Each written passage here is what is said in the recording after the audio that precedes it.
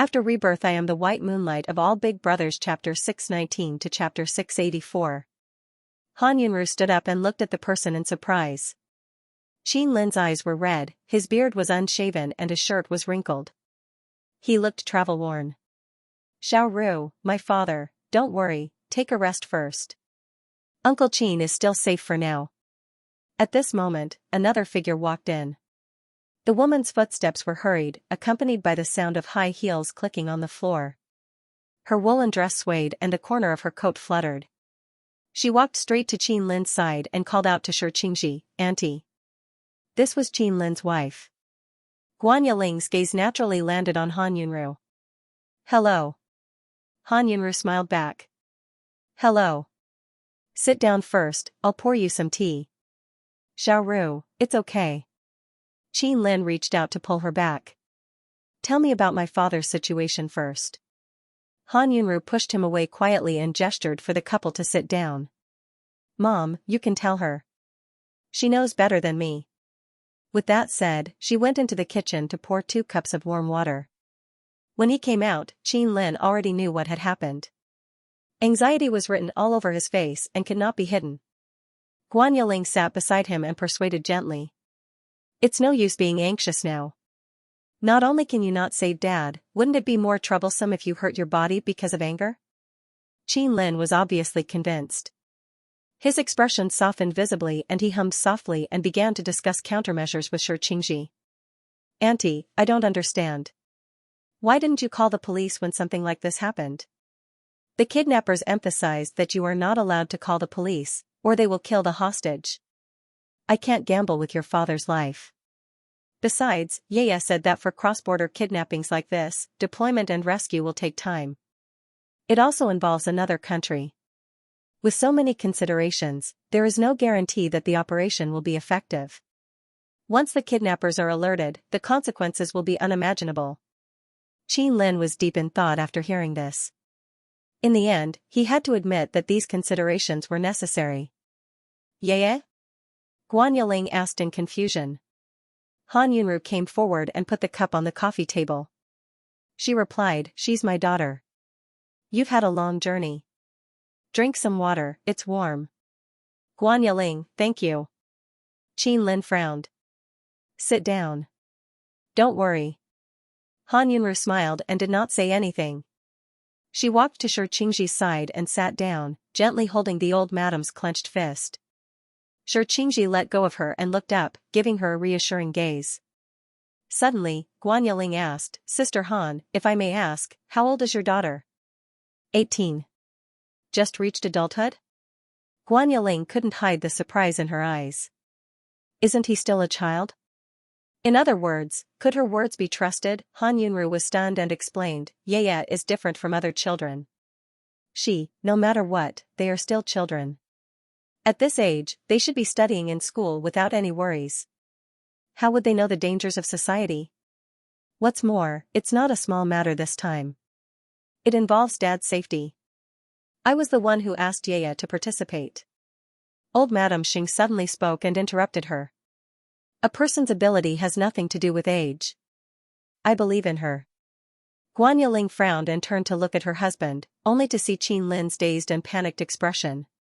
She subconsciously glanced at Han Yunru, who was sitting opposite her, from the corner of her eyes. Her full red lips pursed slightly. Usually, she would choose to remain silent when old Madam Xing spoke. However, she was angry this time and couldn't calm down even after several attempts. She blurted out, "Auntie, it's a matter of life and death. It's not a joke." Xianxia's gaze sharpened. "Joke? In your eyes, am I the kind of person who would play with your father's life?" She said, "All of you."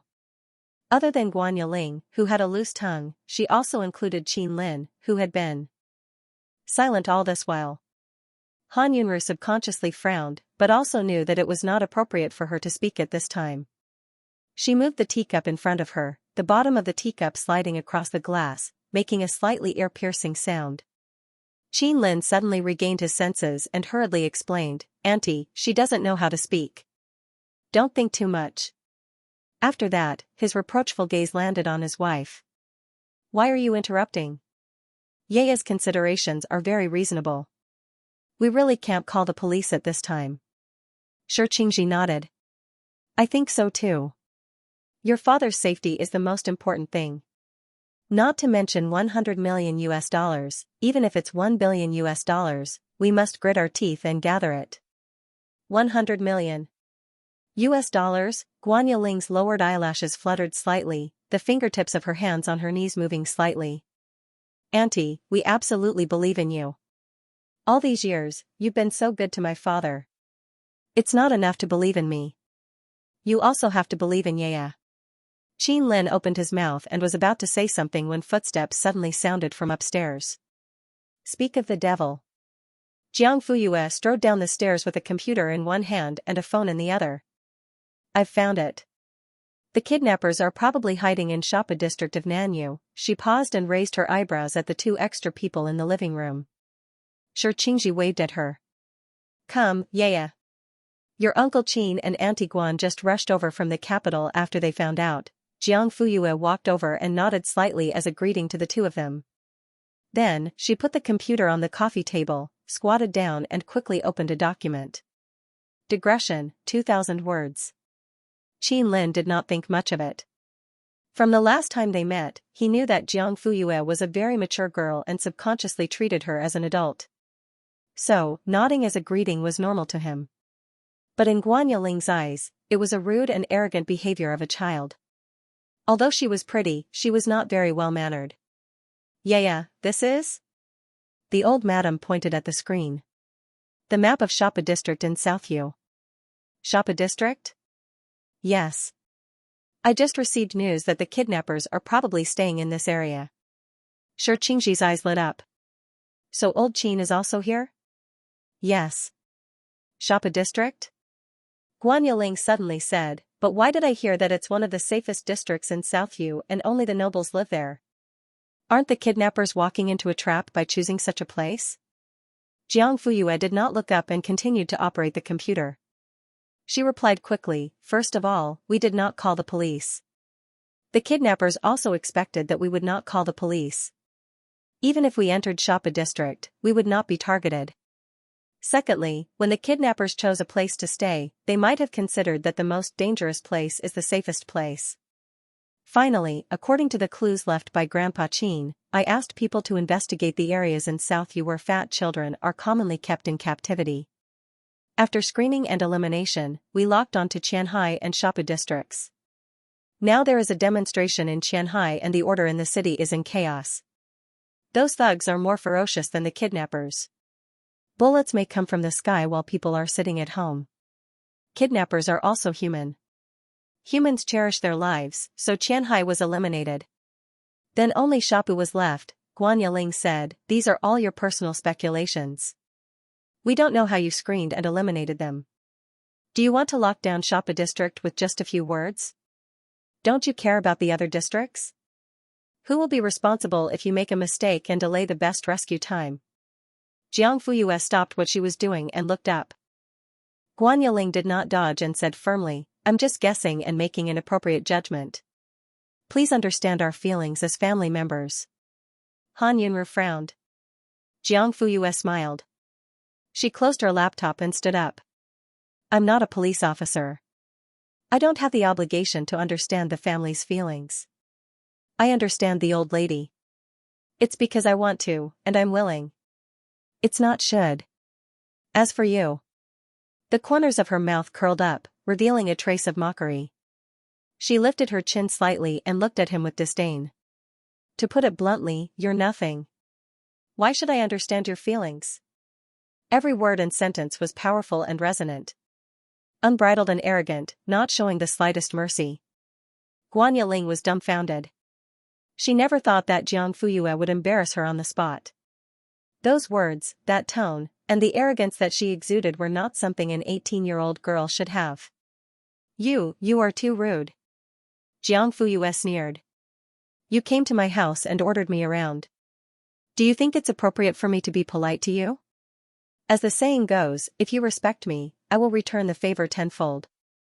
When you're criticizing me, have you ever thought about whether your words and actions are appropriate? Guan Yiling did not expect Jiang Fuyue to be so easily angered. She was so eloquent when she opened her mouth, but now she was directly embarrassed.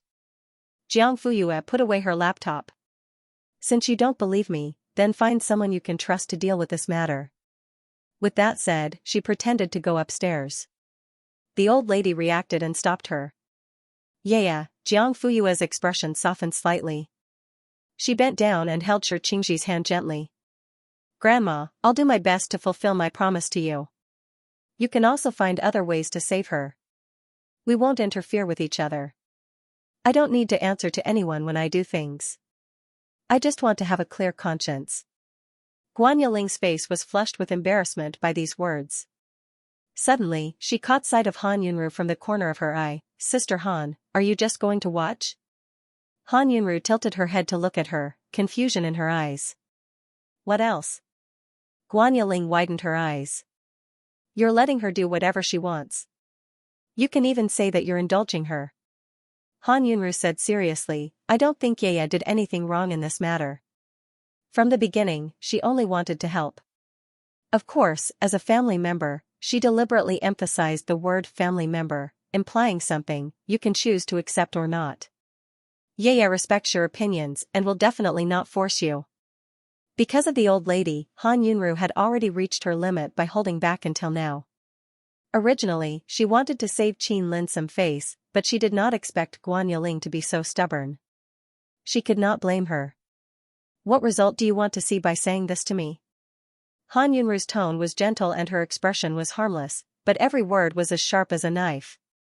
Do you want me to teach my daughter a lesson in public because of my manners and face? Scold her until she was beaten to a pulp? Or use her mother's identity to suppress her? Press her head down and apologize to you? Guan Yiling was stunned. She thought that she had misjudged Jiang Fuyue, but she did not expect that Han Yunru would not play by the rules. This time, the mother and daughter worked together against the enemy. They put Guan Yiling on the fire. All in. She subconsciously pulled her husband's sleeve. But Qin Lin's first reaction was not to stand up for her, but to apologize to Han Yunru in a low voice. Xiao Ru, don't be angry. She's always like this. She's used to speaking without thinking. If she offended you and Yaya in any way, I'll apologize on her behalf. I know that you're worried about my father's safety. You want to find the kidnappers as soon as possible and rescue them. Since everyone has the same goal, let's sit down and have a good discussion. Let's talk calmly, okay? These words were very generous. Not only did they give both sides a way out, but they also showed their attitude. He was willing to believe in Jiang Fuyue. Han Yunru's expression softened.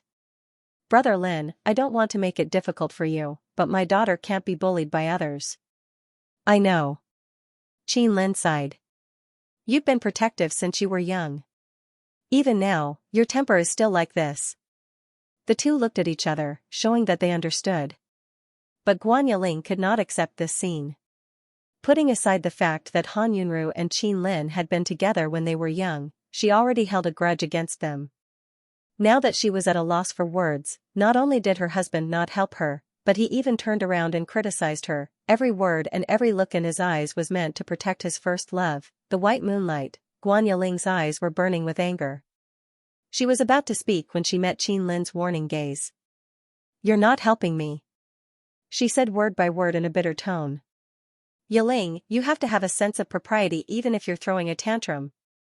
Normally, you can do whatever you want and I've never interfered. But now that my father is at death's door, every minute is precious. I hope you can understand the big picture and stop being unreasonable and annoying. I'm annoying? Okay, you're family. I'm the only outsider. I'll leave. Then, she rushed out of the villa. Qin Lin was not in the mood to chase after her. He only held his forehead with a headache. The most important thing now was to deal with the kidnapping. Yeah, you said Shapa district just now. What's next? Jiang Fuyue turned on the computer again. If the fat boy clue alone is not enough to completely lock onto Shapa district, we need further evidence before we can really start to act. You mean? Old Madam guessed that audio? Yes. I've already asked professionals to analyze it. The results will be out by tomorrow at the latest. Qin Lin frowned. How sure are you? Jiang Fuyue shook her head. I'm not sure. At night, Qin Lin left and returned to the hotel. As expected, he saw his wife who had come back first. He was not in the mood to talk. He had been tense for the whole day and had been running all the way, so he was already exhausted.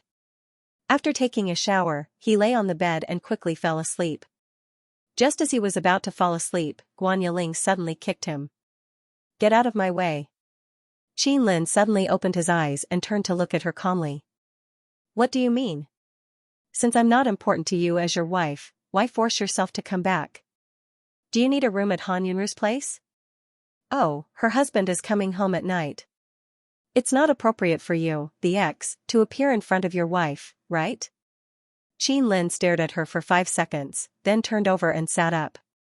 Under the woman's slightly stunned gaze, he put on his clothes and packed his things as quickly as possible. Finally, he took his suitcase and prepared to leave. Guan Yiling's expression changed drastically. Where are you going? Qin Lin did not turn back. Didn't you tell me not to come back? I respect your opinion. With that, he strode away. Qin Lin, you bastard, he was not like this when he was in the capital. Once he came to Linhuai and saw that woman, everything changed. Digression, yesterday's 2 or 3 updates were 3,000 words. There's another update at 12:30. Come back then. Qin Lin knocked on the door of the Jiang family's house in the middle of the night. Jantar was surprised. Sorry, don't say anything else. Come in first, it's cold outside. He took Qin Lin's suitcase and took out slippers for him to change into. Thank you. You don't have to be so polite. Just stay here. If there are any new developments in Southview, we can discuss them in time. Qin Lin's Adam's apple bobbed. He was inexplicably touched. On such a cold day, the moon was dark and the wind was strong. The cold wind was bleak, but there was such a person who simply smiled and said the most appropriate words to persuade him to stay. He didn't ask for the reason and left him with enough face. And this person was the person he should hate the most. Okay. Jantar cracked a smile. First room on the left. You should be able to wear my pajamas, right? Qin Lin nodded. Thank you. 10 minutes later, Jantar not only brought the pajamas, but also poured a glass of warm water and put it on the bed. The pajamas are new.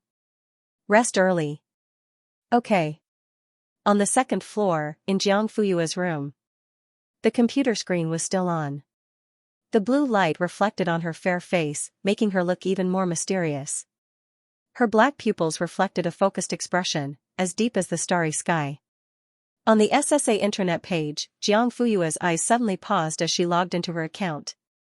Lake was actually online at this time. A dialog box popped up. Lake, Cho, are you there? My worries, yes. Lake, the audio analysis results are out. I'll send the analysis report to you via the website. Jiang Fuyue's eyes lit up. 10 seconds later, she received a text message. She quickly opened it and read 10 lines at a glance. The report showed that there were sounds of an engine, an exhaust fan, cast iron, cicadas, running water, and crows in the audio. One of the items confirmed Jiang Fuyue's guess, falcon, and there was only one place in Southview that produced falcons. Jiang Fuyue quickly thanked Lake and printed out the analysis report. Holding it in her hands, she turned and ran downstairs to wake everyone up. As Shi Qingji was worried about Qin Yuanshan, she tossed and turned restlessly in bed, unable to fall asleep. The moment she heard a noise, she immediately opened the door. Yeah, is there any news? Yes. Soon, Qin Lin, Han Yunru, and Jantar, who were already asleep, came to the living room. Jiang Fuyue handed the report over. Falcons are not produced in Nanyue, but 50 years ago, the aristocrats started to raise these birds. Nanyue introduced them in large numbers, but due to the special climate, the survival rate of falcons is not high. With the passing of the fad of raising falcons, it was no longer popular among the nobles and they turned to pursuing other strange things. For a time, falcons disappeared from South Vietnam. With the passage of time, this kind of bird can no longer be found anywhere else, except Qinlin, Shapu. Yes. The falcon industry in Shapu has always been very developed, not only because of the suitable climate, but also because the most prominent local Mincha family uses falcons as their family emblem. In order to retain the wild nature of falcons and sell them at a high price when they reach adulthood, almost all the falcons in Shapu district adopt the wild model. That was why there was a falcon's whistle in the natural sound analysis column of the report. Sure, Qingji, now that we've confirmed that Old Qin is in Shapu district, should we send someone over? Qin Lin, go over? Where to? After discussing with Yaya, we've decided to send someone to Southview to prevent the kidnappers from killing the hostages. If necessary, rescue them. Qin Lin, okay, then I'll go. Sure, Qingji shook her head. With your relationship with Old Qin, you're too big of a target. In order to prevent the kidnappers from finding out, we can't go. Then who's going? I don't trust people with ordinary relationships. Sure, Qingji, Yaya has already arranged it. Yaya? Qin Lin frowned. Nonsense. Although she's smart, knowledgeable, and has a good brain, how can you let a child handle this kind of mobilization of manpower that involves international operations? The old lady was very calm. Han Yunru and Jantar also looked calm. Qin Lin was the only one who seemed to be making a fuss. What's wrong with you? His eyes were dazed. Sure, Qingji, Ah Lin, since you've chosen to believe, don't change your mind halfway. Han Yunru, brother Lin, maybe you can. Try to believe Yaya. Xiao Ru, she's only 18. I know. Then why are you still? Jiang Fuyue handed the analysis report to him. Uncle Qin, take a closer look. Qin Lin did not understand. He lowered his head and his eyes fell on the paper report in his hand. Suddenly, his eyes stopped at the signature column at the bottom right corner. Lake Watson. You. He looked at Jiang Fuyue in shock. How could an ordinary 18-year-old high school student know a world-renowned acoustics expert like Professor Lake? However, the facts were right in front of him. It could only prove that Jiang Fuyue was not an ordinary 18-year-old high school student. Furthermore, she was fully capable and had the connections to arrange a cross-border rescue. Who are you? Qin Lin took half a step back. When he looked at Jiang Fuyue again, his eyes were cautious and wary. The girl did not speak. At this time, how could the old lady not have the same question in her heart? However, she did not want to delve into it, and it was not the right time to do so. The most important thing is to save Old Qin. We'll talk about other things later. Qin Lin looked down. After some time, he finally replied in a low voice, okay. Digression, 2,000 words. That night, Jiang Fuyue asked Niu Rui to narrow down the surveillance area from the entire South Vietnam to Shapu. Niu Rui asked, you found out so quickly? Jiang Fuyue said, yes. Keep an eye on the jungle breeding areas, especially those with iron production factories nearby. Understood. After hanging up, Jiang Fuyue dialed another number. Uncle Lu, how are the preparations in South Vietnam? The company's staff in South Vietnam is ready and on standby. Very good. Send someone to Shapu to scout first. Once Niu Rui has the latest news, I'll inform you immediately. Lu Jinzhong asked, have you chosen the transaction partner? The other party wants a cross-border transfer. In this situation, we have to be careful of using a space account to collect money and kill the hostage. This was also what Jiang Fuyue was worried about. I plan to send Yan Zhixing over and act according to the situation. Uncle Lu, ask him what he thinks. Don't force him. Give me an answer tomorrow. Okay. The next day, Lu Jinzhong didn't reply, but Guan Yiling did. Sister Han, I'm sorry. The woman was wearing a rose-red coat. Her makeup was exquisite and her smile was bright. I'm sorry to disturb you so early in the morning. Although they didn't have a good time yesterday, Han Yunru naturally didn't hold a grudge against her since she had taken the initiative to come. It's okay. We're all up. Come in. Guan Yiling changed into slippers and walked into the living room. She bumped into Qin Lin, who was calling Han Yunru for breakfast. Han Yunru, it's all set. Suddenly, she paused. The man frowned. Why are you here? Guan Yiling smiled. All in, Han Yunru saw this and entered the dining room, leaving the two of them alone. I'm sorry. I was too immature yesterday. After you came out, I stayed in the hotel alone and couldn't sleep the whole night. Qin Lin didn't answer and put his hands in his pockets. Guan Yiling walked to his side and said softly, I've thought about it carefully. As an elder, I shouldn't have argued with a junior about my father's matter. I shouldn't have said such inappropriate things out of anger. But Lin, have you ever thought that I reacted so strongly because I was worried about Dad? I was afraid that something would happen to him. It had to be said that women were very smart. First, she would lower herself and admit her mistake. Then, she would use her emotions to soften the man's heart bit by bit. As expected, Qin Lin's expression softened slightly after hearing this, but he still didn't reply. Guan Yiling wasn't discouraged. Her soft voice was 100 times gentler than the spring breeze in March. Then there's the matter between you and Sister Han. The man's gaze suddenly sharpened. She pretended not to notice and continued, I know, I'm too sensitive, but I can't help it. The woman's voice was tinged with a trace of sobbing, but she stubbornly suppressed it and refused to show it. If it weren't for the freak combination of factors back then, the person standing with you now would be her, not me. Do you know how I feel? Just like. She paused for a moment. Just like I stole someone else's happiness. God will eventually punish me and make me lose everything. I'm nervous, scared, and frightened. That's why I let my thoughts run wild and speak without thinking. It's obvious that doing so will only push you further away and make myself detestable, but I just can't control it. I really can't control it. Qin Lin's eyes flashed with a trace of emotion. Sometimes, I can't help but think that it would be better if I didn't love you so much. The Buddhist scriptures say that from love comes worry and from love comes fear. Because I care too much, I'm afraid of losing, Yiling. The man was finally willing to speak. He raised his hand to wipe away the tears at the corner of her eyes and sighed. Xiaoru and I are already in the past. Now, we both have our own families and are harmonious and happy. You don't have to think too much. Sorry, I should have believed you. Alright, since the misunderstanding has been cleared up, don't take it to heart. Later, go and apologize to Xiaoru and Yaya.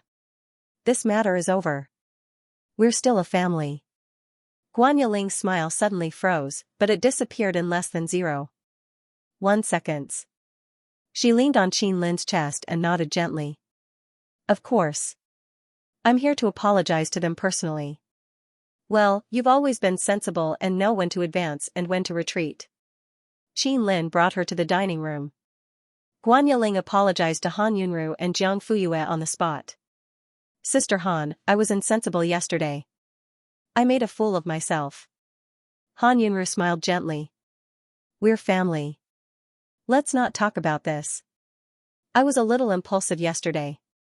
Don't take it to heart. Then, it was Jiang Fuyue's turn. Auntie was impulsive yesterday. I shouldn't have questioned you. This matter should be our responsibility. You took the initiative to help, but I didn't know what was good for me. It's really. Her words were indeed very apologetic, but why did it sound so wrong towards the end, an elder saying that she didn't know what was good for her in front of the younger generation? It sounded like she was roasting Jiang Fuyue on a fire.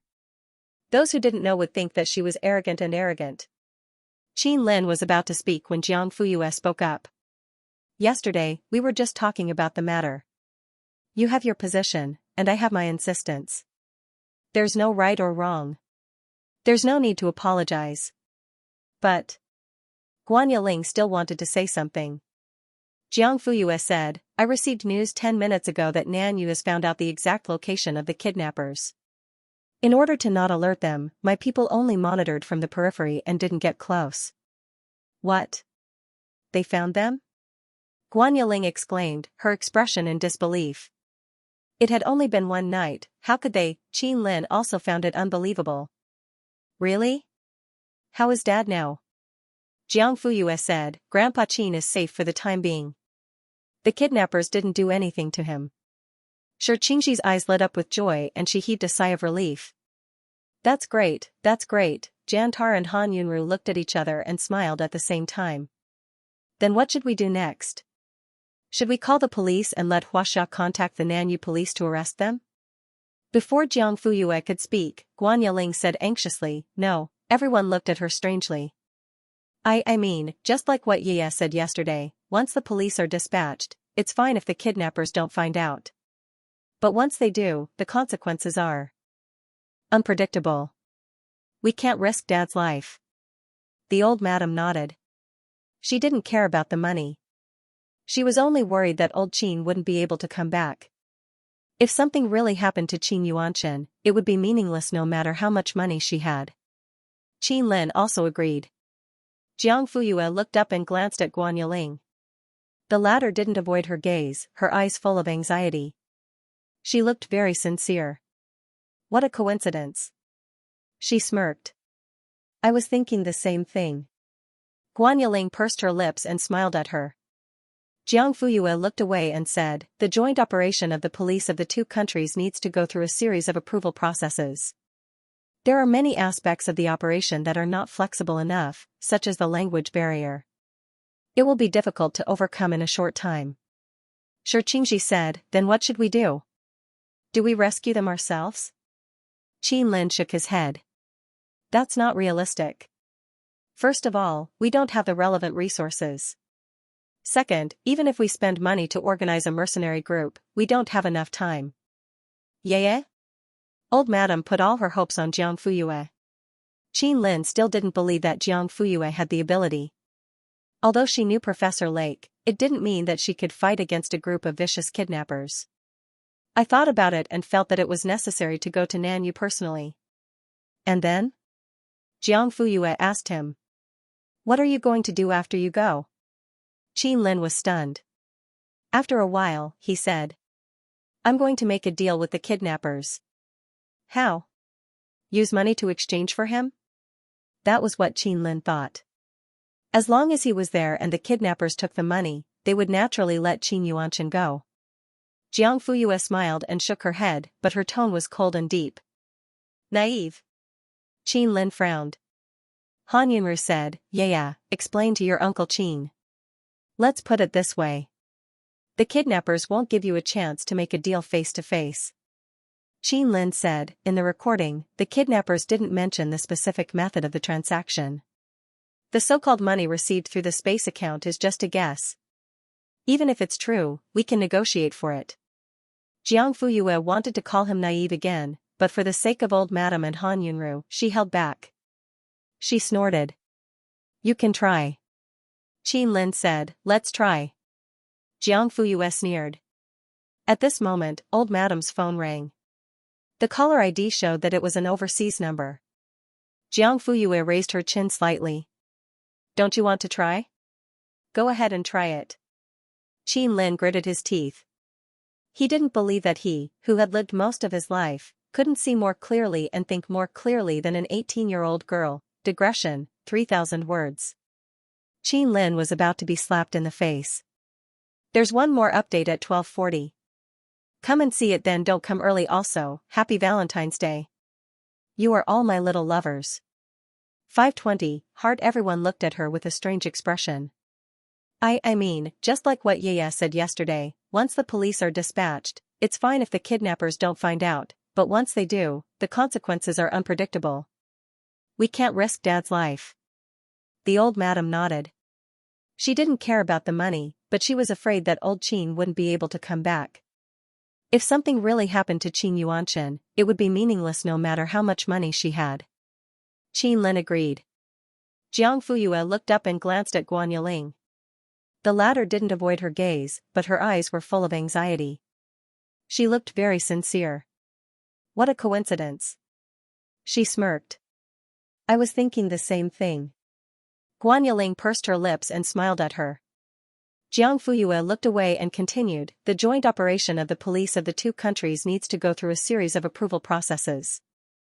There are many aspects of the operation that are not flexible enough, such as the language barrier, which is difficult to overcome in a short time. Shi Qingji said, then what should we do? Do we rescue them ourselves? Qin Lin shook his head. That's not realistic. First of all, we don't have the relevant resources. Second, even if we spend money to organize a mercenary group, we don't have enough time. Yeah? The old madam put all her hopes on Jiang Fuyue. Qin Lin still didn't believe that Jiang Fuyue had the ability. Although she knew Professor Lake, it didn't mean that she could fight against a group of vicious kidnappers. I thought about it and felt that it was necessary to go to Nanyue personally. And then? Jiang Fuyue asked him, what are you going to do after you go? Qin Lin was stunned. After a while, he said. I'm going to make a deal with the kidnappers. How? Using money to exchange for him? That was what Qin Lin thought.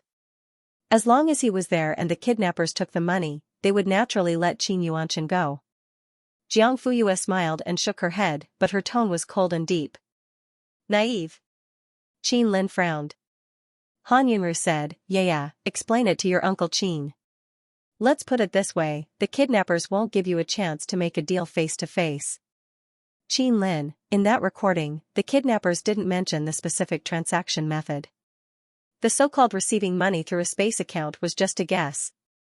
Even if it's true, we can negotiate for it.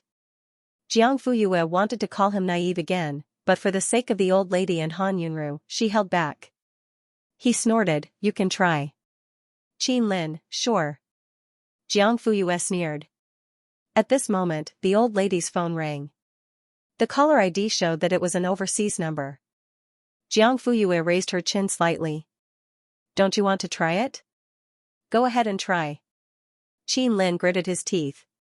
He didn't believe that he, who had lived for more than half his life, couldn't see things as clearly as an 18-year-old girl. Qin Lin picked up the phone. I'm Qin Yuanshan's son. You can talk to me. However, the person on the other end didn't fall for it. Let Xianxia answer the phone, or I'll kill the hostage immediately. Qin Lin's body shook violently, and his expression changed drastically. Don't be rash, let's talk things out. I'll say it one last time, let Xianxia answer the phone. In the end, Qin Lin didn't even have the chance to try. He could only return the phone to the old lady with trembling hands. Xianxia took a deep breath. It's me. The person on the other end asked, is the money ready? It's going through the financial process. We agreed on 5 days, but it's only the 3rd day now. There are still 2 days left. That's right, there are still 2 days left. I advise you not to play any tricks. Xianxia's breath tightened. Jiang Fuyue immediately typed a message on her phone, reminding her, calm down, the other party is tricking you. The old lady finally calmed down. My husband is still in your hands, what tricks can I play? At least you know what's good for you. On the day of the transaction, I'll give you an account number. You can transfer the money over. After we receive it, we'll naturally release your husband. We'll be done with the transaction. Qin Lin's heart sank.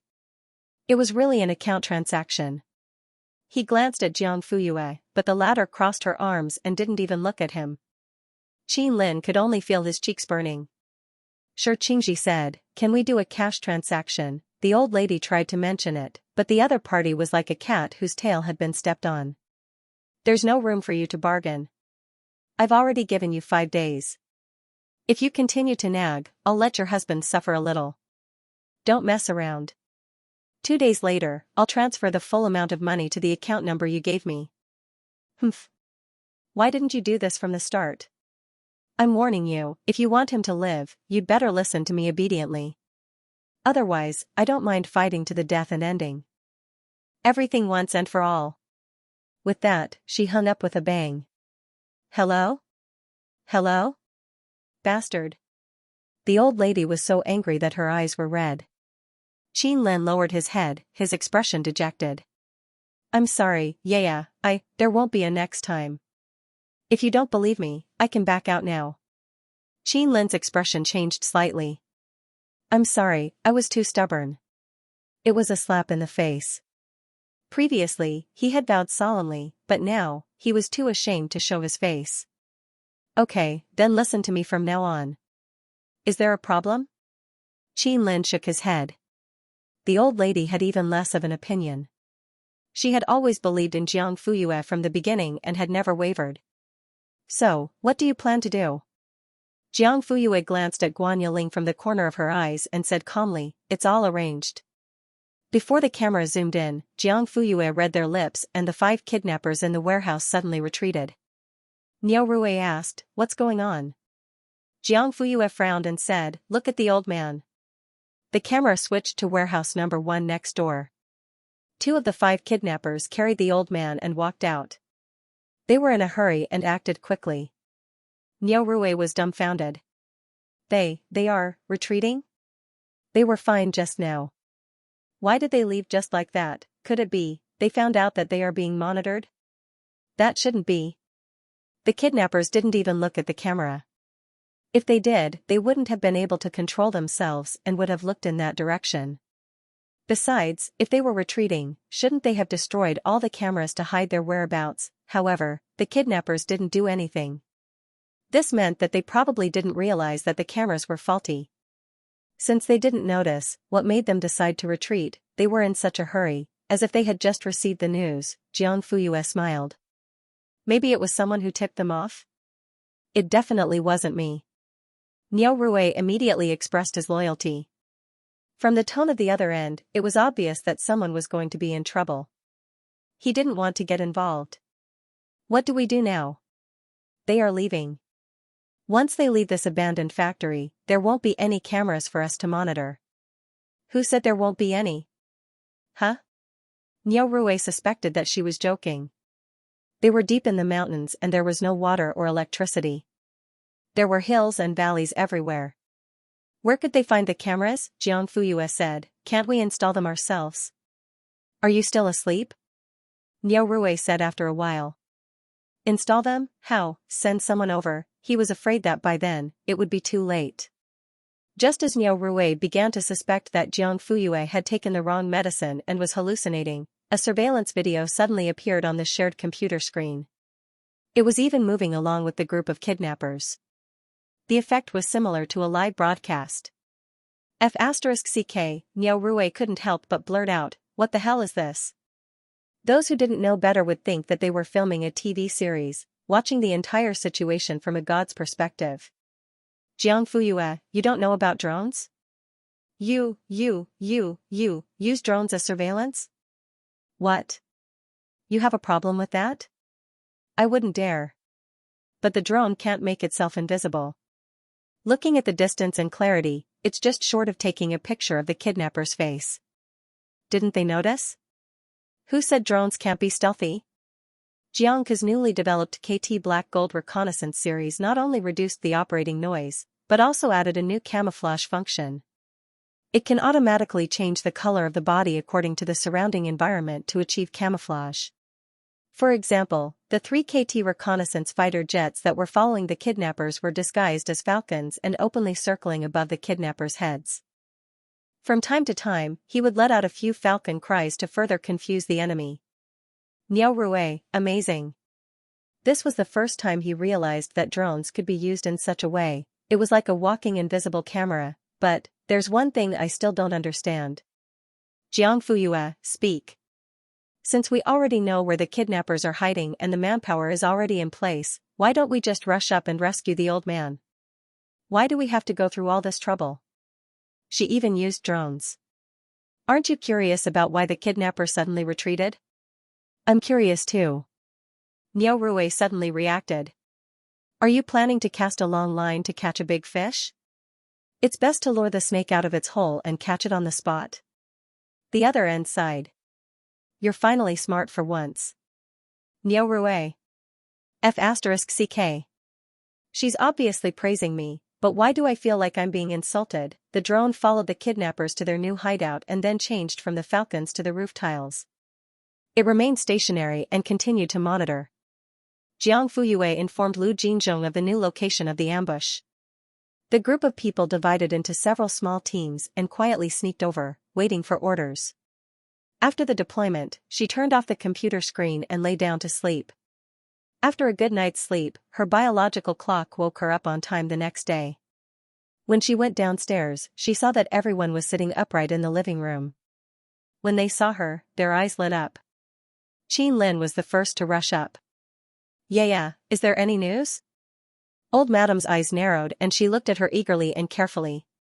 She then looked at Han Yunru and Jantar, who were also full of anticipation. As for Guan Yiling, she was even more so. Her eyes were like two glowing light bulbs. There's only 1 day left before the deadline set by the kidnappers.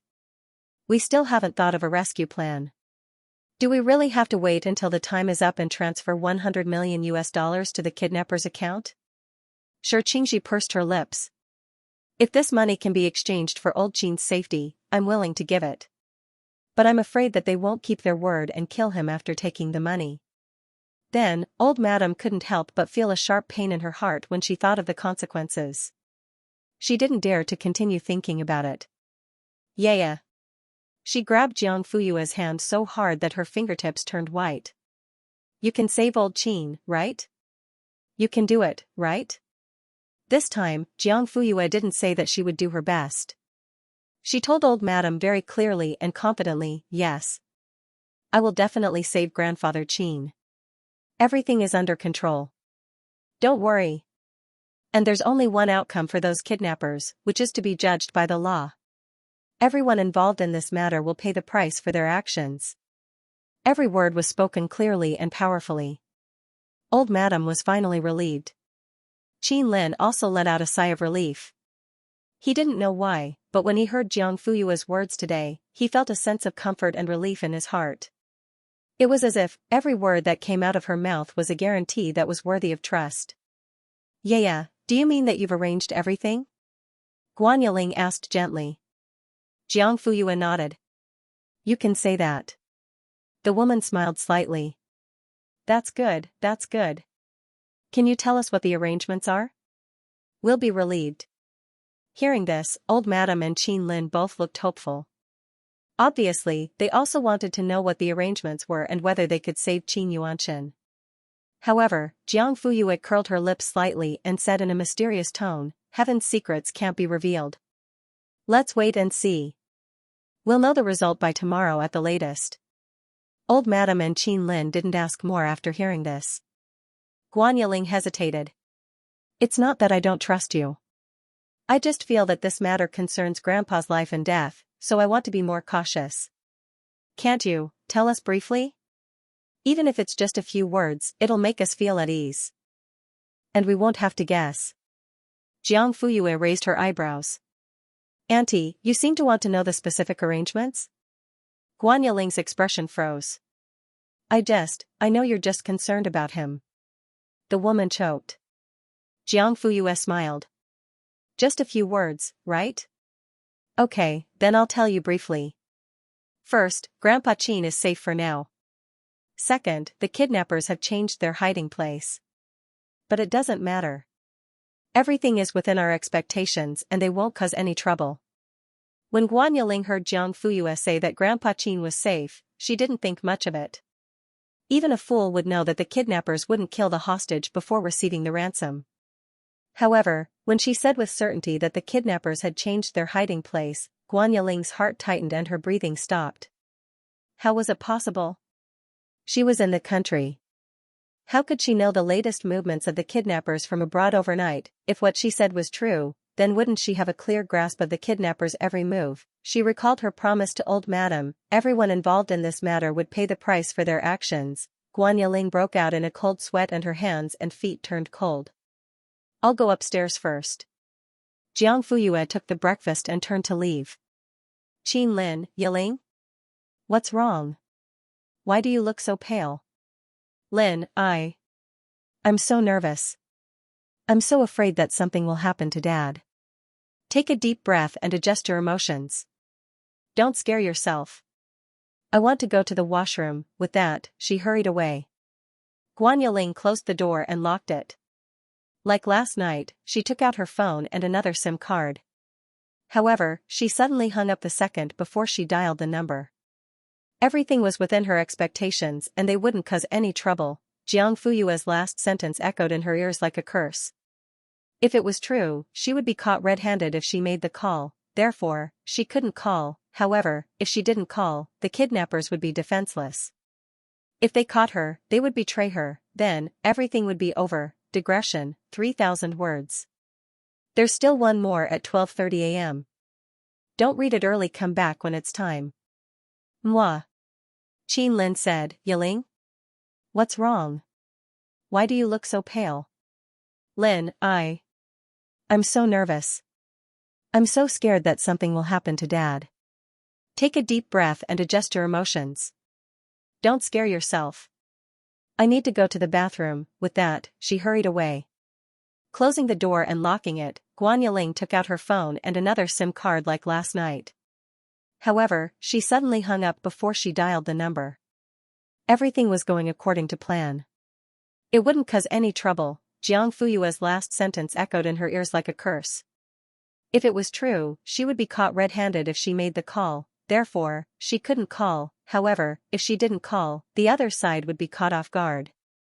If she was caught, they would still give her up, then everything would be over. Guan Yiling was in a dilemma. Call, or not. In the end, she gritted her teeth, put away her phone, broke the SIM card, and threw it into the toilet bowl. With a splash, it was washed clean by the water.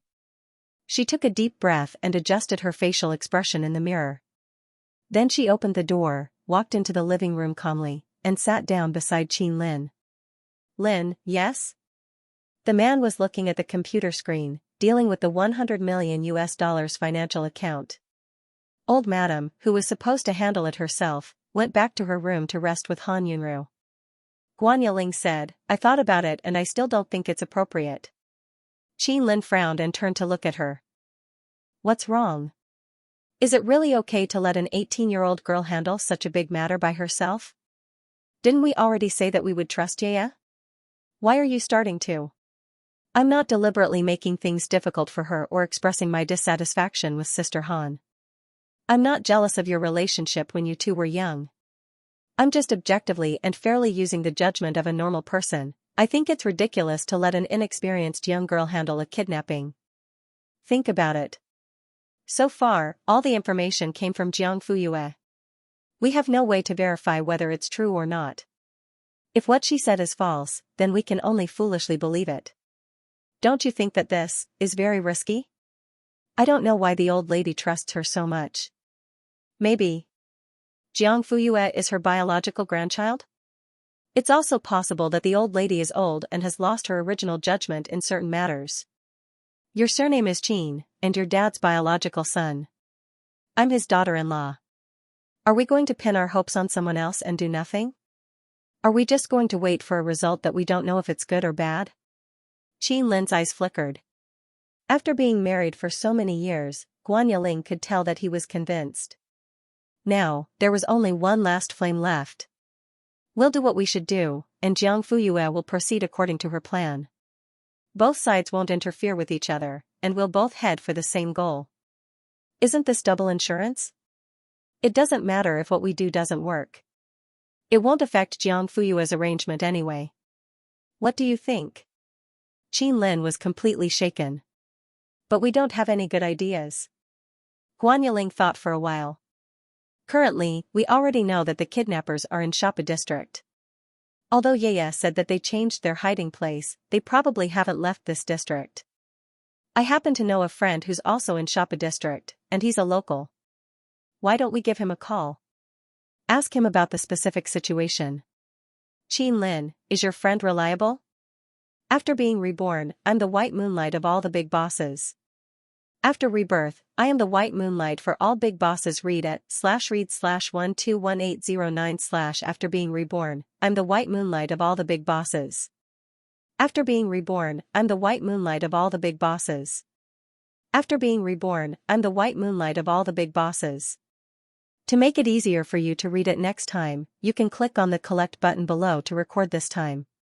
You'll be able to read the record next time you open the bookshelf. If you like After Being Reborn, I'm the white moonlight of all the big bosses, please recommend this book to your friends, QQ, blog, WeChat, etc. Thank you for your support. The words tip off were like a sudden clap of thunder. Lin was stunned. Guan Yiling was stunned at first, then tears quickly welled up in her eyes. What are you talking about? What tip off? What tip off? Just because I offended you before, you're slandering me like this? Then, she leaned into Qin Lin's arms and sobbed. Jiang Fuyue played with her phone. I didn't say anything. I only said tip off, and Auntie seems to know everything. You're saying that I'm slandering you. Don't you think your reaction is a bit too big? The woman's body stiffened. She looked up and complained tearfully, I know it's not something good. Can you give me back my phone now? Auntie Guan, you're so nervous. Is there a secret in your phone? You're getting more and more ridiculous. What secret can I have? Really? Why don't you call and see? The woman's eyes flashed. You can call if you want, but if there's nothing, it means that everything is a misunderstanding. Then you have to apologize to me and stop interfering in Grandpa's affairs. As his son and daughter-in-law, we'll deal with it. The commotion quickly attracted the attention of the old lady, Han Yunru, and Jantar. What's going on? Yeah? Han Yunru looked at her daughter immediately. Qin Lin roughly explained the situation to him. When she heard the words tip off, the old lady was obviously stunned. Han Yunru and Jantar also looked at Guan Yiling in surprise. Obviously, they all subconsciously chose to believe Jiang Fuyue. Jantar and Han Yunru especially knew their daughter very well. Since Yaya dared to say that, she must have found something. She would never slander them without evidence. I know. To Sister Han and her family, I'm an outsider. Guan Yiling narrowed her eyes and said in a gloomy tone, between their own daughter and an outsider, they'll definitely choose to believe the former. It's human nature and understandable. I understand. But Auntie and Lin. After so many years together, you should know what kind of person I am, whether I'm good or bad, good or evil, I believe you have your own judgment. She took a deep breath and slowly looked up. It was definitely not my intention for things to turn out this way. I want to prove my innocence more than anything else. Only in this way can I dispel your suspicions and concerns about me. Her words had clearly turned herself into a pitiful little girl who was being oppressed, and they were the villains who had joined forces to force her into a desperate situation. Pa, Jiang Fuyue raised her hand and applauded. It's a pity that Auntie Guan didn't join the debate team with her eloquence. Yeah. Qin Lin frowned. She's your elder after all. Jiang Fuyue sneered, of course I know. If I didn't treat her as an elder, she wouldn't be here now. Qin Lin frowned. Guan Yiling was heartbroken. I didn't want to argue with you because you're old madam's biological granddaughter. But you're pushing your luck. I can't stand it anymore. Didn't you say that I'm leaking information? Okay, now the phone is with you. Just like we agreed just now, you can call it directly and see what's going on the other end. Okay. Jiang Fuyue smiled slightly. Guan Yiling met her gaze. She didn't look away and didn't feel guilty at all. Just as Jiang Fuyue was about to press the answer button and Guan Yiling's gaze was getting sharper, she suddenly withdrew her hand and stopped dialing. Guan Yiling's heart, which had been in her throat, was suddenly stuck. It couldn't go up or down, and her cheeks flushed red. Old Madam was confused. Yeah, why did you stop? Han Yunru and Jantar were equally confused. The veins on Guan Yiling's forehead throbbed. She just realized that she had been tricked, she had done it on purpose, she had deliberately thrown the bait to lure her to bite. But the moment she opened her mouth, she lifted the fishing line and let her bite it. You. The woman's eyes widened. If it wasn't for the situation, she would have rushed forward and scratched Jiang Fuyue's face. What do you mean? Jiang Fuyue said, I have to call, but not now. Xianxia asked, why? If I call now, won't I alert the enemy if there's really something? Guan Yiling's eyes flashed and she gritted her teeth. Then what do you want? You're the one who said to call, and now you're the one who's not calling. You've said all the good and bad things, leaving no room for others. Are you forcing me to die? With that said, she covered her face with both hands, tears seeping through her fingers. The old madam couldn't bear to see her like this. Qin Lin pursed his lips and didn't say anything. He patted his wife's shoulder to comfort her. You, don't overdo it. Jiang Fuyue acted as if she didn't hear him and looked straight at Guan Yiling. Since you still refuse to admit it and try to remove yourself, then let everyone see what you've done. Chen Xing. Coming, sister. Xianxia ran down from upstairs, holding a laptop in one hand and a micro camera in the other. Under everyone's puzzled gaze, he put the laptop and micro camera on the coffee table, took out a data cable and connected the camera to the laptop. After some operation, a video appeared on the screen. It was the video of Guan Yiling excusing herself to go to the washroom twice. After she went in and closed the door, the video disappeared and turned into darkness, but the voice didn't stop. It's me.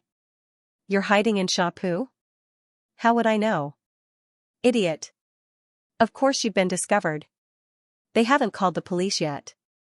They've thought of a way to investigate, and I don't know where they got the news from. Anyway, you're not safe now, hurry up and move. What do you mean you can't get out of Shapu district? Okay, even if there's not enough time, you have to leave where you are now and move to another place. I'll remind you one last time, if I don't call you, don't call. Also, if I call you from another number, it means the situation has changed. Answer carefully, don't give yourself away. During this time, the sound of the toilet flushing could be heard, but it couldn't cover the woman's voice, and every word was clear. Then, Guan Yiling opened the door and met everyone in the living room. The video changed, and it showed that 40 minutes ago, Guan Yiling went to the washroom again. Just like the previous video, after entering, the video couldn't be seen, only the sound could be heard. Something was broken, and then the sound of flushing was heard. 5 seconds later, Guan Yiling came out and asked Qin Lin to call her so-called university classmate. Then, it all ended. The entire place was deathly silent, not a single sound could be heard. Suddenly, Qin Lin pushed the woman in his arms away, gritted his teeth, and said word by word, "How do you explain this?" Guan Yiling was stunned. How could there be such things? How could it be? Lin, listen to me, this is all fake. It's a malicious editing. Someone is trying to frame me. Who wants to frame you? Xiaoru? Yeye? Or old madam? Or me? Don't be like this. I really didn't do it. You have to believe me, okay? Qin Lin's eyes were cold. I just want to ask, did you say those words in the video? That's a malicious editing. Think about it, who would install a camera at the door of the washroom and put a microphone inside? If it wasn't intentional, how could it happen to be recorded? And it happened to be taken out at this time? Don't you think it's too coincidental? Xianxia volunteered. I can explain this. The camera was installed in the video room opposite the washroom to take videos of me. Because Uncle Wu forgot to close it and the door happened to be open, it recorded the scene of the washroom door. As for the microphone inside, it was recorded a week ago. They were busy going back to the company to edit the video and forgot to remove the equipment. We usually use the washroom in our own room and no one uses the one in the living room. It's troublesome to remove the equipment and we'll need it next time, so they didn't remove it. So, it really was a coincidence. Nonsense. Guan Yiling panicked. You're all slandering me. I didn't do anything. Are you going to convict me based on these 2 unknown videos and recordings? Lin, we've been husband and wife for decades. Don't you know what kind of person I am? Other people want to sow discord between us with just a few words, don't be fooled. That's right, we've been husband and wife for decades. Qin Lin brushed away her outstretched hand. How deep did you hide that I didn't notice and didn't take any precautions? What do you mean? The woman trembled. Don't you believe me? Digression, 3,000 words. There's still one more at 12:40. Don't refresh it early, come back when it's time, moi. Qin Lin replied, the truth is right in front of my eyes, how can I believe you? I already said that this is slander. Why don't you believe me? You'd rather believe an outsider than me? Sure enough, you've never loved me, you've always been thinking about this woman. Guan Yiling turned around and pointed at Han Yunru, shouting crazily, aren't you already gone? Why did you come back? Why did you appear in front of him? The hatred in her eyes was so deep, so vicious, and her words were so bitter and jealous. Jantar immediately shielded Han Yunru behind him, looking at Guan Yiling with a guarded expression, his muscles tensed. You already have a husband who loves you so much, Why are you still fighting with me for Qin Lin? Han Yunru looked confused, her gaze crossing Jantar's shoulder and colliding with her. She muttered and shook her head. I didn't, you're just pretending. Qin Lin couldn't take it anymore, grabbing her shoulders with both hands. What nonsense are you talking about? We're talking about your problem now, don't drag others into it. If you're willing to believe me and your wife, then these problems won't be problems, but do you believe me? Qin Lin said, the evidence is right in front of me, you want me to believe you, but you don't even have a valid rebuttal, how can I believe you?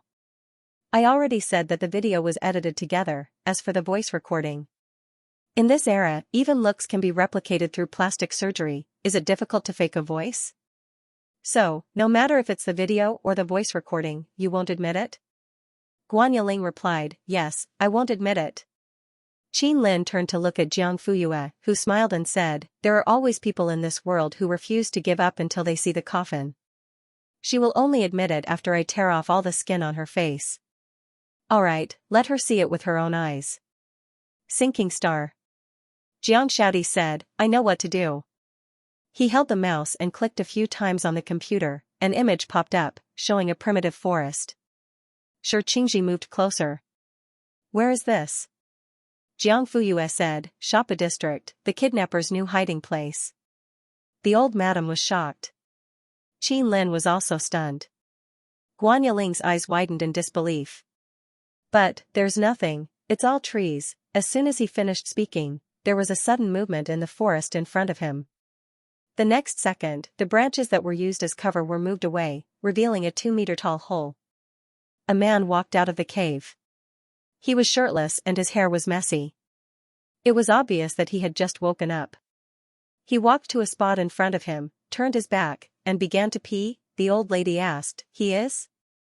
Jiang Fuyue said, one of the kidnappers. Although she was prepared, Shi Qingji was still shocked when she heard it with her own ears. Qin Lin, this scene, he gulped and continued, is it a live broadcast? This was because the time displayed on the top left corner of the screen was in sync with the current situation, not a second off. Jiang Fuyue nodded. How did you do it? Drone. Qin Lin shook his head. If it's a drone, it would definitely be discovered if it's so close. Jiang Fuyue raised her eyelids and glanced at him. That's what you think of as a drone, not the one I'm using now, two different concepts. The man choked. Han Yunru, the second person is coming out. On the screen, the second kidnapper appeared. Shi Qingji, is old Qin in there too? Jiang Fuyue nodded slightly at Jiang Qinxing. The latter operated the drone and another scene popped up. It was the situation inside the cave. How did you do it? Qin Lin could not hide his shock. What kind of drone could do this? Looking at the screen again, it was actually moving. It was such a small space and the camera was so close that it almost hit his face. The camera zoomed in and the image kept going deeper into the cave. In a dark corner, they finally saw a figure lying on the ground. Old Qin. It's old Qin. Shi Qingji recognized him at a glance. Yeah, save him. He must be feeling terrible now. Don't worry. Jiang Fuyue patted the old madam's hand. Guan Yiling struggled frantically but could only whimper. Jiang Fuyue dialed the number in front of her. Everyone stared at the screen. After 2 beeps, one of the kidnappers took out his phone. Hello? Jiang Fuyue didn't say anything. The kidnapper took out the phone and looked at the screen. Suddenly, his expression changed slightly and he hung up. He obviously realized that something was wrong. Jiang Fuyue also ended the call. Now, the call was connected. Guan Yiling was indeed in contact with the kidnappers. The old lady looked at her differently. Qin Lin was shocked, but there was doubt in the depths of his eyes. Was this his wife? Why did she do this? He didn't seem to know her at all. Jantar protected Han Yunru even more tightly. Wife, don't be afraid, I'm not afraid. The old lady walked to Guan Yiling and asked in a trembling voice, why? Her eyes were filled with confusion. Why did you do this? Old Qin has been good to you all these years. The daughter-in-law colluded with the kidnappers to kidnap her father-in-law, Qin Lin also walked forward and looked at his wife who was tied up as if he was looking at a stranger. Jiang Fuyue signaled Jantar with his eyes. Jantar, ? What? Jiang Fuyue's mouth twitched. Take the thing out of her mouth and let her talk. Oh. Jantar immediately did as he was told. Guan Yiling stopped struggling and looked at the old lady and Qin Lin who were full of questions. Suddenly, she laughed out loud. Ha ha ha ha, as she laughed, tears flowed out and her body trembled. Why? Lin, don't you know? Qin Lin frowned. My dad didn't do anything to you. Yes, Dad didn't do anything to me. But what about you? Do you have me in your heart? This is not a reason for you to collude with the kidnappers. When Han Yunru came back, you were scared out of your wits. How do you expect me to feel? Since you can't give me a sense of security, let money do it. You kidnapped my dad for money? Qin Lin couldn't believe it. Guan Yiling smiled. People change, but money doesn't. Qin Lin found it ridiculous. The old lady said, if you want money, you can tell me. Why do you have to use this method? Heh. I want $100 million.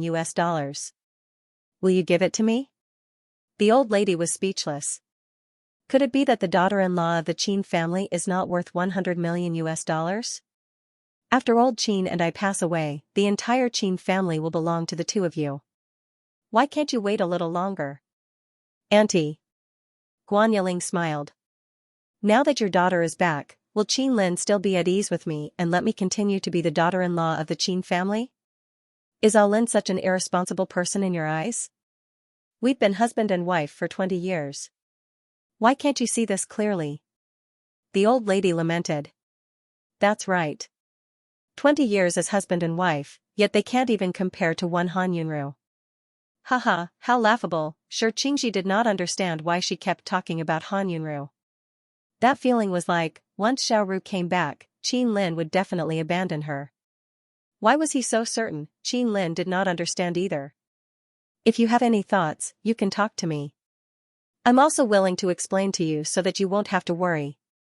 But since you don't say anything, I can only take it that you know and understand. Guan Yiling turned her head away. You don't have to say anything. Things have already come to this. You can kill me or torture me as you wish. At this moment, Jiang Fuyue suddenly said, because you're afraid. The old lady was stunned. Qin Lin looked at her instinctively. Afraid? What do you mean? Guan Yiling's face was still turned to the side so that no one could see her expression clearly. However, her hands that were tied behind her back were clenched so tightly that her fingertips turned pale. Jiang Fuyue said, don't you think it's strange? A rich lady who married into a rich family for 20 years would collude with outsiders to kidnap her father-in-law for $100 million? Auntie Guan was able to successfully marry Uncle Qin after my mother disappeared. I'm sure she's not a stupid person. Why would she make such a stupid decision? Just like the old lady said, after a few more decades, when her parents are gone, half of the Qin family will be hers. Why would she care about $100 million? Auntie Guan's reason is that she's afraid that my mother will steal her position as Mrs. Qin and won't be able to inherit the Qin family's inheritance. But if you think about it carefully, it doesn't make sense at all. Let's not talk about the past decades and the 20 years of marriage. Anyone with a discerning eye knows which is more important. Also, my mother married my father a long time ago. She has me and Jiang Chenxing. It's impossible for her to be with Uncle Qin. Anyone with half a brain knows that divorce is impossible. How stupid would she be to take the risk of colluding with bandits to kidnap and extort money for something that is impossible? Unless... Jiang Fuyue looked up and stared straight at Guan Yiling. She has a reason to do this. Qin Lin, what reason? Jiang Fuyue, you'll have to ask the kidnappers. Guan Yiling's heart suddenly tightened. Oh no. Look, Han Yunru suddenly pointed at the screen. The surveillance footage showed that the 5 kidnappers wanted to kill the hostage after the phone call. The old madam screamed, yeah. Jiang Fuyue immediately walked in front of the computer and saw that the old master had been dragged out of the hole by 2 kidnappers and thrown to the ground. One of the kidnappers was raising a metal rod and aiming it at his head. No. Don't. Old Qin. Sure, Xianxia threw herself in front of the screen, tears streaming down her face. She knew that it was impossible, but she couldn't help but beg, yeah, save old Qin, save him. Just as the metal rod was about to fall on the old master's head, a group of men in black suddenly rushed out of the woods and subdued the 5 kidnappers in the blink of an eye. The old master was carried to the side to be checked and treated. The situation changed in an instant. The old madam didn't even have time to stop crying. Qin Lin's fear was still written all over his face. Han Yunru covered her face because she couldn't bear to see the tragedy happen. She buried her head in Jantar's arms. Wifey, look, I don't dare to look. It's already done. What's done? You'll know when you see it. Han Yunru asked, can I see it? Jantar replied, yes. Han Yunru then turned around, put down her hands and looked at the screen. Eh? What's going on? Jantar shook his head. I don't know. Ask Yaya. At this moment, her phone rang. Jiang Fuyue answered the call. Sister Yu, it's done. How's the old master? Slightly dehydrated, no obvious external injuries, his life is not in danger for the time being. Very good. Ask Guan Yiling about the agreement with them. If he doesn't say anything, find a way to pry open his mouth. Yes. On the screen, the leader of the men in black grabbed one of the kidnappers by the neck. The two of them talked and suddenly, the leader in black started to punch and kick him. The old madam gritted her teeth. Qin Lin's eyes darkened. Soon, blood was seen. Jiang Fuyue narrowed her eyes, picked up her phone and dialed. Change. The leader in black immediately threw away the one in his hand and started to torture the second one. When it was the third one's turn, it took a little longer. After the conversation, the leader in black turned to the camera and nodded slightly. Sure enough, in less than 10 seconds, Jiang Fuyue's phone rang. Okay, I got it. This time, Jiang Fuyue didn't turn on the speaker, so she was the only one who could hear it. The old madam and Qin Lin both pricked up their ears, but they didn't hear anything. Yeah, what did the kidnapper say? Qin Lin asked. It's related to her, right? Jiang Fuyue said, yes. Qin Lin's eyes narrowed. Why? Jiang Fuyue suddenly looked at Han Yunru, who looked confused. Back then, my mother was kidnapped by these people. Han Yunru's pupil shrank. How is that possible? The old madam was also stunned. Wasn't Xiaoru's disappearance planned by Ji Laniyue? Jiang Fuyue shook her head. My uncle and I sent people to investigate what happened back then. All the hotel surveillance cameras were erased, and the key witnesses disappeared one by one.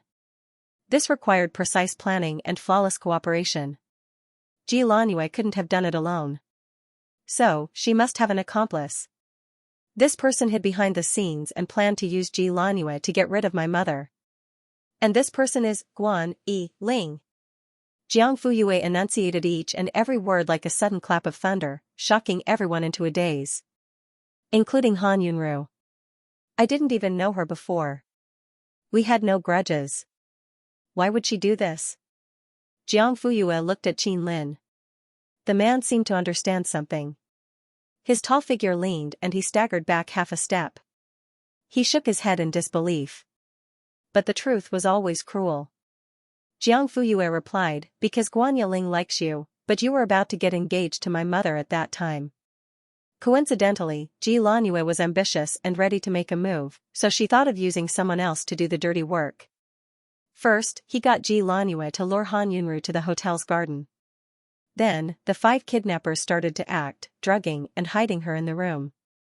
After Han Qishan sealed off the hotel but couldn't find her and gave up on the investigation, they secretly transported her out and planned to dispose of her secretly. Who would have thought that Han Yunru would wake up halfway and jump off the bridge to escape? She ended up in Linhui and was saved by the old madam of the Jiang family. Since then, she had a new life. After Qin Lin lost his love, Guan Yiling stayed by his side and finally became Mrs. Qin as she wished. The truth had been buried for more than 20 years. Qin Lin thought that it would never see the light of day and that it would never be uncovered. Therefore, Guan Yiling had never had a nightmare for more than 20 years as Mrs. Qin. She felt at ease about everything.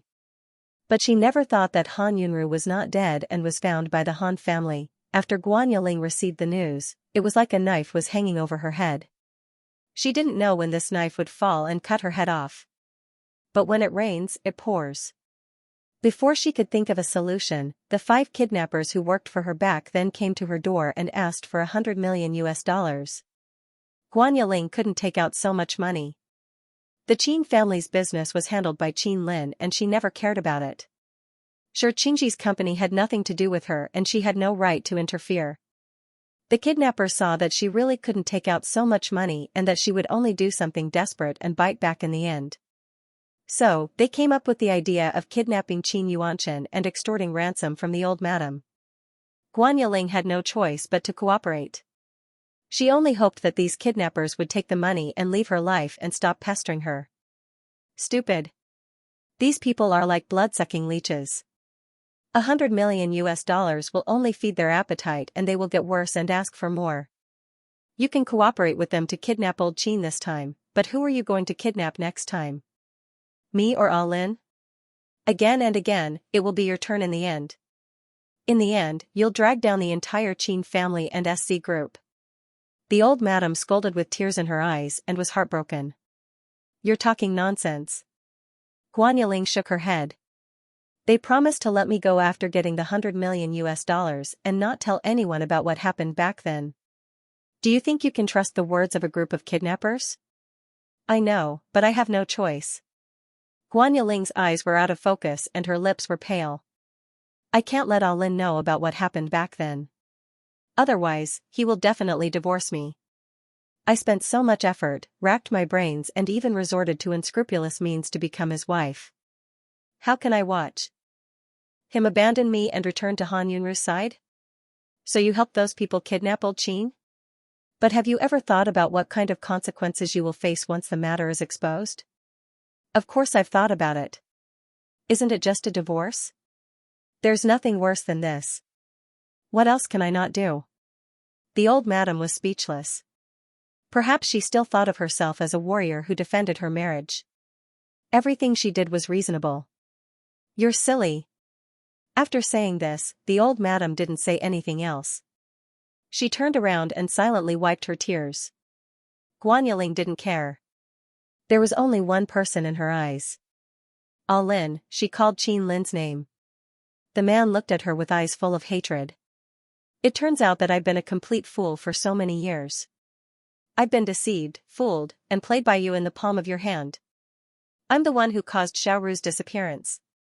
And now I almost caused the death of my own father. Guan Yiling, you've sinned me so much that I can't wash it clean in this lifetime. The woman's body trembled and her pupils constricted. Her husband's hatred and accusations were like a sharp knife, stabbing into her chest. Guan Yiling suddenly felt that she was being ridiculous. She had used up all her tricks in the past and now she had to be careful with every step. But what would come would still come. She couldn't hide or avoid it. So, even if she desperately fought for something that didn't belong to her, even if she had it temporarily, it wouldn't last long. She had only loved one man in her life. Since God had arranged for her to fall in love with him, why didn't he arrange it at the right time? At that time, Qin Lin's eyes were only filled with Han Yunru and he couldn't see any other woman. Guan Yiling wasn't willing. She had thought more than once that if Han Yunru didn't exist in this world, would Qin Lin still look at her? Facts proved that she had made the right bet. She had become Qin Lin's wife, the daughter-in-law of the Qin family, and Mrs. Qin in the eyes of outsiders. Jiang Fuyue coldly said, "You're wrong. There are worse results than divorce. You'll be thrown in jail and abandoned by everyone." She would lose not only her marriage and husband, but also her freedom for the rest of her life. Yeah, what do you want to do? The truth is out. You can call the police. I've said that everyone involved in this matter will pay the price for their actions. Digression, 4,000 words, 2 chapters at the same time. There was no more tonight. Sister Yu, please call me the light of righteousness. Thank you. The 5 kidnappers were brought back to the country and handed over to the police. Old Master Qin was sent to the hospital immediately. Other than his leg injury, there were no other problems. Guan Yiling finally believed that Jiang Fuyue was serious when she heard the sirens from afar. You can't do this. If I go to jail, what will happen to the Qin family's reputation? The old madam spoke first. The Qin family's reputation doesn't need to be protected by condoning criminals. If old Qin was here, I believe he would make the same decision. The woman's face turned pale and she looked at Qin Lin for help with tears in her eyes. What about you? Are you going to watch me go to jail too? Qin Lin looked away. Everyone has to pay for what they have done. Ha. Ha, Guan Yiling laughed and cried. Her companionship of more than 20 years was in vain. The police car screeched as it came and left. Guan Yiling was right. If she went to jail, the Qin family's reputation would be ruined. The old madam and Qin Lin had to rush back to the capital to deal with the aftermath. Sure, Qingji said, I'll go back to see old Qin too. Otherwise, I'll feel uneasy. Qin Lin had suffered a big blow, but as the pillar of the Qin family, he had no right to be depressed. Xiao Ru, I'll definitely give you an explanation for what happened back then. Han Yunru smiled gently. It's all in the past. I'm fine now. You don't have to blame yourself. It's not your fault. Xiao Ru, Brother Lin, I really don't blame you. The man's eyes turned red. He took a deep breath and turned to Jiang Fuyue to apologize and thank her. I'm sorry. For not trusting her before. Thank you. For saving the old master's life. That night, the old madam and Qin Lin flew back to the capital. On the day of Guan Yiling's sentence, Qin Lin called Han Yunru to tell her the result. 10 years. During the conversation, he asked about Jiang Fuyue. Han Yunru said, she's in school. She has a final exam today. At the same time, Jiang Fuyue had finished the last question of the paper. She put down her pen and raised her hand. Teacher, I'm handing in my paper. The other students were speechless. A looked at his draft paper. He had just started to fill in the blanks. B silently put down the machine reader card and 2B pencil. He was even worse off as he had just finished the multiple choice question. C, forget it, there's no need to look. The more I look, the more it hurts. After the 2-day final exam, the winter vacation officially began. Xianxia. Come on, it's really fun. Master Zhong's agreed invitation came through the phone. Jiang Fuyue was in the middle of doing a test paper. Her phone was on speaker mode and placed to the side. When she heard this, her speed of writing did not slow down at all. She took the time to say, isn't Tianluo Mountain still being developed? How can you ski? Hiss. You even know about this? Amazing. Jiang Fuyue finished another big question. She flipped the paper over and continued. The person on the other end was silent for 2 seconds. Don't tell me you're still doing questions. It doesn't matter. You can say what you want to say. I'm listening. Zhongxiang, both the Zhong and Xia families have invested in the Tianluo Mountain project. It's been 2 to 3 years. Although it's still being developed, it's actually almost finished. The internal staff will have the priority to experience it. It will officially open for business in spring next year. Jiang Fuyue understood. For a newly developed scenic area like this, all the facilities were new. Of course, they would let their own people play first. Once they had enough fun, they would open it for business to make money. Is it reliable? Have all the staff been recruited? Are the safety features of the rides guaranteed? Don't worry. Zhongxiang almost patted his chest and promised. Before this, several groups of people have been there. If something happened, it would have happened long ago. Would it be our turn? Jiang Fuyue, that's not necessarily true. Zhongxiang's mouth twitched. Can't you hope for something better? From a probability perspective, the chances of it happening and not happening are 50-50. Young Master Zhong felt a headache coming on. Jiang Fuyue wrote down the last answer on the test paper, the square root of 6 of 3. Then she put down her pen and put away the test paper. Who else will be going? The Ling Group and the E Group are also investors. I guess Ling Xian and ECI will be going. That's it? Zhongxiang, that's it. Who else did you invite? Do I need to invite anyone else? It was just the two of them. Xianxia, anyway, I invited you. Ling Xian and ECI had no choice. Their families were also shareholders. They must have received the developer's invitation.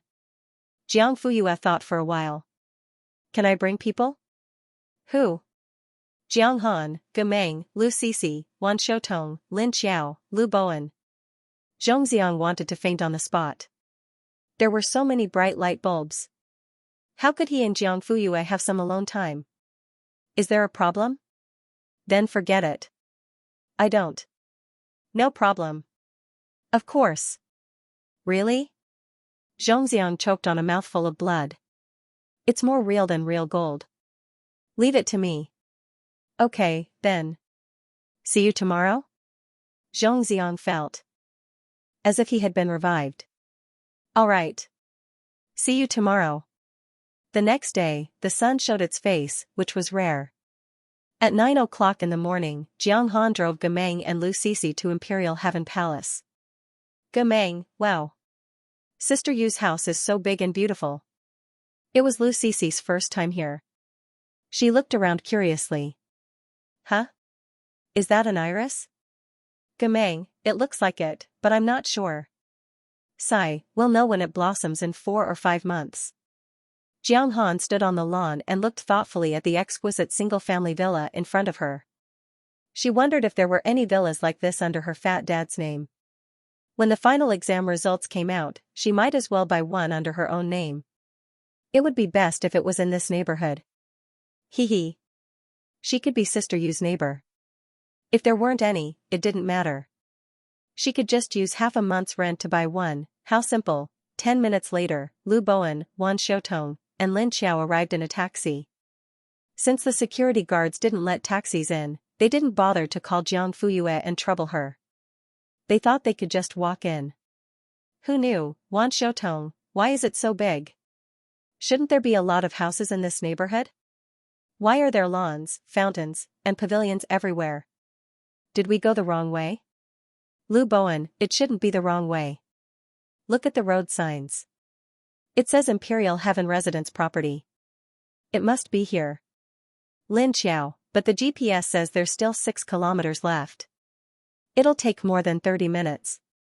Wan Shoutong, my legs are weak. Lin Xiao, my feet hurt. Lu Bowen, then what should we do? I don't want to walk either. Just as the three of them were anxious and distressed, an electric car drove over and stopped in front of them. Are you a visitor from the Jiang family? The Jiang family. Yes, yes, yes. Their surname is Jiang. You are? Oh, I'm a staff member of the neighborhood property. Miss Jiang just called and said you might be lost and asked me to come and pick you up. Please get in the car, that's great. You came just in time. Hurry up. The three of them sat down and the electric car moved forward steadily. After passing by 6 lawns, 5 fountains, and 12 pavilions, the electric car stopped in front of a fence. The staff member, we're here. Lu Bowen led Lin Xiao and Wan Shoutong out of the car in a daze and looked at the luxurious villa behind the carved iron fence in a daze. Are you sure we're here? Wan Shoutong, I don't know. Lin Xiao, have we been deceived? Lu Bowen wanted to ask the staff member, but the staff member had already left in the battery-powered scooter. Just as he took out his phone and was about to call Jiang Fuyue, Jiang Han and Gemeng came around from behind. You're finally here. Why are you standing at the back door? Go to the front. Wan Shoutong, there's still the front? Gemeng, yes, yes. This is the back garden. The front garden is the entrance garden. It's much more beautiful. Lin Xiao smacked her lips. Is this Sister Yu's house? Of course, we just went in and had some drinks. Let's go, I'll take you there. The three of them followed Jiang Han and Gemeng in a big circle and finally arrived at the front door. Only then did Lu Bowen realize what the words "much prettier" meant. Wan Shoutong blinked. Lin Xiao swallowed. The two girls had already been mesmerized by the exquisite villa in front of them. After entering, what they saw just now was nothing because the interior was more luxurious, more beautiful, and more dazzling. Wan Shoutong, is this the joy of being rich? The entrance is even bigger than my room. Lin Xiao, oh no, I'm starting to get a little jealous. Lu Bowen pushed up his glasses and said. Sister Yu is awesome. In addition to the tour, Han Yunru also prepared desserts and drinks for them in advance. Oh my god. This is so good. This is also so good. And this. I want to drink all of them. Wan Shoutong's eyes sparkled. Jiang Han, who had already drunk all of them, burped silently. Lu Bowen was feeding a sandwich to his mouth. As he cheered Wan Shoutong, drink. Then, Wan Shoutong really drank it. Jiang Han suddenly felt that she could also be sisters with this shy little bunny. After all, they were all dry people. Compared to the drinks, Lin Xiao was more interested in the various desserts. Macarons, sweet taro rolls, pork floss scallops, durian layers. Wan Shoutong sampled all the drinks and tried all the desserts. Lin Xiao, burp, I feel like I'm enjoying the treatment of an emperor. This, and this, they are all my favorite concubines. Those, and all of them over there are all my beloved concubines. Oh my god, it's so delicious, I want to kneel down to Mother Han. They stayed in the villa until 10 o'clock. Xianxia called to urge them to leave, so they came out and walked to the door. Gameng, are we just going to wait here? Jiang Fuyue nodded softly. Wan Shoutong remembered the unpleasant experience from before and suggested, it's too big inside. Student Zhong won't be able to find us easily. Why don't we wait at the entrance of the neighborhood? Lu Bowen nodded. We were almost confused before. It's better to go out. Lin Xiao also said, the neighborhood is like a maze. As soon as they finished speaking, they saw a car with a pair of small wings driving towards them. Wan Shoutong whispered, what car is that? Lin Xiao, Bentley. Is it expensive? A villa should be worth it. Wan Shoutong was shocked. Gameng noticed. Why is the car coming from the side? Isn't the road in front, isn't that another villa next to it? When the car came to a stop, Zhongxiang got out of the car and greeted everyone, everyone is here. Let's go. We can catch up with lunch now. Student Zhong, is this your car? To be precise, it should be my uncle's. Feel free to sit, don't be shy. You're confused, aren't you? Otherwise, why would it come from the side? Zhongxiang, huh? There's no need to take a detour. It's very fast. Lu Bowen, if you didn't take a detour, why did you drive here from the back of another villa? There's nothing to be embarrassed about. We also walked around in circles just now. It's not embarrassing at all. It's just that this neighborhood is too big, really. Classmate Lu expressed his sincere feelings. But Zhongxiang was dumbfounded. I came from the side because my house is just next door. Lu Bowen, ? Gameng swallowed her saliva. You mean, the villa next door, is your home? Yes, is there a problem? I live next door to Jiang Fuyue. I just came here for a short while. There's no need to take a detour. Everyone, Lu Bowen. Blame me for being nosy. I'm guilty. Jiang Han drove his own car, so he could take Gameng and Lu Sisi. Lu Bowen, Wan Shoutong, Lin Xiao, and Jiang Fuyue got into Zhongxiang's Bentley. Ah. There's a driver. Wan Shoutong exclaimed. Lu Bowen lowered his voice. Usually, this kind of car needs a driver. Oh. After 2.5 hours of driving, it was already noon when they reached the foot of Tianluo Mountain. They parked the car in the basement and went to the distribution center to change into winter clothes. Then, the 8 of them took the cable car up the mountain. Lin Xiao, there are so few people. Zhongxiang explained, it's not open to the public yet, so there are no other tourists for the time being. Huh? We won't be the only ones on the mountain, right? Of course not. Other people who received internal invitations will also come. I heard that it just snowed yesterday. The mountain is very beautiful now, so there must be a lot of people who chose to come today. Everyone grasped the key words, internal invitations. After all this time, they still had the qualifications to enter. No wonder their winter clothes were new, and the distribution center was so clean that it didn't look like it had been used before. Student Zhong, what does your family do? In fact, there had been rumors in school a long time ago about high officials and politicians getting rich after demolishing houses, fish pond owners, and so on. They would say different things every day, but none of them had been confirmed by the person themselves. Therefore, everyone couldn't help but be curious.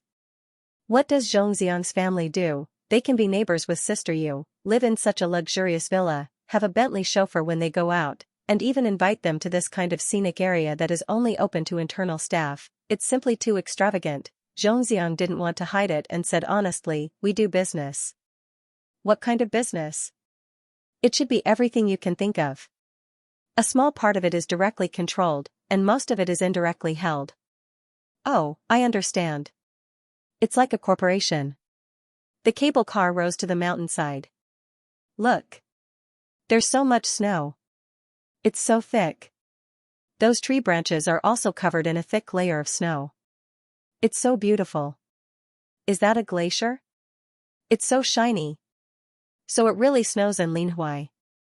I always thought my mother was lying to me, Zhongxiang, it's even more beautiful on the mountain. Sure enough, when they reached the top of the mountain, they saw a neat row of small buildings with floor-to-ceiling glass windows. The appearance was exquisite and the decoration was unique. Next to it was a huge open-air ski resort. As far as the eye could see, it was a vast expanse of white, with only a few people scattered around. It was many times more luxurious than the crowded and noisy ski resorts. Zhongxiang led everyone to the front desk to check in. It was the building with the best view, the floor with the best height, and all single rooms. Zhong is amazing. Rich and willful. I don't think he paid for it. You don't understand? This is a higher level than being rich, having face. Jiang Fuyue's room was in the middle of the third floor. It was convenient and had the best angle. When the group of people waited for the elevator, they chattered and couldn't hide their excitement. This lobby is more luxurious than the 5-star hotels I used to stay in. It's so shiny. The waitresses are also tall and thin. They're so beautiful. It must cost a lot to stay here for a night, right? Zhongxiang coughed lightly. It's free. Ding, the elevator arrived. The group went in. Jiang Fuyue and Zhongxiang were on the third floor. They went down first. The others were on the fourth floor. Everyone is free to do whatever you want. There's food in the restaurant before 2 p.m. You can go down and eat. You can also call for room service and have it delivered to your rooms. If you have any problems, find the housekeeper for one-on-one service. If you still can't solve it, give me a call. After Zhongxiang finished talking, he and Jiang Fuyue walked out and said goodbye to everyone. When the elevator door closed, Zhongxiang whispered to Jiang Fuyue, there are 3 rooms on the third floor. The view is the best. One of them has been booked in advance. We'll each take one of the remaining 2 rooms. Hee, thanks. Jiang Fuyue dragged her luggage and opened the door. Zhongxiang was about to squeeze in when Jiang Fuyue raised her hand and held the door frame, successfully blocking him outside. What are you doing? That. I'm helping you check if there are cockroaches. Oh, I'm not afraid of that. I see. It was a pity. Jiang Fuyue raised her eyebrows. Aren't you going to your own room? Huh? Oh. I'll go now. Then. I'll call you when I'm done. Let's go downstairs for dinner together? Okay. Only then did Zhongxiang leave in satisfaction. Jiang Fuyue closed the door. At the last second, she saw a familiar figure passing by. Click. The door was closed. She was too lazy to open it. Jiang Fuyue tilted her head and looked at the man. He was tall and had a straight back. His angular side profile revealed a hint of coldness, and he exuded the steadiness of a lofty mountain. When Jiang Fuyue looked at him, the other party also looked at her. Separated by a transparent glass wall, the two of them looked at each other. Why are you here? Jiang Fuyue raised her eyebrows. She was surprised. Xie Dingyuan nodded calmly. What a coincidence. At this time, Zhongxiang knocked on the door. I'm done. It took less than 10 minutes. Isn't it super fast? Jiang Fuyue greeted Xie Dingyuan as usual. Then she turned around and went into the room to open the door for Zhongxiang. Xie Dingyuan was standing on the balcony. He could still faintly hear the two of them talking. Zhongxiang asked her, "Are you done packing?" Jiang Fuyue replied, "Yes." "Then let's go. Later, do you want to put on another shirt or a scarf? It's cold outside." "I'll wear a hat." "Okay. If it's really cold later, just say something. I'll take off my shirt for you." "Who wants you to take it off? It's not like I don't have it. I'll come back to get it." "How troublesome is it to come back?" "I'm happy to give it to you. You can wear it or not." The two of them talked back and forth. Accompanied by the sound of the door closing, their voices gradually faded and finally disappeared. Xie Dingyuan stood in the same place. He did not move until he saw the two of them walking out of the small building side by side. Then he turned around and went into the room. He changed his shoes, changed his clothes, and went out. Well, he was also a little hungry. He was going to eat. The restaurant was built in the southeast corner. Although it was only one floor, the area was not small. The roof was a curved structure made up of 1,882 pieces of environmentally friendly glass. Not only did it bring visual shock, but it also used solar panels to achieve automatic heating so that the temperature in the room could be maintained at a constant state. The meals were all self-service. You could take whatever you wanted to eat. When Jiang Fuyue and Zhongxiang arrived, Jiang Han, Gemeng, and Lu Sisi had already started eating. "Sister Yu, this way," Jiang Han waved his fat hand. Zhongxiang suddenly had a headache.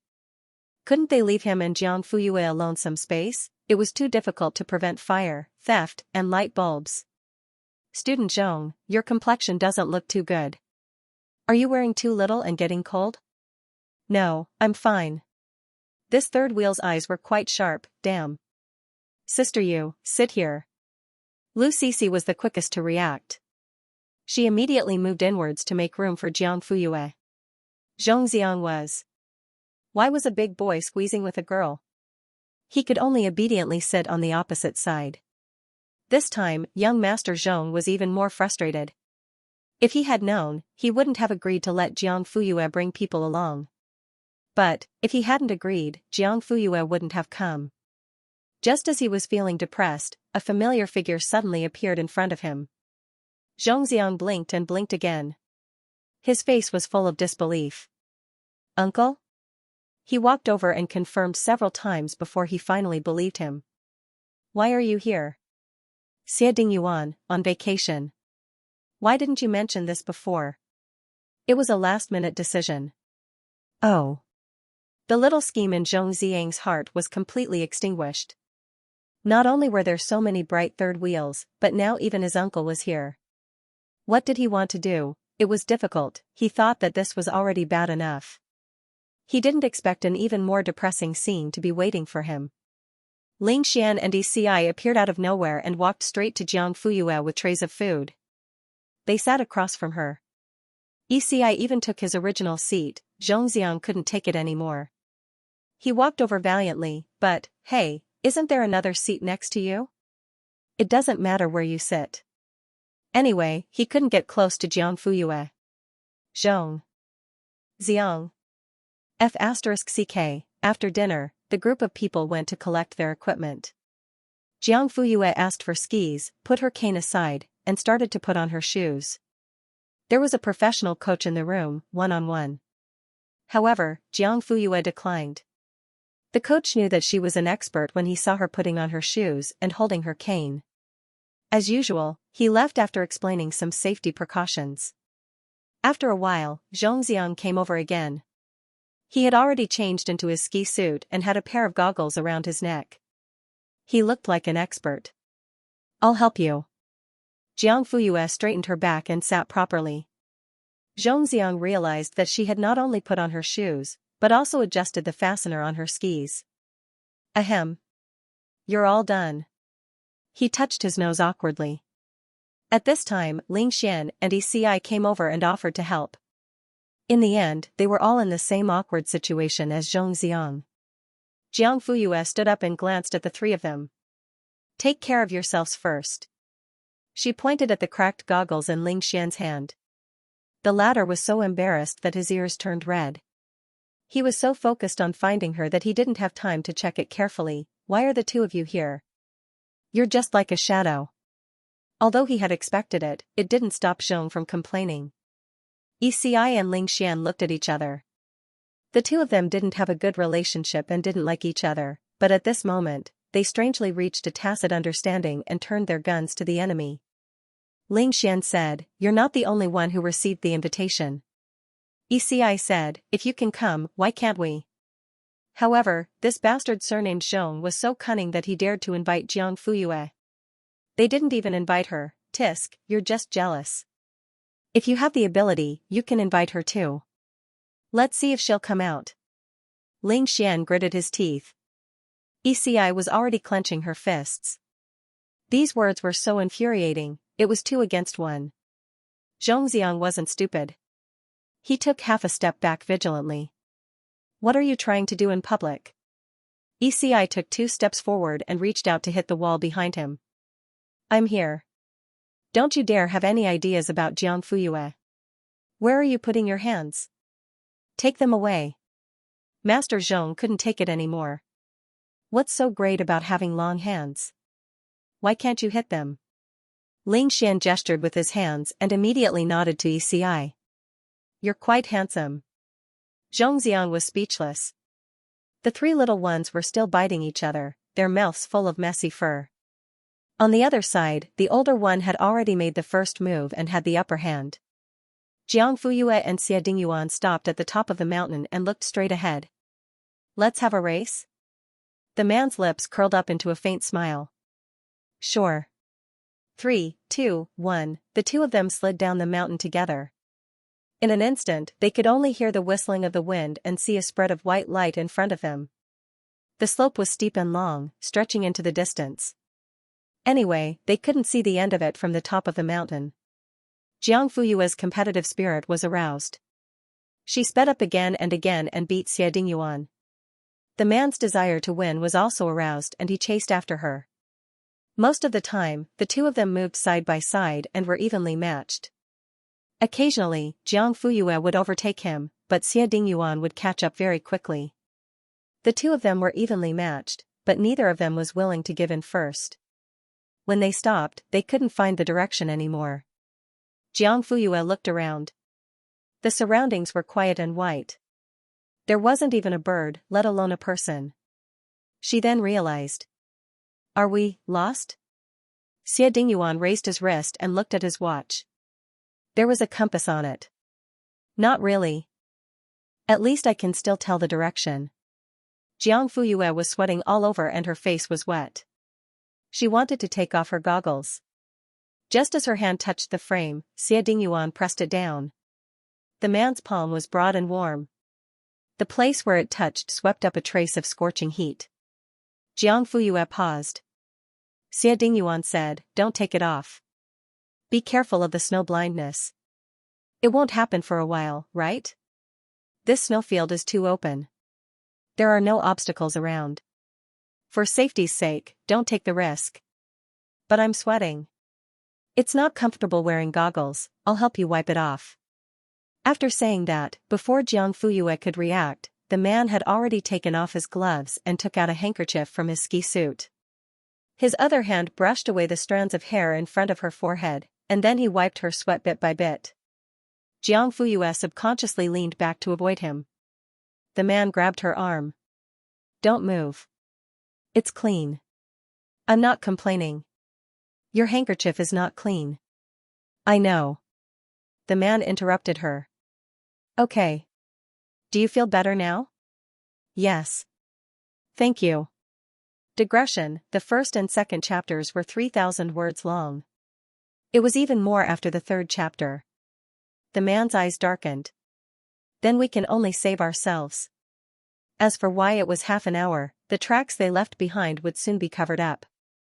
30 minutes was the limit. If the staff couldn't find them in this time, it would be even more impossible to find them after the tracks disappeared. On one side, they were waiting for help, on the other side, the three puppies were still baring their teeth at each other. *T. When did Jiang Fuyue agree to be your girlfriend? Why didn't I know about it? Eci cursed. Zhongxiang snorted and raised his chin. Why should you know? Anyway, I have already confessed. You, and you. He pointed at Eci and Ling Xian, looking very proud. You have no chance. You'd better give up on this idea. He knew what these two were up to. The young master was big-hearted, but he wasn't stupid. Ling Xian, who had been quiet all this time, narrowed his eyes. You? Zhongxiang snorted and looked at the ski resort. If you don't believe me, you can ask Jiang. Eh? Where is she? Eci and Ling Xian looked over. Jiang Fuyue was nowhere to be seen. Zhongxiang said, It's all your fault. She must be annoyed and went back to her room. Eci said, You were the one who started it. Ling Xian frowned. He felt that things were not that simple. Jiang Fuyue was fully equipped. Obviously, she wanted to have a good time. How could she go back to her room because of them? This was not like her. Let's go and take a look. Eci saw his serious expression. What's wrong? Although the possibility is small, it's better to call the staff just in case. What's the situation? Zhongxiang was a little confused. Again, staff, again, just in case. Ling Xian ignored him and took out his phone. He found Jiang Fuyue's number and dialed it. Sorry, the number you have dialed is temporarily unavailable, the teenager's pupils constricted. His original 30% suspicion was replaced by 70% certainty. Something happened. Half an hour passed in the blink of an eye. No one came to find them. Xie Dingyuan put down his wrist. It's time. Let's go. The two of them threw away their skis, fasteners, and other unnecessary and cumbersome protective equipment. In the end, they were only left with their personal belongings such as hats and gloves. We came from the west. It's best to go back the way we came. Jiang Fuyue agreed. Based on the speed of the slide and the slope of the snow, we were about 6 kilometers away from the starting point. Yes. Jiang Fuyue picked up the ski poles on the ground and threw one to Xie Dingyuan. It's easy to go downhill, but difficult to go uphill. The man weighed it in his hand. It's quite handy. Jiang Fuyue, Xie Dingyuan and Xie Dingyuan.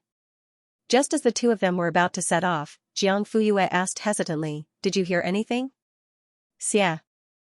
Dingyuan listened attentively. 2 seconds later, his expression changed drastically. Let's go. There's an avalanche. The man stretched out his hand and the girl stretched out her hand. Both of them moved almost at the same time. They clenched their fists and ran in the same direction. Xie Dingyuan's legs were long and his strides were big. Although Jiang Fuyue was not slow, she was still half a step behind. The man dragged her and continued to move forward. The snow was too thick. Every step they took created a deep hole. They had to pull themselves out to continue to move forward. The two of them were almost exhausted, but they could not outrun the speed of the avalanche.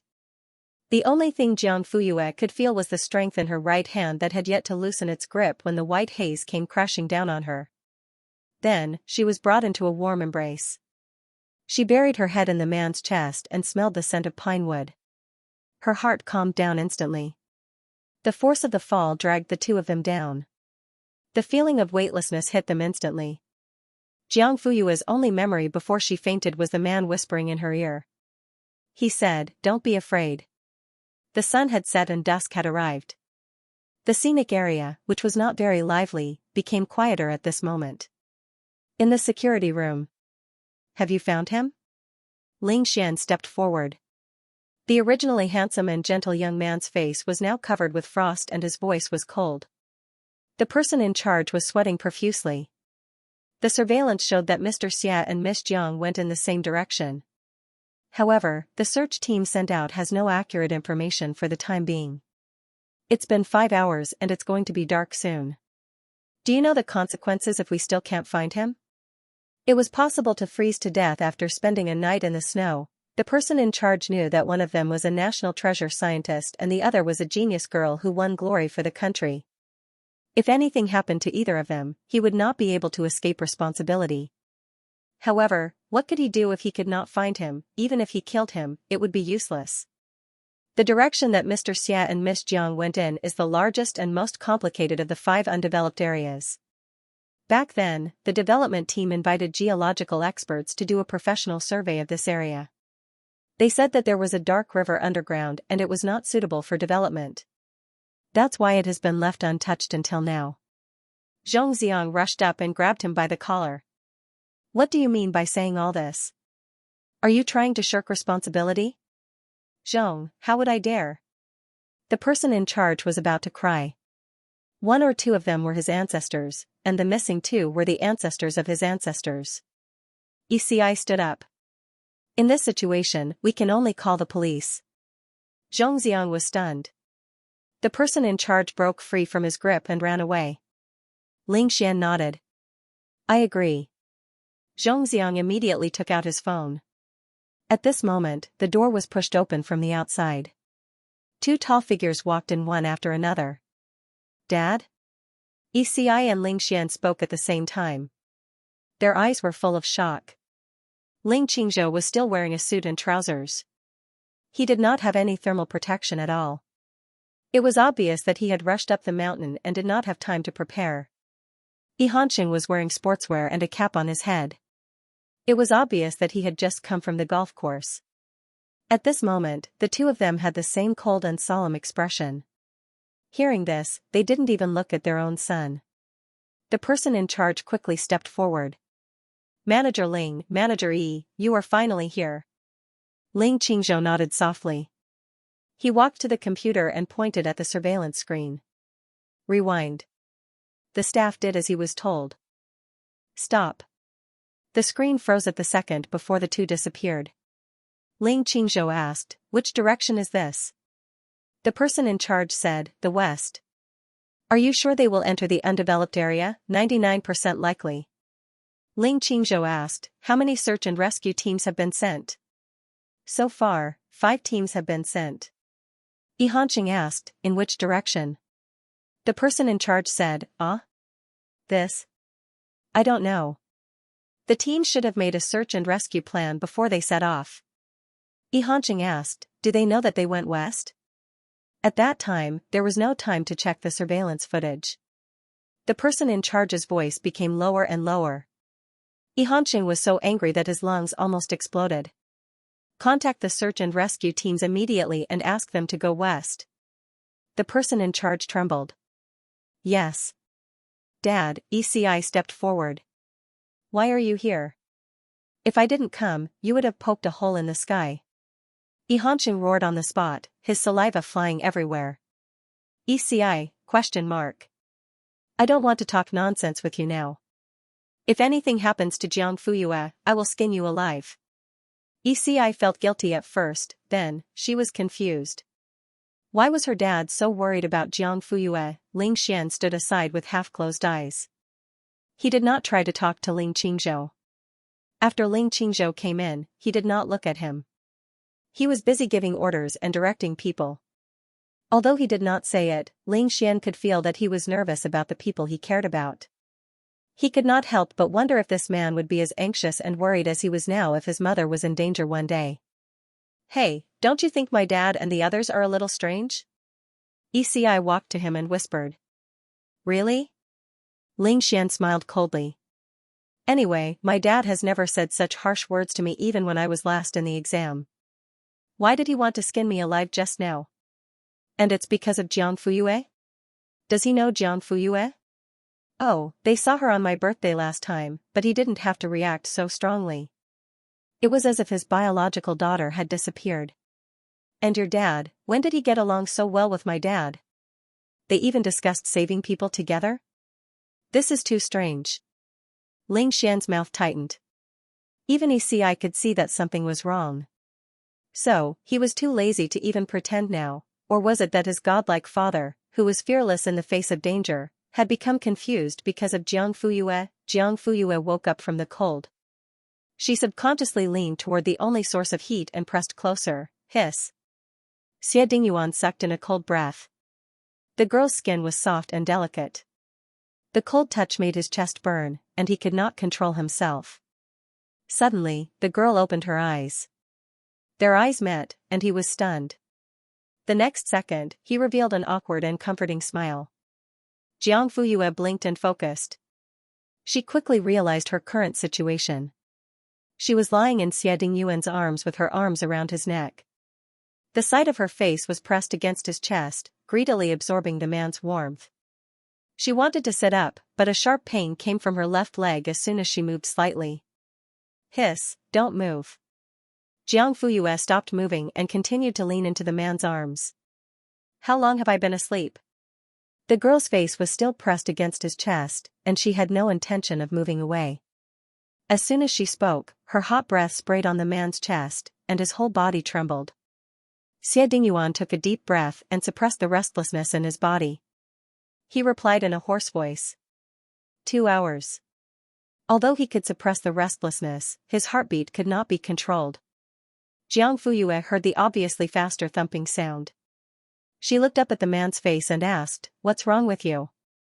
Are you not feeling well?" When she looked up, it was inevitable that she would move. Her soft cheek brushed against the man's skin, and he trembled. Jiang Fuyue realized that the body holding her seemed to be trembling more violently. She could not help but say, "You, don't move." A suppressed growl accompanied by heavy breathing. In a flash, Jiang Fuyue seemed to have understood something. Her originally relaxed body unconsciously stiffened, and her cheeks quickly flushed. "You, don't move. I'll be fine if you don't move." Xie Dingyuan interrupted her, deliberately not letting her finish. Jiang Fuyue pursed her lips and pretended to move away from his arms. In fact, she was reluctant to part with that little bit of warmth. She was too cold. She was so cold that her lips trembled unconsciously. Sensing her intentions, the man gently pressed his large palm on her back and pulled her back into his embrace. "I told you not to move, but you're still moving.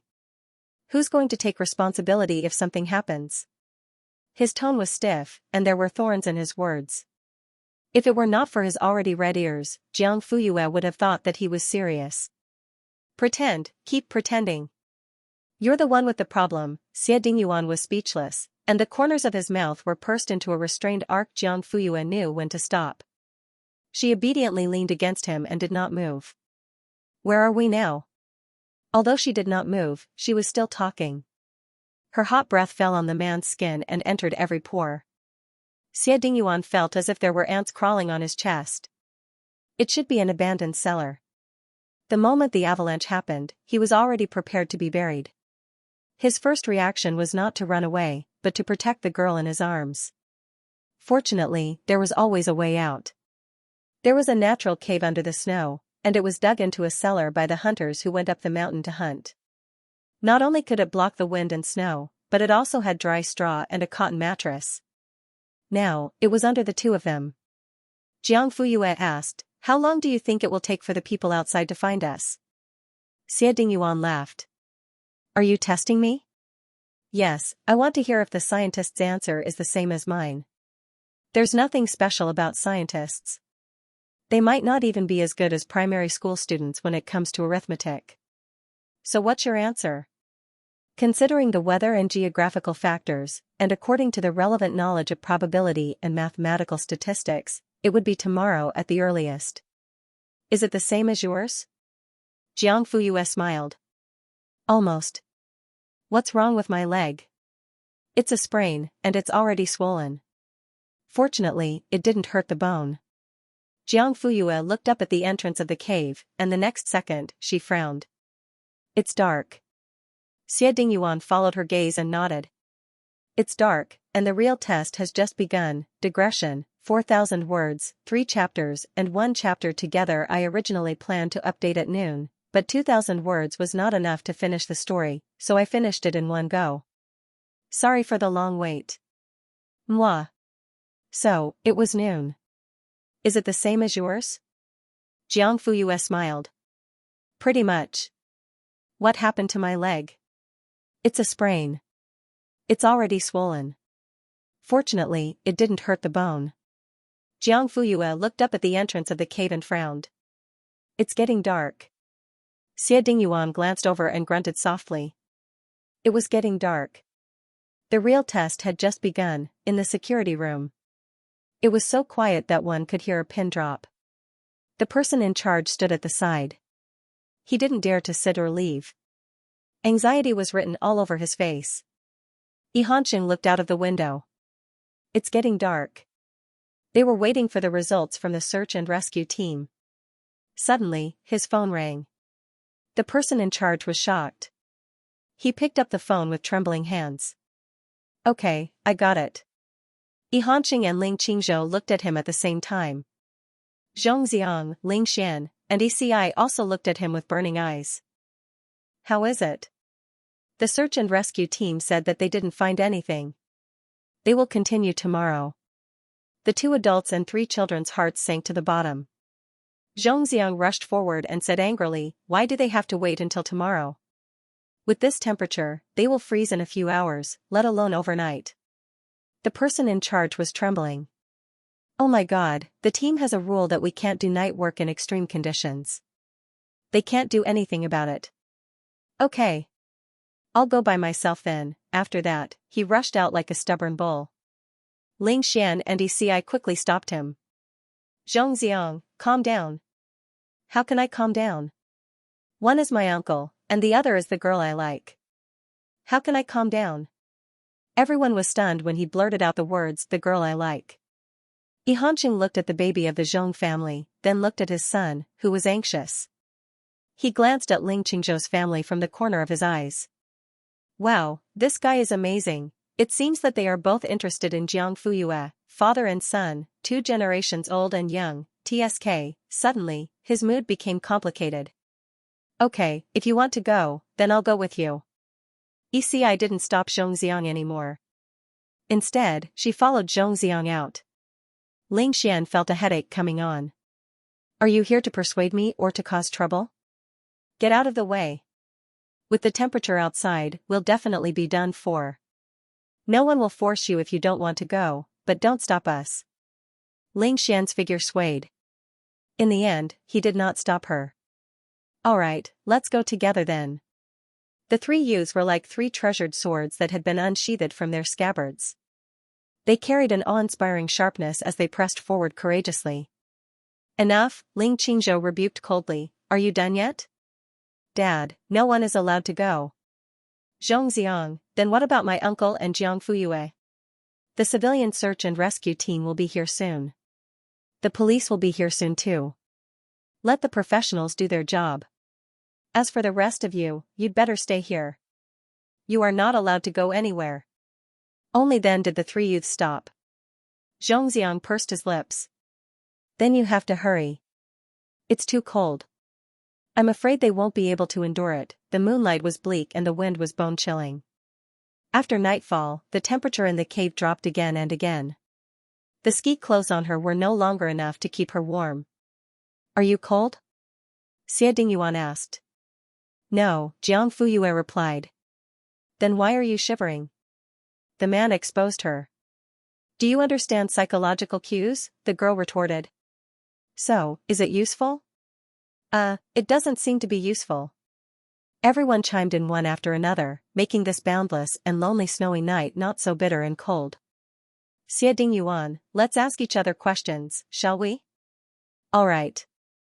The man tightened his arms and hugged her even tighter to transmit more warmth to her. After my rebirth, I am the white moonlight of all the big bosses. After rebirth, I am the white moonlight for all big bosses. Reading it, /read/121809/ after my rebirth, I am the white moonlight of all the big bosses. After my rebirth, I am the white moonlight of all the big bosses. After my rebirth, I am the white moonlight of all the big bosses. For your convenience next time, you can click on the bookmark button below to record this time. The 3 of them were looking for her. Uncle Dogs love words.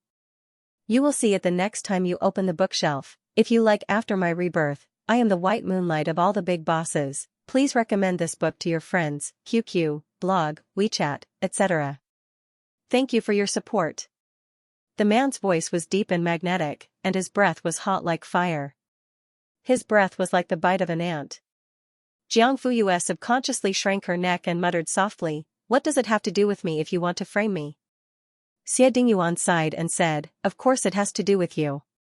You're just too beautiful." Jiang Fuyue blushed and closed her eyes.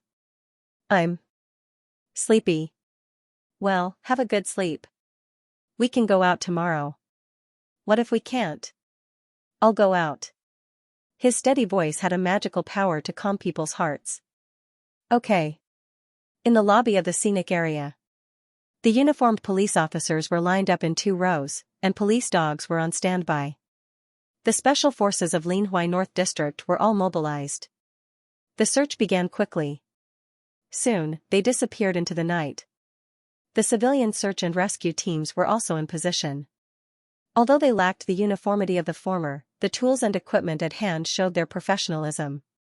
"Let's get to work, brothers, yes."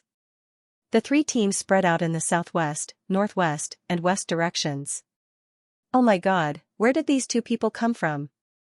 Even the special forces are mobilized. I heard it's Professor Xia." "Which Professor Xia? Which Professor Xia do you think it's?" "The Nova virus, C99 vaccine." "Oh my God. It's him. Nothing must happen to him. Our country can't do without him. Whether it's biological defense or chemical warfare, half of the country is here. Isn't that right? If something happens to him, the whole of Huaxia will be shaken. Let's work harder and find him as soon as possible. It's a contribution to the country and the people. Then let's hurry. Let's go." Both sides moved out at the same time. Ling Qingzhou stood in front of the window and saw the whole scene. Yihanqing said, "Don't worry, Xie Dingyuan is here. She'll be fine." After a while, he said softly, "What about the 3 little ones?" "He went to help out at the back of the team." Ling Qingzhou frowned. "Nonsense." Yihanqing sneered, "That's easy for you to say. Why don't you try stopping one? Can you stop him? As the saying goes, it's better to let them go than to block them. Instead of letting them think of ways to escape, it's better to let them go. Who knows, they might really be of some help. I'm just afraid that I didn't help much and added a lot to it." Yihanqing rolled his eyes. "Your son is more useful than you think. Don't think that you're the only one who can do it. You can take care of things. The rest of them aren't bad either." In the latter half of the night, the temperature continued to drop. Jiang Fuyue leaned against the man's chest. Her originally relaxed sleeping posture slowly curled up, and in the end, she curled herself into a ball. The man who was in a light sleep suddenly opened his eyes and found the girl in his arms trembling. His gaze suddenly turned cold. "Jiang Fuyue?" There was no response. "Jiang Fuyue!" He continued to shout. There was still no response. "Jiang Fuyue! Can you hear me? Wake up. Finally." "Eh? What's wrong? Open your eyes and look at me." Jiang Fuyue struggled to open her eyelids, but her pupils were blurred. "Are you calling me? You're shivering." "It's okay. I'm just a little cold." The man subconsciously hugged her tighter. Suddenly, his expression froze. "You're having a fever. No wonder you're weak and have no strength. Don't sleep first." Xie Dingyuan pretended to get up. Jiang Fuyue hugged his waist. It was a completely subconscious action. It was like grabbing the hot water bottle that was about to be snatched away in the winter, or the only popsicle in one's hand in the hot summer. It was more appropriate to describe it as a conditioned reflex. "What are you doing?" The man looked helpless. "I'm not leaving. I just want to check your leg. If it was a high fever caused by the inflammation of the wound, it would be troublesome." "What's wrong? You can't bear to leave me?" Jiang Fuyue retracted her hand and argued. "I can't bear to leave your body temperature." "Oh, then you can't bear to leave me. You are really thick-skinned." His tone was weak and powerless, and his lethality was almost zero. Xie Dingyuan smiled. There was joy in his eyes. "I think you look better when you don't mean what you say." Jiang Fuyue. Listen, is this what a decent person should say? His image as a professor was ruined. Xie Dingyuan got up and went straight to the girl's feet. As the trousers were rolled up, he couldn't see the condition of her left leg. He was afraid that there were other wounds. After a moment of silence, he suddenly said, "Can you take off your trousers?" Jiang Fuyue was originally drowsy and was about to fall asleep again. However, when she heard this unexpected sentence, her sleepiness instantly disappeared and she woke up with a start. "What did you say?" "You can only check the condition of the whole leg if you take off your trousers." "Now I can only see the calf, so," Jiang Fuyue gritted her teeth. "Do I have to take it off?" Xie Dingyuan, "Yes." "Then you take it off." The man was shocked. "Me?" "Yes." "Do you think I can take off my trousers by myself in this state?" Xie Dingyuan. "Oh." 10 minutes later, the man carefully peeled the girl's left leg out of her trousers. Her skin was snow-white and well-proportioned. There was no fat at all. If it weren't for the bruises on her knees and the swollen red ankle, it would be a perfect work of art. It was warm to the touch. It was delicate and smooth. Xie Dingyuan carefully checked every part of her leg. After making sure that there were no obvious external injuries, he was secretly relieved. Jiang Fuyue looked up. "How is it?" "It's not an inflammation. It's just a normal fever." Jiang Fuyue was also relieved. She knew very well what the consequences of an inflamed wound in this environment would be. If it was more serious, she would be burned until she became a fool. Amputation was not impossible. "Then help me put on my trousers." "Oh." The man helped her put on her trousers again. His movements were as gentle as possible, trying his best to avoid the wound. When he lifted her trousers, he accidentally touched her thighs. The smooth touch made the man's heart palpitate. It was clearly freezing cold, and the temperature was more than 10 degrees below zero, but he was actually sweating profusely. "It's done." "Thank you." Jiang Fuyue hugged her arms tightly. Her body was trembling because of the cold. Seeing that the man was motionless like a brick, she couldn't help but urge him. "Lie back." Xie Dingyuan's body trembled. Jiang Fuyue was confused. Question mark. What was he doing? After finally adjusting his breathing and suppressing the heat in his body, Xie Dingyuan got up and returned to his original position. He lay down beside Jiang Fuyue. The girl automatically leaned into his arms. When the warmth hit her, she sighed in satisfaction. Then, the man's body, which had just relaxed, stiffened again. Although there were no external injuries, the fever continued. Jiang Fuyue felt her eyelids drooping uncontrollably. Xie Dingyuan kept talking in her ear. "Don't sleep. Let's continue to ask questions, okay?" Jiang Fuyue? "Open your eyes." Xie Dingyuan, "You're so noisy." The man breathed a sigh of relief. "Can you comb the hair on the coconut?" "What?" Xie Dingyuan, "Imagine a sphere with hair on the surface. Can you comb all the hair and not leave any hair like a coxcomb or a hair-like spiral?" Jiang Fuyue blinked. "No." "Why?" "I guessed." "Then you guessed right." Jiang Fuyue, "Why can't you comb all the hair? Is it related to topology?" "Yes." Hairy-ball theorem, have you heard of it? Brouwer? "Yes." Xie Dingyuan nodded. In mathematical language, on the surface of a sphere, there can't be a continuous unit vector field. Generalizing to higher dimensions, for any even-dimensional sphere, there can't be a continuous unit vector field. Jiang Fuyue, then if you apply meteorology, because the wind speed and direction on the surface of the Earth are continuous, according to the Hairy-ball theorem, there will always be a place on the Earth where the wind speed is zero. Xie Dingyuan, so, cyclones, and the eye of the wind are inevitable. "It's your turn," he reminded softly. Jiang Fuyue shook her head. "I'm not playing this game. Can you help me warm my hands?" "Okay." The man didn't hesitate at all. His warm big palm held her hands that were still stained with blood and mud, put them to his mouth, and gently blew on them. Jiang Fuyue was afraid of touching his mouth, so she moved back slightly. The next second, Xie Dingyuan held her down and dragged her back. Don't move. Hey, don't get too close. My hands are dirty. The man looked up and glanced at her. I don't mind. What are you afraid of?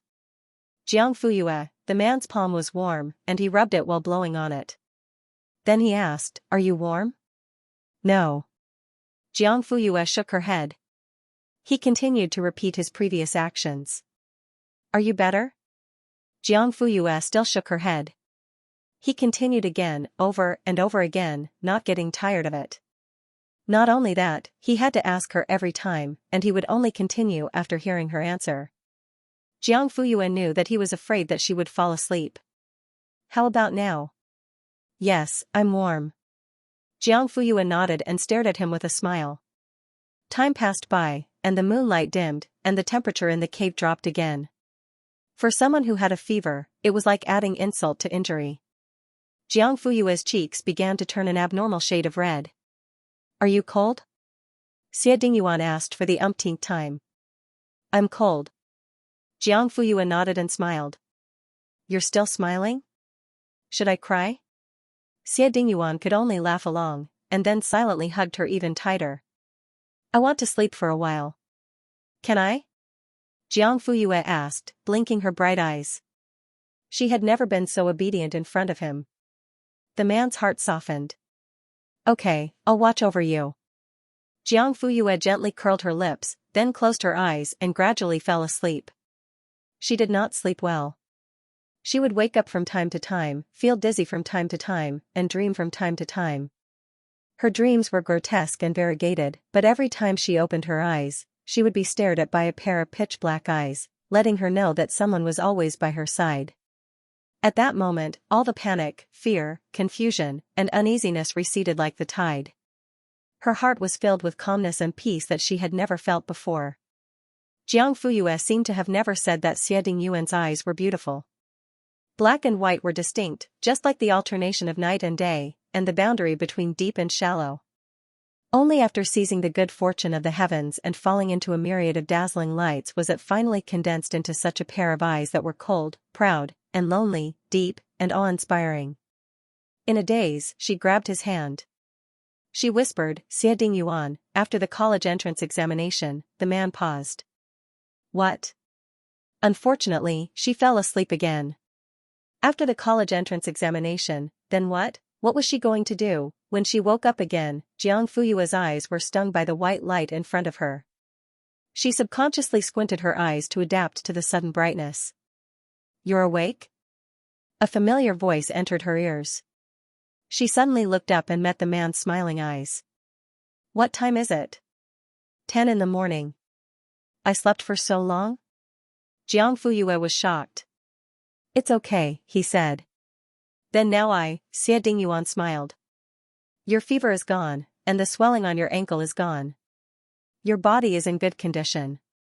Jiang Fuyue tried to sit up, but the man reached out and held her waist. Eh? Look at the stone wall opposite, there seems to be something written. It's blocked by the vines. Xie Dingyuan gestured for her to sit down and got up to take a look. What is it? It's drawn with charcoal. The vines are blocking it from the wind and sun, so it's well maintained. Jiang Fuyue said, drawing? Who would have the leisure to draw in a place like this? What did you draw? Xie Dingyuan, wait, let me finish reading first. 10 minutes later. Jiang Fuyue's heart was itching. If she could, she would have gone over to take a look. Unfortunately, her legs were not good, and even standing up was difficult. Have you finished reading? Xie Dingyuan turned around. Jiang Fuyue did not know if it was an illusion, but she felt that his eyes seemed to be brighter than before. What's wrong? Xie Dingyuan walked back, sat down, and patted his right shoulder. Jiang Fuyue did not understand. What? The man's mouth tightened. Come closer. Okay, she leaned back again, just like before. Yes, it saved her effort. Jiang Fuyue could not wait. What's drawn on the wall? A treasure map or a martial arts manual? A medical manual? A shocking secret? The man's mouth twitched.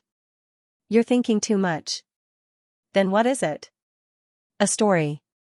Xie Dingyuan, many years ago, a man and a woman were also trapped in a cave like this. The night was very cold, and the woman had a fever.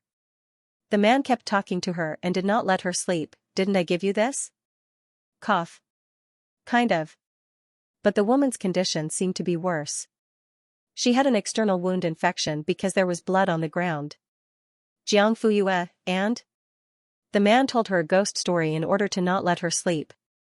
Jiang Fuyue's scalp tightened. Why, are you scared? You're the one who's scared. Jiang Fuyue pursed her lips. I'm just curious. Why didn't he tell her anything else but a ghost story? Xie Dingyuan shook his head. I don't know. It's not mentioned on the mural. What happened next? That's it. Huh? That's it? She felt lonely listening to it. What's the ending? In the end, the man and woman successfully escaped and left a name and a legend for this cave. What's the name? Yinyang Cave. Jiang Fuyue, what about the legend? Xie Dingyuan, it said that as long as two people who love each other come together, they will be happy for a long time. Digression, 2 chapters together, 4,000 words.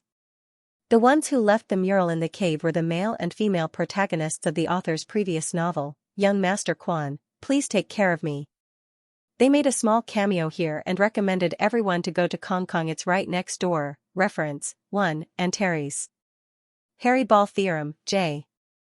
Inside and Outside the Classroom, Science Fans, 2019, Z 170-71. As the sun rose, the temperature in the cave increased significantly. The night was cold and the day was hot. No wonder it was called Yinyang Cave. Jiang Fuyue instinctively tightened her ski suit. What's wrong? Are you still cold? Xie Dingyuan asked as he reached out to feel her temperature. Jiang Fuyue didn't move. I'm not cold anymore. Last night, you. The man paused and lowered his head as if he was considering his words. The girl blinked and waited for him to continue. You said that after the college entrance examination. At this moment, a surprised voice came from the entrance of the cave. Found them. They're here. 40 minutes later, Xie Dingyuan and Jiang Fuyue were rescued. Is your leg injured? A SWAT officer asked. Jiang Fuyue nodded. Can you move? No. Where's the stretcher? The SWAT officer turned around and shouted, get them to send it over. However, before the stretcher arrived, Xie Dingyuan carried Jiang Fuyue in his arms. It's going to snow soon. We can't wait any longer. Let's go back first. But, Xie Dingyuan said, no buts. The SWAT officer gritted his teeth. It was indeed difficult to deal with the snow later. It was very likely that the directional markings they left behind would be covered. Okay. The SWAT officer finally nodded and began to give orders. Everyone, pack up your things and gather. We'll set off in 1 minute and go back the way we came. Then, he reached out to Xie Dingyuan. Let me carry her. Xie Dingyuan looked straight ahead and walked away with Jiang Fuyue in his arms. The SWAT officer was confused. Did I say something wrong? He was very confused. After walking for about 15 minutes, the stretcher arrived. Jiang Fuyue gestured. Put me down. The man tightened his grip. He didn't say anything and didn't let go of her either. Every step he took was steady and solid. The SWAT officers looked at each other. Towards the end, Jiang Fuyue could clearly feel the strain on him and took the initiative to ask for a stretcher. Xie Dingyuan lowered his eyes and glanced at her. Aren't you soft? Jiang Fuyue smiled. The man's mouth tightened, and he finally put her down, but in the blink of an eye, he turned his back. Jiang Fuyue, ? In the next second, he turned his hand and pulled her onto his back. My arms will go soft if I carry her, but I won't if I carry her. Jiang Fuyue, the SWAT members behind him looked at each other. This road was not easy to walk on. The snow was thick and heavy, and the ground was deep and shallow with every step. However, Jiang Fuyue, who was lying on the man's back, did not feel any bumps. He protected her firmly, carried her on his back, and gave her all his peace and tranquility. Aren't you tired? Jiang Fuyue whispered into his ear. It's all right. Am I heavy? Be gentle. If it were someone else today, wouldn't you do the same? Hugging and carrying? I won't. Jiang Fuyue rested her head on his shoulder, and her breath was right beside the man's neck. Her breath lingered in the air, and there was a faint fragrance.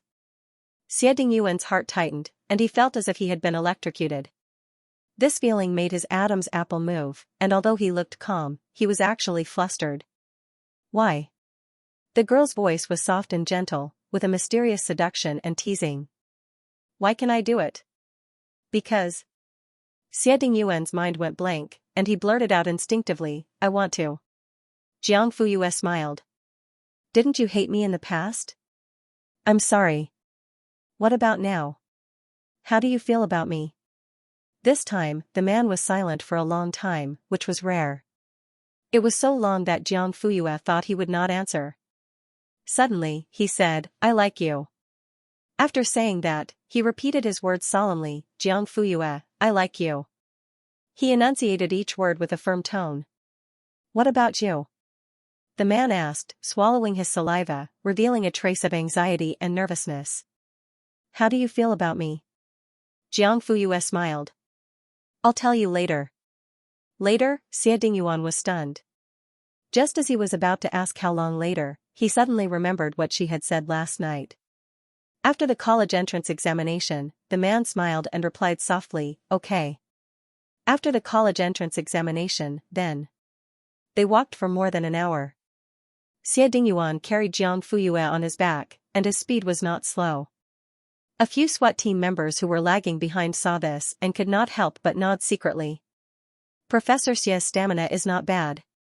I thought that those who do research can't lift or carry with their hands or shoulders. You must be kidding. Professor Xie is not a gentle scholar. I remember that when the norovirus vaccine was released, the results shocked the world. The media came to interview him, and they met him at the neighborhood basketball court. He jumped and did a dunk, so cool. I also saw the news report that he has a fixed habit of working out, and even his nutrition intake is very strict. It said that there are specialists in the field. He is better at research than us, and his stamina is not worse than ours. Cough. I'm shocked. Actually, I'm more curious about the relationship between Professor Xie and that girl. After all, the whole country is worried about his marriage. Cough. I'm also worried. Boyfriend and girlfriend? It doesn't feel like it. Friends? It seems a little too intimate. I don't understand. If Professor Xie carried her back personally, I'm afraid she's a relative's child, right? Fine. What a waste of time. When the group arrived at the scenic area, the other two SWAT teams and several civilian search and rescue teams had already received the news and retreated. Zhongxiang, Lingxian, and ECI stood at the door in the cold wind and snow, waiting in anticipation. Didn't they say that they found her? Why aren't they back yet? Lingxian raised his wrist, looked at the time, and said, they should be back soon. ECI said, did something happen on the way? It's snowing again. Suddenly, Zhongxiang shouted, look. Is that them? They saw a group of people walking slowly from the distance. As they got closer and closer, their figures gradually became clearer. The three of them ran forward. Zhongxiang asked, Uncle, are you and Jiang Fuyue okay? Lingxian saw that Jiang Fuyue was carried back. He wanted to touch her, but he didn't dare to. Where are you hurt? Is it serious? ECI said, there's a doctor inside. The ambulance is also here, and it's parked at the foot of the mountain. Ling Qingzhou and Yi Hanqing, who were later than Ibu, also rushed over when they heard the news. The two of them looked at Jiang Fuyue with concern. Are you hurt? Does it hurt? As soon as he said that, ECI looked at her father in confusion. Ling Xian looked at Ling Qingzhou with a dark expression. Xie Dingyuan's face was expressionless. He walked around the two older ones and three younger ones, and carried Jiang Fuyue inside. The medical team immediately rushed forward. 40 minutes later, Jiang Fuyue and Xie Dingyuan got into the ambulance and were sent to the hospital together. Ling Qingzhou and Yi Hanqing drove the three younger ones and arrived later. In the afternoon, the test results came out. Xie Dingyuan didn't have any serious injuries. His physical indicators were normal. Jiang Fuyue sprained her ankle. Fortunately, it didn't hurt her muscles and bones, but her calf and foot had different degrees of frostbite.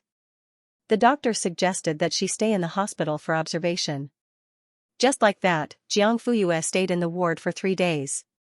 During this period, Ling Qingzhou and Yi Hanqing came every day. Aren't you two CEOs busy? Why do you come to the hospital every day? Yi Hanqing didn't think much of it. If I have to do everything, what's the point of having a group of employees? Ling Qingzhou, do you feel better today? Jiang Fuyue, the swelling has gone down.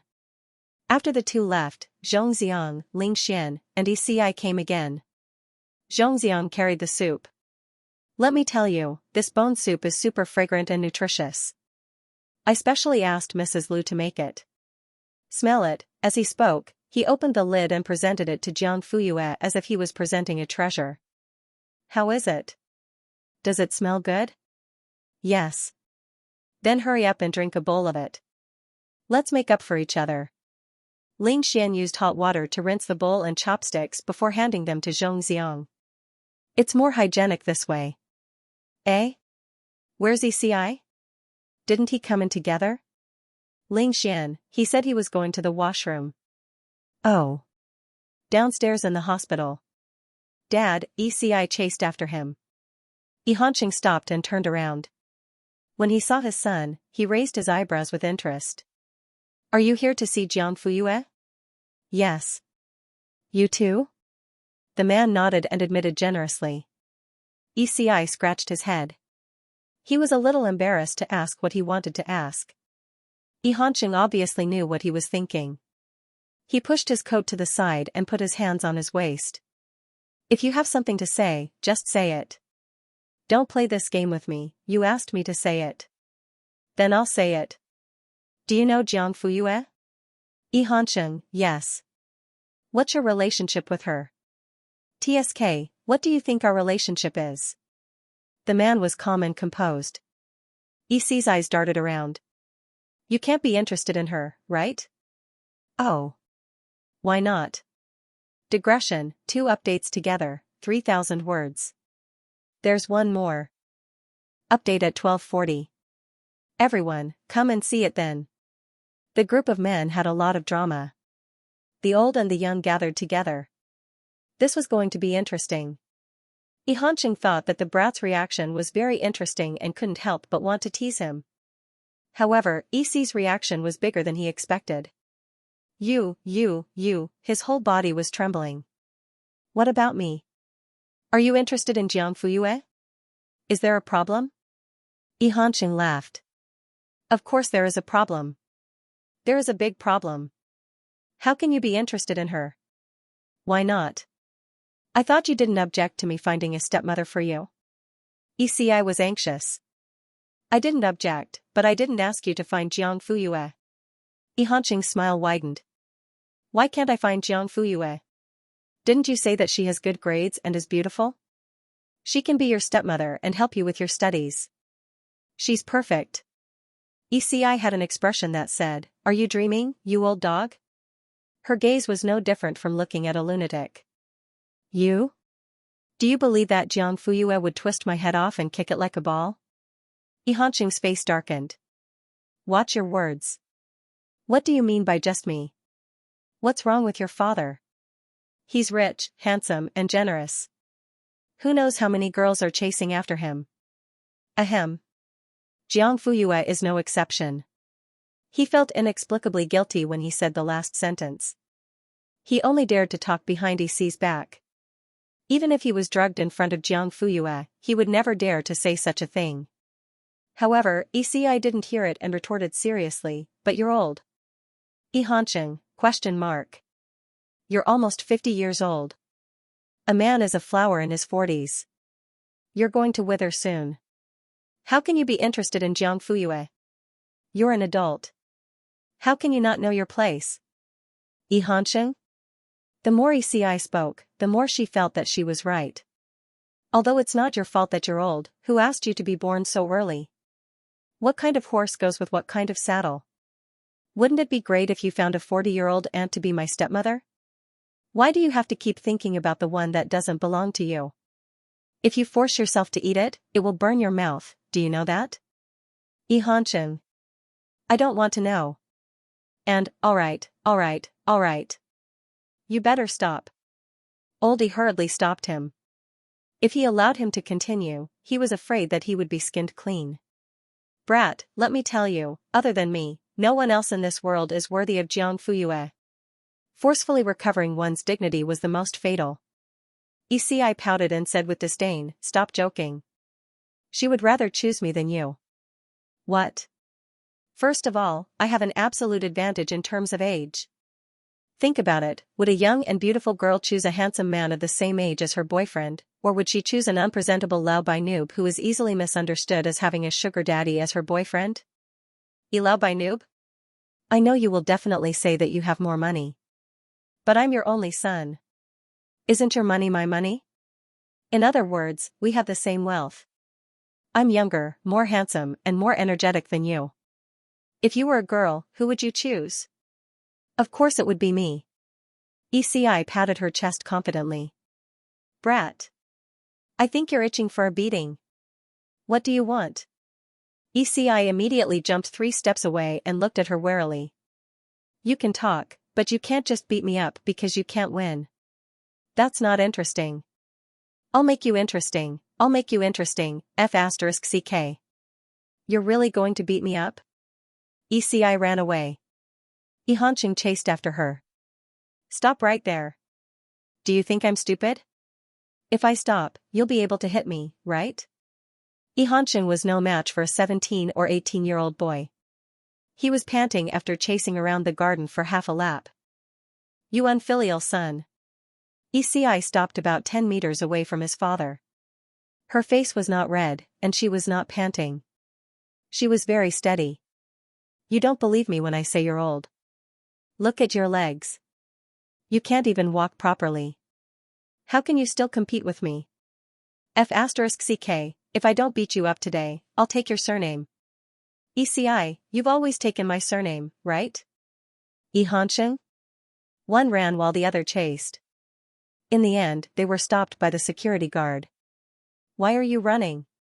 This is a hospital. What if you bump into a patient? Only then did the father and son stop. Eci suddenly became serious. Old man, seriously, I'm not kidding. Do you really have feelings for Jiang Fuyue? I still want my face. The white moonlight was hanging in the sky. He had never thought of touching it. He did not have it then, and he would not have it now. Phew. That's good. Hee hee. The teenager laughed foolishly. Tisk, why are you so happy? Just because I don't have it doesn't mean other people don't have it. Do you want to chase Jiang Fuyue? Why? I can't. Son, I don't want to discourage you. To be honest, you don't even have the right to enter. She was the head of the Liu family in the past. She was the person who made him a legend. Chase her, it was already difficult back then. It would only be harder now. Eci was not angry at all. On the contrary, he grinned. He was 100 times more carefree than Xianxia expected. Under the sun, the teenager was high-spirited. If I don't have it now, I can slowly work hard to get it in the future. Anyway, I'm still young. I have so much time and energy. I can try countless times. But if I don't even have the courage to chase her, wouldn't I be a failure? Xianxia was stunned. After a while, he reached out and patted him on the shoulder. You're more promising than your father. Hee hee, of course, digression, third watch, 2,000 words. This was the sincerity of the teenager. It did not matter even if he failed. It was good enough to be young and crazy. In the ward. Did you fall into the toilet? Ling Xian and I were about to get you. Zhongxiang scooped soup for Jiang Fuyue and teased Eci. Have another bowl, it's still warm. Jiang Fuyue took it and thanked him. Eci ignored Zhongxiang.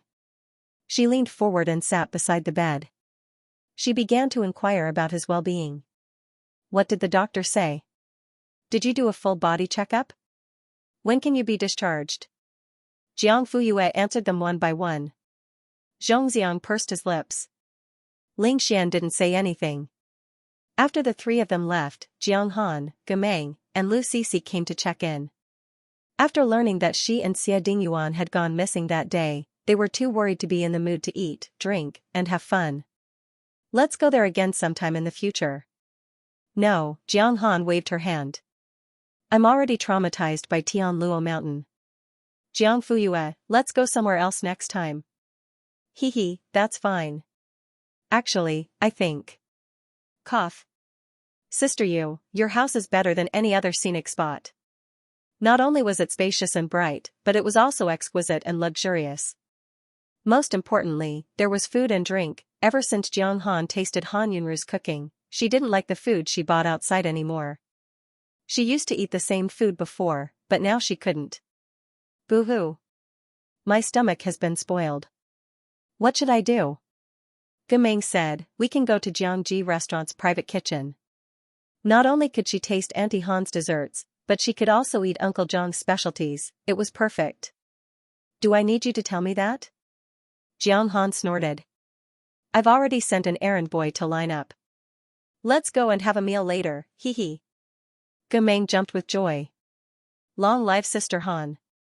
Lu Sisi's eyes lit up. Jiang Fuyue could only lie on the hospital bed and watch helplessly. Her left foot still couldn't touch the ground. Don't let it slip when you go to the shop. Jiang Han immediately zipped his mouth shut. I'll definitely keep my mouth shut. Gemeng nodded. Me. Too. Lu Sisi said, I will try not to talk to Uncle and Auntie. After the three of them left, the sun was setting in the west, and dusk had just arrived. It was the best single ward in the city hospital. There was even a small balcony outside. Jiang Fuyue leaned against the headboard and looked out of the glass window, just in time to see the scene of the sunset. The orange light shone on the side of her face, creating a disorderly scene of light and shadow.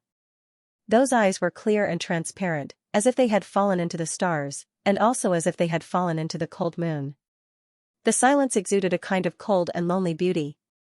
Xie Dingyuan pushed open the door and entered. What he saw was such a beautiful scene that it made his heart palpitate. He was stunned on the spot and forgot to move. Suddenly, the girl turned around. The light and shadow on her face changed again.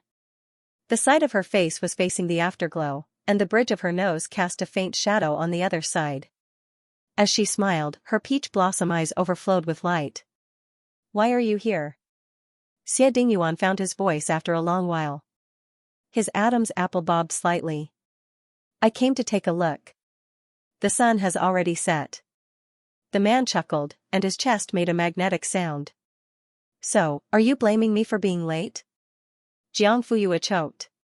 Xie Dingyuan walked to the bedside and reached out to pick an orange from the fruit basket. He asked her, do you want to eat? I'll peel it for you. Sure. The girl curled her lips and readily accepted his advice. He really sat down and began to peel the orange with one hand and the other with the knife. A serious person would look very focused even if he was peeling an orange. The orange peel was peeled off round after round, and even the width was maintained. It was indeed the work of a patient with advanced OCD. The final product could no longer be called an orange, but a work of art. The inner pulp was scraped clean, and the orange flesh was not damaged at all. Then, he divided it into 6 equal portions and placed them neatly on the fruit plate. Each toothpick was inserted in the same position and maintained at the same level. After doing all this, the man wiped his hands clean and held the plate in front of her. You can eat now.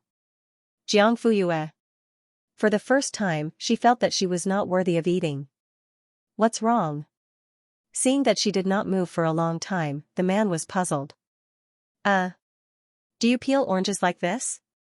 I've seen others do it before, but this is the first time I've done it myself. Why, am I not good at it? Good. How can it be bad? It was a little too good. Then why aren't you eating? Jiang Fuyue silently picked up the toothpick and put the orange flesh on the other end into her mouth.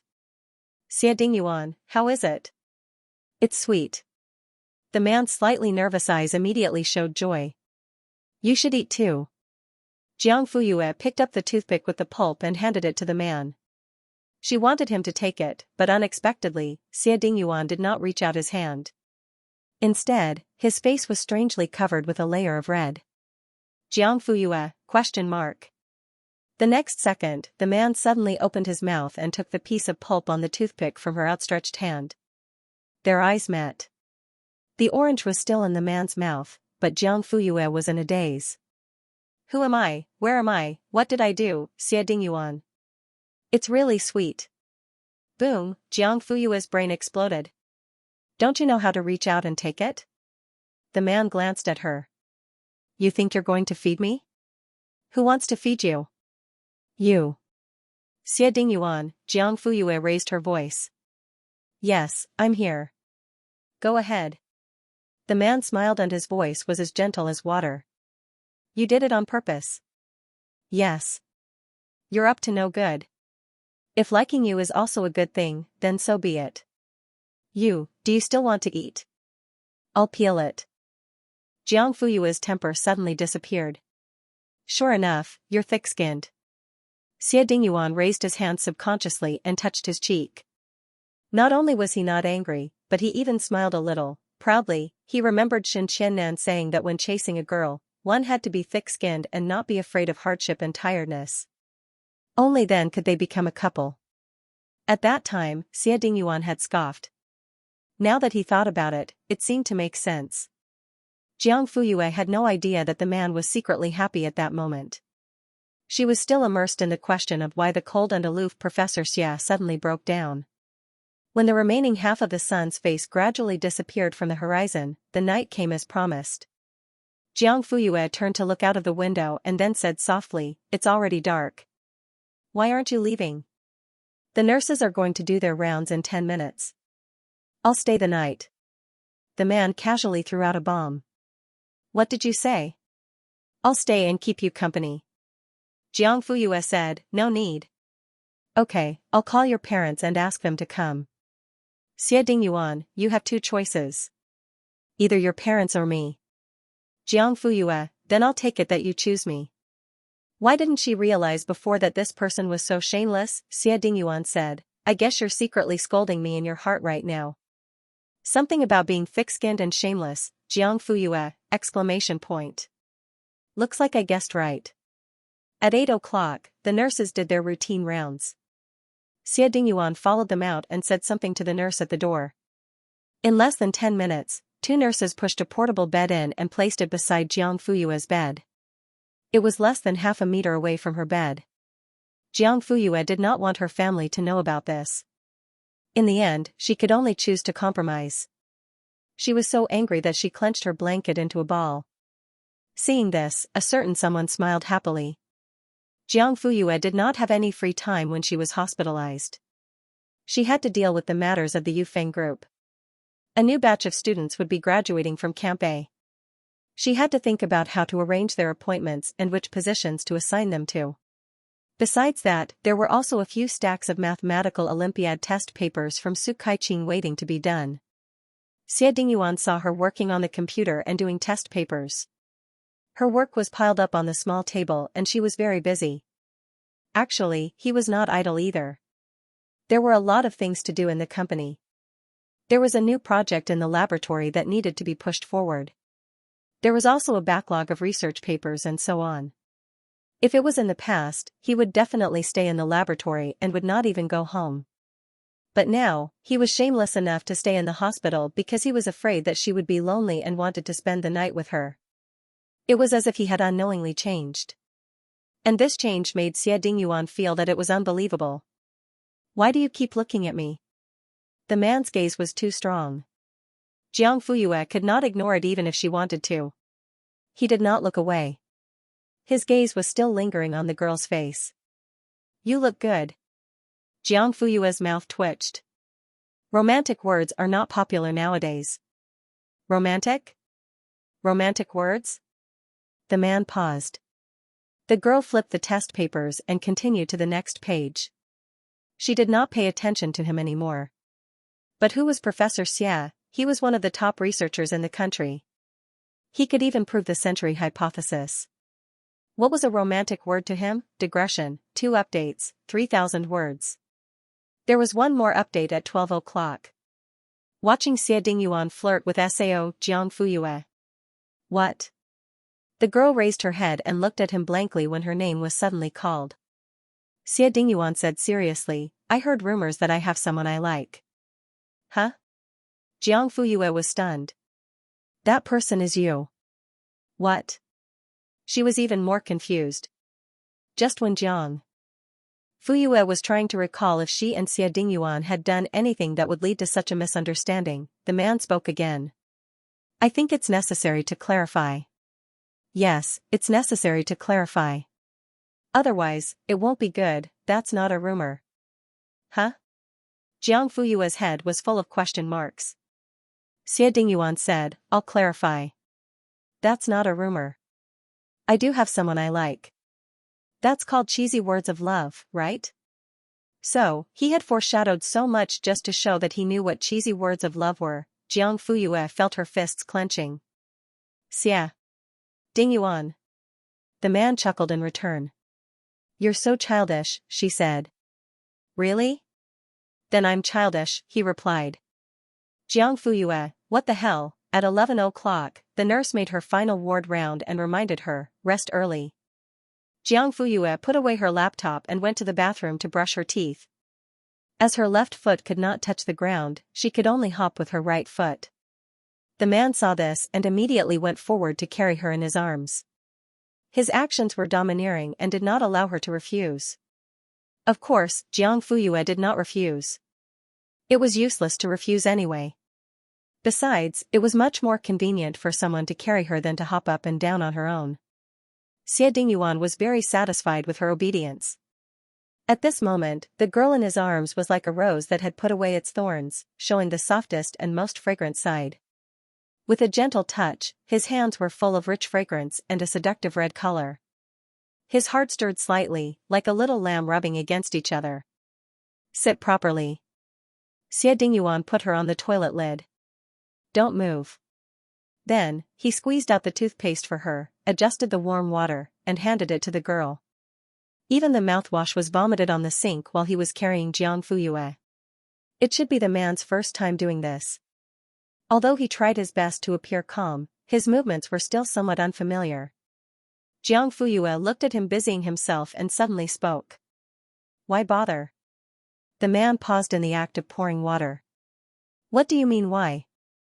As he spoke, he wrung out the towel and handed it over. Jiang Fuyue wiped her face and said, Isn't it good to stay at home?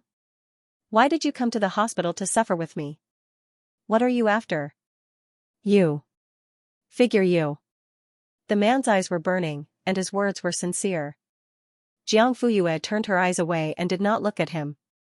Get out, I need to go to the toilet. Xie Dingyuan paused, and his ears quickly turned red. Then, call me when you're done. I'll carry you to the bed. Yes. Jiang Fuyue had just opened the door and was about to go out when the man seemed to have a radar. He immediately went forward and carried her to the bed, then tucked her in. After doing all this, he went to wash up. In less than 10 minutes, he came out and walked to the bed. Did I turn off the lights? Jiang Fuyue snuggled under the blanket and nodded gently. Yes. Thud.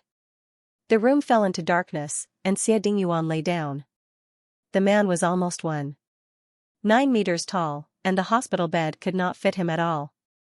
At this moment, his long limbs were curled together, and he turned to look at her. Jiang Fuyue was lying on her side. Their eyes met, and each other's pupils were shining in the darkness. He said softly, Yeah, good night. Jiang Fuyue paused. Good night.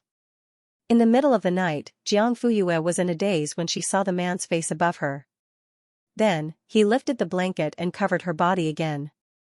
Her hands were also gently placed under the blanket. She turned over and continued sleeping. The man's gaze stopped behind her for a long time. She had a good dream and slept soundly. When Jiang Fuyue woke up, the bed next to hers was already empty. She wanted to go to the toilet, but before her feet touched the ground, she heard a sudden sound. What are you doing? Jiang Fuyue was shocked. She turned around and saw Xie Dingyuan standing at the door, holding the breakfast he had just bought. His gaze was cold.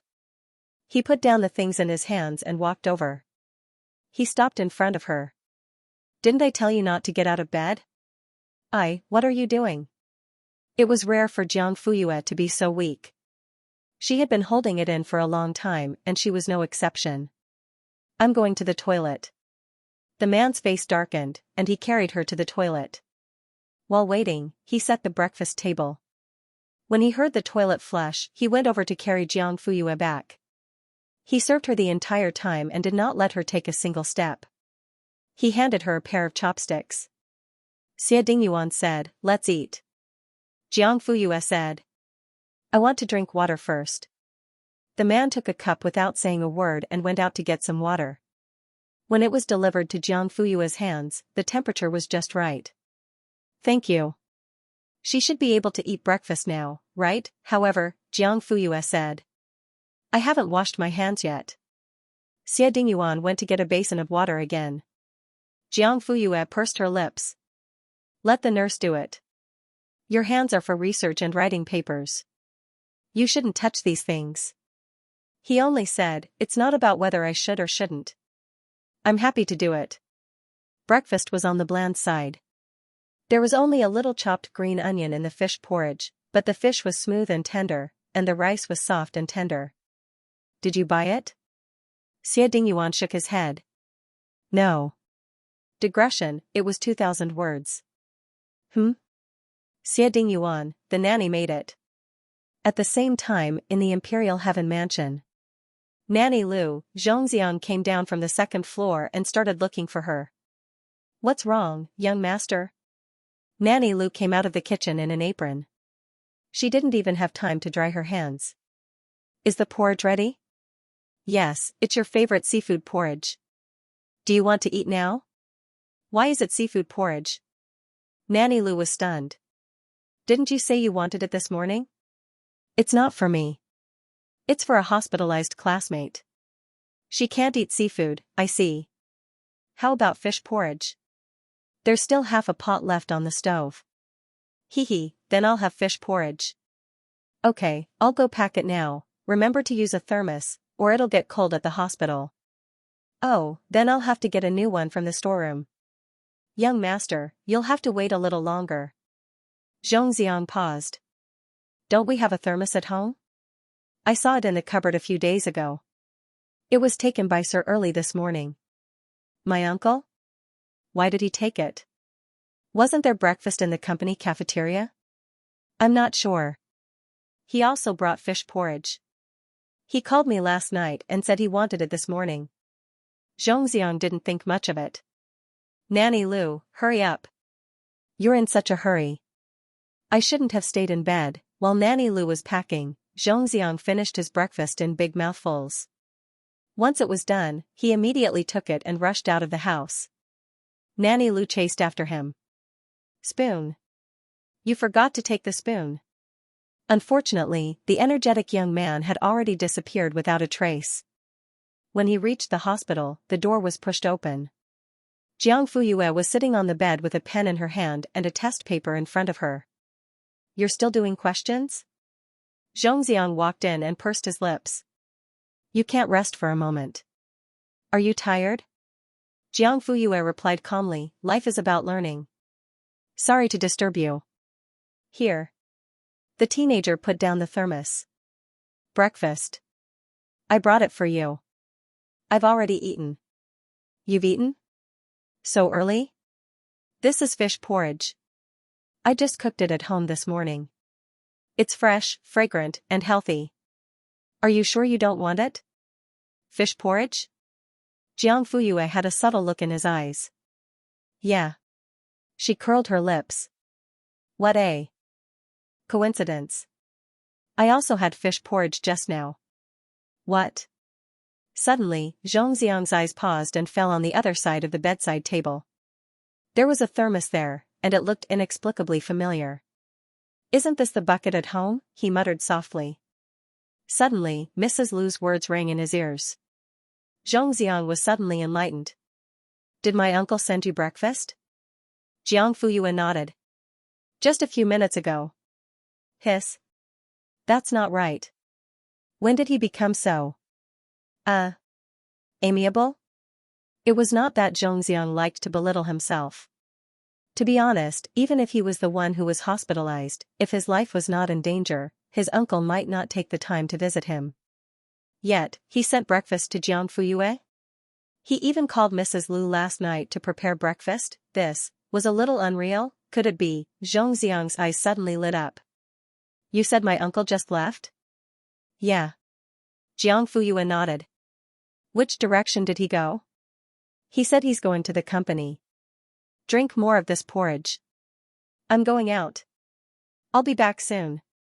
After saying that, he left like a tornado. Jiang Fuyue, ? At the main entrance of the hospital, by the road. Zhongxiang ran until he was out of breath and finally caught up with his uncle. Xie Dingyuan rolled down the car window. Why are you here? Uncle, thank you. I apologize for the misunderstanding earlier. Only today did I know how much you care about me. Xie Dingyuan frowned. What are you talking about? Thank you. I'm thanking you. Can't you tell? Why are you thanking me? Hee hee. The teenager's ears turned red. Don't pretend. I know everything. The man's eyes darkened, and his voice was tinged with a hint of coldness. What do you know? Did you bring breakfast for Jiang Fuyue from home? Xie Dingyuan's heart sank again, but he quickly recovered. His eyes were firm, and it was obvious that he had mentally prepared himself. I did all this because of my feelings for Jiang, I know. It's all for me. Uncle, you're so nice. I swear I'll never shave my hair in the first month of the lunar year. I promise I'll let you live a long life. Xie Dingyuan was stunned. What? Hee hee, you're so nice to Jiang Fuyue. You've made an exception time and time again. You even brought her breakfast personally. Isn't it all because of me? You? The man's expression was strange. That's right. Aren't you helping me chase Jiang Fuyue? Thank you, uncle. Actually, it's better for my mother to show concern for her. But she's not in Linhuai, so she can't personally express her concern and greetings to her future daughter-in-law. Fortunately, you're here. You've thought of everything for her. Xie Dingyuan, ? Zhongxiang giggled. I'm guessing Jiang Fuyue must be very touched right now. She must think that our family is super good. This way, she won't feel pressured when she marries into our family. So, uncle, you're still the most considerate. This time, Jiang Fuyue's impression of me will definitely increase. Do you think I should strike while the iron is hot and confess to her again? Maybe she'll be touched and accept me. It's not impossible. Oh, then I'll have to hurry up and buy roses. But, is there a flower shop nearby? Zhongxiang's thoughts were getting further and further away. He didn't notice that his uncle's face was darker than coal. Not only that, but he also asked, Uncle, should I send her flowers, say nothing, and just hug her in my arms and kiss her like a tyrant? Or should I confess to her first and talk until she's in tears before I take the next step? How do you want to touch her?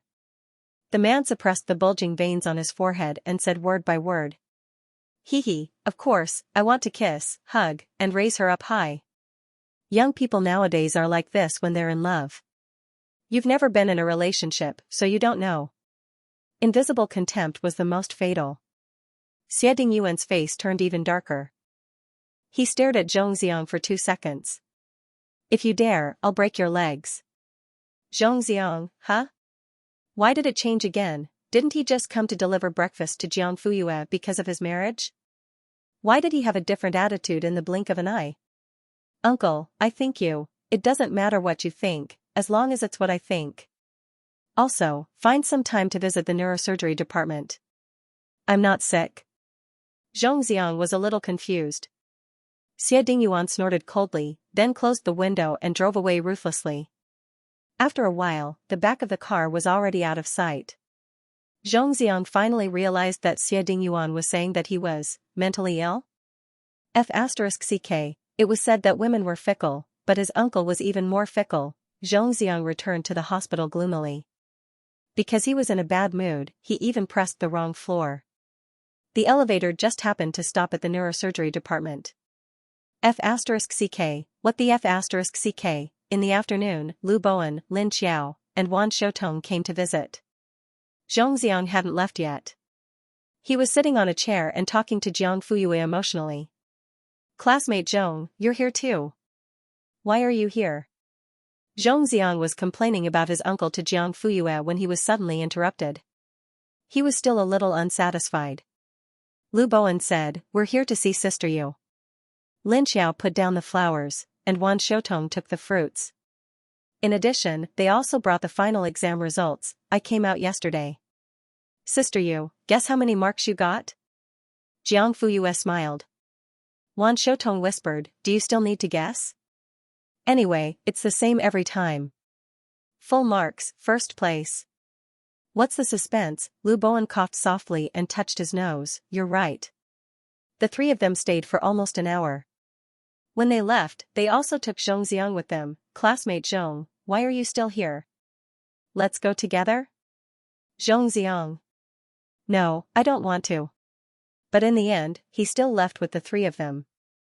Before he left, he didn't forget to turn back and say to Jiang Fuyue, I'll bring you food tomorrow.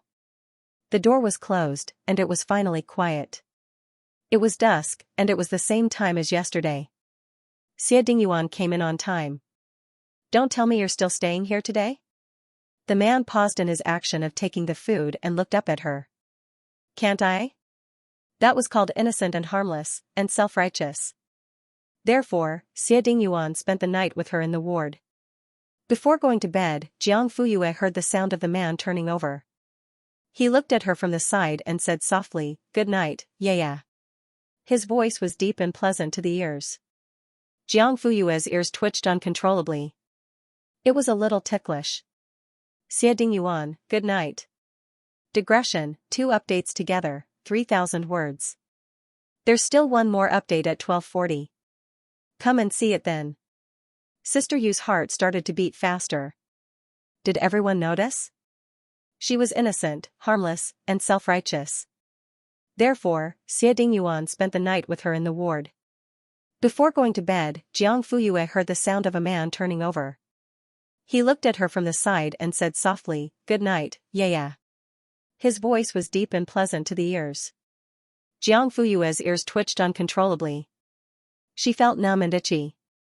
Xie Dingyuan, good night. The next day, the doctor said that Jiang Fuyue could be discharged. Xie Dingyuan asked, Is your leg okay? The doctor said, It wasn't serious to begin with. Now that the swelling has subsided, you can walk around. However, you must be careful to avoid secondary injuries. After asking, Xie Dingyuan went to help her with the discharge procedures. Jiang Fuyue stayed in the ward and bumped into Ling Qingzhou and Yi Hansheng. Why are you here? Ling Qingzhou put down the flowers and said, To see you. Yi Hansheng asked, How do you feel? Jiang Fuyue said, I can be discharged. Oh, then did you buy the flowers for nothing? Ling Qingzhou glanced at him and said, Childish. Yi Hansheng pursed his lips. Although the misunderstanding from back then had been resolved, the two of them could not change their habit of opposing each other. From time to time, they would argue.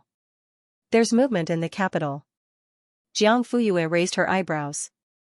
After Lu Mingxin went to prison, the Lu family lost its head and the group lost its president. The Lu family did not have to worry. Anyway, the direct descendants were either dead or in prison. The only one left was Lu Mingxin. Moreover, he was an illegitimate son and had not returned to the Lu family for many years. The group was a little more troublesome. Although Lu Mingxin had been restrained by the board of directors all these years and had lost her power, she was still the president and the person at the helm of the Lu family. Her imprisonment would more or less affect the company. The first to bear the brunt of this was Reno's share price, which had fallen continuously. Retail investors were selling their shares in large quantities, and the big shots were observing the situation. The board of directors was also at a loss as to what to do. It wasn't easy to pull the investors' confidence back, but it didn't seem that difficult either. To put it bluntly, what he lacked was a shot of confidence. Jiang Fuyue guessed that the board of directors would take action soon, so she asked Ling Qingzhou and Yi Hanqing to pay more attention to the capital.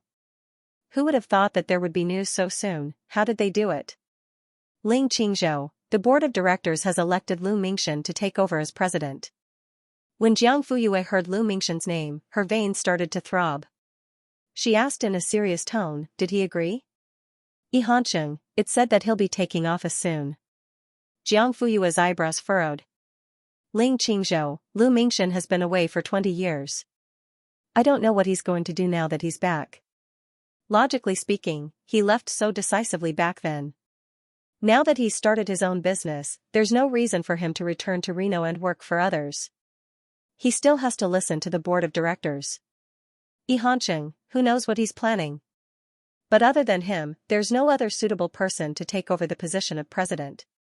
Even if he's just a mascot, it'll be good enough to stabilize the company and stabilize the company's morale. He's not a mascot. Jiang Fuyue chuckled. He was a hungry wolf that could open its mouth and bite at any time. If they weren't careful, he would rip their throats out. Ling Qingzhou nodded. Lu Mingxian has relied on a few investment companies and his controlling stake in Unicorn Corporation. His net worth has skyrocketed. His methods and capabilities are far beyond the Lu Mingxian we knew 20 years ago. Once he takes control of Reno, I'm afraid that the board of directors will soon be a mere figurehead. Do you believe me? Yi Hanqing nodded. I believe you. Why wouldn't I believe you? After my rebirth, I'm the white moonlight of all the big bosses. After rebirth, I am the white moonlight for all big bosses. Reading it /read/121809/ After my rebirth, I'm the white moonlight of all the big bosses. After my rebirth, I'm the white moonlight of all the big bosses. After my rebirth, I'm the white moonlight of all the big bosses. To make it easier for you to read it next time, you can click on the bookmark button below to record this time. Sister Yu has been discharged from the hospital. You'll see it the next time you open your bookshelf. If you like After My Rebirth, I'm the white moonlight of all the big bosses. Please recommend this book to your friends, QQ, blogs, WeChat, etc. Thank you for your support. Xie Dingyuan's gaze fell on their hands, and his eyes narrowed slightly. Ling Qingzhou quickly adjusted his state of mind and calmly retracted his hand. Jiang Fuyue straightened the cup. Can we go now? Yes. Xie Dingyuan stepped forward. The doctor has prescribed an ointment for promoting blood circulation. Don't forget to apply it twice a day. After that, he calmly turned to Ling Qingzhou and Yi Hanqing. Uncle Ling, Uncle Yi. He took after Jiang Fuyue's seniority. Ling Qingzhou, ? Yi Hanqing. This is ridiculous. Their eyes met and there was a flash of light. Until Jiang Fuyue spoke. You can go back first. Ling Qingzhou, I'll send you back. Xie Dingyuan, no need. I drove and we live in the same neighborhood. It's on the way. Ling Qingzhou frowned. Yi Hanqing's foxy eyes looked between the two with a mysterious expression. In the end, Ling Qingzhou bowed. Okay, we'll go first. We'll talk next time. Okay. Jiang Fuyue nodded. Next time, the corners of Xie Dingyuan's mouth tightened into a sharp arc. After the two of them left, he stepped forward without a word, reached out, and carried the girl in his arms. Jiang Fuyue was caught off guard and wrapped her arms around the man's neck. What are you doing? Leaving the hospital. I can walk on my own. I don't need anyone to carry me. The doctor said that you'll recover faster if you walk less. Jiang Fuyue said seriously, walking less doesn't mean you can't walk. Xie Dingyuan looked more serious than her. But I don't want you to walk. Therefore, it was best to carry her. Jiang Fuyue, she took the elevator down to the first floor. When the elevator door opened, Xie Dingyuan carried her through the lobby to the garage. He put her in the car and carefully fastened her seatbelt. This inevitably attracted a lot of attention. Jiang Fuyue was surprised by his calmness. Aren't you afraid that everyone will recognize you? So what if you recognize me? The girl blinked and dragged out her tone. The dignified Professor Xia swaggered through the city with a member of the opposite sex. His reputation was damaged, and his influence was bad? The man sat in the driver's seat. Hearing this, he lifted his eyelids and his deep gaze fell on her face. Suddenly, he smiled. Which law says that I can't parade around with the opposite sex in my arms? Alright, there really wasn't. As for my reputation being damaged, I don't need anyone to comment on it. What I want to do and what I am willing to do has nothing to do with anyone else. Jiang Fuyue raised her eyebrows. I thought you lived like a pole. In the eyes of the public, it was the most upright and standard existence. Just like a template. Xie Dingyuan shook his head. I'm too tired. But you're already standing in that position, aren't you? No, the logic is wrong. Xie Dingyuan said, I think the correct logic is what you did to make you stand in that position, not what you did to get there. Jiang Fuyue stared at him. Why are you looking at me like that? The man found it interesting and laughed. I understand, she said. You're not a pole. Xie Dingyuan raised his eyebrows. Then what is it? An isolated island. No matter how big the waves were, or how the sea was rising and falling, he was there, standing proudly and impartially. Xie Dingyuan did receive a lot of attention when he carried Jiang Fuyue along the way. Among them, there were Ling Qingzhou and Yi Hansheng. Wow, did he just touch her? Ling Qingzhou did not say a word. Yi Hansheng rolled his eyes and said leisurely, look at her posture just now, our miss did not resist at all. Do you think she's interested in Xie Dingyuan? Enough. You're so talkative. Ling Qingzhou reprimanded him coldly and strode away. Yi Hansheng touched his chin. TSK, he got angry out of embarrassment? However, they had left first. How did they bump into Xie Dingyuan? Strange. In the car, Jiang Fuyue was looking out of the window and admiring the scenery. Suddenly, why didn't you take the elevator directly to the garage on the first floor? Why did you have to go through the lobby on the first floor? Xie Dingyuan's Adam's apple bobbed. I didn't notice. Jiang Fuyue replied with an O and did not suspect anything. Jiang Fuyue rested at home for a few days and applied medicine on time every day. Soon, she was alive and kicking again. It was winter and the weather was getting colder. At the end of January, Linhui welcomed its first snow in 10 years. Although it had only snowed for a day, it was not as exaggerated as goose feathers, which melted as soon as it fell to the ground. However, it was still possible to see a pile of snow on the branches high up. Because it could not be reached, it lay neatly on the branches and was not destroyed. Xianxia had never seen snow before. At first sight, he was pleasantly surprised and pulled Wu Qian to do a live broadcast outdoors. Wu Qian, who was only wearing a coat, was shivering in the cold. What else could he say, looking at the lousy kid whose eyes were shining? Of course, he could only agree. Just like that, Wu Qian held a tripod in one hand and a light in the other as he chased after Xianxia. It was rare that Jantar and Han Yunru were both at home today, so the couple decided to make dumplings. Jantar was in charge of mixing the stuffing while Han Yunru was in charge of making the dumplings. The dumplings were all round and cute. They were neatly placed on the stainless steel tray. Soon, they were spread out one by one. There were roughly a few hundred of them. Jiang Fuyue took a look and saw that it was densely packed. She was a little shocked. Xiao Wu and a few staff members are here. There's also Qinxing. More is enough. If you can't finish it, it doesn't matter. Put it in a bag and put it in the fridge for breakfast. At dinner, everyone gathered in a circle. There were several plates of hot dumplings on the table. The cold wind whistled outside the window, but the room was as warm as spring. Wu Qian ate nearly 50 dumplings by himself. Han Yunru served him 4 times and dipped it twice. As expected of brother Jiang and sister Han's cooking.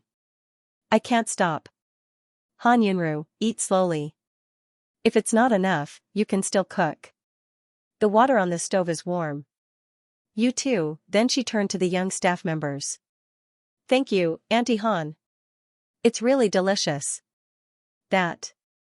I want another plate, it's perfect with this dipping sauce. Wu Qian leaned on the chair and patted his round belly. It wasn't easy to lose the weight from the previous test. After this meal, it will probably grow back. Although he said that, his chopsticks weren't slow. One after another, delicious, Xianxia didn't say much because his mouth was busy. A stack of plates piled up in front of him. They were all eaten by him. The young boy was sweating profusely and his face was red. The two WeChat beside him recorded the whole process of his eating. Tomorrow, when the editing was uploaded to the social media account, there would be crazy likes and happy comments. Eating, making money, both at the same time. Eating was the best of the best. There was nothing wrong with that, Jiang Fuyue. I'm done eating. Sister, you ate so little. Cough, I'm a little worse than you. Jiang Xiao's face was red. He was embarrassed. Mom, are there any more dumplings? Yes, there are more than 100 left. Why? I'll cook some in the kitchen. Cough, as a gift. Han Yunru didn't ask much. She got up and walked to the kitchen. Let me do it. Bring the takeout box over. There's no need for a takeout box. Jiang Fuyue ran to the living room and quickly brought in a thermos. Use this. Eh? Where did you get it? But it's good. It's still hot when you eat it in a thermos. But it can't be left for too long. It'll burn. Han Yunru ordered 20 dumplings first and asked her, is it enough? Jiang Fuyue wasn't too sure about a certain someone's appetite. Thinking about Wu Qian and the other staff, she said, add 10 more. Okay. Han Yunru nodded. She vaguely guessed that it was for a boy. She just didn't know which boy was so powerful that her precious daughter could personally give him dumplings. Was it the one with the surname Zhou? Or the one with the surname Yi? After the dumplings were cooked, they were put into the thermos. Han Yunru considerately prepared a dipping sauce. Thank you, Mom. Jiang Fuyue held the dumplings in her hand, wrapped a scarf around her, and went out. Be careful on the road. Be careful, got it. The cold wind blew like a knife, and it could chill people from head to toe. Although they were neighbors, there was still a distance between the two villas. Jiang Fuyue walked a few steps and met the electric car patrolling the property management personnel. She took a ride and stopped at the entrance of the villa. The lights on the second floor were on, which meant that there was someone at home.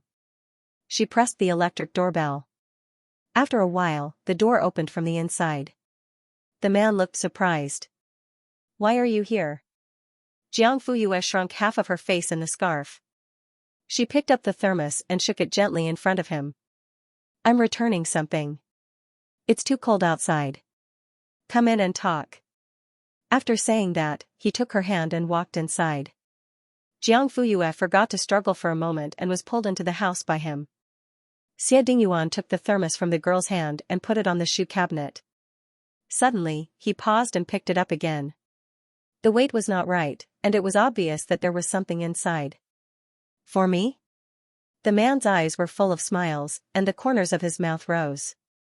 Digression, 2 updates, 3,000 words. There was one more update at 12 o'clock. Xiego's scheming had always been discreet and discreet. Jiang Fuyue said, I'm just returning the favor. You're welcome. Change your shoes first. The man took out a pair of slippers from the cabinet and opened the packaging. It's new. I haven't worn it before. After Jiang Fuyue changed, Xie Dingyuan held the thermos in one hand and led her to the living room. Hey, I can walk. You don't have to hold my hand. The man turned around and met her teasing gaze. After confirming that the girl was not angry, his hand that was about to loosen paused. Not only did he not loosen his grip, he even tightened his grip. I'm not holding your hand because you can't walk. Then why? Jiang Fuyue smiled. Her beautiful peach blossom eyes were sparkling under the light. She looked both sly and smart, innocent and unrestrained. No matter how one looked at it, it was a rare sight. Because I'm afraid that you'll leave. She could not leave if he held her hand. Jiang Fuyue pursed her lips. Can't you speak properly? Xie Dingyuan immediately stood up straight. Do I look like I'm not serious? Then I'll say it again. I'm afraid that you'll leave, so, I know. Jiang Fuyue interrupted him. Well, you eat first. It's going to burn. She looked calm, but in fact, the rosy color had already spread behind her ears. It was like a pink flower blooming on the white snow. The moment Xie Dingyuan opened the lid, the hot air mixed with the fragrance hit his face.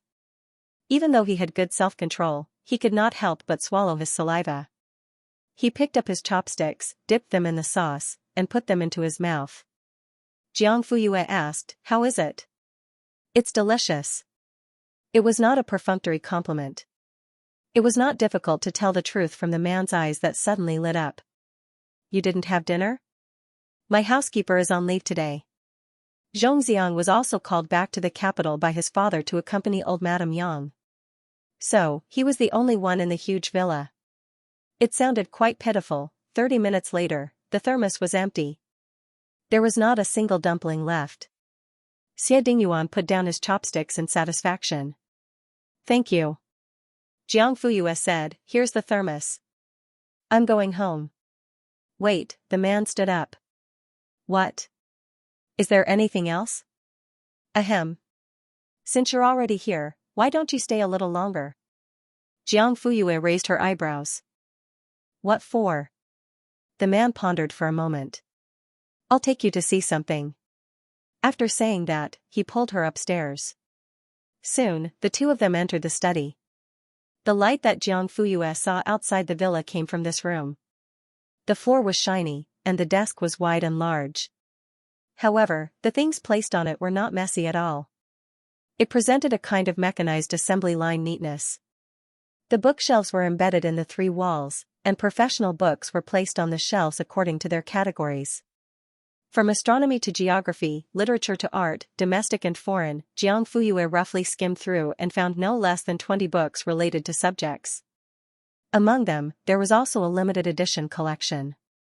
Speaking of good stuff, these books were indeed priceless if they were given to the right person. Coincidentally, Jiang Fuyue was one of them. She was attracted by a book on philosophy on the bookshelf on the left. She subconsciously walked towards it, but after taking 2 steps, she felt a pulling force on her arm. It turned out that the man had not let go and was still holding her hand. As soon as Jiang Fuyue walked forward, she was pulled back.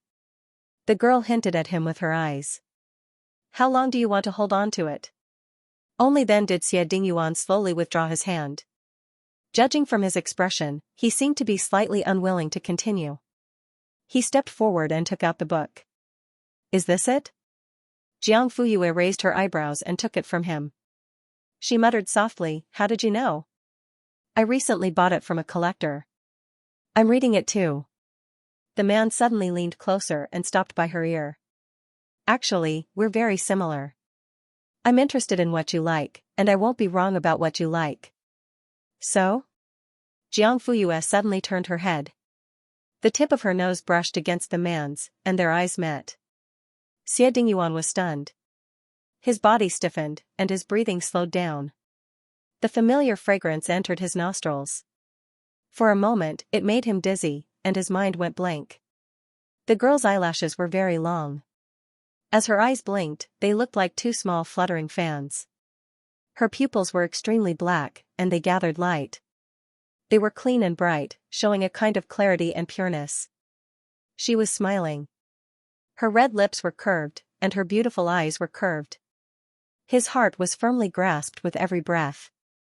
Xie Dingyuan unexpectedly said, "So, we're a match made in heaven." The girl was stunned for a moment, and then she smiled. "Pfft! What are you laughing at?"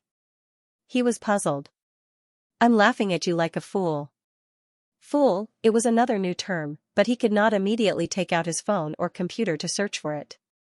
The man was a little anxious. Jiang Fuyue took half a step back, turned around, and flipped through the book in her hand. Xie Dingyuan scratched his head. His movements were a little silly, and his expression was fascinated. The book was in the original German. Jiang Fuyue's eyes swept across the words in the book, but her heart was not on the content. The scene just now kept flashing through her mind. They were very close, and when the man stared at her, his eyes were full of undisguised love and infatuation. When did it start? How did it become like this after going to the snow mountain and staying in the hospital? Jiang Fuyue was so engrossed in her thoughts that she only reacted when Xie Dingyuan called her. What did you say? Do you want to see the stars? The starry sky of Tianluo Mountain was originally very beautiful, but unfortunately. However, it's not bad from here. As soon as the man finished speaking, the ceiling automatically opened, and the entire outside wall began to become transparent, showing the texture of glass. At a glance, the starry sky was right in front of her. Jiang Fuyue was stunned for a moment. Is it beautiful? She nodded in a daze. The next second, the man grabbed her wrist and pulled her back. The two of them fell on the soft blanket at the same time. Xie Dingyuan handed her something that looked like VR glasses, but was much lighter than real VR glasses. Put it on. It'll be even more beautiful when you look out. Jiang Fuyue took it and put it on with the man's help. During this time, his warm palm lifted her soft hair and gently pushed it back. His fingertips brushed against her neck, and it made her shudder. Jiang Fuyue's breathing quickened. An unfamiliar emotion was fermenting in her chest, making her heart beat faster unconsciously. It was uncontrollable and difficult to suppress. This made her feel helpless for a moment. It's done. The man spoke in a low voice. Can you see it clearly? It's a little blurry. The button on the left can be focused. Try it. Jiang Fuyue did as she was told. After a few seconds, she said. It's so beautiful. In front of her was an enlarged starry sky, hanging in the dark sky and flashing. The light was sometimes strong and sometimes weak. Xie Dingyuan said, the button on the right can move the direction. Jiang Fuyue adjusted her hands together, and the smile on her face deepened. How is it? It's a bit like a 4D panoramic view. How did you do it? The man put his hands behind his head and stared at the starry sky. It's TRQ technology. You can think of it as an upgraded version of 4D technology. It's more realistic than VR, and it can image the brains of people with visual impairments. Jiang Fuyue took off her glasses and said, even if they're completely blind? Yes. If this technology can be popularized, then, it would be great news for the blind. Xie Dingyuan shook his head and said, the cost of the equipment is too high, and the technology isn't mature enough. It's difficult to use it on a large scale at the moment. But you're working hard in this direction, aren't you? The man paused. Their eyes met, and he saw something similar to admiration in Jiang Fuyue's eyes. Or could he be shamelessly interpreted it as admiration or worship? There was another big event at the end of January, the opening of the CMO, winter camp. The location was in the capital. Only 6 people in Jie province were lucky enough to qualify, and 4 of them were from Linan First High School. They were Jiang Fuyue, Ling Xian, Tan Chiasu, and Chen Cheng. Jiang Fuyue was the only one in the country who scored full marks in the league. Her results were too dazzling. The school discussed and decided that Su Jing would lead the 4 students to the capital.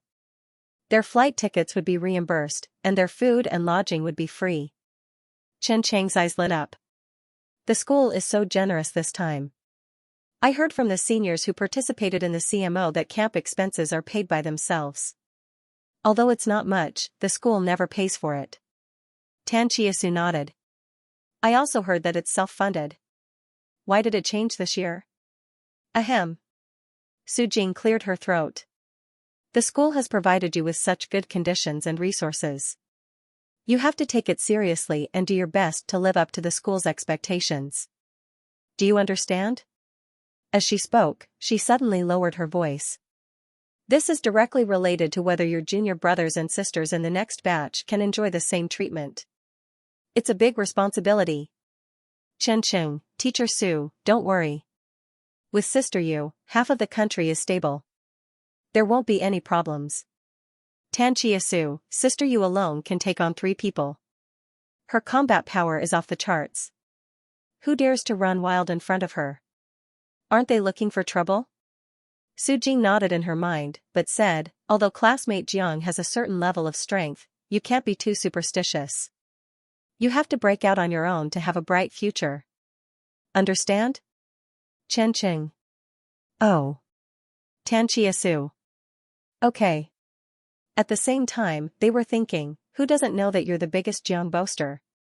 Why are you still pretending, Su Jing? I'm boasting, but I won't say it. I'm a teacher, fair and just. Yeah, by the way, why aren't Sister Yu and Ling Xian here yet? It's still early. They should be a little late. 20 minutes later, Ling Xian arrived. Teacher Su. Come on, let's go check in. No need. I only have a small suitcase. There's no contraband in it. You can bring it on the plane directly. All right. Su Jing took a sip of the hot tea. That's right, the old man always carried his teacup with him. He wouldn't sell it even if it cost 1,000 gold coins. Ling Xian calmly scanned his surroundings. After making sure that no one was around, he asked, "Where's Jiang Fuyue?" Tanqia Su, Sister Yu hasn't arrived yet. There's not much time left. Ling Xian looked at his watch. I'll make a call. Jiang Fuyue was sitting in Xie Dingyuan's car when her phone rang. She glanced at the caller ID and answered the call. Hello, Ling Xian, where are we? I'm on the way. About 15 minutes. Have you had breakfast? I'm already at the airport. Can I buy some for you? Although the call was not on speaker, the car was enclosed. The driver's seat and the passenger's seat were close to each other. Xie Dingyuan heard every word of their conversation. She did not say anything for the time being. On the other side, the call was still going on. Jiang Fuyue, thank you. I've already eaten. Okay. We're at the departure hall's gate 3. You'll see us when you come in. Okay. After hanging up, Jiang Fuyue did not even have time to put down her phone before she heard someone say, "That kid from the Ling family?" Yes. Jiang Fuyue nodded. He's also going to participate in the winter camp? He's ranked second in the province. What do you think? Jiang Fuyue replied casually. The man's mouth tightened. After a while, he said, I didn't have the chance to participate in the past. Jiang Fuyue, question mark. The man's eyes flickered. An unnatural look flashed across his face. Nothing. After a long while, Jiang Fuyue finally realized what he meant by that. She could not help but laugh. Yes, a big shot like you doesn't have the time to care about a small subject competition. Otherwise, you would definitely win all the gold medals and become the world's first. This time, Xie Dingyuan was embarrassed. It's not that exaggerated. The next second, he changed the topic.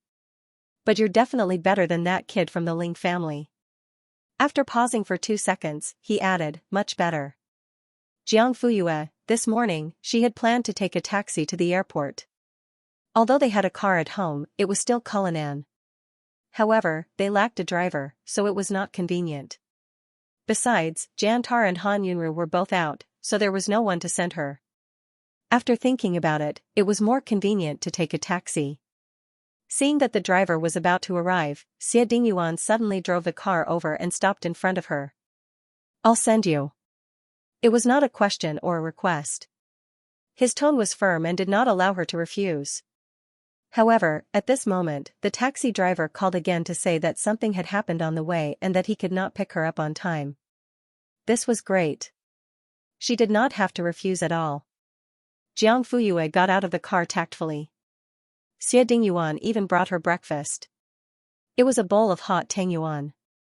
It's frozen. The taste is average. I'll just eat it.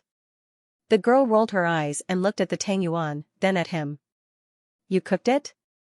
The man did not say anything, but his ears were red. The car stopped steadily. Opposite was gate number 3. Jiang Fuyue got out of the car. Let's go. Call the day before you come back. I'll pick you up. They could not stop at the airport entrance for long. Before Jiang Fuyue could say anything, the man drove the car away, as if he would be rejected if he was a second later. Jiang Fuyue shook her head. The corners of her mouth curled up. She turned around and dragged her luggage in. Sister Yu Qincheng was the first to see her. He jumped up and waved at her. Ling Xian handed the mineral water in his hand over. Jiang Fuyue saw that everyone had one, so she took it. Thank you. Su Jing, everyone's here. Let's go. At noon, the flight landed at the Capital International Airport. At 12:30, Jiang Fuyue and the others boarded the bus arranged by the organizers. At 1 o'clock in the afternoon, they successfully arrived at the hotel. After checking in, they went to the hotel restaurant for lunch. At that time, the examinees and teachers from other provinces had basically all arrived. Su Jing and the teacher in charge of Province C were university classmates. The two of them met and chatted for a while. The friendship of former classmates came back. They simply brought their own students to sit together and ate happily. I'm full. Jiang Fuyue put down her chopsticks and stood up. Let's go for a walk. Be careful. Don't go too far. Su Jing hadn't swallowed the meat in his mouth. He couldn't speak clearly, but he didn't forget to remind her. I know. Jiang Fuyue waved her hand with her back facing him. This girl is so worrisome. Their old classmate Fan Shiguang saw this and was quite surprised. TSK. Old Su, you're wrong. What? It's not the first time you're leading a team. I've never seen you watch a student so closely. She's just going out for a walk. You keep reminding her. Su Jing coughed lightly and touched his nose awkwardly. He didn't want to admit it. Did I? Don't deny it. You really did. What's going on? What's so special about this girl? Su Jing rubbed his chin and pretended to be mysterious. Heaven's secrets can't be revealed. Go to hell, what kind of friendship do we have? Don't you feel embarrassed to play Tai Chi here? Su Jing nodded. I do. Damn. He was still as shameless as when he was in school.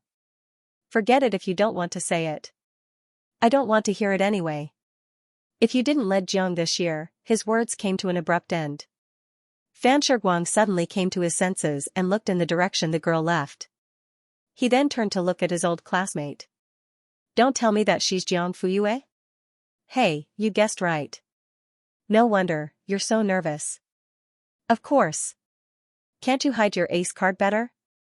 What if you're being watched? Fan Shiguang snorted.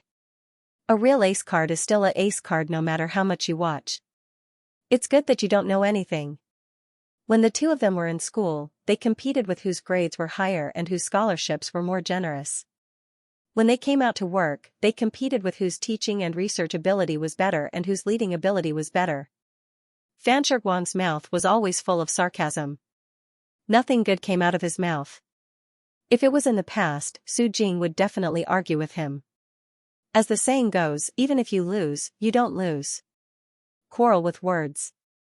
But this time, he didn't talk back at all.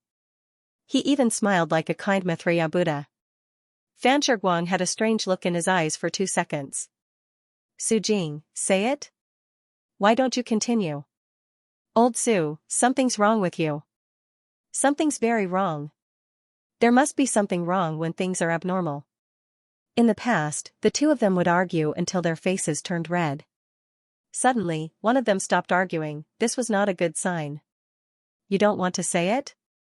Fine, I'll say it. Su Jing wiped his mouth. Have you seen a half-timer with full marks in the league? Fan Shiguang, Su Jing, hee. I've seen it before. He's my student. How about it? Are you jealous? Well, I feel like hitting him. Digression, 2 chapters, 3,000 words. 12:40 p.m. One more. Fan Shiguang snorted. No matter how much you stare at a real ace bomb, it's still a ace bomb. You're watching it so closely. It's better if it's not half-baked. When the two of them were in school, they competed over whose scores were higher and whose scholarships were better. When they started working, they competed over whose teaching and research ability was better and who was better at leading competitions. Fan Shiguang's mouth was always full of sarcasm. Nothing good came out of his mouth. If it was in the past, Su Jing would definitely argue with him. As the saying goes, even if you lose, you can't lose. But this time, he actually didn't talk back at all. He was even smiling like a kind Maitreya Buddha. Fan Shiguang's expression was strange for 2 seconds. Su Jing, say it? Why aren't you continuing? Old Su, something's wrong with you. Something's very wrong. There must be a reason for this abnormality. In the past, the two of them would argue until their faces turned red. Suddenly, one of them stopped arguing. This was not a good sign. You're not going to say it? Okay, I'll say it. Su Jing wiped her mouth. Have you seen a half-baked person who scored full marks in a league tournament? Fan Shiguang, Jiang Fuyue bought enough mineral water for the next few days at the convenience store next to the hotel. The boss, 12 bottles, just enough for one box. Can I get you a whole box? It's not easy to carry a box. I'll just put it in a bag. You're staying at Spring Breeze Hotel next door? Jiang Fuyue nodded. The boss clapped his hands. That's easy. I'll get someone to send it to your room later. It's so close anyway. Since he was providing delivery, Jiang Fuyue simply bought another 4 boxes. She left her room number and asked the boss to send 1 box each to Su Jing, Ling Xian, Tan Chia-su, and Chen Qing. She never used the kettle in the hotel. Who knew what was in it? It was better to be careful with the water in her mouth. Otherwise, she would have a stomachache. That would be really bad. Okay, the boss agreed readily. Giving away 1 box was the same as giving away 5 boxes. Of course, the more profitable business, the better. When she left, she even gave Jiang Fuyue a stick of candied haws. I made it myself. I just finished it and didn't have time to wrap it in a wrapping film. I guarantee that the taste is authentic. If you eat 1, you'll want 2, if you eat 2, you'll want 3. The boss was so enthusiastic that Jiang Fuyue couldn't refuse. She thanked him and accepted the gift. It was so sour that she almost cried. It wasn't wrong to say that it was authentic. After all, hawthorn was that sour. Jiang Fuyue blinked, took a deep breath, and finally calmed down. Suddenly, a figure rushed towards her, and when it brushed past her shoulder, it happened to bump into the candied hawthorn in her hand. Then, there was a scream. Ah! My clothes! What's wrong with you? Are you blind? The young girl glared back angrily. The moment she saw Jiang Fuyue's appearance clearly, her gaze paused for a moment, but soon, an even greater malice appeared in her eyes. Hey, your candied hawthorn stained my coat. Tell me, what should I do? Jiang Fuyue stood still, her hand still holding the candied hawthorn. Didn't you bump into me? The girl frowned. Come on, this is a main road for people to walk on. What do you mean I bumped into you? Oh, so you also know that the road is for people to walk on. But if I remember correctly, you were running just now, right? I believe that a person walking normally wouldn't bump straight into someone else. What do you think? The girl's gaze was weak, but her voice suddenly rose. She seemed to be strong on the outside but weak on the inside. Anyway, you dirted my clothes. You have to pay for it. Jiang Fuyue didn't continue with the line. She asked her how much she had to pay. Once the sentence was said, it meant that she admitted that she was wrong. Because she was wrong, she had to pay for it. After my rebirth, I am the white moonlight of all the big bosses. After rebirth, I am the white moonlight for all big bosses. Reading it, /read/121809/ After my rebirth, I am the white moonlight of all the big bosses. After my rebirth, I am the white moonlight of all the big bosses. After my rebirth, I am the white moonlight of all the big bosses. For the convenience of the next reading, you can click on the collect button below to record this time. Humiliated on the street. Next time you open the bookshelf, you will see it. If you like After My Rebirth, I am the white moonlight of all the big bosses, please recommend this book to your friends, QQ, blog, WeChat, etc. Thank you for your support. Lulu? Why are you sitting on the ground? A woman with exquisite makeup ran over from the opposite side of the road with a shopping bag. Mom, the girl threw herself into the woman's arms and wailed. Good girl, get up first, okay. Fong Lulu stood up and wiped her tears with a tissue. Her makeup was ruined. What's going on? The woman's eyes sharpened. Who dares to bully you? It's a girl from another city. Not only did she dirty my coat, but she also wanted to hit me. I was pushed to the ground by her. How can a girl from another city be so arrogant? Where is she? She ran away. Mom, I've never been so embarrassed since I was a child. You must help me vent my anger. Don't worry. The woman patted the back of her hand and narrowed her eyes. Whoever bullies my daughter will pay the price. But Feng Lulu was a little hesitant. What's wrong? That girl from another city was quite arrogant. Could it be that she has some background? The woman paused and thought for a moment. Are you sure she's from another city? Judging from her accent and clothes, she doesn't look like a local. She didn't deny it when I called her a girl from another city. Then there's nothing to worry about. Outside of Sifeng City, it doesn't matter if she has a background. What's more, there's still your dad. Can she surpass him? When the woman said this, she raised her chin slightly and looked at her with disdain. Her sense of superiority was everywhere. Yes, there's still Dad. He definitely won't watch me get bullied. Feng Lulu was completely relieved. No one in the capital dared to provoke her. What right did a poor girl from another city have? By the way, where's Dad? Didn't he say he was going to send me to the CMO today? Something came up at the company, so he rushed over to deal with it. It should be soon. Let's find a place to sit down and wait for him. But Feng Lulu looked in the direction Jiang Fuyue left and was a little anxious. We still don't know who that girl from another city is. The woman shook her head and motioned for her to stop talking. What did I teach you?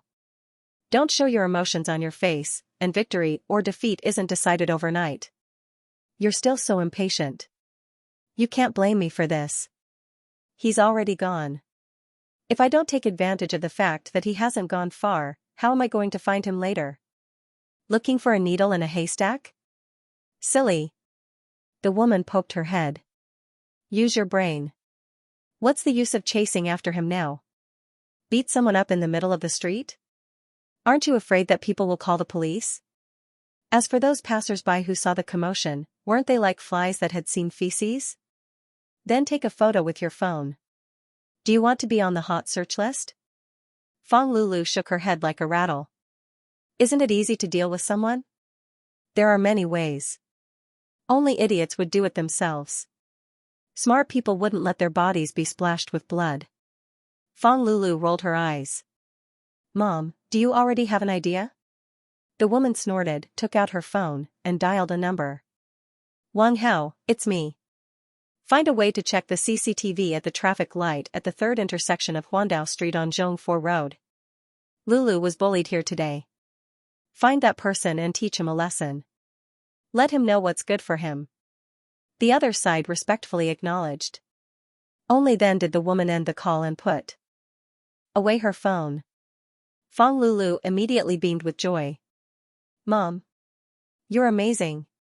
You actually thought of looking for Uncle Wang Hao. Wang Hao is on your grandpa's side. He's the most suitable person to look for. Should I tell Dad? Don't bother him with such trivial matters. Recently, the new CEO of Lu Corporation has been appointed. Your dad hasn't been comfortable and has been throwing tantrums for a few days. Huh? Lu Corporation has a new CEO? Didn't you say that Dad will take over? The woman sighed. No matter how capable your dad is, his surname isn't Liu. After working so hard for so many years, he still has to submit to someone else. Forget it. Why am I telling you this? The most important thing for you now is to get me the first prize in the CMO competition.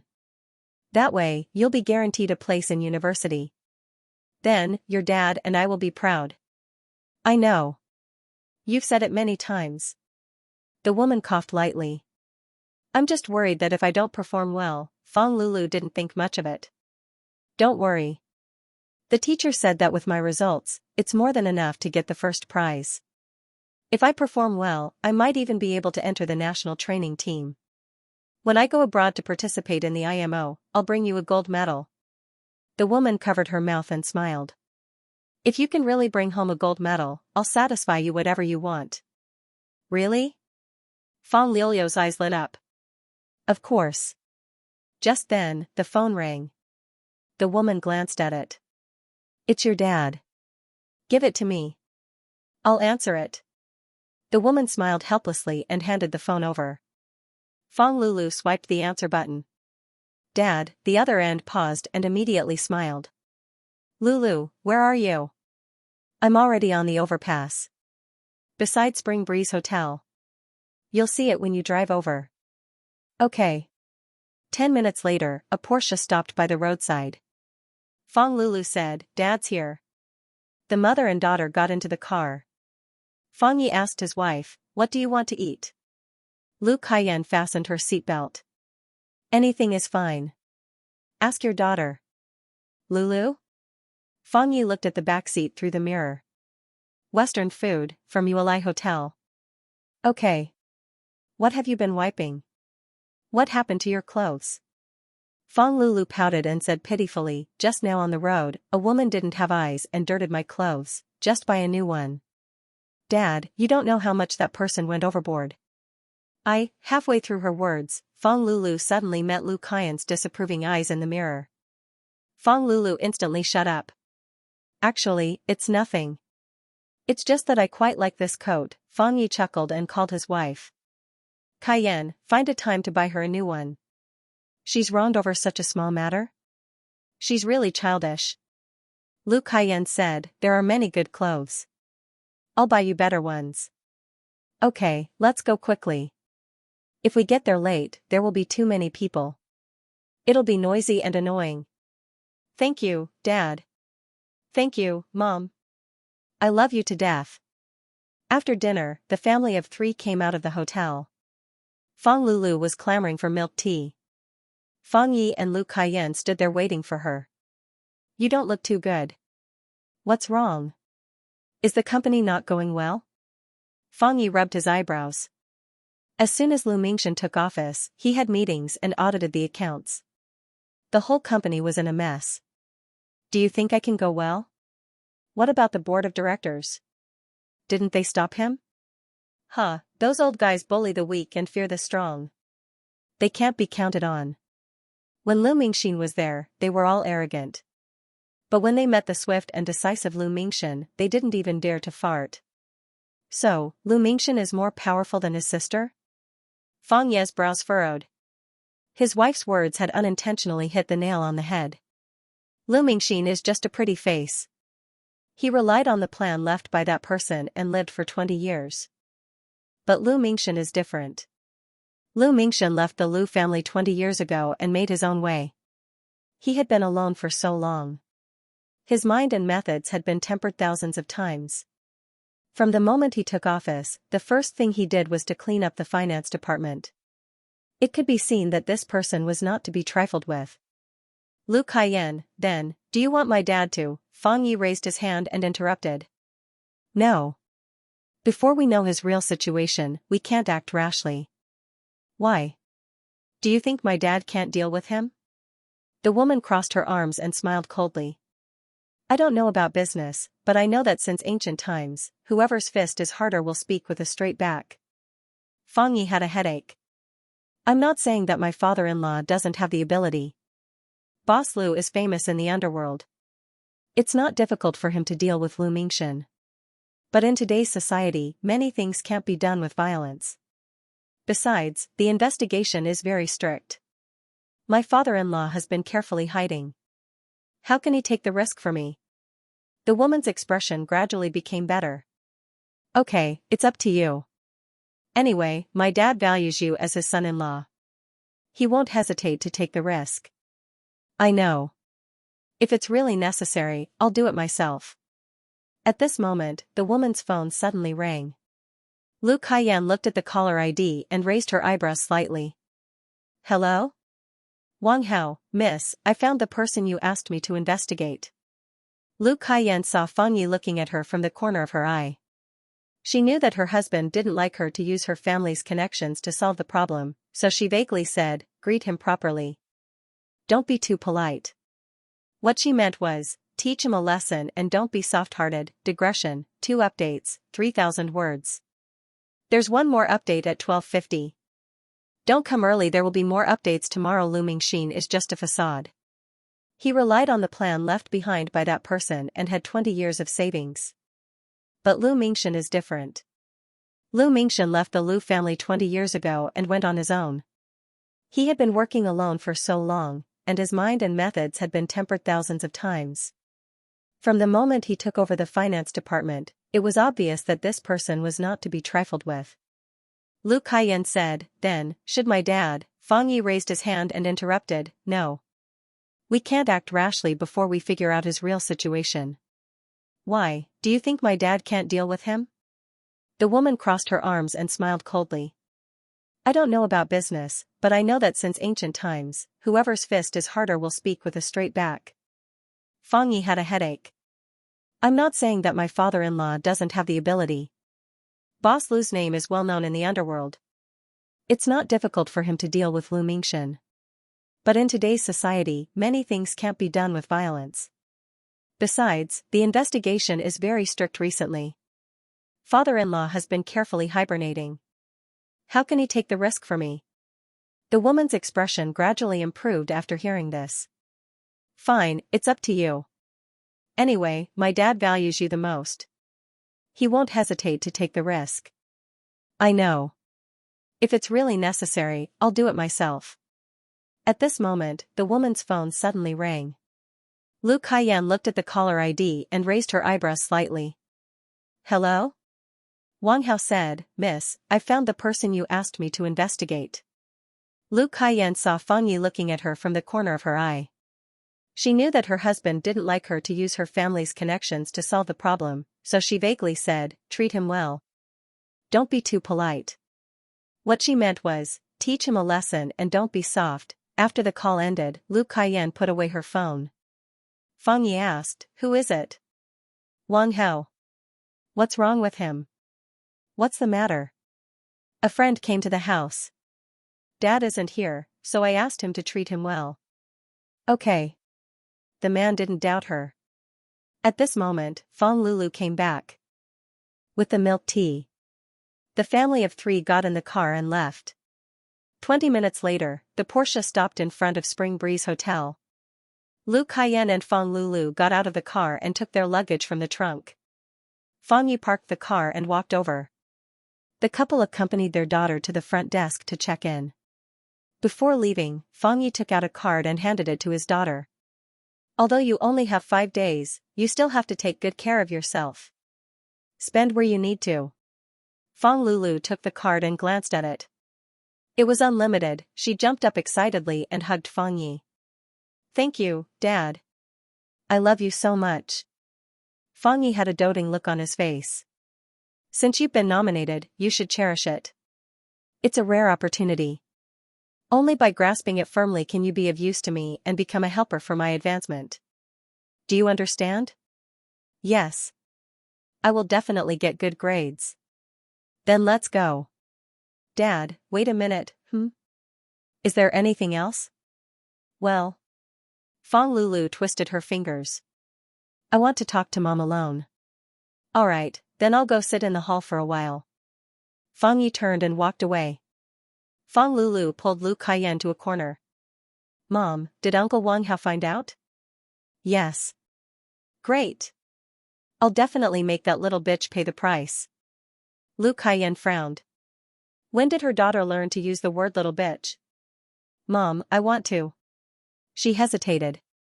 If you have something to say, just say it. Why are you hesitating? Fang Lulu gritted her teeth. If possible, it's best to destroy that girl's face. After my rebirth, I'm the white moonlight of all the big bosses. After rebirth, I am the white moonlight for all big bosses. Reading it, /read/121809/ after my rebirth, I'm the white moonlight of all the big bosses. After my rebirth, I'm the white moonlight of all the big bosses. After my rebirth, I'm the white moonlight of all the big bosses. For the convenience of next time, you can click on the collect button below to record this time. Wanted to destroy her face, encountered an attack. Next time you open the bookshelf, you will see it. If you like After My Rebirth, I'm the white moonlight of all the big bosses, please recommend this book to your friends, QQ, blog, WeChat, etc. Thank you for your support. Sister Yu, what's wrong? Tan Chia-su and Chen Cheng heard the noise and opened the door. Su Jing and Ling Xian also arrived in time. Jiang Fuyue shook her head. Nothing. I saw 2 rats and ran out. Huh? There are rats in the hotel? Jiang Fuyue said, they probably came from somewhere else. I'll go to the front desk. It's okay. They've already run away. Sister Yu, aren't you afraid? Jiang Fuyue smiled. I think they'll be more afraid of me. Tan Chia Su. Strong, Su Jing saw that there was no big deal and quickly dismissed everyone. Jiang Fuyue went back to her room and took out her phone. Niu Rue, it's me. Check, at night, in the famous wealthy district of the capital, Xianxia town. In a villa. What? Failed? The woman's voice suddenly rose. Sorry, Mississippi, are you kidding me? A few men can't hold down a girl from another city? What did my dad raise you for? The man on the other end paused for a moment. Miss, we thought so too at first. It's easy to mess with a girl from another city who has no one to rely on. But he came back with serious injuries. He had a severe concussion and intracranial hemorrhage. He fell into a coma on the way back and is still in the operating room. Lu Kaiyan frowned. So serious? Yes. We won't know what happened until he wakes up. But the doctor said that it's not certain if he can wake up. The woman's eyelids twitched and her breathing slowed. You mean he might die? The chances of him waking up are less than 50%. Lu Kaiyan gasped. What's the background of that girl? I've already asked someone to investigate, but it'll take at least half a month for news. But personally, I don't think Ahi's injury was caused by her. Why do you say that? Before he was sent to the hospital, I asked Dr. Lin to check Ahi's injury. It's very likely that it was caused by an impact, and there are certain requirements for the impact angle and strength. The other party should be a martial artist. How could Ahi provoke such a person? I'm still investigating the specifics of the situation. Right now, it's just a guess. Do you think we should send someone to warn that girl? Lu Kaiyan pondered for a moment. The light from the bedroom shone on one side of her face and cast a shadow on the other. After a while, he said. Hold back for now.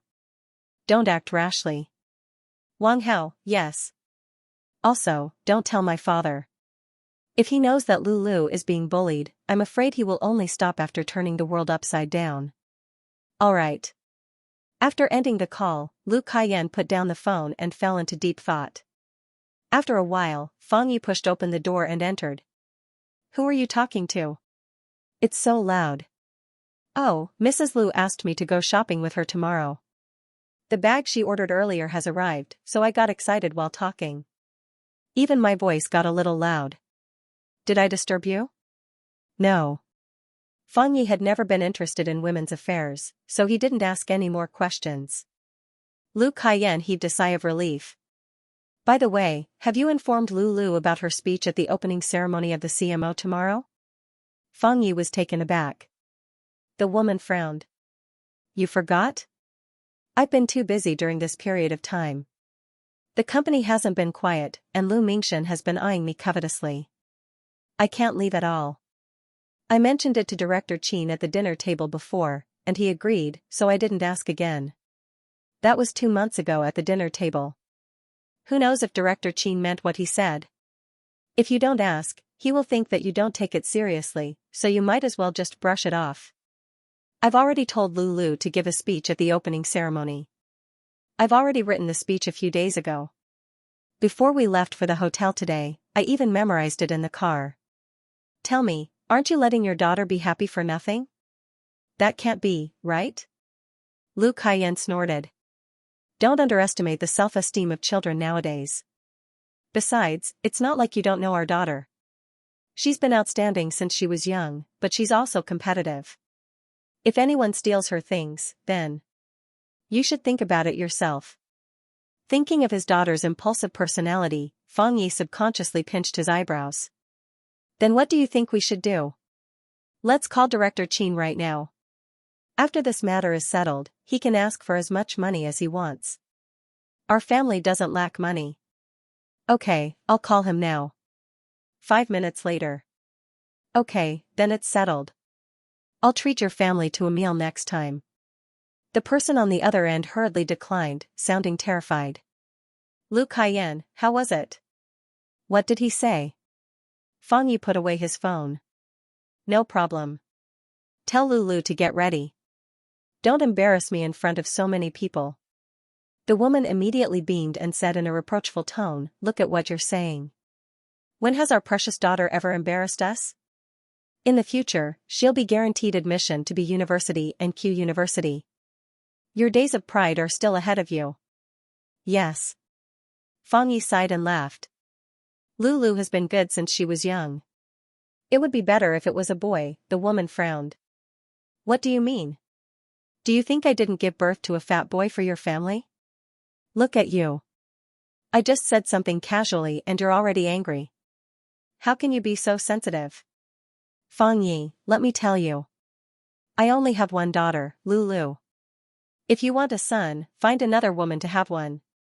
Fang Ye's expression suddenly turned cold. You're unreasonable. After saying that, he left in a huff.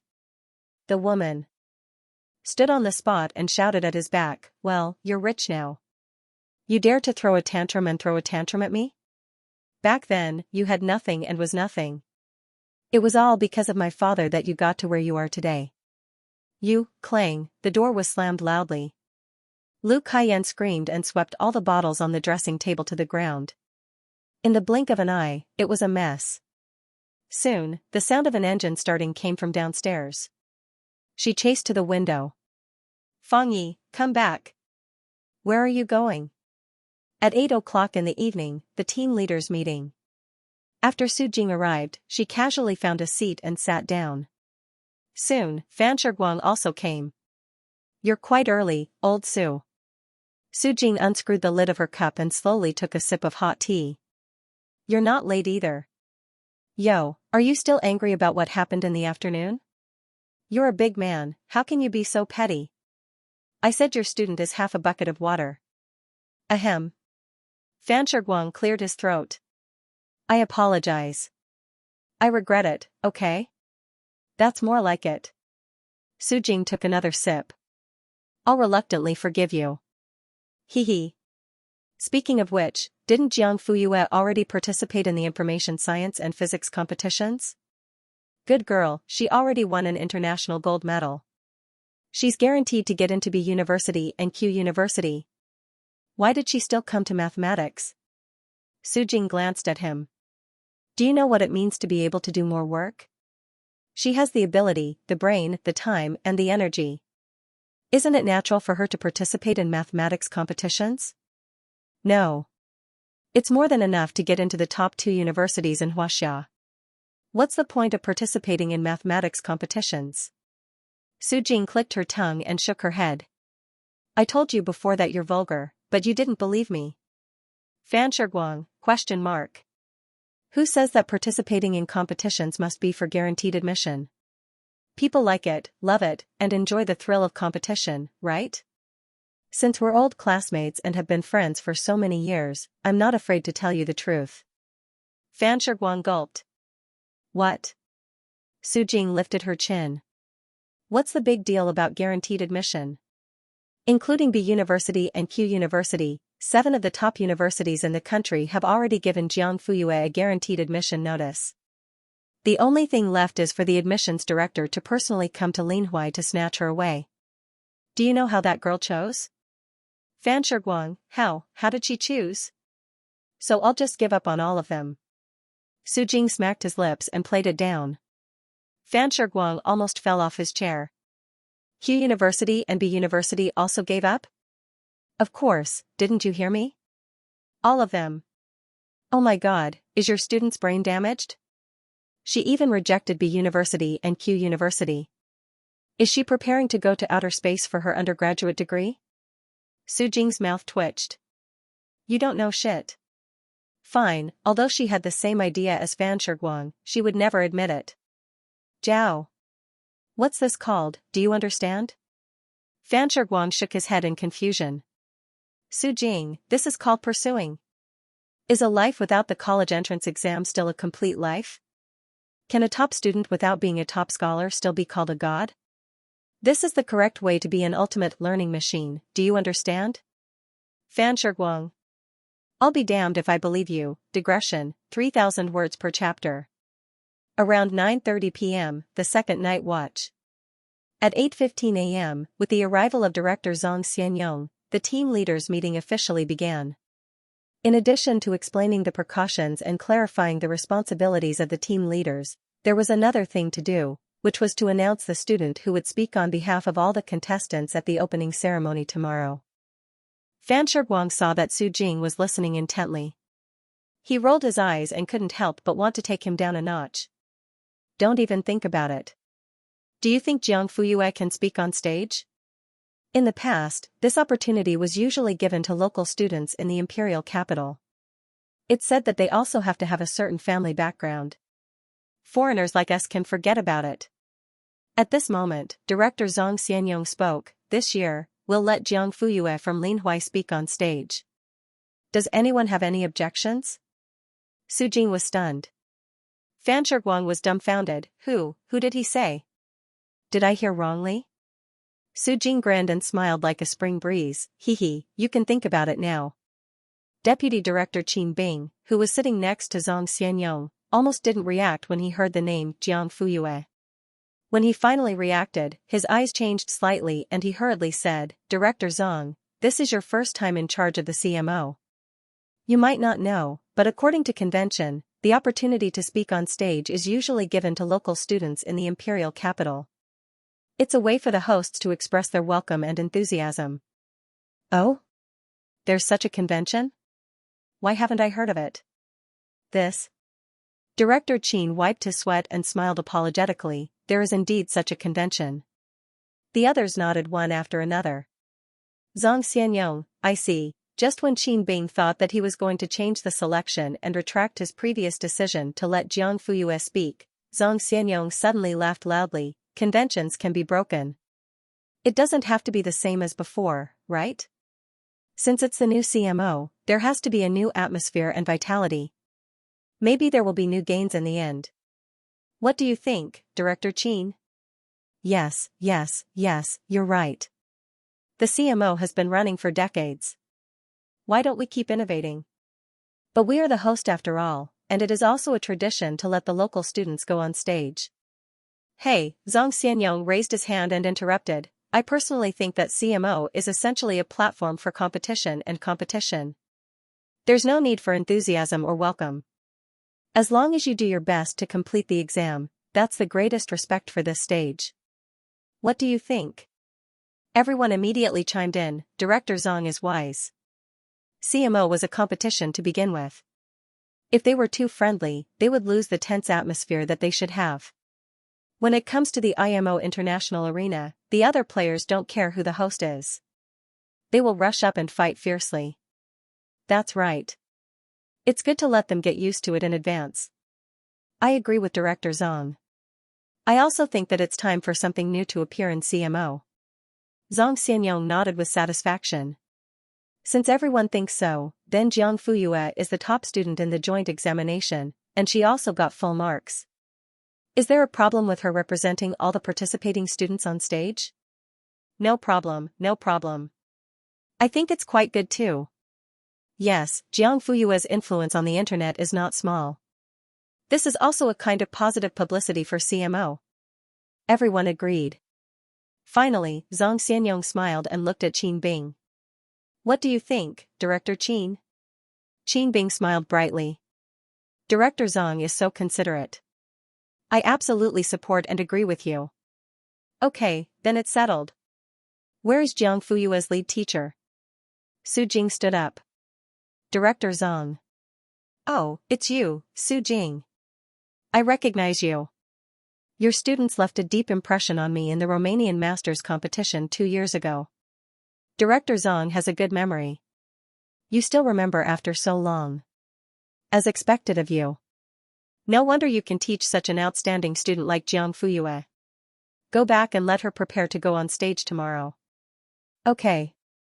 In the room. Go on stage? Jiang Fuyue raised her eyebrows. Me? Su Jing nodded. Yes. Tan Chiasu and Chen Cheng's eyes lit up. Didn't you say that only students from the capital are qualified to speak? Su Jing smiled. It was changed this year. It was specially changed for Jiang Fuyue. Tan Chiasu, it's the first time. Chen Cheng, Sister Yu is the best. Jiang Fuyue didn't care and just said, okay. At the same time, Fang Liuliu's room. In order to make her daughter live more comfortably, Lu Kaiyan asked the front desk to upgrade her to a penthouse suite when checking in. There were 2 spacious bedrooms, a large living room surrounded by floor-to-ceiling windows, a super luxurious bathroom, a sauna room, a jacuzzi tub, and a visual LCD screen.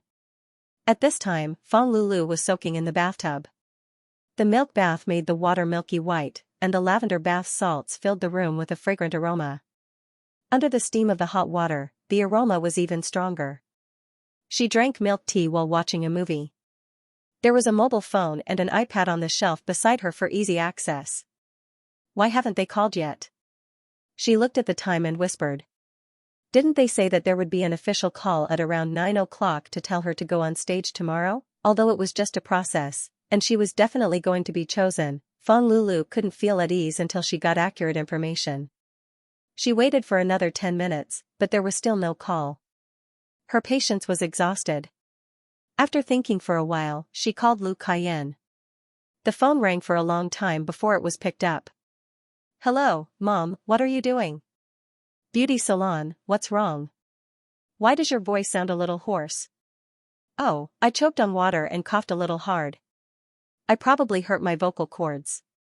Okay. What's wrong? Why did you call? Fang Lulu pursed her lips. Mom. Didn't you say that there would be a call at around 9 o'clock? It's 9:30 now, and I'm about to faint in the bathtub. Why haven't I received a call yet? You mean about going on stage to speak? Fang Lulu was speechless. What else? Your dad called. It shouldn't be a problem. Wait a little longer. Okay then. However, until 11 o'clock, Fang Lulu almost stared through the phone screen, but there was still no call. Her mood went from anticipation and joy to disappointment and depression. Now, it was as if she was soaking in ice water, and the chill penetrated into her bones. At this moment, she saw 99+ message alerts in the group. Anxious, she clicked on them, and the next second, she was struck by lightning. Is it the student Jiang Fuyue who scored full marks in the joint examination and was the first in the country? Is there a second one who scored full marks? Oh my God, I'm going to see her in person tomorrow. I'm so excited. Previously, when my good buddy participated in the physics competition, he kept telling me how awesome Jiang Fuyue was. She never scored less than full marks in any of her exams. I thought that she would retire from the industry after winning the IPHO and IOI gold medals. I didn't expect to see her again in the CMO. F***CK. She won the gold medal twice in 3 subjects? Please accept my admiration. Oh. I'm Moon God's little fan. The video that was released on the internet to diss the Japanese was really fierce. It made my blood boil. I want to ask if Moon God still needs a leg accessory? It's free, and it comes with its own adhesive tape. The kind that sticks tightly. I'm Moon God's fan. There are hundreds of beautiful pictures on my phone. I can't wait to lick my screen crazily. Upstairs, you're drooling. Hurry up and wipe it. You're welcome. Sister Yu is still in the group. Pay attention to your image. Who dares to Moon God? Anyway, I don't dare. I'm afraid of being accidentally hurt by the invisible domineering aura. It's better for me to stay away. You're too cowardly. Watch me. Alright, I'm leaving too. This was the CMO group for this year's CMO. There were more than 200 people, and they were flooding the screen with comments. Fang Lulu started from the first comment. It turned out that the group had been lively since 9 p.m. There was only one topic around, Jiang Fuyue. This name was mentioned from the beginning to the end. Everyone's worship and bootlicking almost overflowed the screen. The most unacceptable thing was that the person who would be speaking on stage tomorrow was not her, but this Jiang Fuyue. No. Impossible, however, the group was already flooded with this news. Support Moon God. In my heart, no one is more suitable than Sister Yu to stand on stage and represent everyone. That's right, everyone wants her. In the end, even the organizers and the leaders of the competition committee expressed their congratulations and encouragement. What was even more ridiculous was that Jiang Fuyue did not say a word from the beginning to the end. It was as if all the revelry and excitement had nothing to do with her. Regarding this, no one expressed any complaints or dissatisfaction. It was simply strange. Digression. Second watch, 3,000 words. Third watch was around 11:30 p.m. Arrogant. Arrogant. Shameless. Fang Lulu smashed her phone and kicked over her suitcase, but she still couldn't vent her anger. In the end, she threw all the bed sheets and quilt covers to the ground and finally felt better. She picked up her phone and called Lu Kaiyan. It rang for a long time, but no one picked up. Her anger, which had calmed down a little, reignited again. Everyone is bullying me. Everyone is bullying me. She called Fang Yi, but his phone was hung up. When she called again, his phone was turned off. Fang Lulu felt like she was going to explode. At this moment, she felt isolated and helpless, as if she had been abandoned by the whole world. Suddenly, she thought of something. She opened her contact list, found a number, and dialed it. This time, the call was quickly connected. Fang Lulu said with a sobbing tone, "Grandpa, it's me." Jiang Fuyue didn't know how lively the group was, nor did she know that people were secretly hating on her. At this moment, she was immersed in her room doing practice questions. Originally, she didn't need to sharpen her gun at the last minute, but she couldn't stand Tan Chia-su and Chen Cheng's coaxing and pestering, so they insisted that she bet on the questions. "Chen Cheng, bet whatever you want." Sister Yu's hand is the golden hand. Tan Chia-su complained that he was like a henchman, but in the blink of an eye, he said, "Sister Yu, just bet a little, a little. We can only be at ease after you bet. We can even sleep soundly." Chen Cheng nodded frantically. "Yes, yes." Ling Xian didn't mind, but said, "Tell me which questions you bet on." Hypocrite. Su Jing received a message from someone that Jiang Fuyue was going to bet on the questions, so she ran over. "Has it started? I want to see." "Everyone, are you the teacher or is Jiang Fuyue the teacher?" Su Jing touched her nose. "Who's the best? Do you have any opinions, everyone? Among all the teachers, you are the most dog-like. You are definitely worthy of that title." Just like that, Jiang Fuyue was entrusted with the important task of guessing the questions. At first, the four of them surrounded her and stared at her. Each of their gazes was hotter than the other. Can you imagine the scene of four hungry wolves with green eyes surrounding a plate of streaky pork? No one dared to move, but their saliva kept flowing. In the end, Jiang Fuyue couldn't take it anymore and ordered them all to go back to their rooms. She chose the questions and wrote down the detailed steps. Then, she took a photo and sent it to the group. Only then did the four of them leave. Jiang Fuyue, Chen Cheng was the last one to leave. He closed the door behind him and took out his phone to check. "Huh? Why is the group so lively? F***CK, I saw Sister Yu's name." "Tan Chia-su, I saw it too," Ling Xian smirked. "Do you want to blow it?" Chen Cheng. And Tan Chia-su nodded crazily. "Chen Cheng, Sister Yu is the light of Linhuai. She will always be a god. Tan Chia-su, believe in Sister Yu and you will live forever. You are a top student, and a guessing maniac." "Thank you." "Huh? Senior Ling, why didn't you send it? Wasn't he the one who suggested to blow it up?" Ling Xian thought for a moment. "Jiang Fuyue, who doesn't love her? In other words, everyone loves her, including me." Unfortunately, this sentence was drowned out by the flattery on the screen. Sure enough, Chen Cheng and Tan Chia-su didn't suspect him even if they saw it. Ling Xian smirked. This was good. There was no need for others to prove it.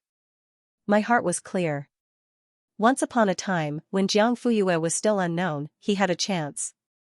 The girl who stood in front of him and handed him a love letter with trembling hands. If he had been a little friendly to her, the two of them wouldn't have ended up in such a lukewarm situation today. He had missed it in the past. Now, he couldn't keep making mistakes. Perhaps there was still room for correction and a chance to fight for it again, although Jiang Fuyue's indifference and alienation hurt him every time. The girl didn't reject his approach, right? At least they were still friends, teammates, and classmates. At least they were still young. The future was so long and far. Who knew what it would be like? Maybe he could really get together with Jiang Fuyue and even spend the rest of their lives with her, as long as he persevered and was patient. One day, half an hour later, Jiang Fuyue took a picture of the questions she had sorted out and sent it to the small group. Then, she took her pajamas and went into the bathroom to wash up. After coming out, she turned off the lights, lay on the bed, and began to feel sleepy. Suddenly, her phone rang. There was probably news from Niu Rue. She didn't look at the caller ID and picked it up directly. "Did you find out?" There was a pause on the other end. Then, the man's deep and magnetic voice came through. "What did you find out?" Xie Dingyuan, Jiang Fuyue suddenly opened her eyes. "Why is it you? Who else could it be? Or, who do you want it to be?" Jiang Fuyue coughed lightly. "Well, it's so late.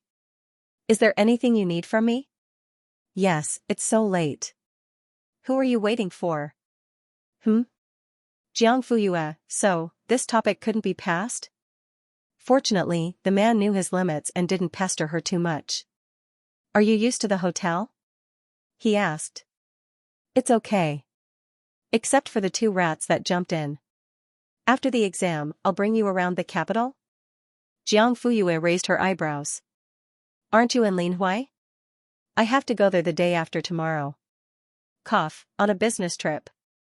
Jiang Fuyue expressed her doubts about this. Business trip?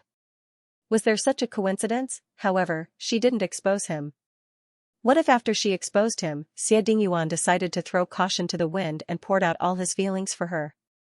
How could she continue the conversation then? Jiang Fuyue expressed that just thinking about it made her toes scratch the ground. If they really met, she would probably scratch out a castle on the spot. Both of them weren't good at chatting. As they talked, they stopped talking. However, she didn't feel awkward.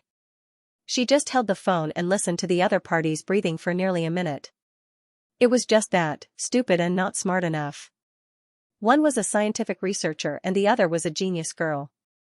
Neither of them were stupid. Xie Dingyuan, rest early then. Okay. Good night, Yaya. After the call ended, Jiang Fuyue put the phone aside. However, the man's voice still echoed in her ears. Good night, Yaya. Who allowed him to call her that? Who allowed him to call her that? Jiang Fuyue suddenly pulled the blanket up and covered her head. Sleep. She slept soundly through the night without any dreams. The next day, after breakfast, all the finalists gathered at K University's sports field opposite the hotel under the guidance of their teachers. K University was hosting the CMO for the first time, so it was very serious. Not only did they arrange for volunteers to welcome them at the gate, but they also specially decorated the campus. There was even a red banner at the school gate. Welcome to the 20th Olympic Mathematics Competition Winter Camp, CMO, candidates. Welcome. The opening ceremony was held at the K University Academic Hall. First, the director of the competition committee, Zhang Xianyong, went on stage to speak. Then, the organizer of the event, K University's leader, and finally, let us welcome the candidate representative, Jiang Fuyue, to the stage to speak. Jiang Fuyue wore a white turtleneck sweater that Han Yunru bought for her. She matched it with a camel-colored coat and a pair of black boots. Just looking at her clothes, she was actually not much different from most of the girls present. Who didn't wear a sweater, coat, and leather boots in winter? But her figure was too good. She was 1.75 meters tall. Yes, Jiang Fuyue had grown taller. When the school organized the physical examination at the end of the term, her height had increased from 1.73 meters to 1.75 meters. Her legs were longer, her waist was slimmer, and her temperament was better. Even the female doctor who was filling in the data could not help but look up at her. Oh my God, Sister Yu's long legs are even better than what I saw in the video.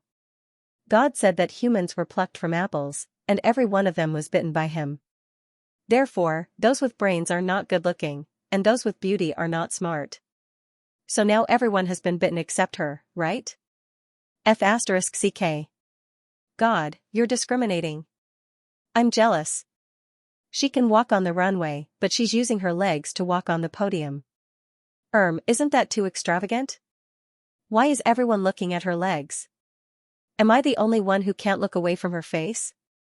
She's too beautiful. Jime, there's still me. You're not alone. Perhaps this is what the so-called celestial beauty looks like. It can't be more than 1 point. I finally understand those face fans. It's really a beauty attack. Give me a picture of Sister You, and I can lick it for thousands of years. Cough. We're girls, we have to be more reserved. F***ck. Why don't I have this picture? Send it to me. Send it to me. What happened to being reserved? Digression, third watch, 3,000 words. Sister You has grown taller. The fourth watch should be at 1:30 p.m. Don't watch it earlier or wait, you can watch it tomorrow, but her figure was too superior. She was 1.75 meters tall. Yes, Jiang Fuyue had grown taller. When the school organized the physical examination at the end of the term, her height had increased from 1.73 meters to 1.75 meters. Her legs were longer, her waist was slimmer, and her temperament was a level higher. Even the female doctor who lowered her head and filled in the data. Translator, Atlas Studios editor, Atlas Studios. After Rebirth, I am the white moonlight of all big bosses, please wait for a moment. After the content has been updated, please refresh the page to get the latest update. The exam was divided into 2 days. There were 3 questions each day, and each question was worth 21 points. The exam was limited to 4.5 hours. The rules of the exam were similar to the IMO, but the questions were more difficult. Jiang Fuyue and Tan Chiasu were assigned to the same exam room. Ling Xian and Chen Cheng were next door. The first bell rang, and the invigilator handed out the papers. 5 minutes later, the second bell rang, and the exam began. During this period, Jiang Fuyue quickly browsed through the 3 questions. The types of questions were normal, and the difficulty was slightly lower than expected. She spent 5 minutes to finish the first question, and 10 minutes to finish the second question. Another 15 minutes to finish the third question. Teacher, I'm handing in my paper. There was a sudden silence. The rustling of the pen on the paper was gone, and the breathing was so weak that it was almost inaudible. The invigilator was stunned and stood on the podium. It was not until Jiang Fuyue spoke for the second time that he suddenly reacted. You're done? Yes. There are still 4 hours left. Don't you want to check it? Jiang Fuyue shook her head, no need. The invigilator checked the papers and draft papers according to the rules. After confirming that there were no mistakes, he allowed the candidates to hand in their papers. Just like that, Jiang Fuyue calmly left under the surprised and admiring gazes of the crowd. Tan Chiasu lowered his head and looked at his paper. He suddenly felt that the right questions were not so good anymore. Yes, 2 of the 3 questions appeared in Jiang Fuyue's prediction. He was originally ecstatic and thought that he was going to ascend to heaven. But in the blink of an eye, Jiang Fuyue handed in her paper 4 hours early. As humble as he was, he could only sigh. Your father is still your father. The others reacted even more strongly, some sucked in cold air, some dropped their pens and dropped their test papers, and some slid down to the floor with a thud, unable to get up. Tan Chiasu was well aware of Jiang Fuyue's ability, so he was mentally prepared in advance. As for the others, F***ck. I'm deaf. I can't hear. I can't hear. I know she's strong, but she doesn't have to be this strong, right? I'm F***king having a mental breakdown, help. Someone is crushing a dog on the spot, the city's tricks are deep, I want to go back to the countryside. No matter how shocked they were, the exam continued. After everyone recovered from their shock, they took a deep breath and once again immersed themselves in the complicated questions.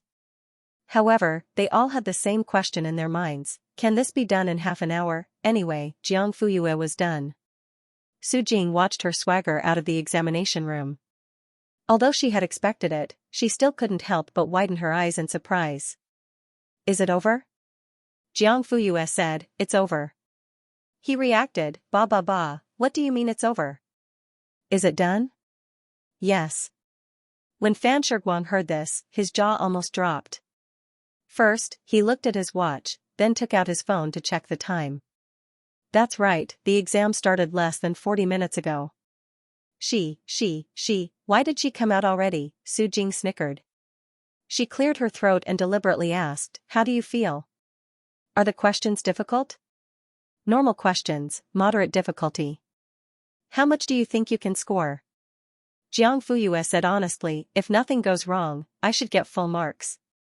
Fan Shiguang's eyes turned green as he listened to the two of them. This is too arrogant, right? Fang Lulu was in the examination room next door. She finished the first test and it was relatively smooth. Apart from taking too much time for the second question and having some thinking difficulties for the third question, the rest of the questions were relatively easy. She felt that she should have done well. Looking at the other people in the examination room, they were all frowning and scratching their heads. She was even more confident. This good state of mind lasted until she handed in her paper. After walking out of the examination room, everyone gathered in twos and threes to discuss the answers. Fang Lulu pricked up her ears to listen, and the corners of her mouth unconsciously rose. She should have the first and second questions in the bag. Suddenly, "Hey, did you guys hear?" Someone in the examination room next door handed in their paper 30 minutes after the exam started. "Oh my god, it's a whole 4 hours early. Damn, which big shot. Let me worship her." "Do you think there's any other possibility besides Yueshen?" "Jiang Fuyue? Why are you so surprised?" She also handed in her paper early for the joint examination. "No, isn't that too early? I didn't even finish the first question in half an hour. What kind of brains do they have? What kind of brains do we have? Can we compare?" It's said that Sister Yu has never handed in her paper early. She still beat her in terms of time for IPO and IOI. The foreign students were collectively stunned. It's not just in terms of time, but also in terms of accuracy. She scored full marks once she did. She won't score full marks for the CMO this time, right? Maybe. Want to make a bet? 1 packet of spicy sticks, I bet that Sister Yu will score full marks. 1 kilogram of sunflower seeds, full marks. 2 bags of nuts, I bet full marks too. 1 bottle of Coke, 1 bag of peanuts, is there no one who doesn't score full marks? Do you want me to start? I'm afraid you'll lose everything. Do you believe me? Forget it then. 2 kilograms of pistachios, Sister Yu will score full marks, hee. Fang Lulu listened to everyone's banter. The words Jiang Fuyue drilled into her ears like a curse. She handed in her paper 4 hours early? Was she crazy? The examination continued the next day. There were still 3 questions, and the time was the same as yesterday. It was 4.5 minutes. However, the difficulty had increased by more than a little. Looking around the examination hall, half of them were biting their pens while the other half were picking at their fingers. There were very few who were seriously working on the questions. It was not that they did not want to, but they could not. Fang Lulu was stunned when she saw the first question of the day. From the corner of her eye, she saw Chin Chin writing furiously in the upper left corner. Her heart skipped a beat. Looking to the right, it was Ling Xian who was calm and composed. She was completely flustered now. Was she the only one who did not know how to do it? An examination was an examination. Half of it tested one's ability, and the other half tested one's mentality. It was hard to say how good Fang Liuliu's ability was. It depended on her performance. However, it was true that her mentality had collapsed. 4.5 hours was as fast as the blink of an eye for some people, but as slow as a year for others. Fang Lulu was the latter. After the examination, she was stunned when she heard that Jiang Fuyue had handed in her paper early again. Handed in her paper early? How is that possible? Why is it impossible? This is Sister Yu's habit. Don't you think the questions are difficult? It's difficult. Anyway, I only did the first question out of the 3 questions. Fang Liuliu's eyes showed deep malice.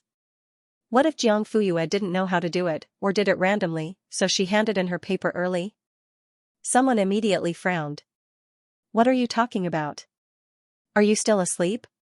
Sister, you took the time to memorize the 6 major questions from yesterday's and today's papers.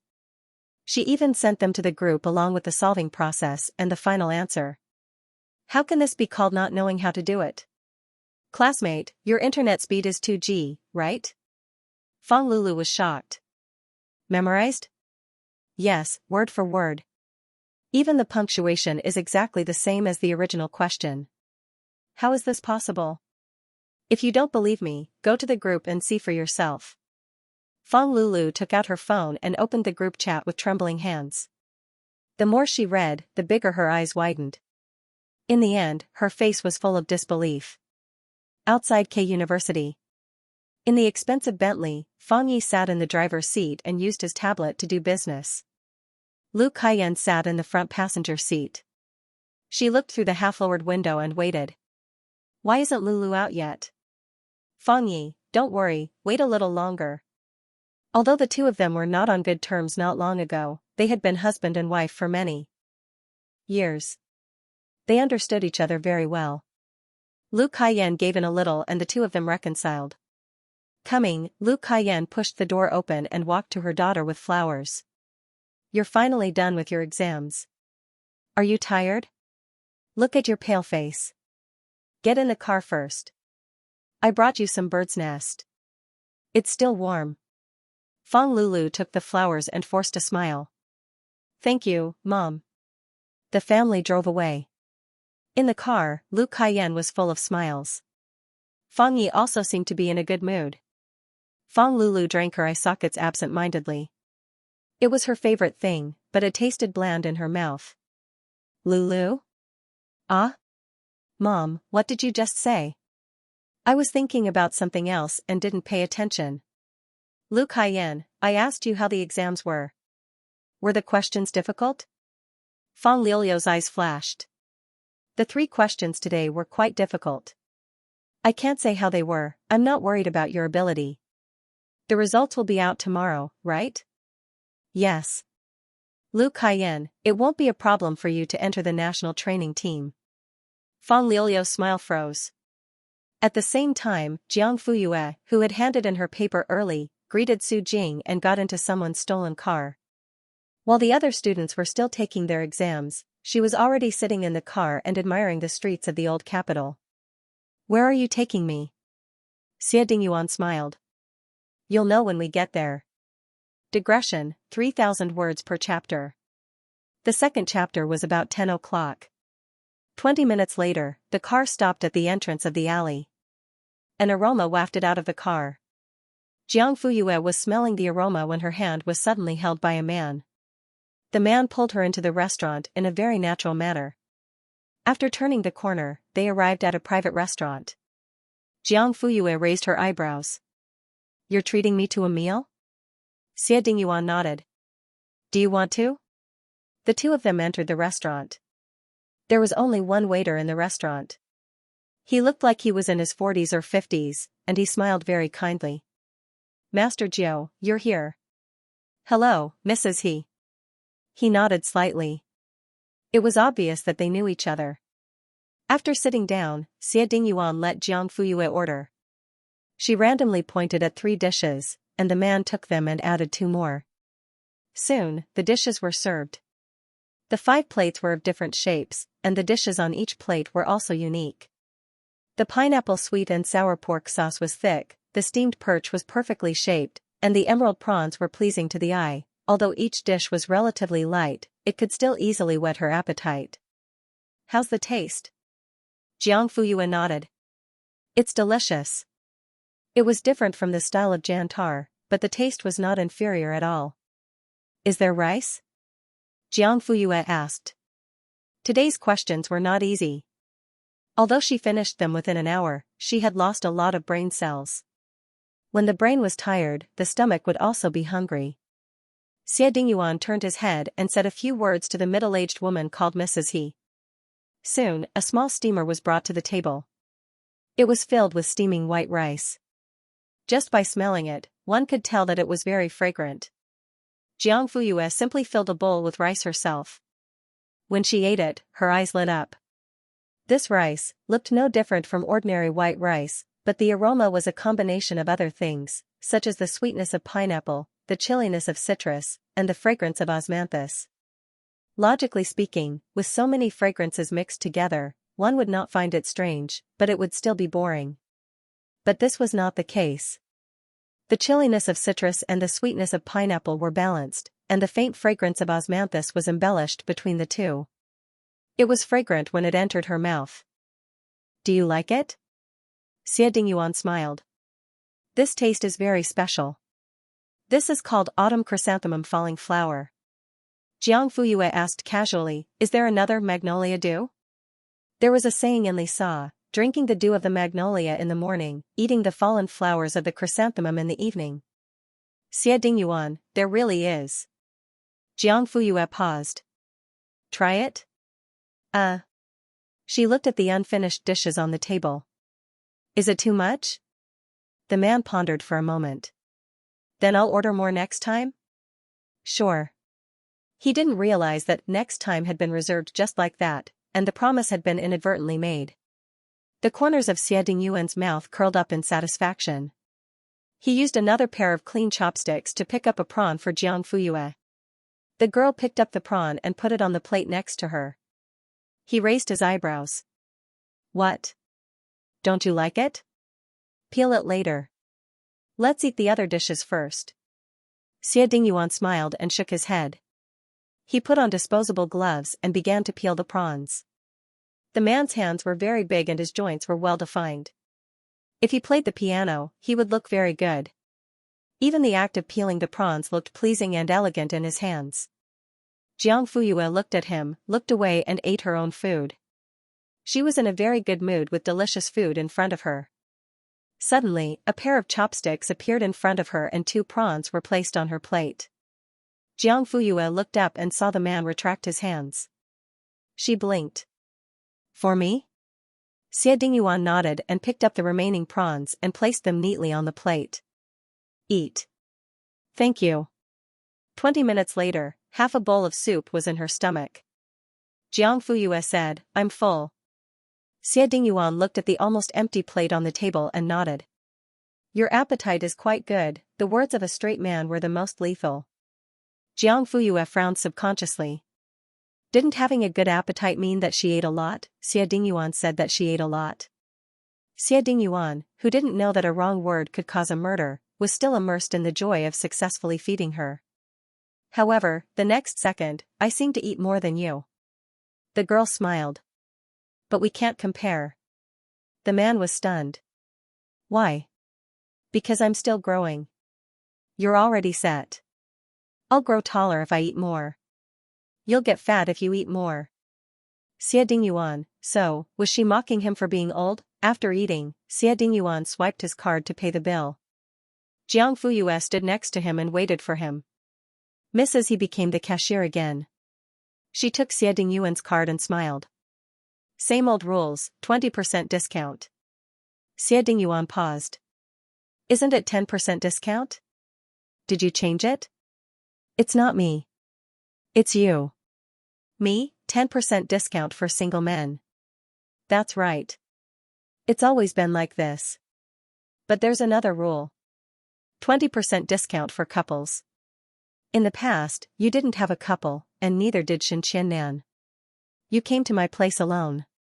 Of course, you didn't know about the 20% discount rule. Oh. So, Mrs. He smiled mischievously, her eyes lingering between Xie Dingyuan and Jiang Fuyue. Are you really a couple? Ahem. Xie Dingyuan's Adam's apple bobbed slightly, his eyes darting around. Jiang Fuyue shook her head. Not yet. The man's eyes dimmed. But he quickly recovered. Not yet, it didn't mean that they wouldn't be in the future. In an instant, the cloudy clouds turned sunny, and the sun shone on his face again. Oh, it's already been swiped. Mrs. He covered her mouth and smiled. Then, just treat it as an early use. Xie Dingyuan's ears turned red. Jiang Fuyue's eyes flashed, and she looked away. She got into the car. Xie Dingyuan asked, what's the plan for the afternoon? Uncle said that he's going to pick me up for dinner. The Han family? Yes. Since the dinner reservation failed, Xie Dingyuan had to drive her back to Spring Breeze Hotel. Then, are you free tomorrow? Jiang Fuyue, the results will be announced tomorrow, plus the closing ceremony. I think it'll be a little late. Oh. If he was a big golden retriever, his ears would have drooped, and his tail would have stopped wagging. He was very disheartened. But, the next second, the girl changed the topic. I should be able to go tonight. The man's eyes lit up, his ears perked up, and his tail wagged to the sky. In the evening, Han Shen called. Yeah, I'm at the entrance of the hotel. Okay, I'll be right there. In fact, it was old Master Han who strongly urged her to go to the Han family. Since 4 days ago, when Jiang Fuyue arrived in the capital, Han Qishan had called Jantar one after another. Xiao Jiang, you also know that I'm not a good father. I've let Xiao Ru down, but it's not too late to mend the pen after the sheep have been lost, right? What else could Jantar say? Of course, he could only agree with an N. Old Master Han was very happy to be recognized. So, I have to work hard to be a good grandfather.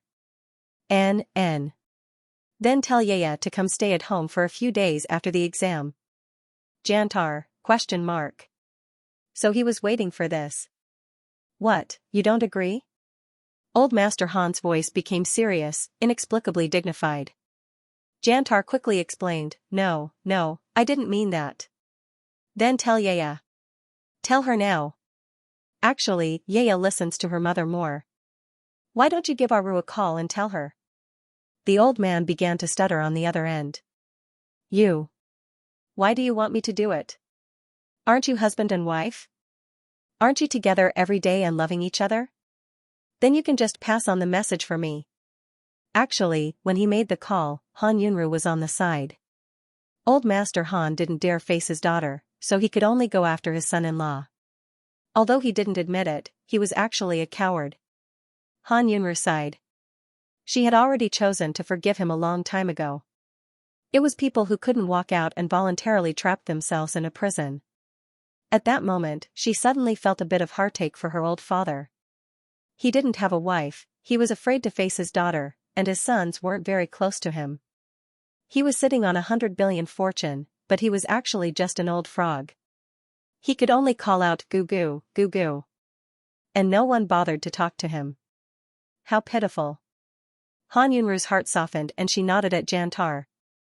Jantar, alright then, I'll tell Yaya. Han Qishan happily said that. Xiaoru has good taste. She chose you as her husband. Jantar. You didn't say that before. Back to the present. Jiang Fuyue had just stepped into Han Shen's car when Feng Lulu saw her. Lulu? Lulu? Ah? Mom, what? What are you looking at? You're absent-minded.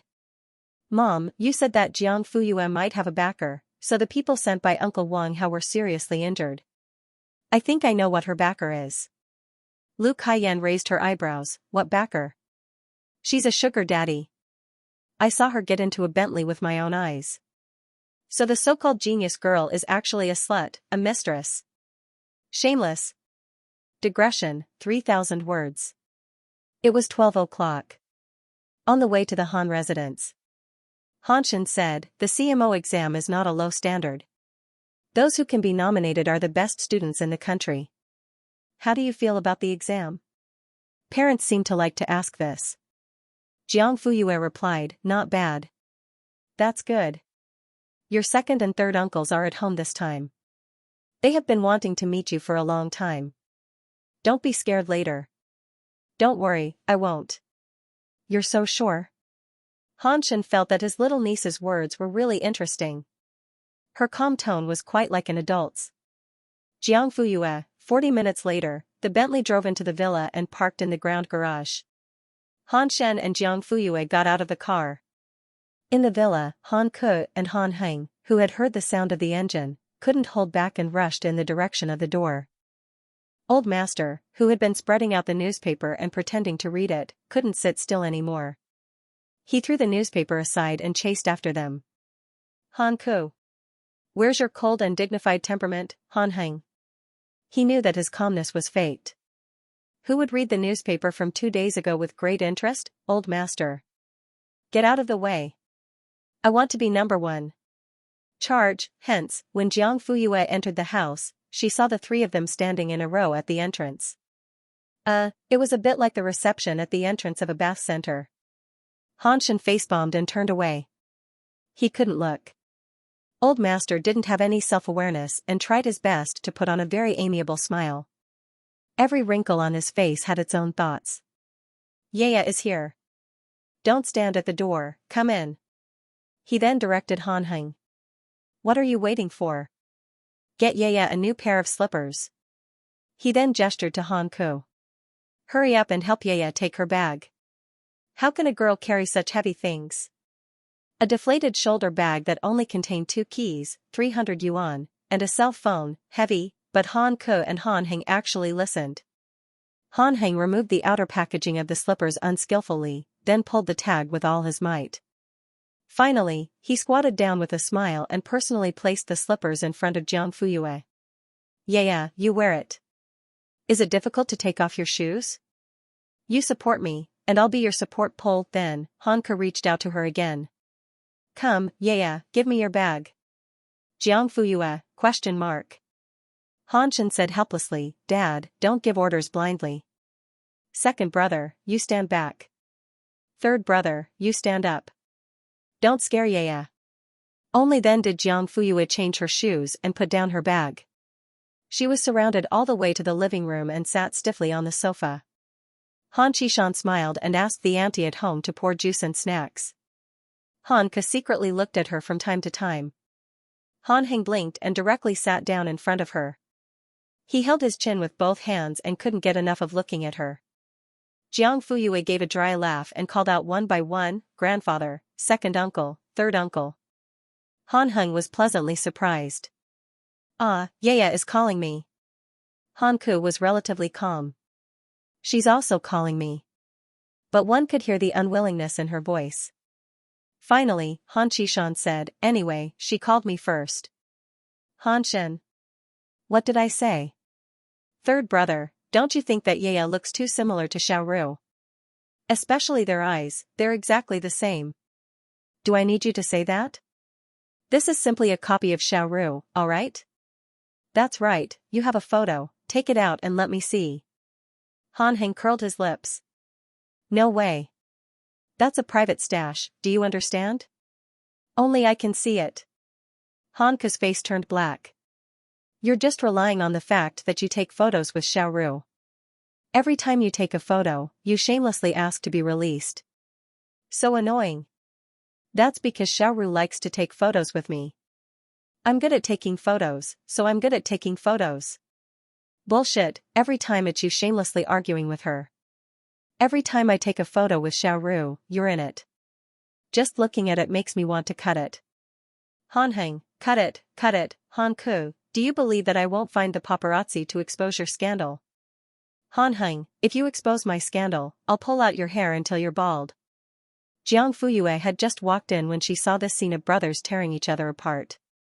Second uncle Han Ke looked mature and steady at first glance. His suit made him look like a city elite, but when he opened his mouth, he was very funny. He didn't seem like a strategist at all. After all, the comments on the internet were old helmsman, 24K Taurus, public offering brother steady, and so on. In private, all the filters were off and his persona was broken. Not to mention third uncle Han Heng, he was even more broken. In front of the media, he was a popular actor who never made a mistake. In his more than 20 years in the industry, he had never let the paparazzi take an ugly photo of him. But now, Jiang Fuyue silently swallowed her saliva. Although it was disgraceful, she still wanted to say that he was really a fool. Cough, the old man cleared his throat. Don't you have a meeting gift for Yaya? Han Heng was the fastest. He ran up the stairs and came back down with a hello that was even taller than him in his arms. Kitty doll, then, he directly stuffed it into Jiang Fuyue's arms. Isn't it cute? Very cute? You want to rub it? After saying that, he simply ruffled it. Nice. Jiang Fuyue hugged the Hello Kitty. The lower half of the doll was still on the ground, and her eyes were dazed. Han Ke went forward and pulled Han Heng away. What are you doing? Yaya is dumbfounded by you. Move, it's my turn. Han Heng pursed his lips and rolled his eyes. Jiang Fuyue caught him red-handed. He grinned. Hee. Like a silly boy. Jiang Fuyue was instantly stung and hurriedly looked away. But in the blink of an eye, she was hit by a stack of securities. Han Ke said, Yaya, these are shares of 20 listed companies and some certificates of ownership. Although it's not much, I'll take it first. I'll make up for it later. Jiang Fuyue, ? The old man jumped out. There's mine too. Take this little thing and wear it. The bottle gourd will keep you safe. Jiang Fuyue could tell at a glance that it was a full-grade imperial jade. Not only that, the carving was also very exquisite. If it were to be auctioned, it would be at least 8 digits. Just as she was about to refuse, Han Shen handed over a small square box. This is mine. Jiang Fuyue said helplessly, Uncle, why are you here? Open it and take a look. Jiang Fuyue opened it. 2 car keys were lying side by side inside. One was a Maybach, and the other was a Ferrari. At this point, the gift-giving segment came to an end. Jiang Fuyue didn't dare to say no. Can you imagine 4 men, 1 old and 3 young, all staring at you with faint resentment, melancholy, and round eyes? So, she could only keep her mouth shut. Yes, she wanted all of them. Then, the old man said, Good girl. Han Ke said, You're indeed my niece. Han Heng said, Ah. I'm satisfied. I'll post on Weibo and celebrate with it. Han Shen said, Really? You have to accept it. Jiang Fuyue. She wanted to go home. After a while, the old man started to prepare dinner.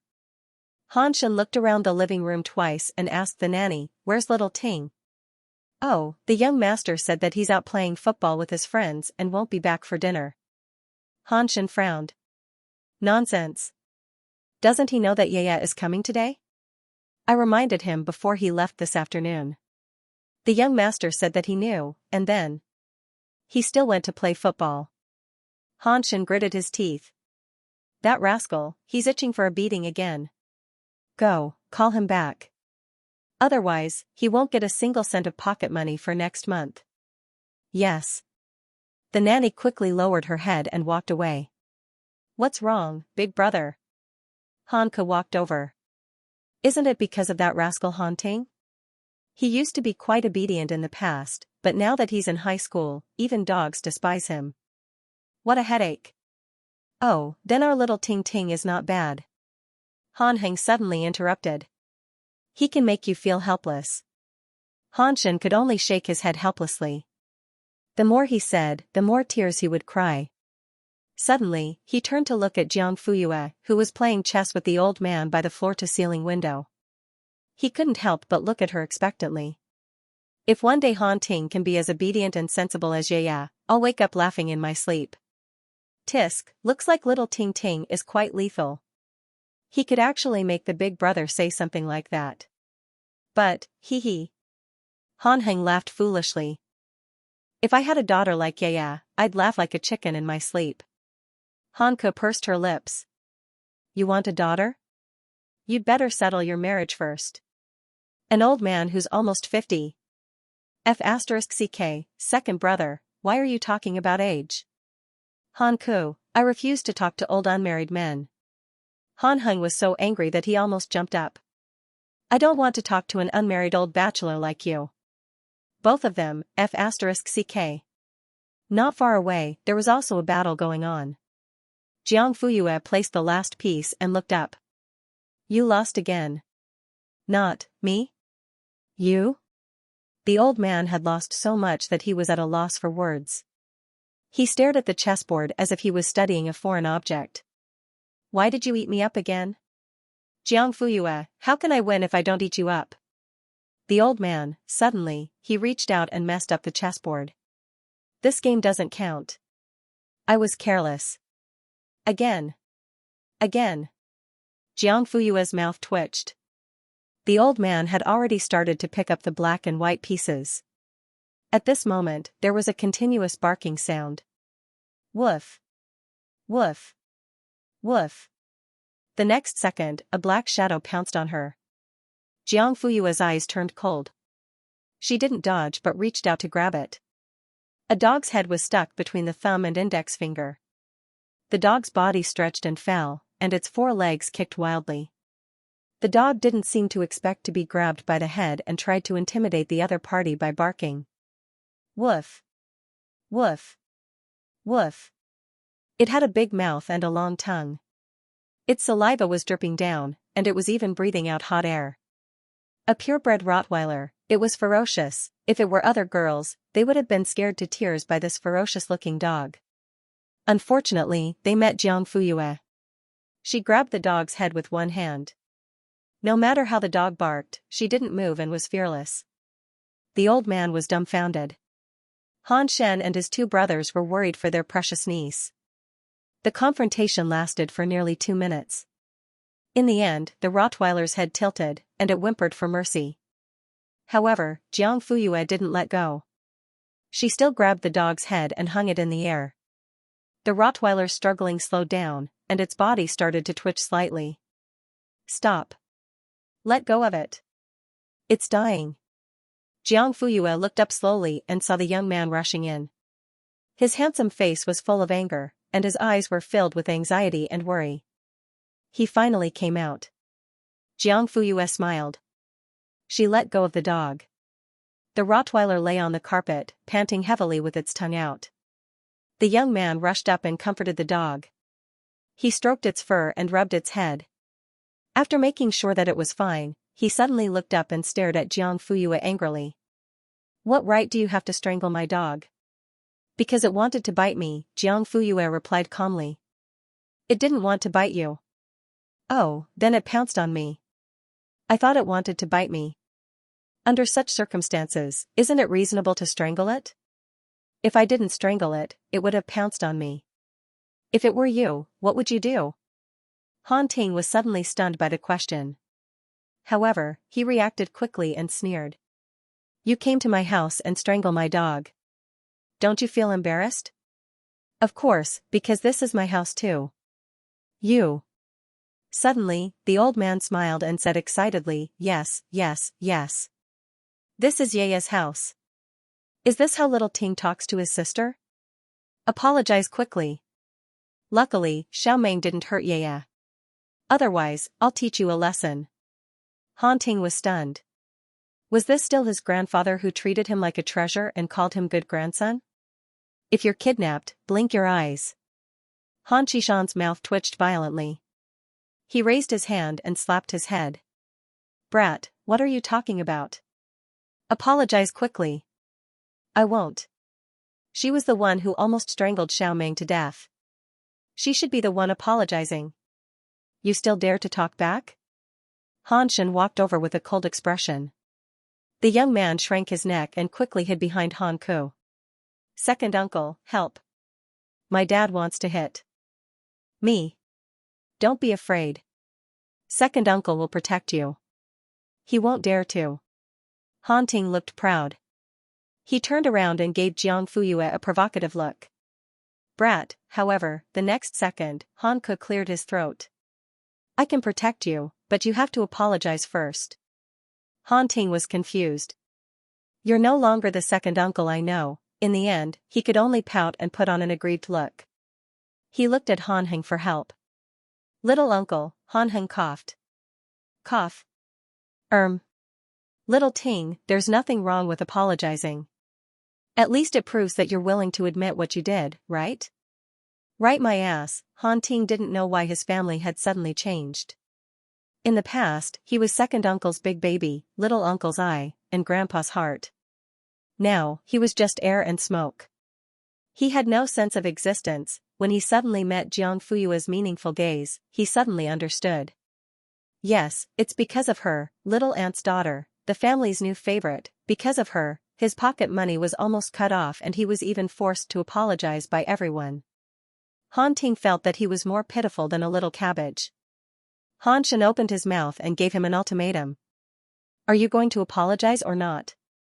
If you don't apologize, then your pocket money for the next 3 months will be deducted. Han Ting withered. He was just a rich second-generation heir who was begging for food under his biological father. What bad intentions did he have? Didn't he just want some pocket money? Humph. I'll apologize. For the sake of money, he endured, Han Shen said. Hurry up. Jiang Fuyue sat in her original seat and didn't move. Her back was straight, her chin was slightly raised, and there was a faint smile on her lips. In the eyes of his 3 uncles and old master, she was dignified, magnanimous. However, in the eyes of Han Ting, this was mockery, sarcasm, and schadenfreude. I'm sorry, Han Shen said, I can't hear you. Speak louder.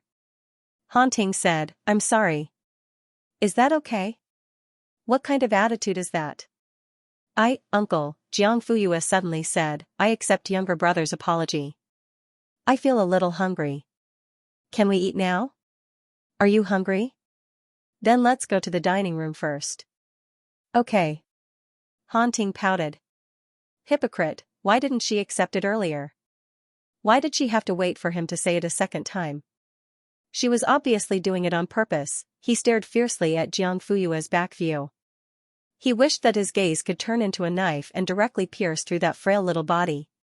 At this moment, Jiang Fuyue suddenly turned around. The young man didn't have time to restrain the fierceness in his eyes and was caught in the act. Han Ting was stunned. However, Jiang Fuyue smiled slightly. Her lips moved, but she didn't make a sound. Han Ting read her lips. She said, I did it on purpose. F***ck, she was too sneaky. On the dining table, there were many plates of food.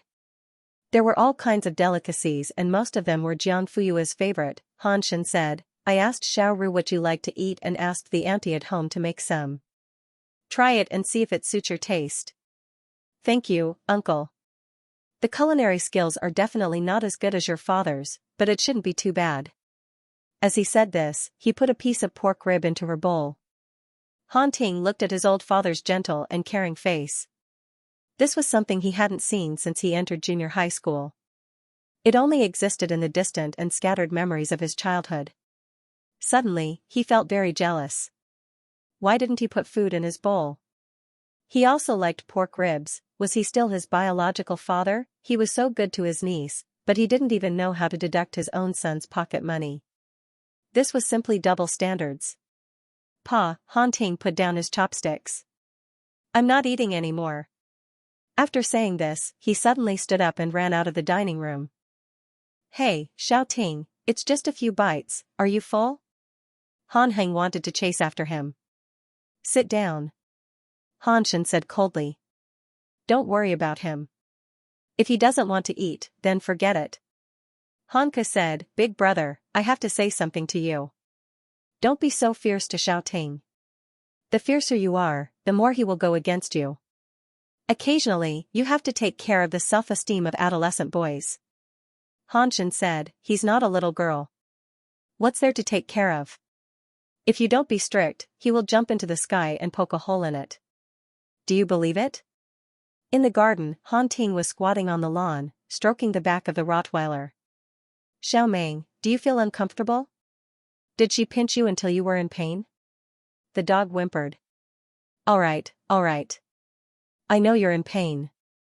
I'll open a can of snacks for you later. Woof, hey, you get excited when I talk about canned food. Are you a foodie?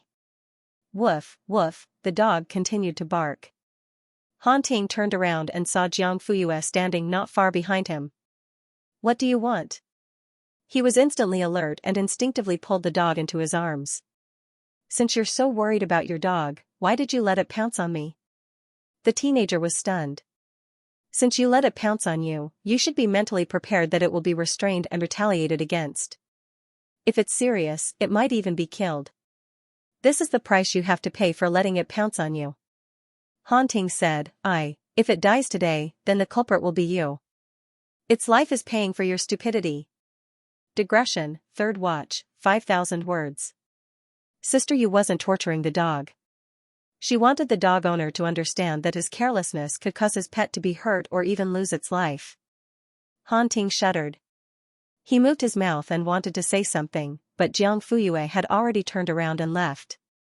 Woof! Suddenly, the Rottweiler that was lying on the ground jumped up and pounced on Jiang Fuyue's back. Xiaomeng! Come back! Han Ting was shocked and angry, and his expression changed. But the dog turned a deaf ear. Just when he thought that it would be a tragedy, the Rottweiler barked twice, spread its hind legs, and retracted its front legs. It lay in front of Jiang Fuyue and even whimpered.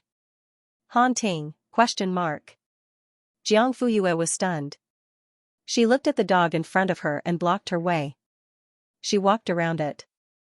The next second, the Rottweiler stood up and moved in front of her again. It landed on the ground, retracted its front legs, and fanned itself with its tongue. It looked like it was congratulating her. Jiang Fuyue moved away again, and it blocked her again. Woof! Han Ting recovered from his shock and cursed, F***ck, this shameless stupid dog. Jiang Fuyue raised her eyebrows. You want me to touch you? Woof! It wagged its tail. What if you bite me? Woof! Jiang Fuyue wanted to leave, but it didn't let her. In the end, it directly rubbed against her feet and rolled around, revealing its soft belly. Han Ting ran forward and pulled the rope angrily. Xiaomeng! Get up! Woof! No! The young man's cheeks were red, and his ears were red. He didn't dare to look at Jiang Fuyue's expression. You stupid dog! Are you shameless? I'm so angry. Woof! Shameless, I want to touch you. Han Ting wanted to use force, but he couldn't bear to. He could only watch as the dog that he had brought up was acting cute at the feet of his enemy and begging to be touched. Sniff. So embarrassing. That's enough. If you keep pulling, your neck will break. Jiang Fuyue squatted down and patted the dog's head. When Han Ting saw this, he wanted to remind her that Xiaomeng hated it when people patted its head. Usually, even he could only touch it and not pat it. However, before he could say anything, Jiang Fuyue had already finished filming.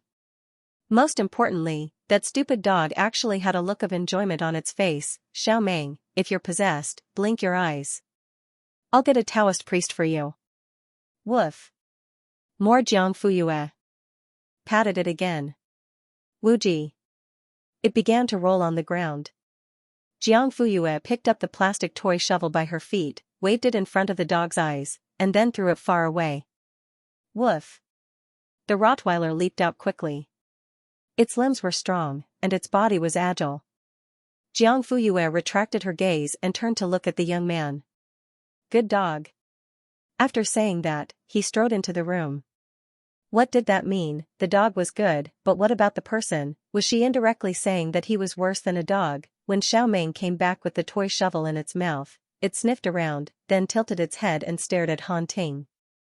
Woof. Where was she? Stupid dog.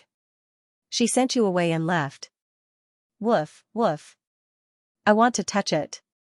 Stupid brat, I gave you the best food, the best accommodation, and even skipped class to take you out for a walk. I used 1/3 of my pocket money to buy you toys. Why haven't I seen you flatter me like this before? Woof. What right does Jiang Fuyue have to do this? Does she have to pinch your head or pat your body? How did I raise a Stockholm dog like you? Woof, woof. Han Ting said, lie down. Stretch your head over. I want to pat it too. Woof. Dream on, Han Ting said, are you asking for a beating? Woof, woof. I won't even let you hit me. Hey, don't you think you deserve it? Han Ting raised his hand, trying to scare the dog. However, it decisively turned around with the shovel in its mouth and ran into the room. It left the young man with a plump dog but he used his pocket money to buy canned meat to raise the dog bit by bit. Xiaomeng. Get back here. Han Ting screamed.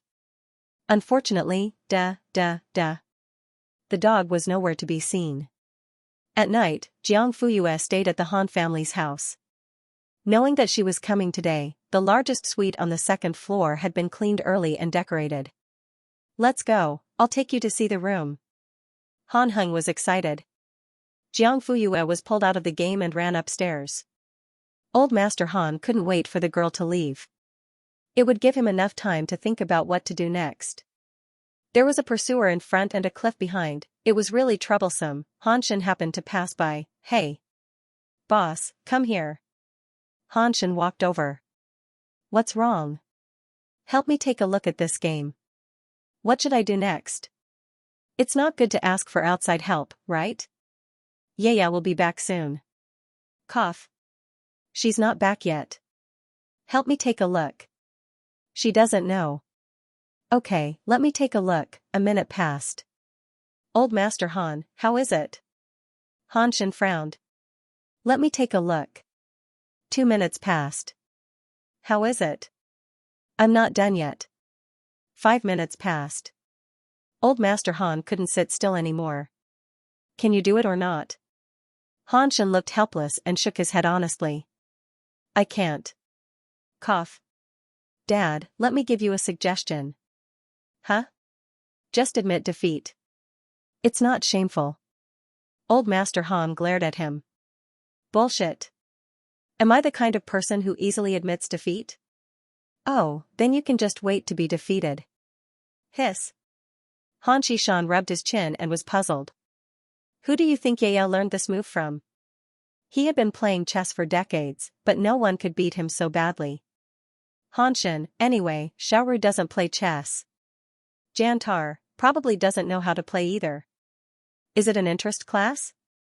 Han Shan shook his head. An interest class can't teach someone of this level. TSK, since you're curious, why don't you just ask Yaya? Isn't it much simpler? No. If I ask, won't I be admitting that I'm not as good as her? What's the difference between that and admitting defeat? Han Shan's mouth twitched. You're not as good as her, right?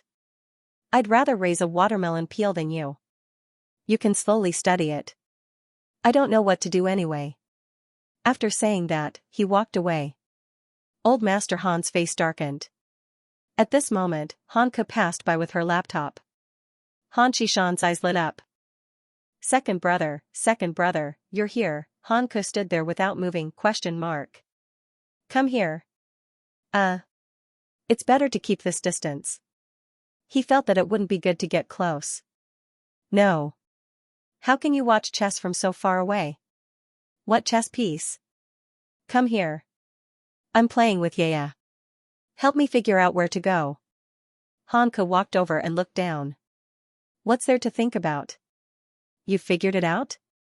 Yes. Han Shan rubbed his hands and looked hopeful. Tell me, what's the next move? Whatever. Huh? Hanku, whatever. Black is going to lose anyway. What's there to struggle about? Han Shan. This is worse than a watermelon peel. Go away. 1 or 2 pieces won't work. Hanka said lightly, aren't you the same? After saying that, she quickly ran away before Old Master Han could get angry. Han Shan looked at the situation of certain defeat in front of him and sighed incessantly. If only there was a step before, then there was a step before, and a step before, then there was a step before this. Wait, he rolled his eyes.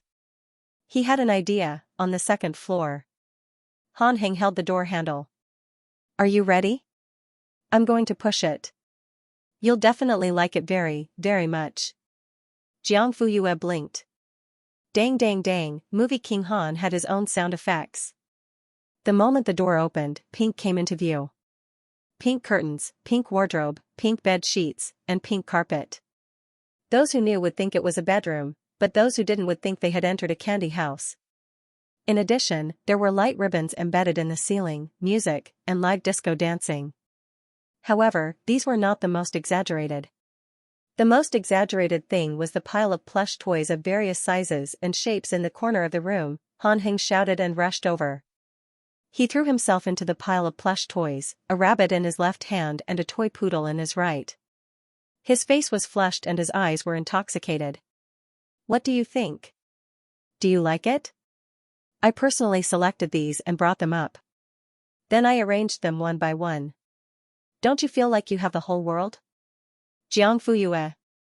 She didn't feel like she had the whole world, but she felt like Han Heng was sitting in the pile of plush toys.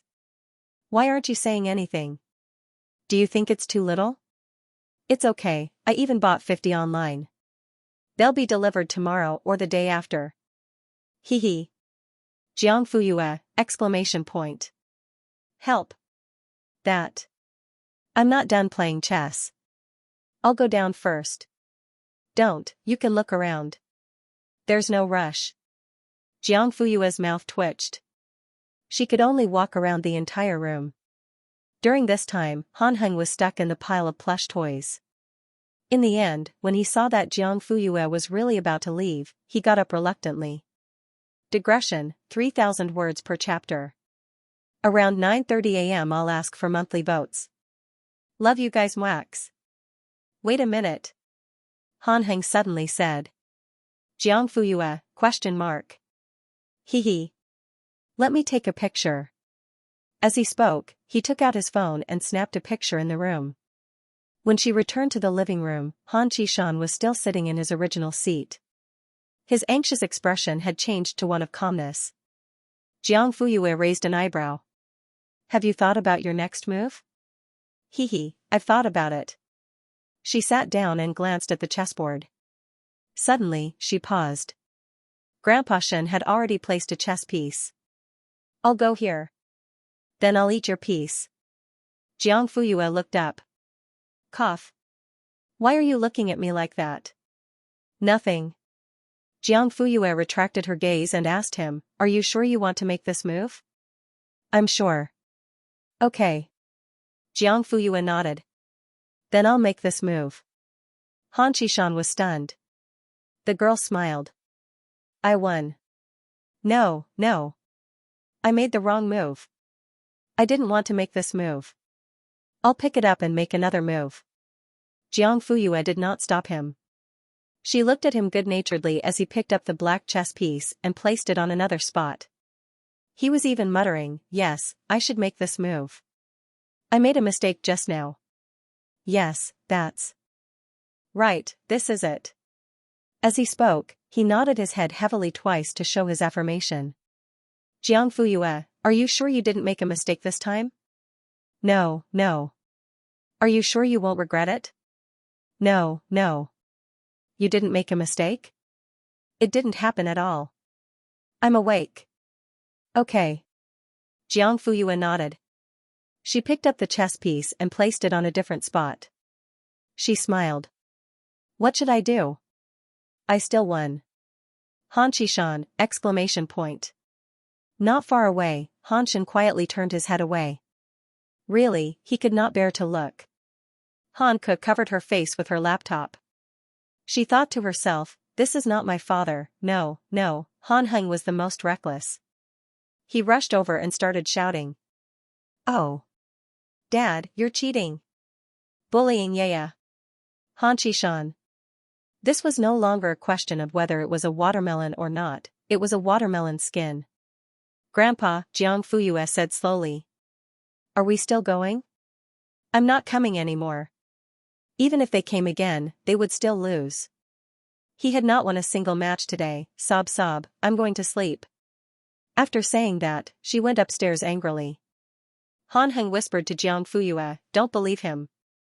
He must have gone to the study to look for the Go record in his chest. Oh. Han Shen walked over and said to Jiang Fuyue, don't mind him. The older he is, the more timid he becomes. It's been a long time since someone played chess with him like this. Even if he loses, he must be happy. Okay. Jiang Fuyue nodded. She reached out and adjusted the positions of the 3 white stones, which happened to be the 3 stones that Grandpa Shen had changed. I understand. Han Shen looked down and was speechless. When Grandpa Shen changed the stones, he was sitting on the sofa. He saw it from the corner of his eye, but he did not say anything. Catching someone red-handed, cough, he still had to save some face for Grandpa Shen. After that, Jiang Fuyue came back and did not say anything. Han Shen thought that she did not know, but in the end, at this moment, Grandpa Shen, who was secretly leaning against the railing on the 2nd floor, was confused. So the clown was me? He was too ashamed to face anyone. He had to dig out all the Go records. He had to regain his glory, downstairs. Han Shen's eyebrows twitched. How about playing a game with me? Jiang Fuyue looked up. Sure. The two of them sat down facing each other. Han Ku immediately put down her laptop and came up to them. Big Brother's Go skills were trained by a national master. He did not play easily. She had never seen him take the initiative to invite anyone. This was going to be a good show. Han Heng was not interested in this game. He sat down on the sofa, took out his phone, and started to edit the photo with Mei Tu. After he was done, he looked at it from afar and close up. Then, he nodded in satisfaction. He opened Weibo and uploaded it. If I had a daughter, I would definitely give her a room like this. Han Heng was the youngest three-time Best Actor in the country and had won 7 international film awards. He was a rare movie star with both works and popularity. Although he was in his 40s and was about to turn 50, he was still the dream lover of countless girls, women, and old ladies. The number of fans on Weibo had exceeded 100 million 10 years ago. One could imagine the impact of this post. First floor. First floor. I've been fighting for it since elementary school. Now that I'm a mother of 2, I finally got it. I have no regrets in this life series. Occupy the building first, then look at the content. Shocking. Brother, when did you have a daughter? Look at the window glass and ceiling design. Isn't this my house? So why would such a room appear in my house? Trending topic, Han Heng's pink room. I think it should be, Han Heng suspected of having a daughter. So the trailer on Wednesday said that the popular Best Actor was going to get married and have a child. Was it referring to our brother? It's good to have a daughter. Brother has such good genes. It's a waste if he doesn't have a child. Support the poster above. I'm brother's marriage promotion fan. Is his dream finally coming true? Sob sob. He should have gotten married long ago. Look at how old he is. Ah. In the future, on Valentine's Day and Chinese Valentine's Day, you don't have to listen to brother on Weibo anymore. I want to see Princess Kong Kong's positive side. I want to know who the daughter who can give birth to brother's monkey is. I swear, I'm not jealous. I'm only envious. Sister-in-law, thank you for ending my brother's career as a single mother for more than 40 years. The gossip on the internet continued to ferment and spread at an astonishing speed. In less than 15 minutes, it climbed to the top of the trending topics. At the same time, Han Heng had already thrown away his phone and walked over to the chessboard. He was not watching the game. Instead, he was admiring the way his big brother scratched his ears and cheeks. Second brother, do you think big brother is pretending or is it real? It was Yaya's first time home. It was not impossible for Han Shen to be merciful and let her win on purpose. Han Ke glanced at Hu Jinyao's serious side profile and then glanced at his tightly knitted brows. 99%. It's real. Hiss, it can't be, right? Can Yaya really win against Big Brother? I think, it's a sure thing. Han Heng was speechless.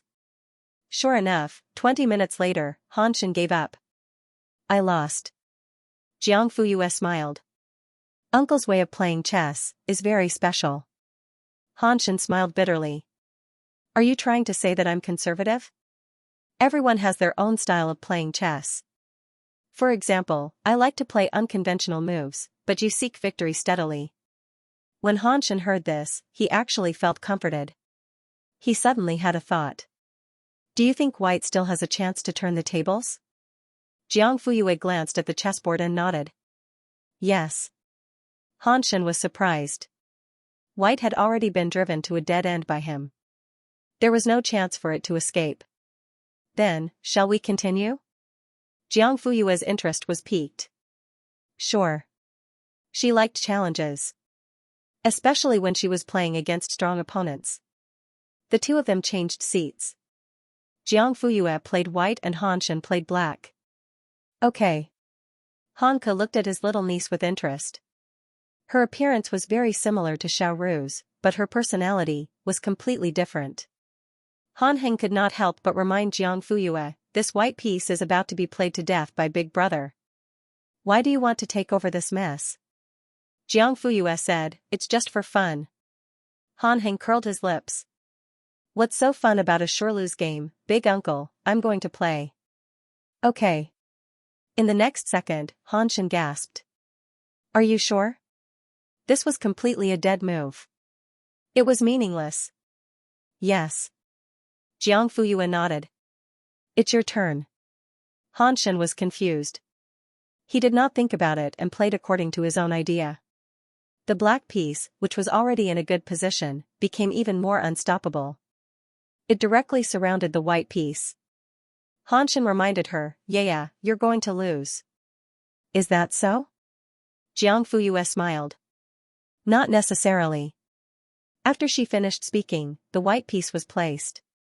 Xianxia was stunned at first, then his expression changed. In the end, there was only surprise and admiration left for his little niece in front of him. It's actually a sacrifice to survive. Although the white piece had lost soldiers, it still managed to kill a bloody path out of the encirclement. It could not be considered a victory, but at least it was safe. Jiang Fuyue said, continue. Xianxia said. Okay. Half an hour later. Xianxia said, I've lost. This time, it was a complete loss. Hanka smacked her lips. Her understanding of Jiang Fuyue was once again refreshed. Hanheng laughed gloatingly. Big brother, you're a little unlucky today. Xianxia shook his head. It's not unlucky. It's just that my skills are not as good as hers. Therefore, he admitted defeat. Yeah, who did you learn Go from? This was the first time he had seen such a sharp attacking style. It was not similar to the famous masters in the country. Digression, second watch, 3,000 words. Note, guapi means fool in Chongqing dialect. Books. Xianxia was stunned. What books? I learned them from books and modified them according to the actual situation. Xianxia, Hanku, Jiang Fuyue, is there a problem? No. At this moment, his phone rang. Third brother, answer the phone. Ah? Oh. Hanheng reacted and picked up his phone from the sofa. Hello. What? Did it explode? No. Since when did I have a daughter? Don't you know if I'm F***king married or not? Hurry up and deal with it, it's all rumors. Forget it, I'll clarify it myself. After the call ended, Hanheng guiltily opened Weibo. Xianxia, what's wrong? Hanheng, small matter, I'll deal with it right away. Hanka quietly passed the phone to her brother. Xianxia looked at it and was instantly furious. Third brother, what's wrong with you? How could you post such things? Delete it quickly. How could you post in a girl's room? What nonsense. Hanheng knew he was in the wrong. I'll delete it now, I'll delete it right now. After deleting it, he posted another Weibo post with only words. It was concise and comprehensive. Frowny face. I don't have a daughter, only a lovely niece. The room is prepared for her, thank you. Then, it became a hot topic again. Hanheng. What could he do? Who asked him to be so popular? It's getting late, yeah, go upstairs and rest. Okay.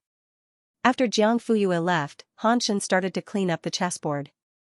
His gaze swept across every chess piece, but in reality, he was recalling every move Jiang Fuyue made. Hanka leaned against the bar counter and crossed her arms. Brother, did you see it? See what?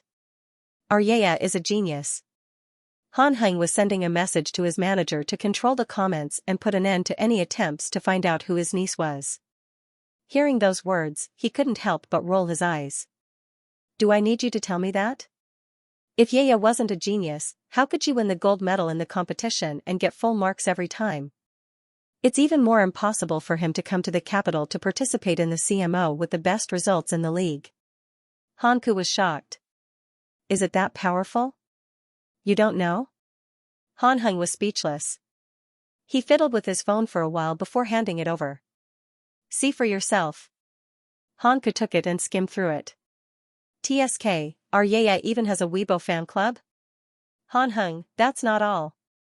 There's also a fan group, a super talk, and a separate Tieba. Hanka rubbed her nose. Before this, he really didn't understand his little niece. He only knew that his younger sister had been found and was married with a son and a daughter. I'm suddenly curious about Ye's IQ. Han Heng, it's definitely higher than yours. Han Shen put away the chessboard and said meaningfully, our Ye's genius is not just about her IQ. After saying that, he went upstairs. Han Heng didn't understand and asked second brother, what do you mean? Han Ke recalled the time when she strangled Xiao Meng's head with her bare hands. Yes, it's not just that. Han Heng, question mark. F***ck. Bully, the sound of water suddenly stopped. Jiang Fuyue came out of the bathroom in her pajamas. The moment the door opened, a cloud of white mist gushed out. She blow-dried her hair and was about to turn off the lights and sleep when suddenly there was a rustling sound from the direction of the door. She walked over and opened it. A black shadow darted in. Woof, after entering the door, the Rottweiler didn't run around. It just lay on the pink carpet, its ears drooping and its eyes darting around. Jiang Fuyue looked outside the door. The corridor was empty and there was no sign of the dog's owner. She shrugged and closed the door. Then, she began to stroke the dog. Woof. Woof, Xiao Mei rolled on the ground crazily, stroke again. Stroke again, Jiang Fuyue squatted in front of it. First, she stroked the dog's head, then the dog's body, then the dog's legs, and finally the dog's butt. It was so meaty, did you sneak in?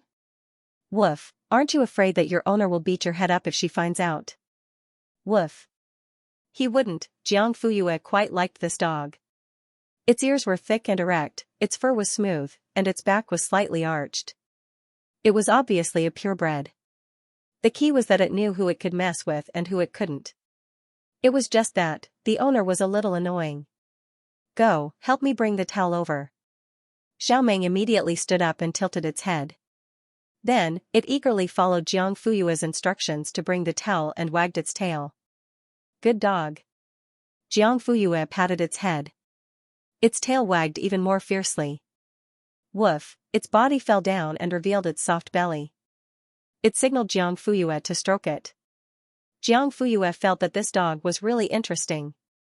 She stroked it a few times. Woof, suddenly, her phone rang. She walked to the bedside and picked it up. The caller ID showed. Xia Dingyuan? Hello? She answered the call. Are you asleep? Not yet. What's the matter? Jiang Fuyue sat down by the bedside. No, I just want to talk to you. Xiao Meng, who was ignored, glanced around and jumped onto Jiang Fuyue's leg with its front paw. Jiang Fuyue was shocked. The dog immediately retracted its paw, took 2 steps back, and stood still. Its head drooped like a child who had done something wrong. It looked pitiful. Xia Dingyuan, what's wrong? Nothing, there's a puppy in the room. As she spoke, she waved her hand and called the dog over. Xiao Meng went forward and said, don't be too enthusiastic. Jiang Fuyue stroked the dog's head.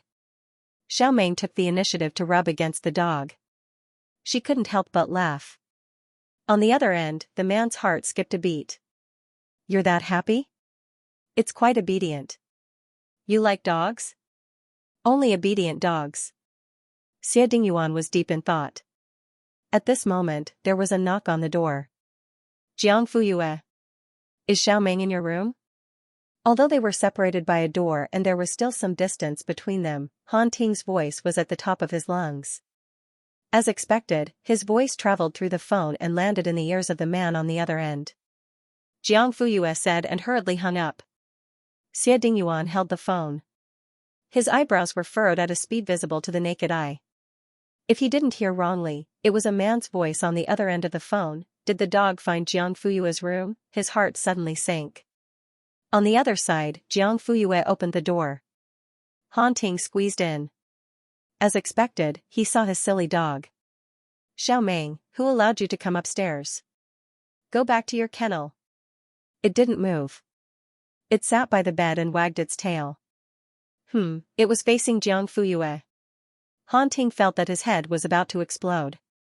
Since the dog didn't want to come over, then, he could only go over. He grabbed its fat neck and said, who told you to run around? Who told you to be disobedient? See how I'll teach you a lesson. Woof, how dare you scold me? I'll deduct all your snacks next month. I'll cancel the additional meals. The teenager scolded as he walked. After the dog and its owner left, Jiang Fuyue went to wash her hands and lay down to sleep. She didn't think of returning Xie Dingyuan's call at all. On the other end, the man waited for nearly half an hour. Seeing that she still hadn't called back, he sighed. Forget it, he'd better call back. Then, sorry, the number you have dialed is unavailable, Xie Dingyuan, as lowly as I am. After a good night's sleep, Jiang Fuyue woke up naturally at 8 o'clock and got up to eat breakfast. After breakfast, Han Shen sent her to the hotel. The results would be announced this morning. Han Shen said, I'll pick you up after it ends. Uncle, I want to stay in the hotel today. Han Shen thought that she wanted to stay with her teacher and classmates. He nodded. Okay, I'll come again tomorrow. Okay. There were 3 days between the end of the CMO and the start of the national team's training. Jiang Fuyue agreed to stay with the Han family. Because of this, Qingji was quite unhappy. Why should I accompany Han Qishan? Oh, if he's his grandpa, then I'm his grandma. Qin Yuanshan persuaded her. If you want Yaya, you can let her stay at home anytime. Why do you have to fight for these few days? When Yaya comes to the capital to study in the future, there will be plenty of opportunities. The old madam pouted. But I want to now. Okay, then I'll call Ah Shen and ask him to bring Yaya over. Forget it. Let her accompany Han Qishan. Don't make things difficult for Xiaoru, after all, blood ties could not be cut off. Qin Yuanshan said, you have a sharp tongue but a soft heart. That's called being magnanimous. 11 am, K University's academic lecture hall. The place where the opening ceremony was held was also where the closing ceremony would be held today. But before that, there was still the most important segment, the announcement of the results. There were a total of 6 questions in the 2 days of examination. Each question was worth 21 points, and the total score was 126 points. There were national first, second, and third prizes. The top 30 would be selected to enter the national team's training. Then, the top 6 would be selected to participate in the IMO. Chen Qing kept rubbing his hands. Tan Chiasu said, are you nervous? Chen Qing glanced at him. Nonsense, aren't you nervous? Tan Chiasu's mouth tightened slightly. He did not answer, but his heart was beating fast. It was beating faster and faster. How could he not be nervous? Oh, there were also people who were not nervous, such as this person. He glanced at Jiang Fuyue who was in front of him. She was looking down at Weibo. People really could not be compared to each other because it was easy to vomit blood.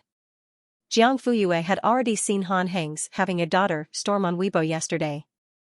Although he had already clarified the matter himself, there were still a bunch of marketing accounts that insisted that he had secretly gotten married and had a daughter. There were all kinds of detailed pictures and chains of evidence. Even Jiang Fuyue almost believed them. Sister Yu, Chen Qing called her. Jiang Fuyue turned around. What? Where's Teacher Su? He should have gone to take the report card. CMO adopted a partial announcement system. The big screen would only show the top 30, which was the list of the national team. As for the individual results, they would be given to the team leader. The team leader would inform the students.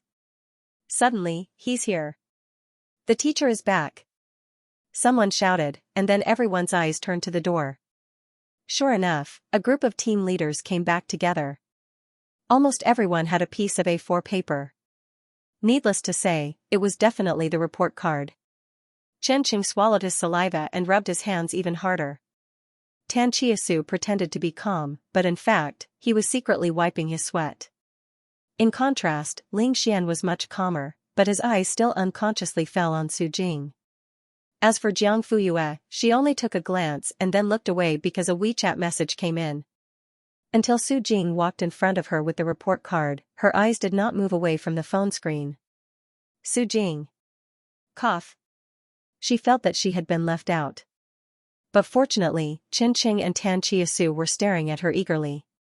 He was instantly satisfied. Teacher Su, how was it? How many points did we get? Su Jing's expression was serious. Your performance this time, he paused. Their hearts tightened. This tone didn't sound good? You did quite well, hee. Xianxia let out a long sigh. Tan Chiasu let go of his hand and looked down. His pants had been wrinkled by him. Su Jing's teasing had succeeded, and he was beaming. Jiang Fuyue's mouth twitched. You're really a dog. In the end, the report card was displayed. Jiang Fuyue was ranked first, 126, full marks, first place, then Ling Xian, 124, second place.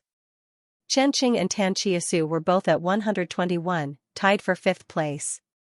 In other words, Lin Hui had occupied 4 of the top 5 places in the CMO. This was the best result since the opening of the Mathematical Olympiad class in Linan First High School.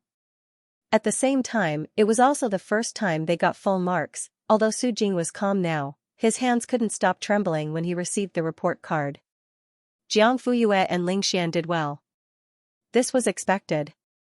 However, he didn't expect Tan Chiasu and Chen Qing to get such high marks. Su Jing felt like a hard-working farmer who suddenly reaped results far beyond his imagination. How could he not be excited, not surprised? He walked all the way from the conference room to the lecture hall, feeling as if he was floating. Fan Shiguang walked over. Cough. Old Su, how was it? What do you mean? The results, why are you playing dumb? Fan Shiguang's eyes were fixed, and he couldn't wait to snatch the report card from Su Jing's hand. It's okay, just SOSO. Fan Shiguang clicked his tongue. According to Su Jing's character in the past, if his students did well, wouldn't he have been showing off long ago? Why would he take the initiative to ask? Therefore, it was most likely that his students had screwed up. Fan Shiguang couldn't help but show sympathy. He patted his shoulder and comforted him. It's not a big deal. Even if you screwed up this year, there's still next year. As the saying goes, the more you fail, the braver you become. Who knows, maybe your students can get into the top 5 next year. Anything is possible. Su Jing looked at him and didn't say anything. Fan Shiguang said earnestly, I know you must be feeling bad right now. If you want to cry, just cry. I'll lend you my shoulder. Su Jing still stared at him and remained silent. Look at you, you're so sad. Actually, I understand very well. After all, you have a student who got first place in the joint examination and got full marks. As the saying goes, the greater the expectation, the greater the disappointment. Wait for next year. There's no need. Su Jing spoke and interrupted him. Fan Shiguang, huh? There's no need to wait for next year. What do you mean? What I mean is, my students got into the top 5 this year. Fan Shiguang was stunned. He immediately reacted and laughed dryly. Look at you. It's broad daylight and you're talking in your sleep. Su Jing smiled slightly. Do I look like I haven't woken up yet? Fan Shiguang blinked. There's really a top 5? Who? Is it Jiang Fuyue? How many marks? It's not Jiang Fuyue. Su Jing shook her head. I knew it, it's all of them. What? Su Jing, all 4 of my students got into the top 5. As for Jiang Fuyue, it's considered normal. It's not much, only 126 marks. Only 126 marks, only, that's F** king full marks, and it's still not much? Fan Shiguang's brain froze for a moment and he stood rooted to the ground. After a while, he reacted. You, say it again. How many top 5? Who got 126? Su Jing directly stuffed the results into his hands. Here, it's written in black and white. Take a look yourself. Fan Shiguang opened it with trembling hands. Half a minute later, he looked up hesitantly. Old Su, you can't have photoshopped the results to fool me, right? For students, all of them in the top 5, and one of them got first place with full marks, F***ck, he was blind. He was blinded by the flash. Coincidentally, at this moment, the director of the competition committee, Zhang Xianyong, went on stage and announced the list of candidates for the national training team, from high to low marks. They are Jiang Fuyue, Ling Xian. Every time he read a name, that student's name, score, and ranking would appear on the multimedia screen behind him. Therefore, when Jiang Fuyue's name was mentioned, a huge number of 126 points and first place appeared on the screen. Then, there was an uproar. Damn. Sister, you got full marks again. Although it's expected, I'm still shocked. Just one question, are full marks cabbages? To Sister Yu, it's cabbages. To us, it's jade cabbages. They're all cabbages, but those who know can understand. Oh my nine-tailed fox. Why do cabbages have to make things difficult for cabbages? What should we do? I feel that Sister Yu is going to slay the whole IMO this year. Ah. My spicy sticks are not in vain. Boo-hoo. Why do I suddenly feel like crying? I'm not the one who got first place with full marks. I feel like crying too. Looking at Sister Yu is like looking at the version of myself that I want to be the most. Fang Lulu sat below the stage. Her eyes were wide open as she stared at the huge screen as if she had seen a ghost. The words Jiang Fuyue were like a needle that pierced her eyes without warning. It hurt so much that she wanted to cry, the exclamations and praises around her fell into her ears. It was no different from rubbing salt on her wound. What's wrong with everyone? Why are they praising her so much? She's just a little bee asterisk tch supported by a rich man. How can she get full marks? Get first place? How can they, who studied hard and took the exam seriously, endure this? Could it be that she, Fang Lulu, was inferior to a stinky girl with bad morals? No, she would never allow it. A figure rushed onto the stage and snatched the microphone from Zhang Xianyong's hand before everyone could react. Facing the audience below the stage, he enunciated each word clearly. I want to expose Jiang Fuyue. She doesn't deserve to participate in the CMO and she doesn't deserve to be shortlisted for the national training team. Boom, the audience was in an uproar. Who is this person? Is she crazy? What is she talking about? I know her. Fang Lulu, a local candidate from Imperial Capital. I heard that her family is super rich and she stays in a suite at the hotel. She was supposed to give a speech at the opening ceremony, but director Zhang chose Sister Yu and she was eliminated. I saw her results just now. She only got 42 points. She's second from the bottom. Are you kidding me? She didn't pass? She dared to give a speech with such qualifications? What right does she have to say that about Sister Yu? Get down, yes. Get down. The audience shouted in unison. Fang Lulu stood on the stage and looked at everyone's unconditional support for Jiang Fuyue. Her anger reached its peak and her facial expression turned ferocious. Idiots. You're a bunch of idiots. You're all fooled by Jiang Fuyue. Do you know how disgusting she is? On the surface, she's more virtuous than anyone else. In fact, she's secretly hooking up with rich men and being a mistress. Nonsense. Someone below the stage stood up agitatedly. Don't worry, Fang Lulu sneered, I'll let you see the evidence with your own eyes. Digression, third watch, 5,000 words. I wanted to finish this chapter, but this Fang Lulu is too much. Finishing it simply isn't my style, so I'll continue with the next chapter. After that, Fang Lulu took out her phone and opened the photo album. She used the on-site multimedia Bluetooth function to directly project the photo onto the curtain wall behind her. The background of the first photo was K University's gate. The upper left corner showed that it was taken yesterday morning, which was the day of the second exam. Jiang Fuyue was sitting in a black Mercedes-Benz. Through the half-lowered window, a man's blurry profile could be seen. Fang Lulu said, Jiang Fuyue is from Linhuai. I believe everyone knows this. Why would a student from Linhuai have a luxury car to pick her up? The audience retorted, what if it's Sister Yu's own car? Fang Lulu sneered and enlarged the photo. Look carefully, it starts with Beijing A. This is the license plate of the capital. I know you won't believe me so easily, so I left another piece of evidence. She swiped her finger. Another photo appeared on the curtain wall. The background changed to the entrance of Spring Breeze Hotel. The photo was taken yesterday. The black Mercedes-Benz was gone, replaced by a silver-gray Bentley.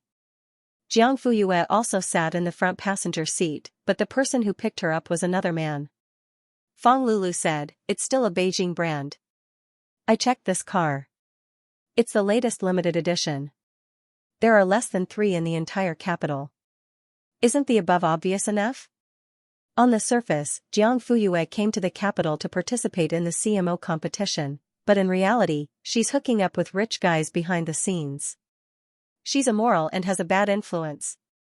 I want to ask the organizers and the leaders of the National Competition Committee here.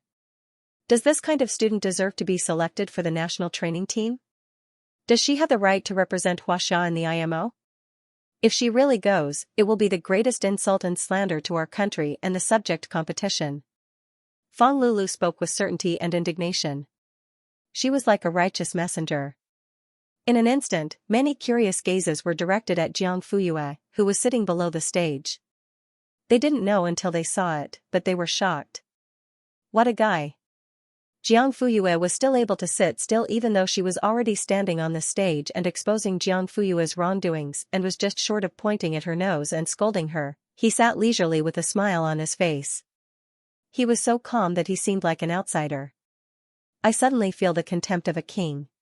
You tell me what you want to say, and I'll listen to you. If the enemy moves, I won't move, but if the enemy is angry, I'll laugh. Awesome. As expected of Sister Yu. She's so determined. So, what's with the photos? Photoshopped? Misplacement? It doesn't feel like it. I think that even if Sister Yu got into 2 different luxury cars, it doesn't mean anything. Just based on the opening 2 pictures, it's too brainless to say that I'm trying to hook up with a rich man. Brainlessness is secondary. What I'm afraid of is that someone with bad intentions would deliberately slander Sister Yu to achieve an ulterior motive. Someone must be pointing at Fang Lulu. They almost read out her ID number. The 2 of them immediately exchanged a look of understanding. We get it, we get it. What do you think she's after? She wants to drag Sister Yu down from the throne, but she can't get it herself. Why bother? That's because you don't understand how scary a woman can be when she's jealous. She won't hesitate to hurt others without benefiting herself. Fang Lulu couldn't get it herself, but that didn't stop her from making sure that Jiang Fuyue couldn't get it either. Her mentality was similar to, I'm miserable, so I want you to be miserable too. Although your misery can't alleviate my misery, I want you to be as miserable as me. Oh my God, women are too scary. A guy hugged his arm. I'm already having goosebumps. What do we do now? Let Fang Lulu bite like a mad dog on stage? Why are you panicking? Sister Yu hasn't said anything yet. TSK. Isn't Yueshan too calm? I feel like she's holding back a big move.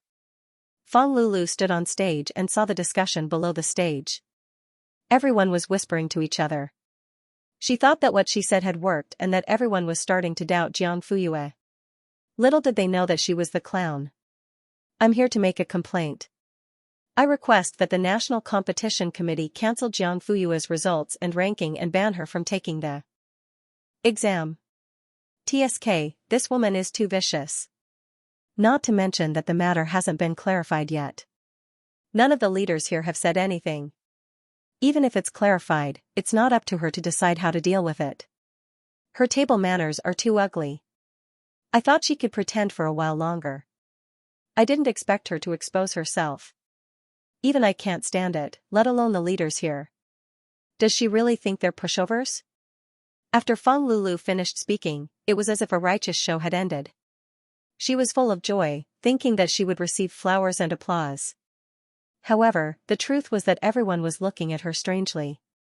The people below the stage didn't show any support or agreement. She stood on stage blankly, not knowing which part of the process went wrong. Didn't you see the evidence? Jiang Fuyue had seduced a rich man and played with his beauty, but it was all for money. Why don't you attack such a hypocritical and immoral person?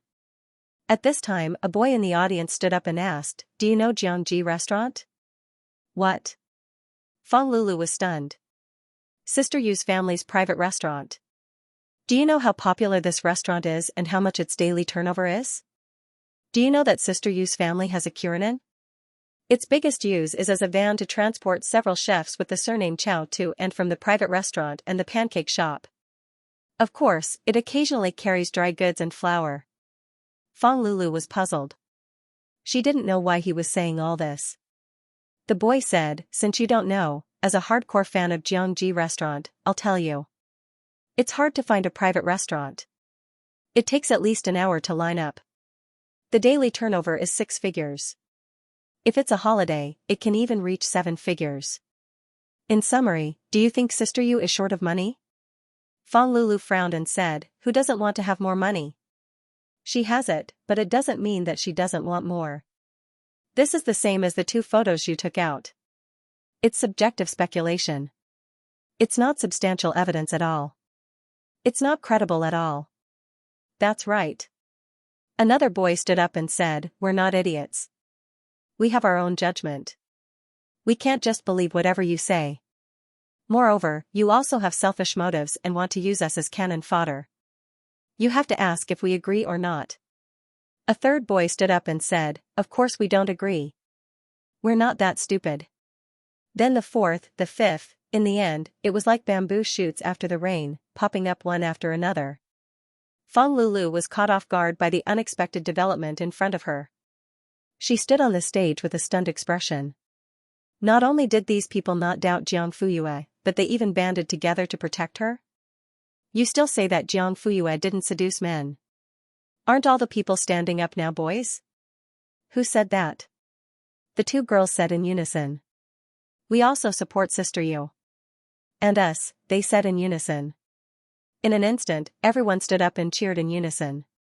It was inexplicably solemn. Fang Lulu was dumbfounded. The leaders of the competition committee couldn't help but be stunned. For the first time, they deeply and intuitively realized the importance of the 3 words Jiang Fuyue in the hearts of these students. At this time, Jiang Fuyue naturally couldn't remain silent. Under everyone's gaze, she walked up to the stage and picked up another microphone. She faced Fang Lulu and said word by word, according to Article 246 of our country's criminal law, the crime of insulting and defaming another person by using violence or other means, or fabricating facts to slander another person, is punishable by imprisonment of not more than 3 years, criminal detention, public surveillance, or deprivation of political rights. Fang Lulu, right? Her red lips curled up slightly. I'm going to sue you. And I've already called the police 15 minutes ago. Wow, there was an uproar in the audience. Once Sister Yu makes her move, we'll know if she's innocent or not. When the clown was still jumping around, Yueshen had already grasped her life. Fast, accurate, and ruthless. She's going for the kill. Hardcore Sister Yu. I want to marry her. No wonder she's synonymous with righteousness. Her first reaction is to call the police. She learned another move from Sister Yu. What's that saying again? According to Article 200 of the Criminal Law? According to Article 246 of the Criminal Law, the crime of insulting another person by using violence or other means, or fabricating facts to slander another person. On the stage, Fang Liulio's mind went blank. Her gaze was sluggish, and it took her a while to find her voice. You, what did you say? Jiang Fuyue looked at her watch. If nothing goes wrong, the police will be here in 10 minutes. You called the police? Yes, the law is the best weapon to protect yourself. No. I'm not slandering you. These are all facts. The photos are real, and so are your flirting. Fang Lulu shook her head in disbelief. How can you still have the face to call the police after doing such a thing? Suddenly, the door of the lecture hall was pushed open from the outside. 2 tall figures walked in. Everyone turned to look and gasped in the next second, wow. Who's that? He's so handsome. He looks like Han Xiao, the more I look at him, he does look familiar. F***CK. Isn't that the rich guy in the second photo who drove the Bentley? He's here. The main character has appeared. I feel like there's going to be a big show coming up. Tisk tsk, every step exudes a murderous aura. Eh? There's a man behind him. Who is he? Let me see.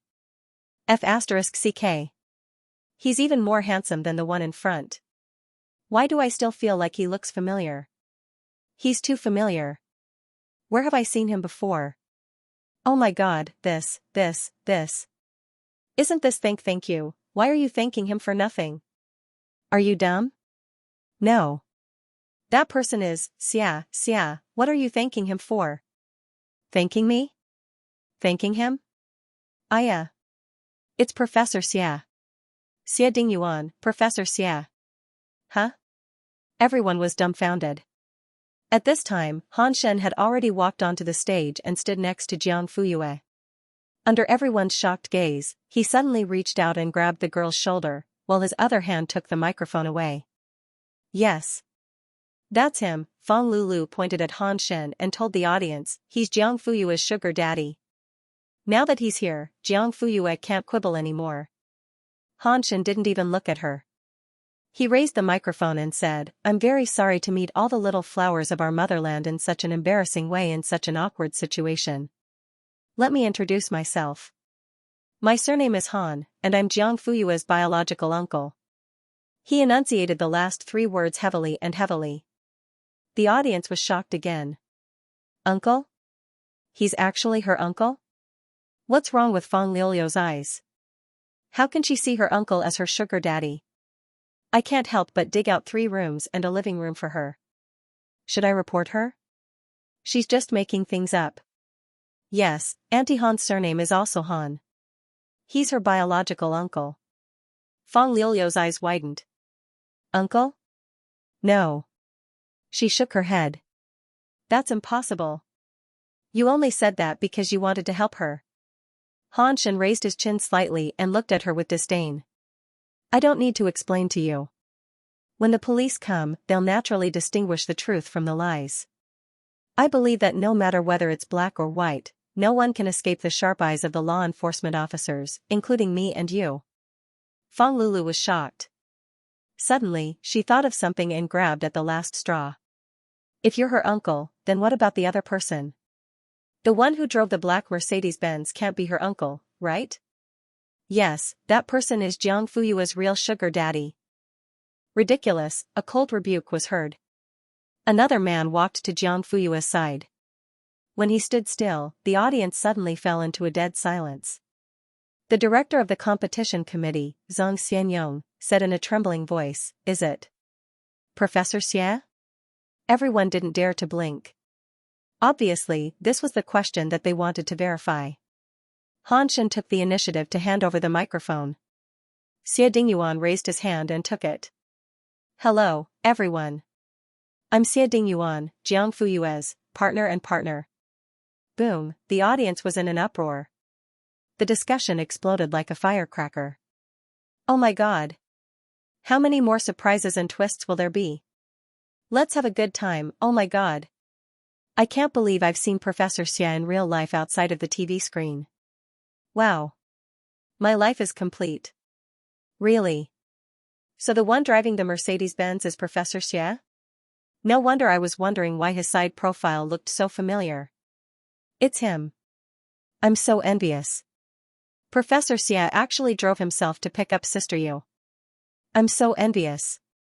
I don't want to sit in Professor Xie's car. I just want to drive on the same road they drove on the other day. I thought Feng Lulu was outrageous enough to spread rumors about Sister Yu and her uncle. I didn't expect that she would dare to spread rumors about Sister Yu and Professor Xie. Did Liang Jingru give her the courage? She's too reckless. Is this what it means to kick an iron plate harder than the one before? Am I the only one who thinks she's miserable? Does Feng Lulu feel like she's poked a hornet's nest right now? She dared to slander Professor Xie.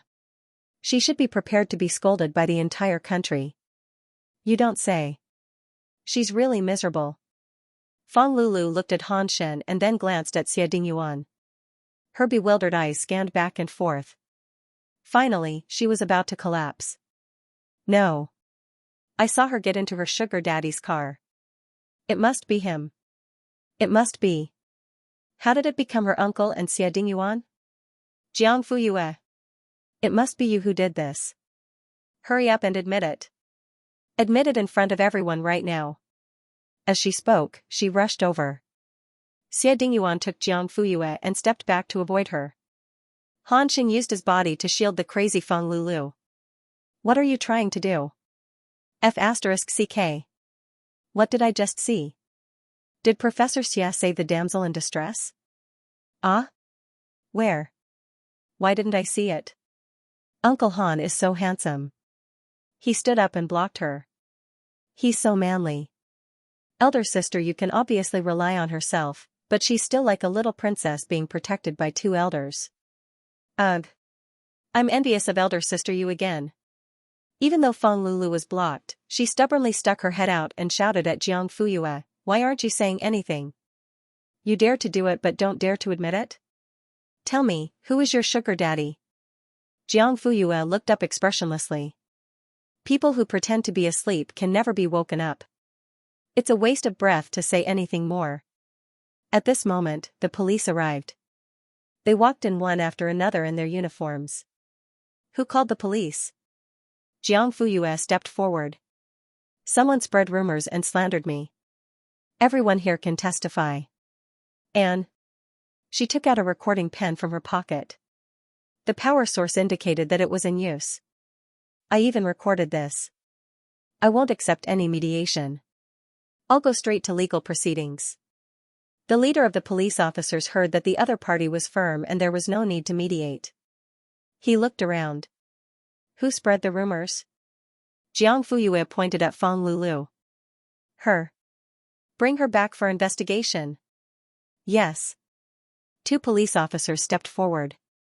Feng Lulu's expression changed. Don't arrest me. I didn't spread any rumors. I'm not going to the police station. She couldn't escape. In the end, she was taken away by force. The farce ended. Feng Lulu became the biggest loser. No one pitied her. Serves her right.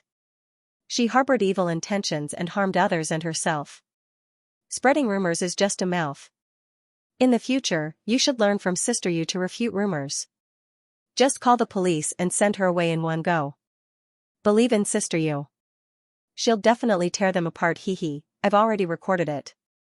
I suggest you watch it repeatedly and learn from it. However, the arrest of the villain wasn't the hottest topic.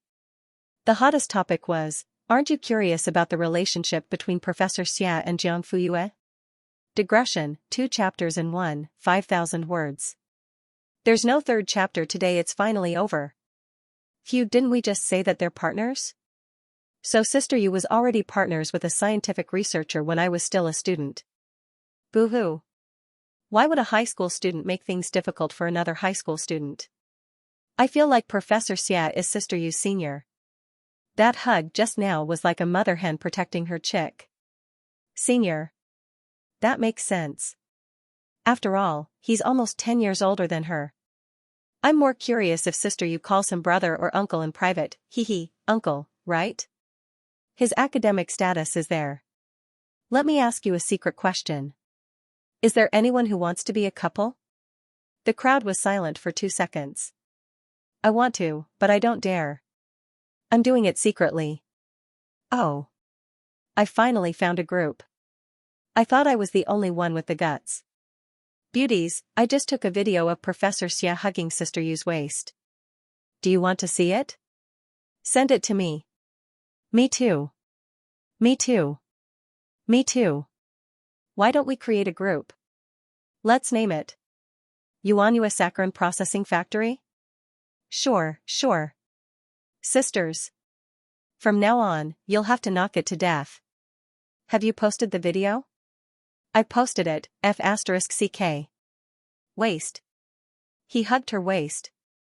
Earthquake of the eyes. Professor Xia's boyfriend power is exploding. And Sister Yu's small waist. Boo-hoo, what a perfect match. So it turns out that his big hand wrapped around her slender waist in the romance novel is true. Ah, I'm going to die. Although I know it's impossible, I still have to knock it to death. Yuanyue girls, go. Because they were so excited, the crows. Oh no, the screams spread and attracted the attention of the surrounding boys. Hey, what are you guys talking about? It's a secret. Hee. The list of the national training team was still the same. Jiang Fuyue was definitely in first place with full marks. The good news was immediately sent back to Linhui. The old principal, Hu Yongwei, put down his phone and smiled with wrinkles all over his face. Old who, why are you so happy? The principal of number 2 high school, who was sitting next to him, asked casually. Oh, I just saw a WeChat message. The principal of number 3 high school turned around with a smile. It's good news, isn't it? Hu Yongwei nodded, unable to hide her smile. It is indeed good news. I'm happy for the children. The principals of number 2 high school and number 3 high school looked at each other. It's about students? What was the exact situation? Tell me about it. Cough. Hu Yongwei cleared his throat. Actually, it's nothing much. It's just that the CMO results are out and the children did pretty well. Due to this year's examination questions being too perverted, there were very few students from Linhui who were nominated for the CMO this year. Only a few of them were from number 1 middle school. Because of this, the principal of number 2 high school even went to talk to the teachers in charge of the training for a few days.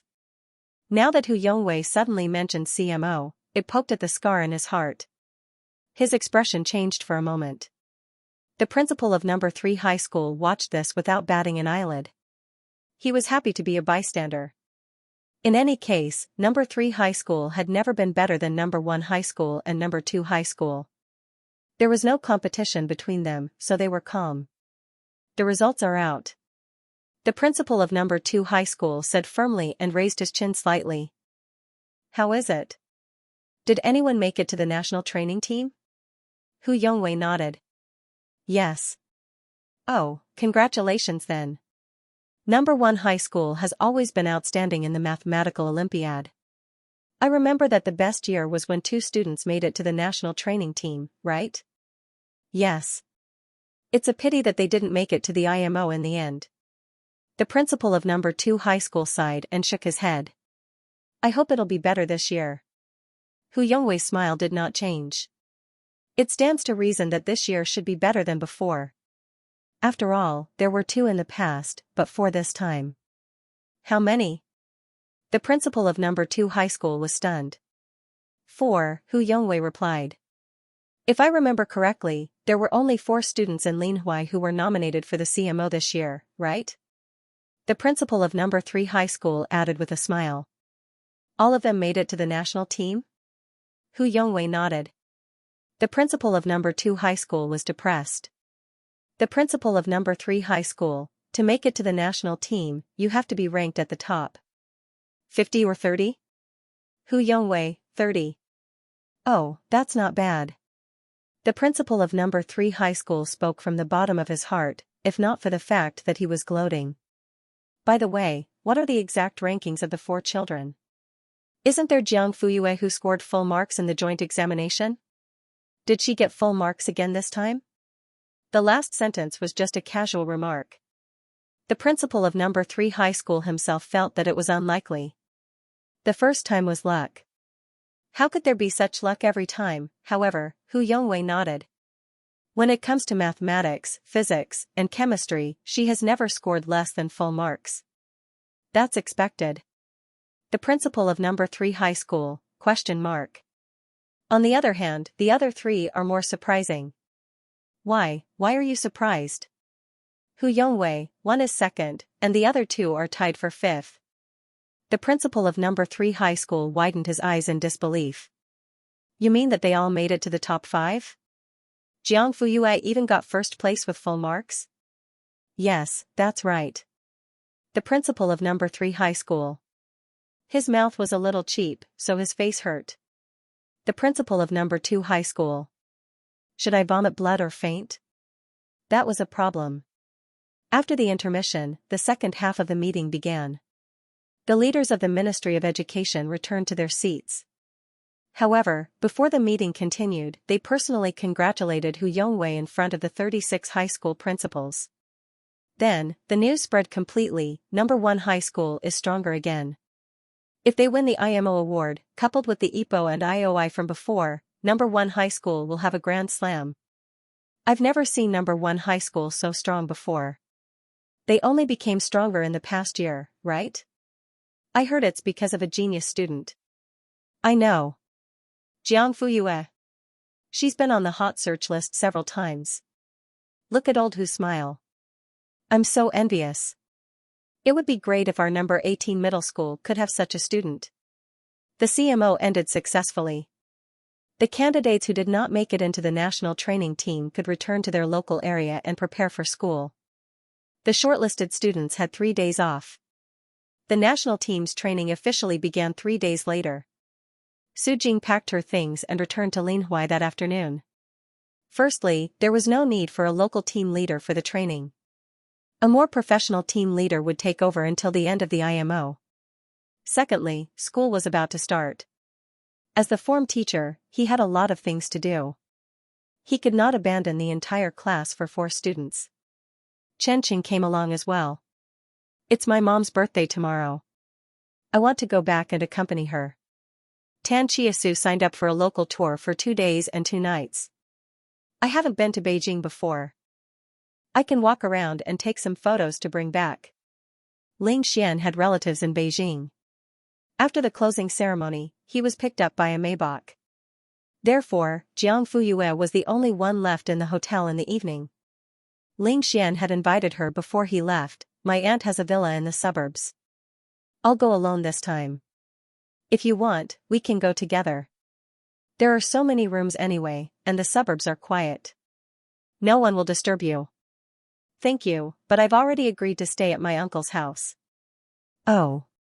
The young man left in disappointment. Jiang Fuyue had already finished the mineral water. She went downstairs to buy some. When she came back, she met a girl in the corridor. The two of them were in the same examination room and sat in front of each other. They had talked a few times. Sister Yu.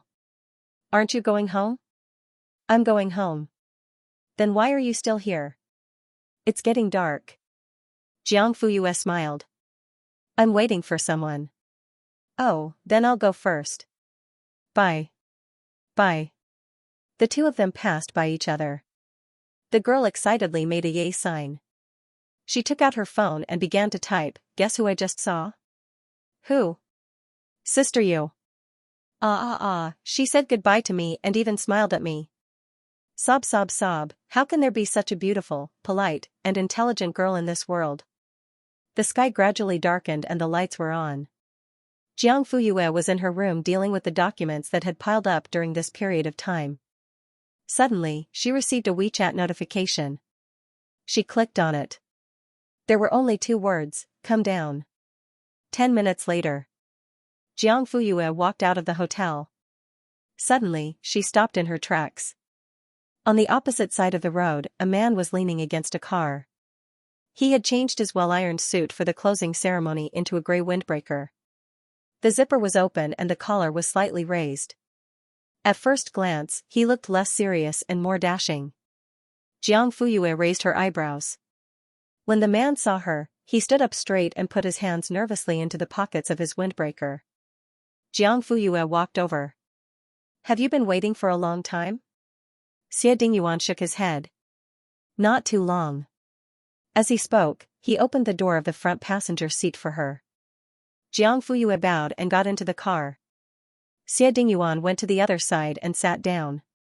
He started the engine. Let's go and eat first. Half an hour later, the black Land Rover stopped in front of a hot pot restaurant. Jiang Fuyue had just gotten out of the car when a strong aroma wafted into her nostrils. She couldn't help but swallow her saliva. Xie Dingyuan parked the car and the two of them went in. The waiter led them directly to a private room. When they were ordering, Xie Dingyuan was already familiar with the menu. Jiang Fuyue glanced at the menu. It was basically her favorite food. What's the matter? After passing the menu to the waiter, Xie Dingyuan turned to look at her and caught her looking at him. Nothing. Jiang Fuyue shook her head. It was a double hot pot. The dishes were served very quickly. The dishes were also sent in one after another. Next, Jiang Fuyue only needed to eat. There was no need for scalding or sandwiching because someone was doing it for her. Xie Dingyuan, this is 5 seconds, this is 15 seconds, and this, he remembered all of them. I'll do it myself. You can eat too. Okay, I'm eating. However, the truth was that every time Xie Dingyuan took a bite, he would give her a pile of food. Jiang Fuyue, wasn't this person too attentive? Xie Dingyuan felt good because the book said that considerate and thoughtful men were more likely to gain points. So, how many points did he gain now? Did he reach the passing mark? After eating, Xie Dingyuan went outside to pay the bill. Jiang Fuyue stayed in the private room for a while and went to the bathroom. When she came out, she suddenly saw a man pushing the door open and entering. He was probably drunk. His cheeks were red, his eyes were wide open, and he was walking unsteadily. When he saw Jiang Fuyue, the man was stunned and stopped pulling at his collar.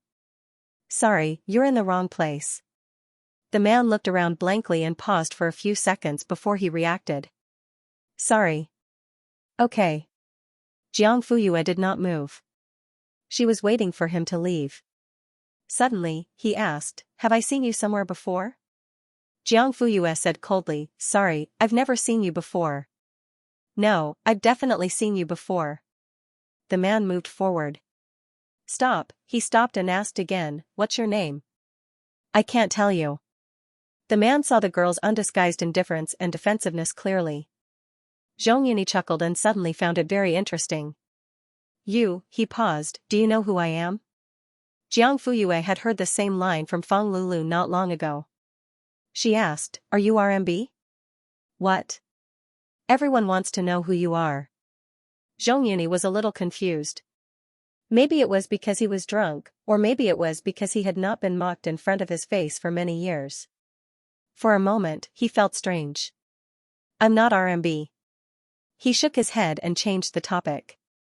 "But I have RMB. Please get out." The man turned a deaf ear and suddenly stepped forward. "Which university are you from?" The next second, there was a muffled groan. Zhong Yuni leaned forward and covered his abdomen with both hands. He looked up in disbelief and looked at the girl who was retracting her leg. "You kicked me?" He was shocked. "If you don't get out, I'll not only kick you, but also throw you." "Do you believe me?" Never, no one had ever dared to do that. "You mother f*** cur." Before he could finish his sentence, there was a loud bang and the world spun around him. When Zhong Yuni came to his senses, he was already on the ground. In front of him was a white ceiling and there was a dull pain in his back. Jiang Fuyue took 2 steps back, picked up her bag and coat, and turned to leave. That calm back view and calm footsteps made it seem like she was not the one who had thrown him a second ago. "Stop," Zhong Yuni chased after her. However, he met Xie Dingyuan who had just paid the bill in the corridor. His brother-in-law and little brother-in-law met face to face and were both stunned. "Xiao Jiao? Why are you here?" He remembered that Xie Dingyuan never ate hot pot. Xie Dingyuan greeted his brother-in-law first and then asked, "Why did you come out of our private room?" "Us?" Zhong Yuni then realized that the girl was standing beside Xie Dingyuan and was looking at him with a scrutinizing gaze. Zhong Yuni's brain suddenly quivered. Unable to withstand the alcohol, he suddenly pressed on his temples and staggered along with it. "Sorry, I may have burp. I drank a little too much, so I went into the wrong room and caused a misunderstanding." He did not mention that he had been kicked and thrown by Jiang Fuyue. Xie Dingyuan frowned. "I'll call big sister and ask her to pick you up." "Okay." Zhong Yuni leaned against the wall and nodded absent-mindedly. "That's good. Otherwise, I really can't find an excuse to slip away." Xie Dingyuan turned around and made a phone call. Zhong Yuni looked at the girl. "I'm sorry for just now. My brain wasn't very clear and I mistook you for someone else." "Okay." She was indifferent. He did not know if she believed him. There was a flash of interest in the man's eyes, but it disappeared in an instant. Xie Dingyuan quickly finished the phone call. Zhong Yuni seemed to be sober. He stood up straight and looked at Jiang Fuyue. "Ah Yuan, this is?" "My friend." Then he lowered his head and stopped by Jiang Fuyue's ear. He whispered, "This is my brother-in-law and also Zhong Xiang's father." Jiang Fuyue raised her eyebrows and looked at the half-drunk man in front of her. His facial profile was indeed somewhat similar to Zhong Xiang's. And she could not tell his age at all. At a glance, she thought he was in his early 30s. She did not expect his son to be so old. But as far as she knew, Zhong Xiang and his father did not have a good relationship. Xia Dingyuan, big sister should be here soon. We'll go first. Okay. The two turned and left. Zhong Yuni stood in the same place and looked in the direction the two left. His eyes narrowed slightly. Friends? When did Ah Yuan have female friends? Oh, interesting. Xia Yunzhao arrived 20 minutes later. As soon as she got out of the car, she saw the man standing in front of the hot pot restaurant smoking. His jacket was in the crook of his arm and his shirt collar was in a mess. There was a scarlet dot on his fingertip that flickered in the night wind. He leaned against the pillar, his long legs and strong waist added a devilish charm. Xia Yunzhao walked over and stopped in front of him. Are you drunk or not? No. Then why did you call me here? Zhong Yuni stretched out his long arm and put it on his wife's shoulder. Isn't this a call from Xiaojiu? You didn't refuse. Xia Yunzhao pushed him. You smell of alcohol. It stinks. Well, fortunately, my wife smells good. The woman's mouth twitched. How did you meet Xiaojiu? I was wondering why I met him. Listening to your tone, you don't want to meet him? Zhong Yuni leaned on the woman's shoulder and chuckled. How would I dare? It's just the hot pot restaurant. Do you think it's strange? Xia Yunzhao frowned. Xiaojiu doesn't eat hot pot. Yes, he doesn't eat hot pot and doesn't have a girlfriend. Today, he has both. What do you mean? Stand still. Don't touch me. You're annoying. Xia Yunzhao pushed him away. Ouch. Zhong Yuni took a deep breath. Don't touch my stomach. It hurts. What's wrong? Did someone hit you? Hey, it's true. Xia Yunzhao was annoyed by his sloppy look. I don't have time to joke with you. What did you say about Xiaojiu? What girlfriend? Digression, 2 chapters together, 5,000 words. Tomorrow at 3 p.m. Today, it's Dog Xia in a trench coat Zhongxiang. You may not believe it, but not only me, my uncle, even my father was thrown by Jiang Fuyue. She's amazing, right? Oh, no, it's a female friend. Xia Yunzhao still didn't understand. Explain. It wasn't her fault that she couldn't understand. It was just that the words Xia Dingyuan and girlfriend sounded unreal. Zhong Yuni roughly explained what had happened. As for what happened in the private room, it didn't matter if he didn't mention it. Xia Yunzhao was pleasantly surprised. Little Nine really brought a girl? And she said she was his friend? Uh-huh. What's the girl's name? How old is she? What does she do for a living? Zhong Yuni threw the cigarette away. I don't do background checks. Forget it, I'll just call him and ask. Don't. The man snatched her phone away. Ah Yuan is still with a girl. If you call him, the blooming Taishu will be depressed because of you. Xia Yunzhao thought about it and agreed with him. Okay, I won't call. Give me back my phone. Zhong Yuni handed it over and pressed the woman into his arms, hugging her. Don't move, let me lean on you for a while. The woman didn't move.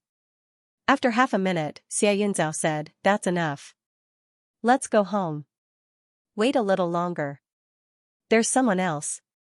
As soon as he finished speaking, a man in a black coat came out of the store. As his head was half lowered, the light couldn't shine on his face.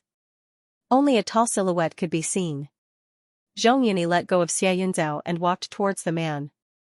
The two of them exchanged a few words. The man took the cigarette from Zhong Yuni and turned to walk in the other direction. Xia Yunzhao saw her husband come back with a smile and couldn't help but ask, who is that? You won't know him even if I tell you. Let's go home. If you don't tell me, I won't know him either. Xia Yunzhao avoided his hand. Zhong Yuni stopped and stared at her for 2 seconds. Suddenly, he smiled, it's okay to tell you. He's the new boss of Lu Corporation. Lu Mingshan? The man raised his eyebrows, why? Do you know him? Xia Yunzhao didn't reply. She turned and walked across the road. Zhong Yuni caught up, honey, don't walk so fast, behave yourself on the street. Don't get touchy. I'm legal. Why can't I? Xia Yunzhao pushed him away. Don't get drunk.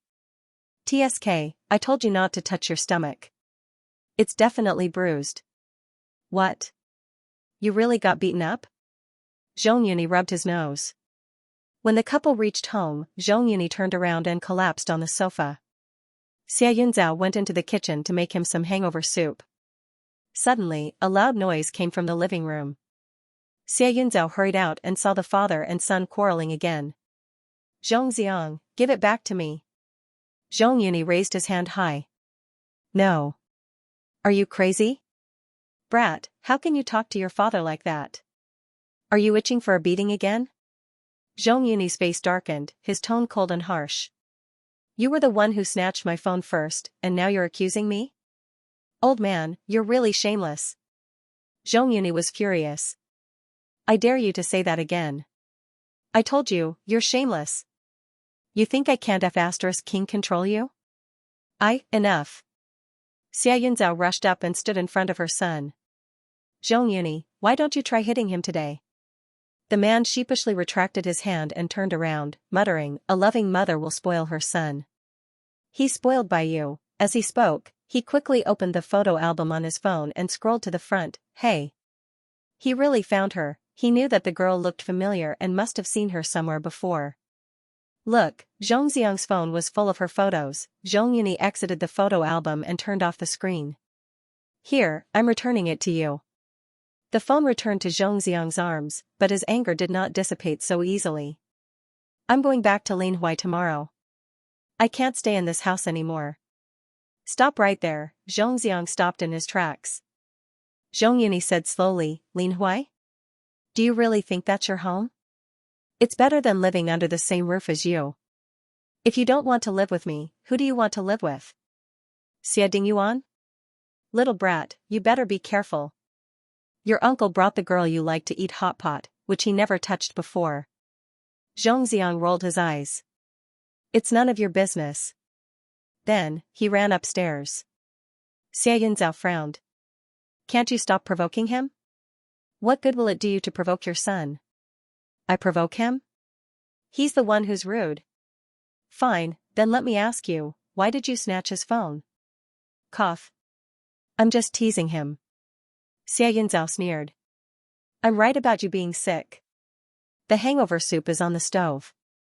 If you don't want to drink it, remember to wash the pot. Hey. I'm talking about your temper recently. The woman ignored him and turned to go upstairs. Zhong Yuni smacked his lips and fell back on the sofa. He felt a dull pain in his back and abdomen. F***ck. That woman was too ruthless. The ruthless Jiang Fuyue was currently standing in front of a small stall. The owner asked, Miss, do you want to play? How do you want to play? 30 yuan, 10 darts. Aim at the dart board in front of you. Every 95 points, you can pick a plush toy. Jiang Fuyue asked the owner to pick 10 darts first. Xie Dingyuan was about to pay. The owner smiled and said, Is 10 too little? Take a few more. That way, your points will go up. Jiang Fuyue said, 10 is enough, 95 points. If you want 10 darts, you have to hit the innermost circle on average. It's not easy. Jiang Fuyue said that it was enough. However, the owner probably thought that they were big fish. Young men and women who went out on dates were usually very generous. It was not easy to get a business deal. Wouldn't he take advantage of these two silly sheep? In short, he tried his best to persuade them. Jiang Fuyue narrowed her eyes. The owner suddenly felt a chill at the back of his neck. In the next second, the girl's lips curled up and she became friendly again. Okay, give me the 300 yuan one first, 300 yuan for 100 darts. If she missed the mark, she would definitely give him more. She was a fat sheep. Okay. The owner immediately turned around to get it. In the end, he filled 2 boxes. One box was given to Jiang Fuyue, while the other box was given to Xie Dingyuan. Professor Xie said, I don't want to play. Give it to her. The owner said, I'm not asking you to play. Hold it for your girlfriend first. When the other box is empty, you can give her this one. Understand? Professor Xie took it silently. The owner shook his head and sighed. Young man, don't think that you're tall and handsome. What's the use of a girlfriend? Look at you, you don't even know this. Of course, a girlfriend is to be pampered.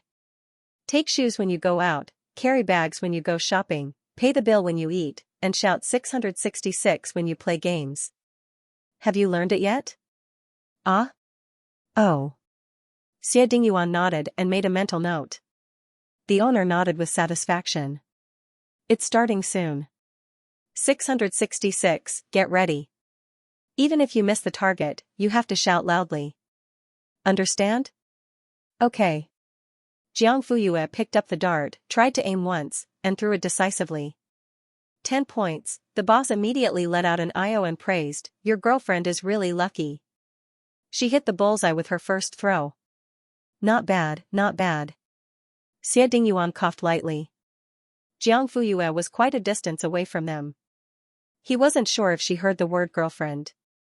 Anyway, Xie Dingyuan didn't deny it. She is okay. The owner looked at the good-looking man and woman and thought that they were a perfect match. The only thing was, the man looked a lot older than the girl. He was probably 5 or 6 years old. While the two of them were talking, Jiang Fuyue had already thrown 5 darts in succession.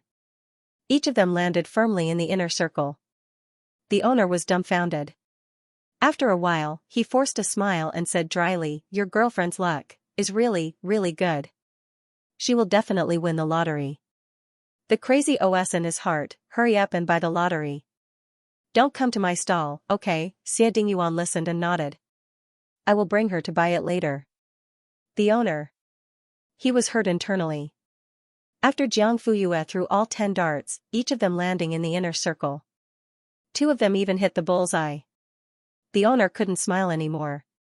He turned to look at Xie Dingyuan, who couldn't hide his pride. Brother, did your girlfriend graduate from the special forces? Xie Dingyuan, ? So the two of you are here to cause trouble? Seeing that Jiang Fuyue was going to continue, the owner hurried forward. Beautiful, beautiful, you have already scored 95 points. Why don't you go and pick a plush toy? Here, here. Jiang Fuyue didn't move. She weighed the box of darts in her hand. I will pick one after I finish throwing all the darts. Oh, by the way, please change the darts plate or pull out the ones that are stuck. I will start again. The owner just wanted to faint on the spot. Where did this little ancestor come from? Finish all the darts? He would probably be finished before she finished. Digression, 3,000 words for the 3rd update. Sorry, I originally planned to update at noon, but the word count was too little and the plot was incomplete. I might as well write all the plot points at 3,000. Sorry for the wait. Happy Girls' Day to my lovely readers. You are all goddesses. Beautiful, beautiful, beautiful pretty girl, you've obviously practiced before, haven't you? Jiang Fuyue said, you don't have a rule that forbids people from playing with toys. The shop owner looked as if he had been struck by lightning. Also, didn't you ask me to buy a few more darts? The shop owner pulled a long face. I was wrong, and I regret it, okay? Take this one as a gift from me. I won't charge you any money. You can choose 1 plush toy, no, 2. Jiang Fuyue rubbed her chin and hesitated. That's not very good, right? Why not? It's very good. It feels like I'm forcing you? No, no, no, I'm forcing you. The shop owner patted his chest and said with certainty, I'm forcing you to choose 2. And I'm forcing you not to pay. Jiang Fuyue, the shop owner was so anxious that he was sweating. At this moment, he only had one thought in his mind, little girl, just choose. Once you're done, hurry up and leave. Don't cause any more trouble. Jiang Fuyue blinked and didn't say anything. Seeing that she couldn't get through to him, the shop owner glanced at Xie Dingyuan and immediately changed his target. Brother, do a good deed and help me persuade your girlfriend. Don't let her continue. I earn my hard-earned money. Xie Dingyuan's heart trembled when he heard the word girlfriend. He subconsciously stole a glance at Jiang Fuyue. Seeing that she didn't react, he didn't know whether to feel sweet or bitter. In short, it was very complicated. The sweet thing was that she didn't deny it. The bitter thing was that she didn't admit it. Xie Dingyuan couldn't tell if the girl's attitude was more of a silent agreement or if she was completely indifferent. Therefore, his expression was tormented for a moment. However, the truth was that Jiang Fuyue didn't even notice the way the shop owner addressed her. She was already dizzy just by looking at the shop owner jumping on the spot. Brother? No. Say something. The shop owner waved his hand in front of his eyes. Why are you in a daze? Xie Dingyuan suddenly came back to his senses. Cough. He looked at the shop owner and then glanced at Jiang Fuyue. His eyebrows twitched. Boss, if you do this, the two of them turned around. As Xie Dingyuan spoke, the boss nodded frantically, and a smile gradually returned to his face. Okay. I'll listen to you. Jiang Fuyue raised her eyebrows and pricked up her ears. Although they were not far from each other, the two of them had deliberately lowered their voices when communicating. Coupled with the noisy environment, Jiang Fuyue could only hear a few scattered words. But looking at the boss's expression, it should be done, as expected. When the boss turned around to look at her again, his smile had returned to normal and was even brighter than before. Beauty, since you like to play, then play slowly. Have fun. I'll get you a new one now. Jiang Fuyue looked past him and looked at Xie Dingyuan behind him. Her beautiful peach blossom eyes flashed under the street lights, and she was puzzled. What did he say? What she got in response was a faint smile on the man's face. He even seemed a little smug. The boss quickly changed the darts and stood aside with a smile. Beauty, go ahead and play. Jiang Fuyue picked up a dart, one hand, two hands, another 10 darts all went into the inner circle.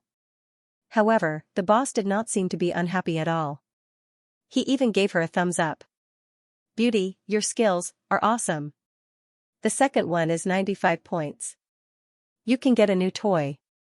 As he spoke, he prepared to change the darts for her. Jiang Fuyue said, I don't want to play anymore. The boss paused. Xie Dingyuan shook his head and laughed. In the end, the two of them paid 60 yuan, which was the price of 20 darts, and took away 2 medium-sized plushies. One was a long-haired husky, and the other was a short-haired rabbit. Xie Dingyuan remembered the boss's priceless advice and immediately put it into practice. I'll take it. Then, the 2 plushies were in his arms. A tall, handsome man wearing a windbreaker and leather shoes, with his hair neatly combed, was holding 2 plushies. The contrast was too cute. The little girls passing by couldn't help but exclaim in surprise. Look at her boyfriend, and then look at me. I don't have a boyfriend. The single dogs have been slaughtered. Can't you be a human in front of so many people? I'm so King jealous, CK, I saw a couple kissing just a second ago, and then I saw the boyfriend helping to take the plushies. I'm blind. Burp. I'm full. Domestic dog food is so delicious. Speaking of which, these two have good figures. Although I can't see their faces clearly, they're definitely not ugly. They're a perfect match. Xie Dingyuan calmly scanned his surroundings and discovered that no less than 10 people were looking at him. Is there something wrong with me? He looked at Jiang Fuyue in confusion. Have you heard of shy hunks? The man's pupils shook, and he said with difficulty, Am I shy? Jiang Fuyue's mouth twitched. I'm not saying that you're shy. It's just an example. The strong contrast of shy hunks is your current state. Xie Dingyuan swallowed. Although he understood the meaning of Jiang Fuyue's words, he still could not accept that he would one day be associated with the word shy. Why don't you give it to me, and I'll take it? Jiang Fuyue saw that the man's ears were so red that they could bleed, and she did not want to make things difficult for him. It was indeed inappropriate for a scientific research expert and respected professor to take 2 plushies on the street. However, as soon as she stretched out her hand, the man took a step back. Jiang Fuyue, ? No need. I'll take it. After that, he walked forward calmly, and deliberately held his head high, afraid that Jiang Fuyue would not let him take it. Jiang Fuyue, ? She was confused. In order to prevent her from fighting with him for the plushies, Xie Dingyuan even bought Jiang Fuyue a cup of fruit tea. I saw on the internet that this is delicious. You should try it. Jiang Fuyue, who was forced to take one hand, was confused again. However, it was indeed delicious. What did you say to the boss just now? Why is he willing to let me continue playing? Xie Dingyuan smiled. Guess. Jiang Fuyue found that this person had changed. When they were not familiar with each other, he would coldly shut you up and usually hit the nail on the head. Although he was too straightforward and did not seem to have any emotional intelligence, the advantage was that he was not so roundabout and easy to understand. After getting familiar with each other, he became a little bold? Presumptuous? Arrogant. Anyway, he had become a Professor Xia who could joke and occasionally tease her. It seemed that he had a little more human touch. Yes, a little more human touch. He no longer used his indifference and arrogance to isolate himself from the world. He no longer curled up his limbs, sealed his heart, and hid in a fake shell. He began to slowly reveal himself, like a flower blooming at the top of a mountain. People at the bottom of the cliff no longer saw him as unattainable and rare, but as boundless loneliness and loneliness. I'm not guessing. Jiang Fuyue smiled and shook her head. Why? Because you will eventually tell me the answer as long as I want to know, right? She was so sure and certain. The man suddenly felt a secret sweetness in his heart. Perhaps he himself did not know why. Yes. Xie Dingyuan nodded. I will tell you. So why? Jiang Fuyue put her hands behind her back and leaned forward slightly. Their eyes met, and their breaths were close. Because. The man's Adam's apple bobbed. The two plushies in his arms were deformed because of his sudden force. Unfortunately, no one noticed. I told the boss that except for the first plushie, I will buy all the other plushies that you won with money. TSK, spendthrift. The girl stood up straight and said this before walking straight ahead. Xie Dingyuan did not react at all. In terms of emotions, he was always the passive one. His emotions fluctuated because of Jiang Fuyue's sadness and happiness, and he was surprised and happy because of her ambiguous actions. The moment he admitted that he liked Jiang Fuyue, Xie Dingyuan lost. The unique fragrance entered his nostrils. Xie Dingyuan's eyes were dazed and his body stiffened. His breathing became cautious. Why aren't you talking? Boom, the man's cheeks turned red. No, nothing. Oh, forget it then. Jiang Fuyue stepped back and stood up straight. The fragrance also disappeared. She lowered her head and took a sip of fruit tea before continuing to walk forward. The man was stunned and at a loss for a moment. Forget it then, what did she mean? He hurriedly chased after her. You said forget it just now? Then if you don't, you. There's a dessert shop in front. Let's go in and take a look. No, just now you, what happened just now? Jiang Fuyue blinked. Did I say anything? Xie Dingyuan? If you don't go in, then I'll go in myself. Xie Dingyuan moved his lips but did not say anything in the end. Some opportunities slipped away, and so it was. He learned from the painful experience and secretly swore to himself that he would definitely continue the conversation next time. After coming out of the dessert shop, Jiang Fuyue had a mango sorbet in her hand. She ate it as she walked. Xie Dingyuan helped her with the fruit tea with one hand and carried the bag with the other. There were durian sorbet and Oreo sorbet in the bag. As for the two stuffed animals, he asked the shop assistant for a ribbon. He strung the husky and the bunny together and slung them over his shoulder. The two bunny heads were pressed together and looked soft and cute. Even the man who was carrying them was inexplicably cute. Is it easy to carry? Give me the stuffed animals.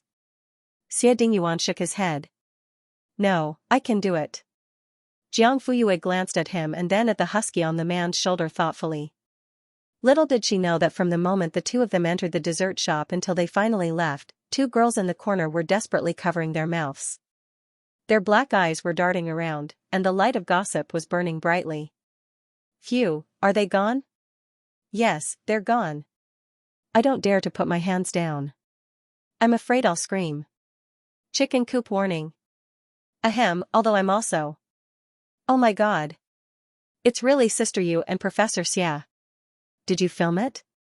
I did. I'll send it to you right away. No need, just send it to the group. Sweets are only sweeter when everyone eats them together.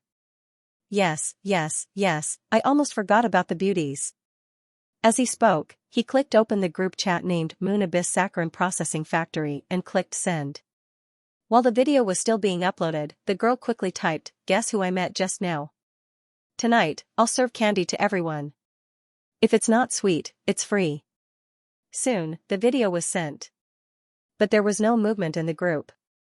The girl blinked her eyes in confusion. Why isn't anyone reacting? Really? Let me see. His friend took out his phone and opened the group chat. There was indeed no reaction. I don't think he's home yet. You should be able to see it soon. As soon as he finished speaking, WeChat notifications started ringing like crazy. The group exploded, F***CK. Am I supposed to thank God with fluffy things? I don't dare to imagine it at all. When Xianxia went out later, he carried fluffy things on his shoulders to get milk tea and bags for Sister Yu. Boo-hoo. So cute. So, is Xianxia acting cute? I think he's selling it to Sister Yu. Let's just peep at him. Hee, it's cold Xia in the news, but in front of Sister Yu, it's milk Xia. My nine-tailed fox grandmother, this pair of sheepy is too easy to eat. Sister. Is this the only video? Did you film anything else? Only this one.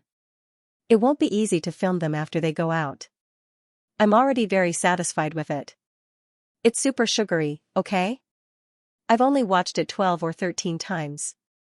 I even forgot to reply to the messages. Me too. Me too.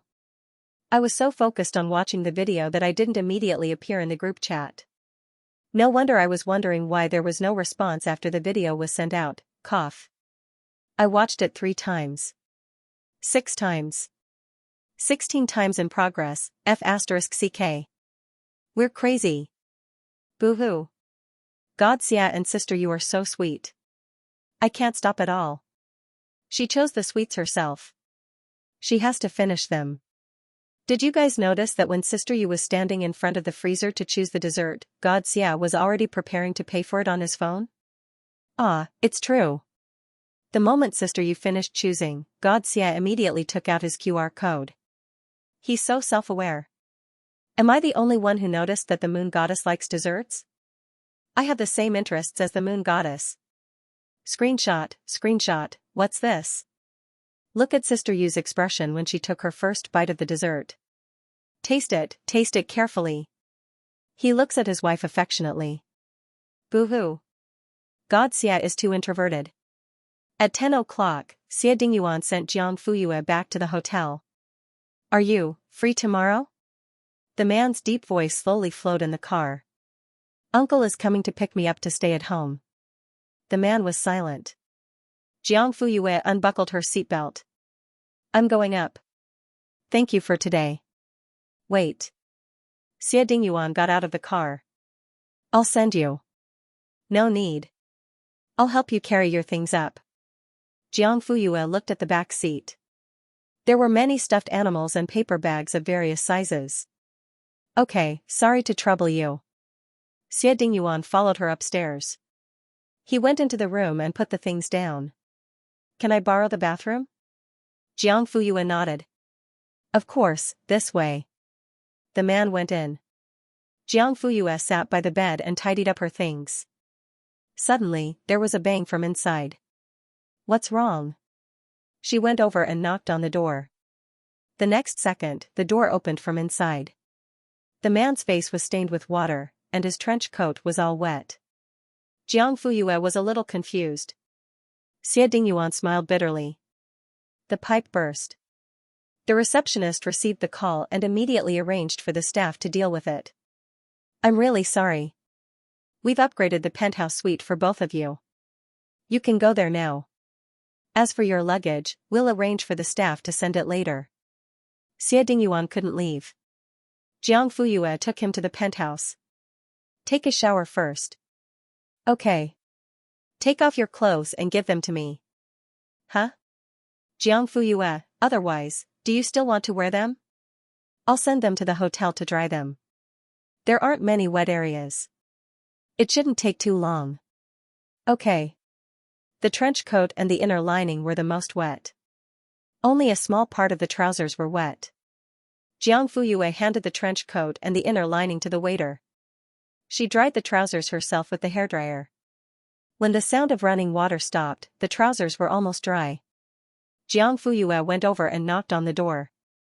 There was no sound for a long time. Xie Dingyuan? Are you still showering? I'm done. Open it for a while. That's not very good, right? I'm not wearing any clothes yet. Jiang Fuyue didn't know whether to laugh or cry. What are you thinking? I'll pass you the trousers. There was no sound from inside again. After a long time, the door opened slightly. Steam came out, mixed with the fragrance of shower gel. Jiang Fuyue said helplessly, open it wider. How can I pass it to you? Okay. She opened it a little more.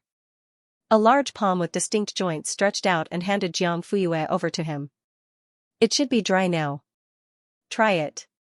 Thank you. Jiang Fuyue turned and left. 5 minutes later. Xie Dingyuan, I'm done. Jiang Fuyue looked up. Trench coat, wait, the next second, her voice stopped abruptly. The man's upper body was naked. His pores were still moist from the water. His chest was strong, and his abdominal muscles were even.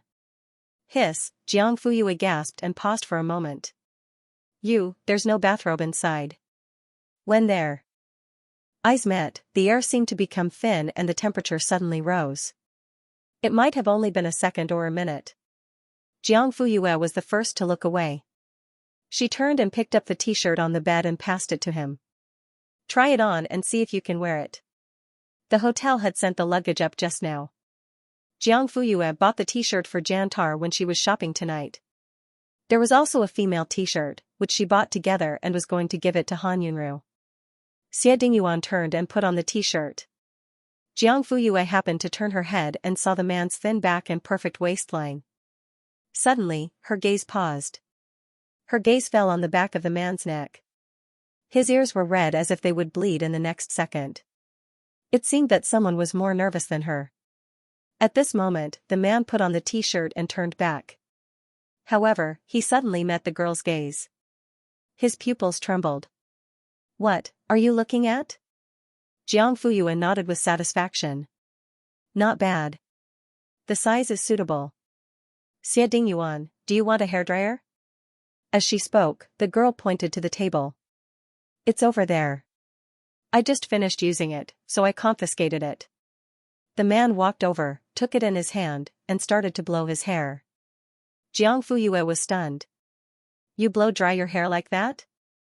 Xie Dingyuan saw that she was talking and turned off the hairdryer. What did you say? You were too loud just now. I didn't hear you clearly. You blow dry your hair like that? Is there a problem? Jiang Fuyue's mouth twitched.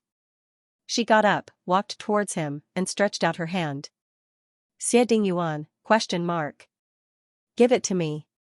Digression, yesterday's third update was 3,000 words long. The emotional drama was really good. Everyone has been waiting for a long time. There will be another update at 12. Jiang Fuyue took the hairdryer and weighed it in her hand. She lifted her chin slightly and gestured to Xie Dingyuan. The man did not understand and asked blankly, what? Sit down. Otherwise, how can I reach it? Oh. Xie Dingyuan's limbs were stiff as he sat on the stool. The next second, there was a roaring sound. The hot wind blew and blew on his hair. Then, he felt a cool and soft touch on his scalp. The man's body shook. The girl's hand was gently fiddling with his hair. Her fingertips inevitably touched his scalp. What's wrong? No, nothing. Is the hairdryer too hot? No. Then why do you keep sweating? Xie Dingyuan, it was dry. You have to be gentle like this when you blow dry your hair. Roughly in one direction. Do you understand? The man nodded. Okay, then you can do it yourself. Jiang Fuyue handed the hairdryer back to him. You're not going to help me? He was stunned. Didn't you say you understood? Oh. This damn mouth. After drying his hair, Xie Dingyuan put away the hairdryer. There was a separate balcony in the suite. Jiang Fuyue was sitting on a lounge chair and enjoying the night breeze. Beside her were the two desserts that she had brought back. There was a durian box and an Oreo box. Xie Dingyuan walked over and sat down opposite her. He had nowhere to put his long arms and legs. The limited space in the chair made him feel a little cramped. "Do you want desserts?" Jiang Fuyue asked. The man paused and nodded. "Yes." "Durian?" "That too." "Here." Jiang Fuyue pointed to the desserts on the table.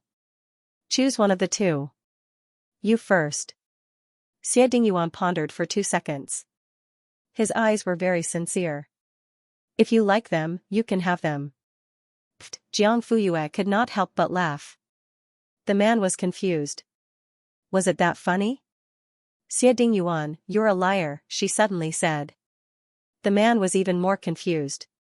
"Liar, you clearly don't like sweet things, yet you still say that you can do it. Did I wrongly accuse you of being a liar?" The man's expression was slightly embarrassed, and his ears turned red again, burning all the way to his cheeks. "I'm not lying to you, but what? I just want to know what your favorite things taste like. Maybe I'll like them too?" Jiang Fuyue was speechless for a moment. In the blink of an eye, the man had already opened the packaging, measured it, and finally, cut the two desserts from the middle. It was still the typical style of obsessive-compulsive disorder. It was divided into two, and the size was almost equal. They were placed neatly in the box, as if they were originally made for a double flavor. "We'll split the durian and Oreo 50-50s. This is yours and this is mine." Jiang Fuyue smiled. "Sure. How is it?" "Xie Dingyuan, the durian is even better. The Oreo is already soft." Jiang Fuyue nodded. "I think so too." The man smiled.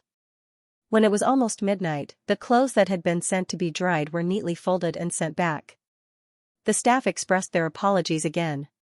Originally, Xie Dingyuan should have changed his clothes and left by now. Unfortunately, it was raining outside. "Is there an umbrella?"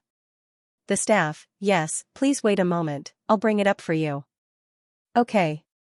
After waiting for about 15 minutes, not only did the umbrella not arrive, but the power in the room was also cut off.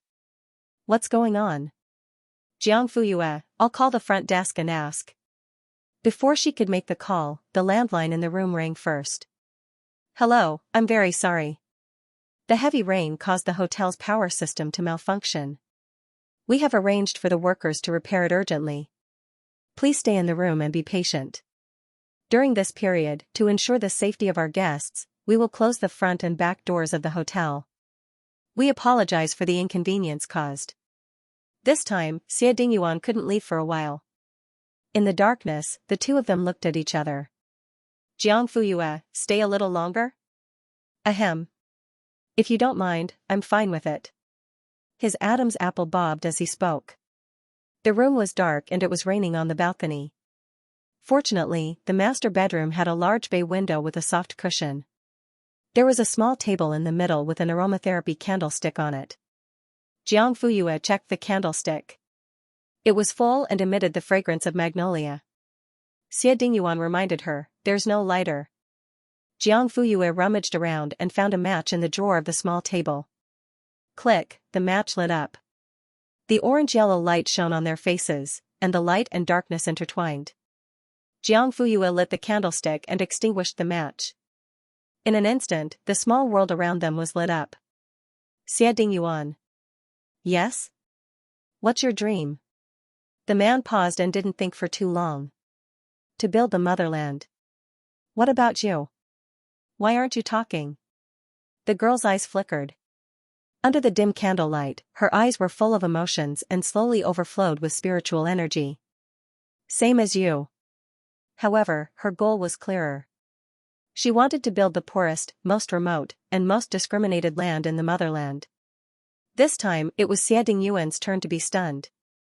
He opened his mouth and only spat out one word, "You, what?" The girl smiled and her eyes curved into crescents. "You don't believe me?" "No. I just feel that you're still young." "You shouldn't. What did girls of this age look forward to? Delicious food, beautiful scenery, beautiful clothes, beauty, friendship, love, family, a good university, a good job, and a bright and brilliant future. In short, it was mostly about themselves and not about others, not to mention the country and the people. At that moment, Xie Dingyuan's heart beat faster.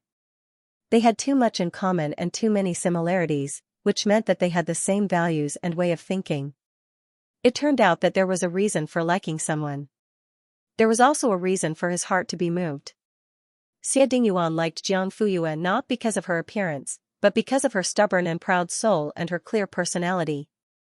What do you mean by I'm still young? Are you very old? The man looked down. I'm almost 10 years older than you. Jiang Fuyue thought to herself, including my previous life, I'm more than 10 years older than you. The rain outside the window didn't stop, and the lights in the room didn't come on. The candlestick was about to burn out. Jiang Fuyue blew it out and yawned, I'm not waiting anymore. If you don't mind, go sleep in the room next door. I'm going to lie down first. Digression, everyone, come back at 1 o'clock to clear the cache and add more content later. The man was also stunned by the sudden appearance of the girl. When he came back to his senses, he quickly buckled his belt. Yeah, are you okay? Han Heng suddenly asked. The footsteps were getting closer and closer. Xie Dingyuan froze. Clang, Jiang Fuyue closed the door and turned around to block the footsteps. She smiled at Han Heng who was walking towards her. What's going on? It's so noisy. Are there rats? As she spoke, she tilted her head and looked at the closed door of the guest bedroom. Jiang Fuyue said, there's a problem with the water pipes. I've already told the front desk. Han Heng did not suspect anything. Don't worry about it. We're going home soon anyway. Oh right, have you packed your luggage? I'm almost done. Okay, then you pack up. I'll just walk around. As he spoke, he had already placed his hand on the door handle. Jiang Fuyue's eyelids twitched. She quickly held his hand. Han Heng was stunned. Then, he felt warm. Yaya was getting close to him. Uncle, thank you for coming. Go sit on the sofa. I'll be done soon. As she spoke, she led him to the living room. Han Heng smiled as he walked. There's no hurry. Take your time. I'm not in a hurry. Is that so? But why do I hear that celebrities are very busy? If they're not rushing to an event, they're rushing to an event. Tisk, that's for other people. Your uncle has long passed the stage of being exhausted. It's time for me to enjoy life. Jiang Fuyue brought him to the sofa. She pressed him down and stuffed a glass of water into his hand. Wait for me. I'll be done soon. I said there's no hurry. Take your time. Okay, Jiang Fuyue turned around and smiled. Then, she went into the guest bedroom and closed the door behind her. In the room, Xie Dingyuan was already dressed neatly, but his hair was a little messy. His windbreaker accentuated his tall stature. Just by standing there casually, he was like a tall and straight orchid tree. I thought you left. Is it inappropriate for me to go out at this time? The two spoke at the same time. Jiang Fuyue was speechless for a moment. My uncle is here. Xie Dingyuan mumbled. Oh. If you don't want to be beaten, then stay in the room and wait for us to leave. Okay. Just as Jiang Fuyue was about to leave, she suddenly stopped and said, just to be safe, remember to lock the door. Then, she went back to the master bedroom to pack her luggage. She came out to take a look once. Han Heng was sitting on the sofa, rubbing the two plush toys. The husky in his left hand and the rabbit in his right. He smiled contentedly. Yaya, what's wrong? Jiang Fuyue paused. I don't think I can open the second bedroom. Uncle, wait, Jiang Fuyue quickly closed her suitcase and rushed out of the room. Han Heng asked, why is the secondary bedroom locked? I don't know. Maybe the lock is broken. What the hell is wrong with this hotel? First, the water pipe is broken, and now the lock is broken. How can this be the penthouse? No. I have to make a call to report. He was about to take out his mobile phone. Jiang Fuyue quickly stopped him. Maybe the hotel didn't want this to happen, but accidents can't be avoided. Let's put ourselves in their shoes and not be too calculative. Han Heng suddenly stared at her. Jiang Fuyue's eyes flashed. Uncle, why are you looking at me like this? Yeah. You disappoint me. Han Heng asked, how can you be like this? So kind, considerate, tolerant, and generous. What will you do in the future when you face the cruelty of society and the evilness of people? I'd rather you be sly and cunning. At least you won't be bullied. Han Heng looked at the innocent and harmless girl in front of him. He was worried that she might not be his father, but she was more like his father. There was only one thought in his mind, my girl is the purest little flower, the purest little magpie. She's so fragile that she will break at the slightest touch. She's so weak that she won't be able to withstand wind and rain. I must love her and protect her in my palms. I must cherish her.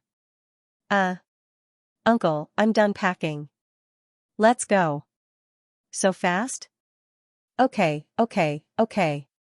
Let's go. I'll book a hotel for you next time.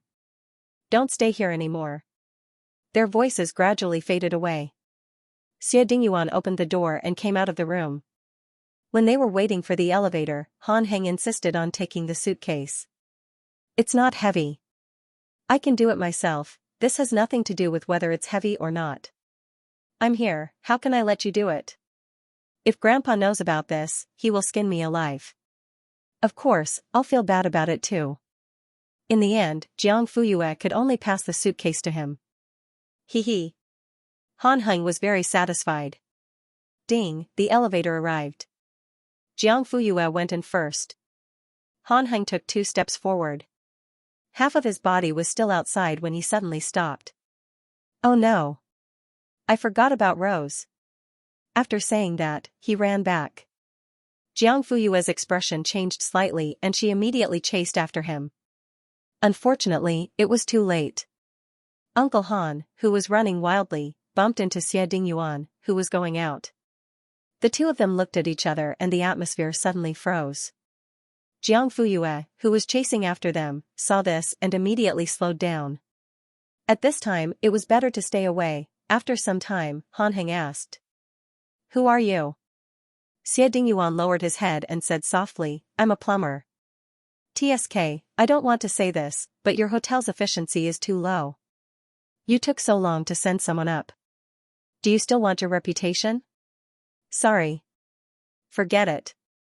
Anyway, I won't let my child stay in this kind of place in the future. Remember, your hotel has lost me forever. Xie Dingyuan, humph. Look at your wooden brain. Forget it. It's not your fault. After saying that, Han Heng walked straight in and brushed past Xie Dingyuan. He went into the room and found the rose. He came out with a smile. Here, take it. I almost forgot about it. Jiang Fuyue took it and held it in her arms. Thank you. Eh? Where's that person just now? He left. So fast? Yeah. That plumber is quite handsome. I feel like I've seen him somewhere before. He looks strangely familiar. Jiang Fuyue did not reply. Han Heng did not continue to probe. The two of them went back to wait for the elevator. This time, there were no more problems. Jiang Fuyue successfully checked out and got into Han Heng's car. At the same time, a camera flashed across the street, accompanied by the sound of shutters. When they arrived at the Han family's house, they heard a dog barking as soon as they entered the house. Woof.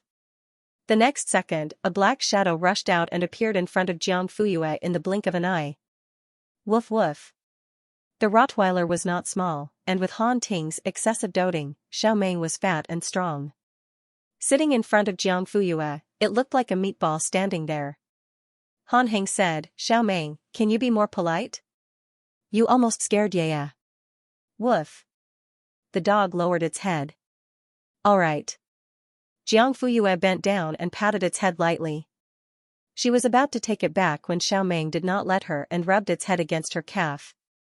Woof. Do you dare to touch it again? Han Heng was surprised. What's wrong with Xiao Meng today?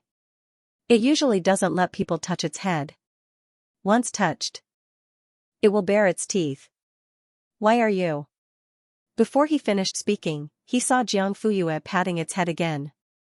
The most important thing was that the dog was enjoying it. Han Heng was confused. Woof. So comfortable.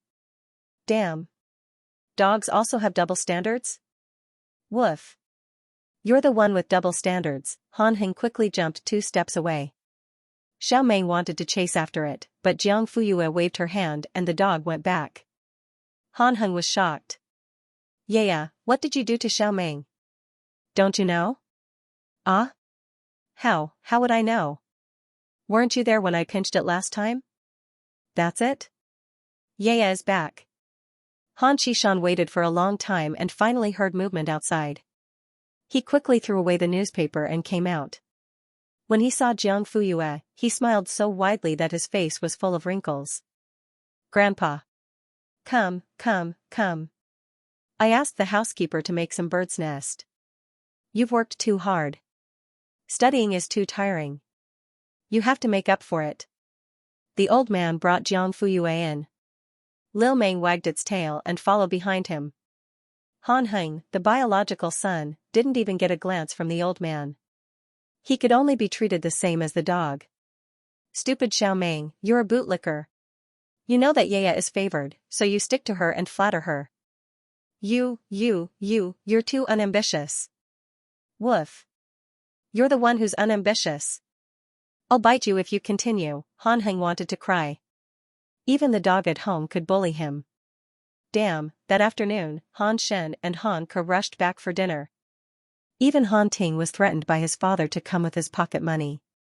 The whole family could be said to be happy and harmonious. Han Qishan said, Yeah, eat this, and this. This is delicious too. This plate is not bad too. Have some soup? Or I'll ask the kitchen to make some sweet dishes. Jiang Fuyue looked at the full bowl in front of her and said, It's really enough. It can't fit anymore. Can't fit anymore? It's okay. The old man waved his hand and said, Wang Ma, get another bowl. No, 2 bowls. Everyone, digression, yesterday's third watch was 3,000 words.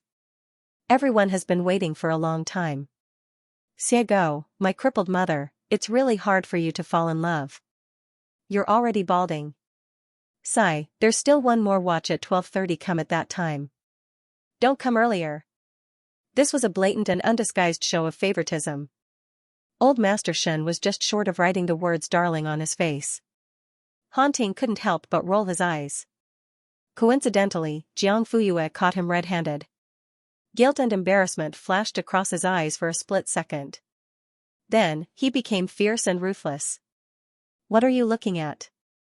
If you keep looking, I'll beat you up, not to mention, it was quite similar to Xiao Meng who was baring her teeth. Jiang Fuyue looked away indifferently and lowered her head to eat. Obviously, old Master Shen had put in a lot of effort into this meal. The ingredients were fresh, the presentation was exquisite, and the taste was top-notch. There were even a few local dishes from Linhuai. She couldn't let down the taste and thought.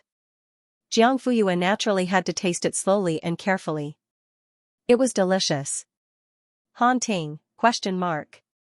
Was she a glutton? After the meal, Jiang Fuyue accompanied old Master Shen for a walk outside. Han Ting sat on the sofa and couldn't help but mutter, pretentious. Unexpectedly, Han Shen happened to pass by and overheard him. He kicked him. Hiss. Han Ting exclaimed and stood up. Are you trying to murder me? If I hear you say such things again, it won't be as simple as a kick. That's true. I didn't say anything wrong. In this day and age, who would be willing to accompany the elderly for a walk after a meal? Playing games, watching dramas, and watching gossip news wasn't that good. Anyway, all the girls in the class liked it. He didn't believe that Jiang Fuyue was an exception. She must be pretending. Her purpose was to show off in front of old Master Shen and gain his favor. She was simply hypocritical to the extreme. What did you say? Han Shen's gaze darkened.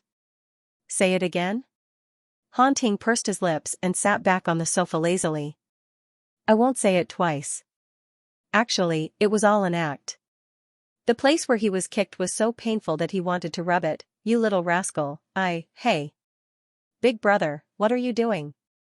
Hanku appeared in time and stopped him. Domestic violence is not acceptable. Calm down. Humph. Han Shen left in a huff. Han Ting, thank you, second uncle. Don't. I won't accept your thanks. You're badmouthing Yaya. Next time I hear you badmouthing her, even if I don't need your father, I'll make you submit to me. Do you believe me? Han Ting's neck shrank back.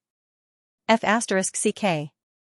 Why is everyone helping Jiang Fuyue? He was no longer the baby of this family, was he? Han Ting ran upstairs sadly, his footsteps clattering. Suddenly, the voice stopped. He poked his head out of the stairwell and shouted, Xiao Meng. There was no response. He shouted again, Xiao Meng, come quickly, I'll open the can for you. There was still no movement. Stop shouting, Hanku said softly. Xiao Meng and Yaya went out for a walk. Han Ting. F***ck, stinky dog. Next month's snacks will be gone too. After taking a walk and digesting the food, Han Qishan felt that he had never been so happy before. His granddaughter was beside him, and Xiao Meng was chasing after him. They chatted as they walked, and their smiles never stopped.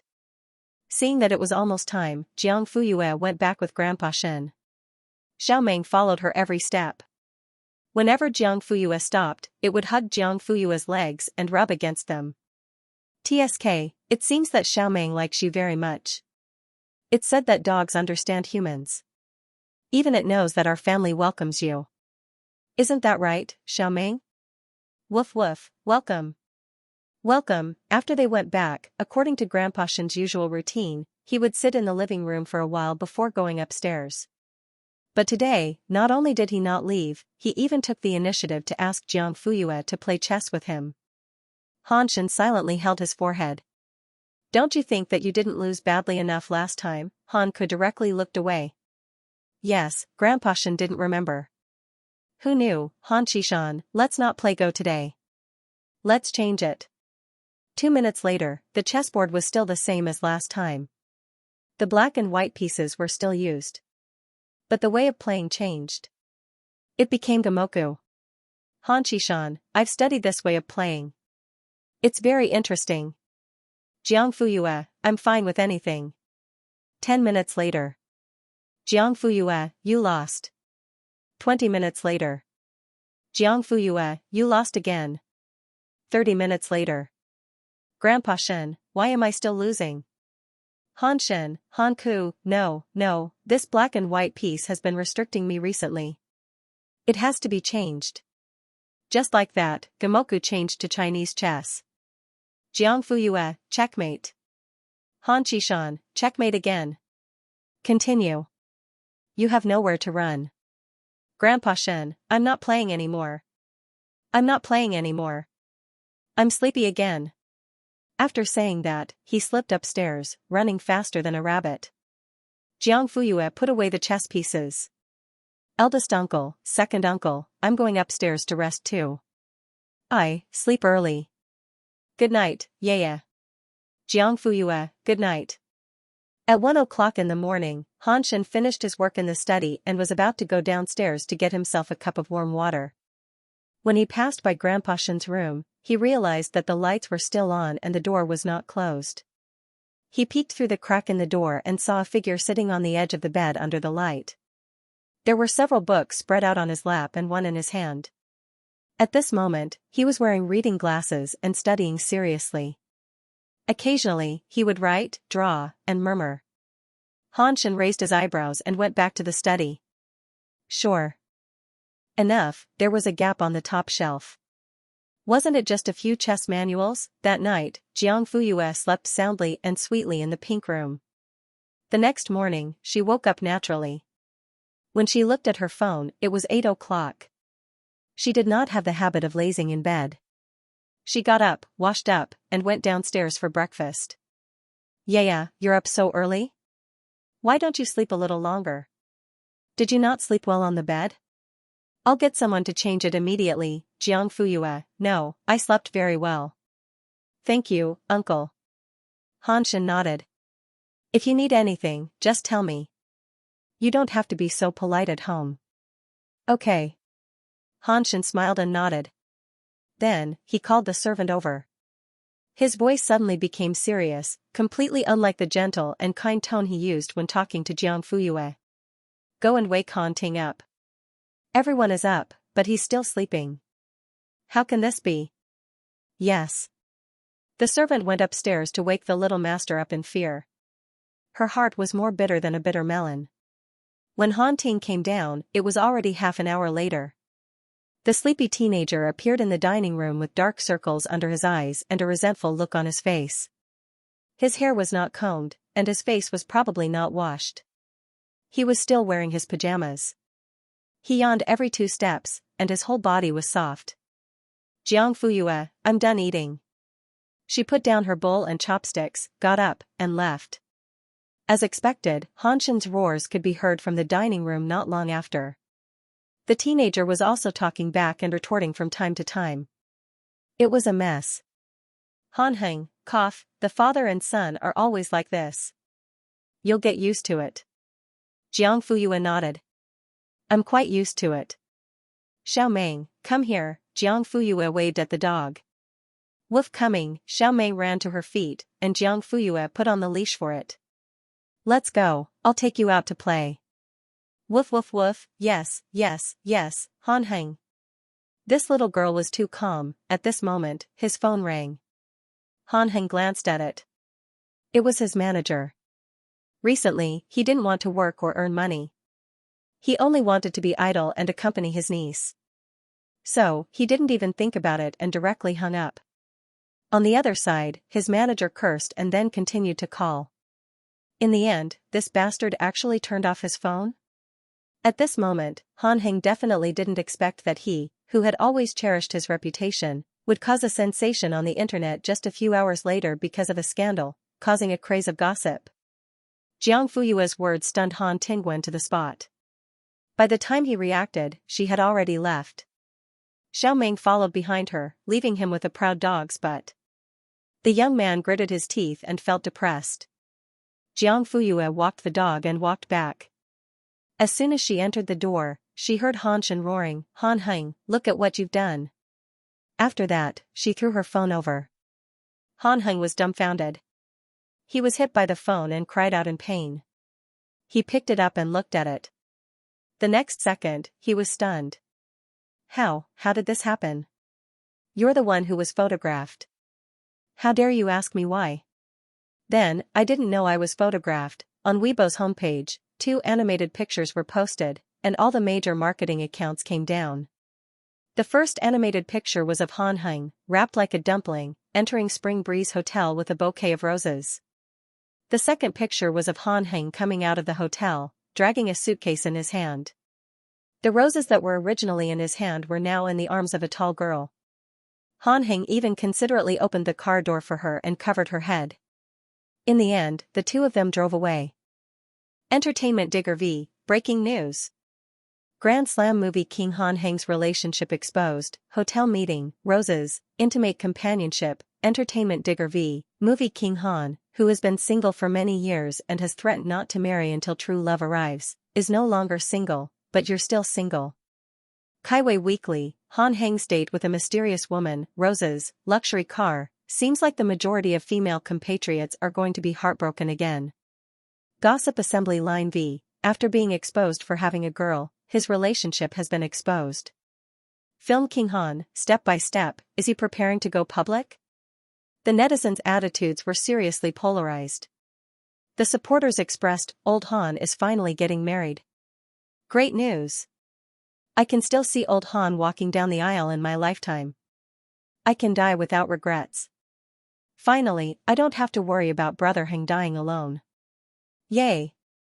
100 years of marriage, one heart forever. Although I'm very disappointed that the Prince Charming that I've been a fan of for so long is about to become someone else's, I still sincerely wish him well because Brother Heng is worth it. Miss, you have such a great figure.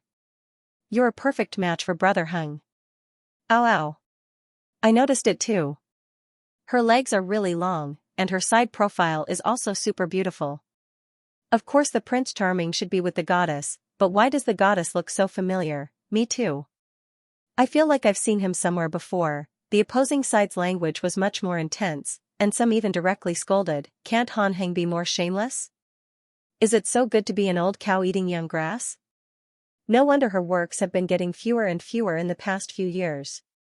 She must have been busy dating and having children. Have we been putting him on a pedestal all these years? So what if he won the Best Actor award? Isn't it because of love? Brother, wake up. She's only after your money. Don't be silly. Sure enough, men all like young girls in their 20s. How did they achieve this nationwide? Half a month ago, she was interviewed and said with certainty that she wasn't considering a relationship for the time being. In the blink of an eye, she's rolling in bed with someone in a hotel. Brother, does your face hurt? Deceiving fans. Deceiving the public. She doesn't respect us at all. It seems that a certain Best Actor's Diamond Bachelor image is not far from collapse. Brother, have you been alone for so many years? What are you doing? Did you find a young wife to inherit your inheritance? What does the young girl want from you? She wants you to be handsome and rich. Hurry up and run away. What's this woman's background? She's quite high up. Han Heng almost exploded in anger after reading all these. Being in this circle, it was not as if he had never seen anything like this before. He was able to face even harsher words calmly. However, it was different this time. Most of the bad comments were directed at Jiang Fuyue.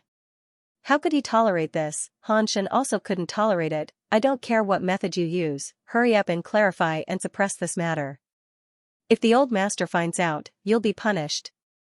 I can't protect you either. Oh, right.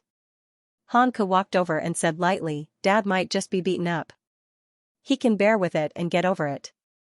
But for Mom, it won't be so easy. You also know how much our mother doted on our younger sister in the past. Now, with the addition of guilt and empathy and the desire to make up for it, she can't wait to treat Yaya like the apple of her eye. The three of us combined might not necessarily be more important than Yaya in her heart. Maybe she's already seen the news. Third brother, you're on your own now. Han Heng's neck shrank and he couldn't help but shiver. He immediately took out his phone and turned it on, then called his manager. The person on the other end almost cried tears of joy. Oh my God, you're finally calling back. Sure, Xianxia had indeed seen the news. With a bang, she slammed the tablet on the sofa. What the hell is third brother doing? Just pick up Yaya and pick up Yaya. Why did he do something like this? It doesn't matter if he stinks, but he shouldn't affect Yaya, a girl. Qin Yuanshan handed the cup over helplessly. Why are you so angry when we haven't figured out the situation yet? Maybe Aheng didn't want to either. He's a celebrity and has a lot of attention. There are some things he can't do. Can't do anything? Did he waste all these years in the entertainment industry? He can't even suppress this kind of news and let it fester to this extent. I've said before that he's the most useless among the three brothers, but you didn't believe me. Qin Yuanshan didn't know whether to laugh or cry. It's useless to be angry now. It's not too late to find out who's responsible after solving the problem first. Sure, Xianxia took a deep breath and picked up her phone. Forget it, let's find a few good public relations companies first. Wait, don't rush. Why? The gossip in the entertainment industry is different from ordinary public relations matters. It involves too much public opinion and is complicated.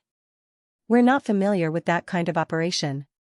If we act rashly, we might end up making a fool of ourselves. The old madam asked, then what do you think we should do? Of course, professional matters should be left to the professionals. I know a few bosses of film and television companies. They're all capitalists in the industry. It's better to let them handle it than us messing around. Okay, you deal with it. I'll give third brother a call. This kid is already in his 40s, but he's still so unreliable. He's asking for a scolding. After the old madam lectured her son, Qin Yuanshan also ended the call. What do you mean? Old master frowned. Sure, Xianxia's heart was in her mouth. Say something. Qin Yuanshan's expression was serious. Someone has already talked to them before I did. I asked them to suppress this matter at all costs. Is it Aheng? Old Master shook his head. Listening to the tone of those people, the other party has a strong background. Even they have to be careful. If it's a Hung, it won't be to this extent. Who is it? Xianxia said, who cares who it is, as long as they're on Ye's side. That's right, and the result is good too. But, this person's motive still needs to be considered. While Han Heng was carrying the grenade, he was scolded by his mother. Due to his guilty conscience and the fact that he was in the wrong, he did not dare to say a single word. Have you arranged it? When will the clarification announcement be released? Also, the lawyer's letter must be posted. I must sue those rumors until even their mothers can't recognize them. On the other side of the phone, the agent listened to Han Heng's roar while ordering his subordinates to do things. He was so busy that his feet barely touched the ground. Oh my God, I know all of this. Can you stop making trouble for me? Oh. Han Heng then hung up awkwardly. At 1 p.m., Han Heng's studio released the latest news in response to the rumors. Mr. Han Heng was dedicated to his film career and had never been distracted. Just as he said in an interview half a month ago, he had no plans to date or get married for the time being. As for the relationship gif that went viral on the internet, it was just taken out of context and made up. The truth was that Mr. Han Heng went to the hotel to pick up his niece who had just finished her exams. He asked the media to give the artist some privacy and not listen to rumors. This was not only a smear to Mr. Han Heng's reputation, but also a harm to his family. Rumors stopped with the wise. He hoped that everyone could keep a clear head when surfing the internet. There were 4 pictures. The first one was a pink rose. Pay attention to the color pink. This color was usually not given to girlfriends. The second one was the back view of Jiang Fuyue and Xiaoming playing together. The third one was Jiang Fuyue and the old man playing chess. Her side profile was revealed. Her nose bridge was high, and her eyes were deep in thought. She was completely kissing the girl in the picture. The last one was an emoji of Han Heng rolling his eyes. It's actually his niece? No wonder her figure is so good. She looks like her uncle. The girl's side profile is also very beautiful. It would be great if we could see her face. The niece who lived in the pink princess room? Sob sob. I'm so envious. As expected of the most unyielding best actor in the entertainment industry. The last emoji is the essence. My brother is thinking in his heart, you bunch of blind idiots. How can you say that a niece is my girlfriend? Brother, do you still need a niece? Even the cleaner of the princess's room can do it? Xiaoming is so obedient. She used to ignore Brother Heng. Are dogs sexist? Am I the only one who noticed that my niece's figure is so good? Especially the action of holding the chess piece and resting his chin on his hand. Are you sure he's not shooting a magazine? There were 2 sides to everything. There were harmonious voices, and of course, there were disharmonious ones. Niece? Movie King Han is really good at making things up. She's already living in his house. Who knows if she's his niece? The more you think about it, the more frightening it is. That Han Heng is too scary. A long time ago, there were rumors in the industry that this best actor has a unique taste and likes excitement. Who would have thought? Experience it for yourself, hee hee. Some people think that they can deceive everyone by posing for a few photos and bringing up their family. Although you have a lot of resources and a strong background, the eyes of the public are clear. If you have the ability, why don't you show off the DNA test report? Speaking of which, that woman is quite a green tea. One look and you can tell that she's after someone else's wealth just because she's young and pretty. As the saying goes, birds of a feather flock together. Of course, a pile of sh*t attracts flies. Do you expect a phoenix to come? Are you serious about sh*t? Even flies are innocent. It's said that this woman is working as an outsider. She was lucky enough to meet the best actor. Since then, she has been clinging on to him and doesn't want to let him go. Nonsense. Of course, he can't let her go. If he let her go, where can he find the next free long-term meal ticket? The disharmonious voices became louder and the content became more and more outrageous. Han Heng saw that the direction of the situation was not right. He frowned and immediately called his agent. What's going on online? We've already clarified the matter. Why are there still so many comments? His agent looked at the latest trend and his expression was bitter. If I'm not wrong, it should be Xian who hired the internet water army. Xian was the fastest movie actor to become popular in the past 3 years. He was the type of person who matured late and only became popular at the age of 40. His character and career path were similar to Han Heng's. It was inevitable that there would be a competition for resources. Because he had only been popular for a short time, the golden age of an actor was long gone. Therefore, Xian had always felt a sense of crisis.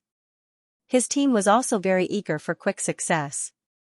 In recent years, it could be said that they had relied on trampling on Han Heng to become famous. Damn it! His agent cursed softly. The 2 groups of internet water army in our hands have already been used to control the comments. The other party is coming aggressively. It's obviously not easy to suppress them. It's not easy to find external help for a while. Han Heng fell into deep thought. Suddenly, his agent made a sound of surprise as if he had found something interesting. Ah Heng, look at the square. Another group of people has appeared. Han Heng swiped with his fingertips and the homepage was immediately updated. Those who say that Yueshan is a green tea, please open your dog eyes and look carefully. She's your ancestor. F***ck. Outsider, my ass. Some people don't even know how to make up a decent rumor. My sister Yu is well-rounded in terms of morals, intelligence, physique, beauty, and labor. She's blossoming in Olympiad math, physics, and information science. Your whole family is an outsider. My Yueshan is young and beautiful. What's wrong with that? All of you are crazy. Crawl, where are the Yu army? There's a bunch of idiots who dare to slander Sister Yu. Go, spray them into the smelly gutter. No, a cesspool is more suitable. In an instant, a group of accounts swarmed over. As far as the eye could see, all of them were real people who were spitting. Their power was far beyond that of the internet water army. Not to mention anything else, just the scolding words were not repeated. The agent was dumbfounded. Ah Heng, what's the background of your niece? She even came with her own battle fans, even C-list celebrities wouldn't have such a scene when they were fighting. Han Heng's worried expression changed into a smile, but his tone was still calm. At least to the agent, it sounded like he was playing it down. Oh, you're talking about Yaya?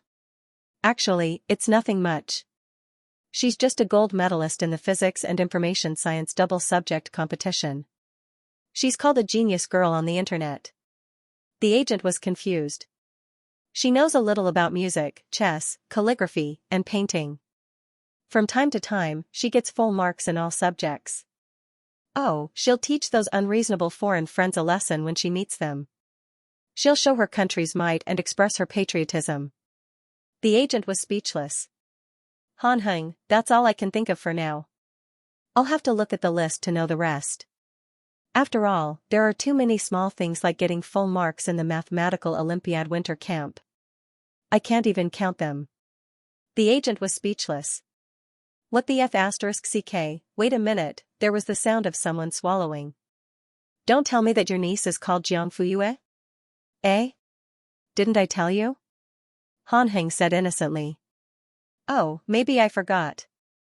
Ancestor, do you know how jealous you are right now? Han Heng, really? I'm jealous, I'm proud.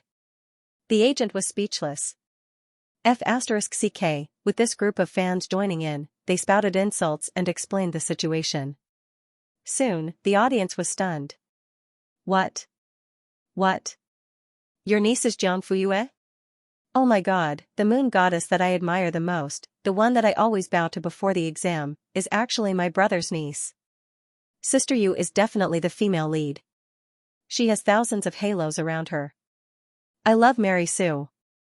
Boo-hoo, I was wondering why this side profile looked so familiar. So it's my moon goddess. This is crazy. Get ready, beauties. Pick up your keyboards and protect our moon goddess. Doesn't everyone find it strange? Why are there still so many accounts attacking after my clarification? If it's not the paid trolls, I'll wring my head off. Hee hee, the case has been solved. That best actor always likes to hide behind and play dirty. Isn't that disgusting? In the meeting room of a management company. Where did these accounts come from? Han Heng's trolls have already been sent. It's impossible for him to send another batch. Investigate. Investigate immediately. 5 minutes later. Sister Coco, I found it. The woman walked over. What's the situation? These aren't trolls. They're live accounts. Han Heng's fans? The staff member shook his head. These fans come from 2 accounts. One is Genius Girl and the other is Jiangji Restaurant's private home cuisine. What's that? The woman was confused. To put it bluntly, these people are fans of the Genius Girl, Jiang Fuyue. Their ages range from 8 to 58. Most of them are highly educated and have their own understanding and opinions on the internet. They're extremely difficult to incite. Therefore, if we continue to slander them, not only will we not be able to lead them to smear Han Heng's reputation, it might even backfire and cause them to resist and attack more fiercely. Wait. This Jiang you're talking about, Jiang Fuyue. What's her relationship with Han Heng? The staff member said, she's Han Heng's niece. The woman narrowed her eyes. No. This is a rare opportunity. It wasn't easy to get hold of Han Heng's weakness. Moreover, we've already spent the money. Who cares if it's Jiang Fuyue or Li Fuyue? If we don't get rid of them, then all our efforts will be in vain. But Sister Coco, say no more. Increase the number of paid posters and turn the discussion around for me. At this moment, the phone rang. The woman picked it up without looking at the caller ID. She sounded a little impatient. Hello? Boss Lu? Tell me. The next second, her expression changed and her body stiffened. Digression, 3,000 words in total. Tomorrow, 3. Sister Coco, what's wrong? The woman reacted abruptly. The call had already been hung up, but the content of the conversation sent chills down her spine. Quick! Withdraw our troll army. Huh? The staff member was stunned. Withdraw? All of them? Yes, all of them. Sister Coco, that's not a good idea. There are already signs pointing to us slandering Han Heng. If we give up control of the comments section, the public will definitely side with us. We won't be able to salvage the situation then. The woman's expression turned stern. Am I the one who has the final say or are you the one who has the final say? If I tell you to withdraw, then withdraw. What's with all this nonsense? Oh. The staff member shrunk his neck and pursed his lips in grievance. She was thinking for Brother Yin. If they withdrew now, not only would they lose everything, but they would also get into trouble. She really didn't know what Sister Coco was thinking. She was too casual. What's going on? Suddenly, the door opened from the outside and a tall figure walked in. Everyone greeted, Brother Yin. Yin? Aren't you at the set? Why are you back at the company? Coco greeted him. I heard what you said to Xia just now. Why did you suddenly make such a decision? They had been plotting for so long and finally managed to capture the juicy news of Han Heng entering and exiting the hotel. After releasing it to the media, they waited for the situation to develop. During this time, the studio was responsible for organizing the troll army to guide the public's opinion. A large number of netizens had already targeted Han Heng, but they didn't expect him to clarify that she was his niece. Now that their plan had failed, He Yan was burning with impatience. The director couldn't stand it anymore and simply gave him half a day off. He Yan immediately rushed back to the company and unexpectedly heard Coco's plan at the door. Are you going to give up halfway? Yan, we really can't continue. Give me a reason. The woman took a deep breath. Boss Lu just called and ordered us to stop immediately, or else you'll have to change all your endorsements for next year and terminate your contract with the studio. He Yan gasped and widened his eyes in disbelief. How is that possible? The company doesn't have a male artist who can play the leading role. Boss Lu's doing this is useless. Not only is it useless, it could be considered as cutting off one of his own arms. But have you ever thought about why Boss Lu wants to force us out at all costs? He Yan was at a loss. The woman's gaze was cold. Because someone from above is pressuring us. Even Boss Lu couldn't handle it and could only choose to compromise. Otherwise, why would he stop them? Back then, he was the one who personally approved the funding documents. Han Heng is not that capable. There must be another reason. Although the Han family was rich, the entertainment industry wasn't a place where money was the final say. One had to rely on connections, background, and so on. And money was only the most basic threshold. Han Heng wasn't powerful enough to make Mr. Lu bow his head. Otherwise, He Yan wouldn't have a place in the entertainment industry. Sister Coco was stunned. Didn't the other party put pressure on Mr. Lu to protect Han Heng? What other reason could there be? The man narrowed his eyes. After this operation, Han Heng won't be the only one saved. You mean, and the people in his team? He Yan shook his head. You've overlooked a key person. Who? Han Heng's niece. That Jiang, something you? Yes. How is that possible? She's just Han Heng's niece and a high school student. Other than being a little popular online, she has no background. Aren't you thinking too much? It's not possible. We have to see it with our own eyes to know. The woman raised her eyebrows. What do you mean? He Yan, isn't there a new episode of Old Boys at Home tomorrow? The director arranged for them to visit each other. I want to see who Han Heng's niece is. Due to Han Heng's timely clarification and control of the comments, the matter was quickly suppressed. In the eyes of the majority of fans, the genius girl Jiang Fuyue had another awesome identity, the niece of best actor Han Heng and the daughter of the super-rich Han family. She was a real fair, rich, and smart girl. The already sizable number of fans had expanded by quite a bit after this battle. There was even an official fan name, U Army. The management team was also called the Moon Guardian Team, which meant that they would always protect the most awesome moon god. Han Heng's agent rushed home to report the good news. It's finally over. Ba. Han Heng leaned on the sofa and didn't sit properly. You're the only ones who are so nervous, as if the sky is falling. My ancestor, if you were really involved in a scandal, wouldn't it be the same as the sky falling down? I and the others in the studio can only go home and eat our own food. Han Heng curled his lips. It's not that serious, fortunately, this was a false alarm. I guess He Yan is furious now. What does it mean to go for wool and come home shorn? This is a lesson learned in blood. Ha ha ha, now many netizens are beginning to expose the truth. I'll contact a few more people to expose that old woman. Han Heng had never cared about these things, nor did he care about He Yan. He waved his hand and said casually, you deal with it as you see fit. The agent's mouth twitched. Suddenly, he looked through the floor-to-ceiling window and fixed his gaze on the girl who was playing with Xiao Meng. Ahem. Heng, there's one more thing. Let's hear it. This time, the U Army played a big part in us winning so easily. The U Army? Han Heng raised his eyebrows.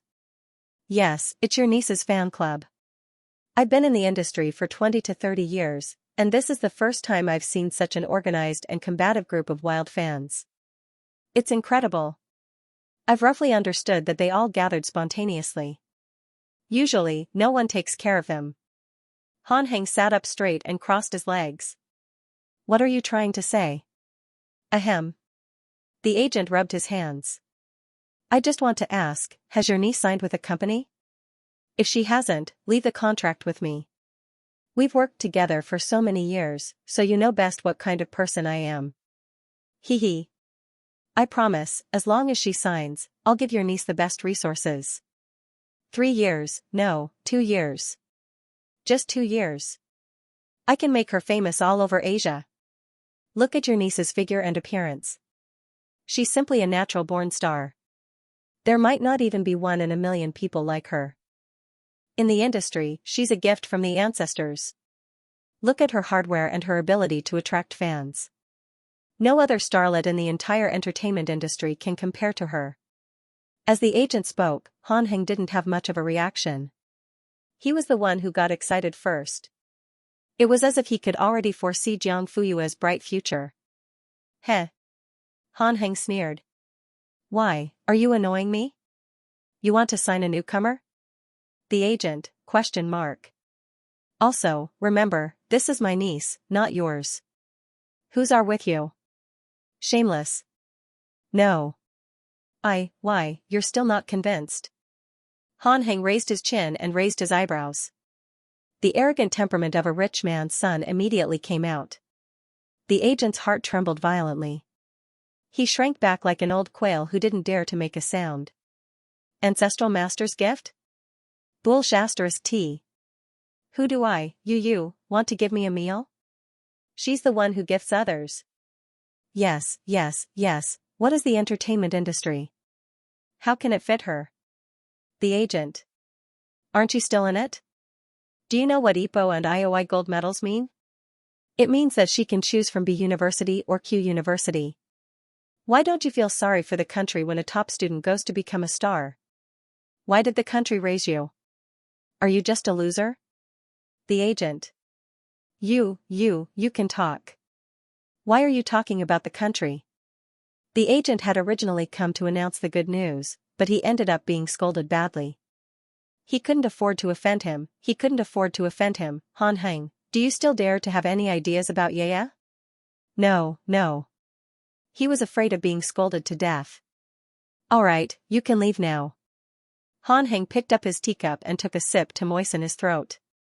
Scolding someone was really tiring. The agent bitterly replied with an "Oh." Halfway through, he suddenly stopped. Ah Heng, there's something I think I should tell you.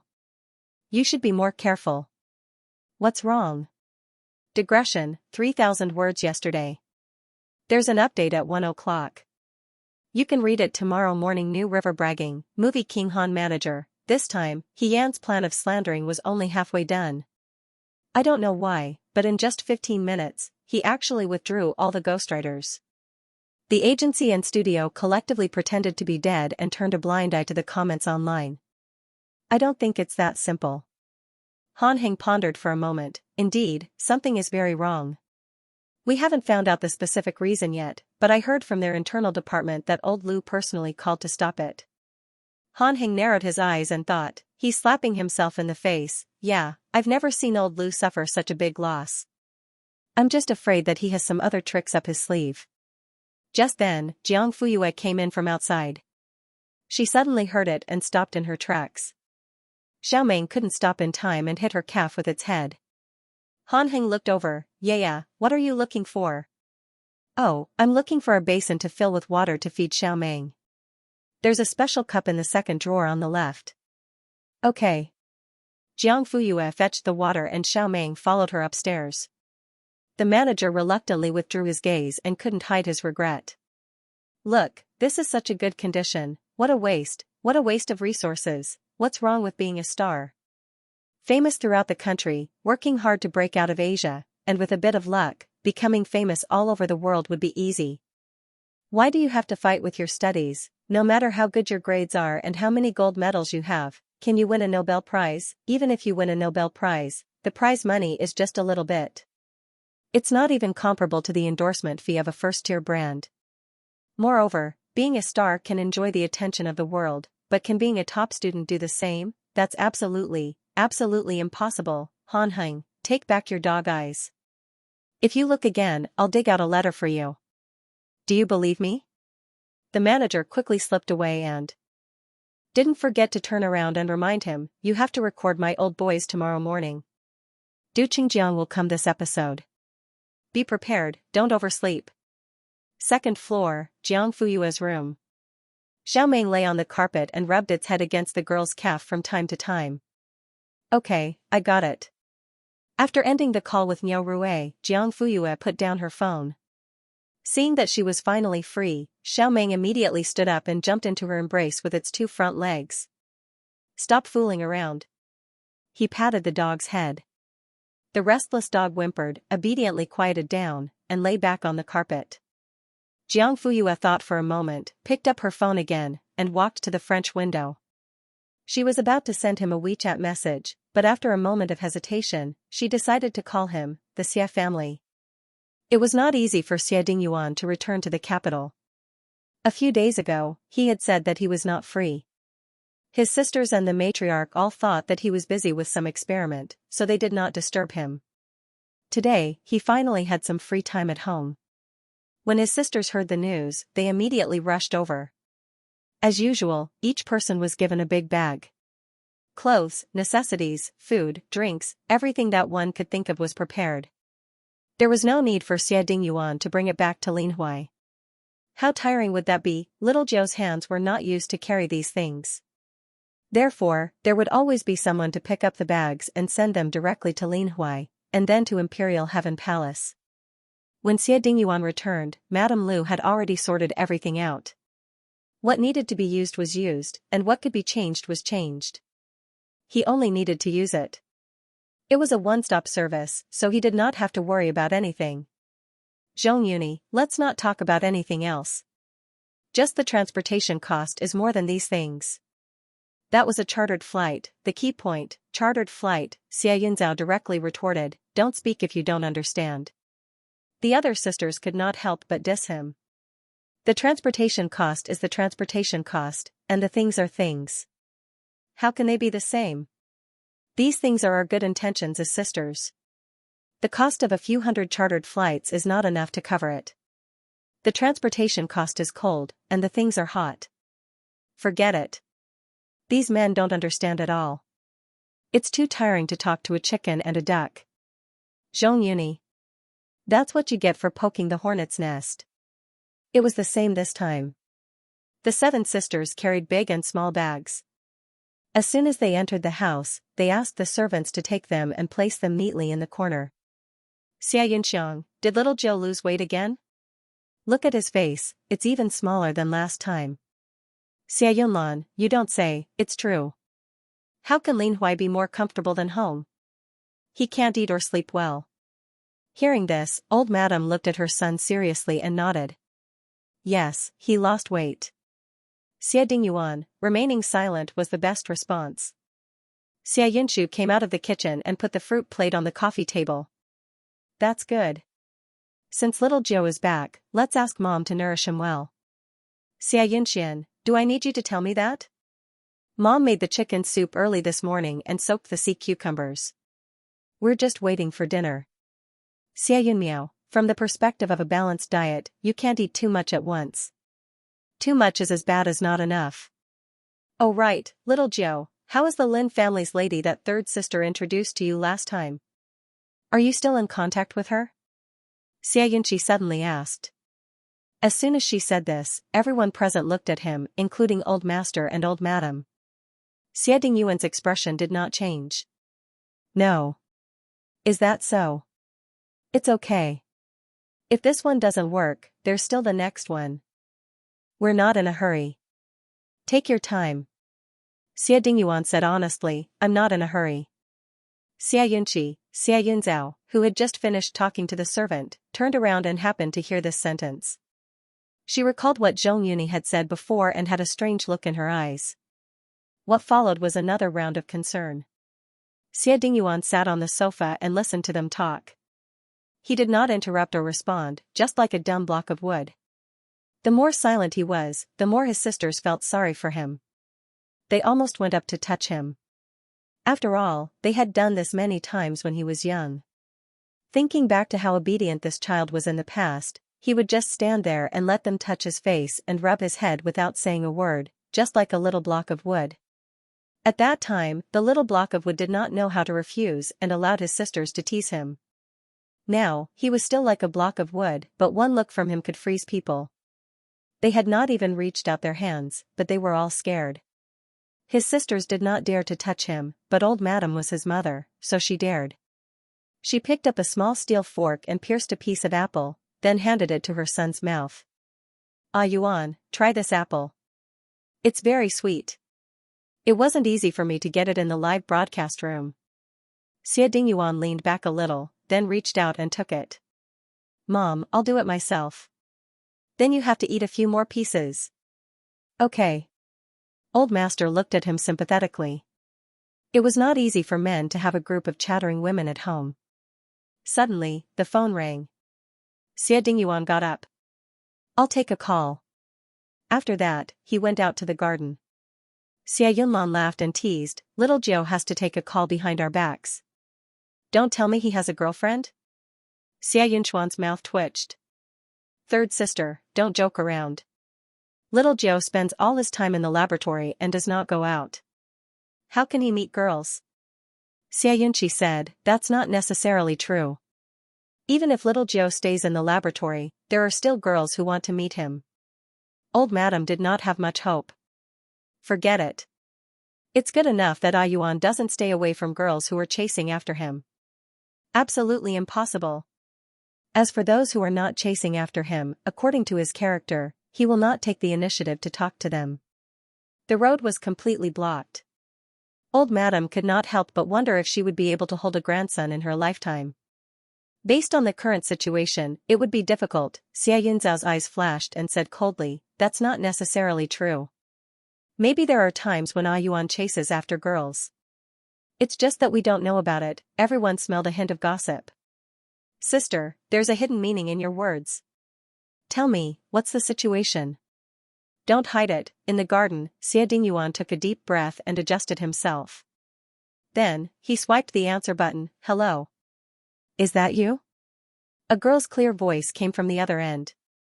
It was cold, but it easily ignited a flame in the man's heart. It burned more and more fiercely.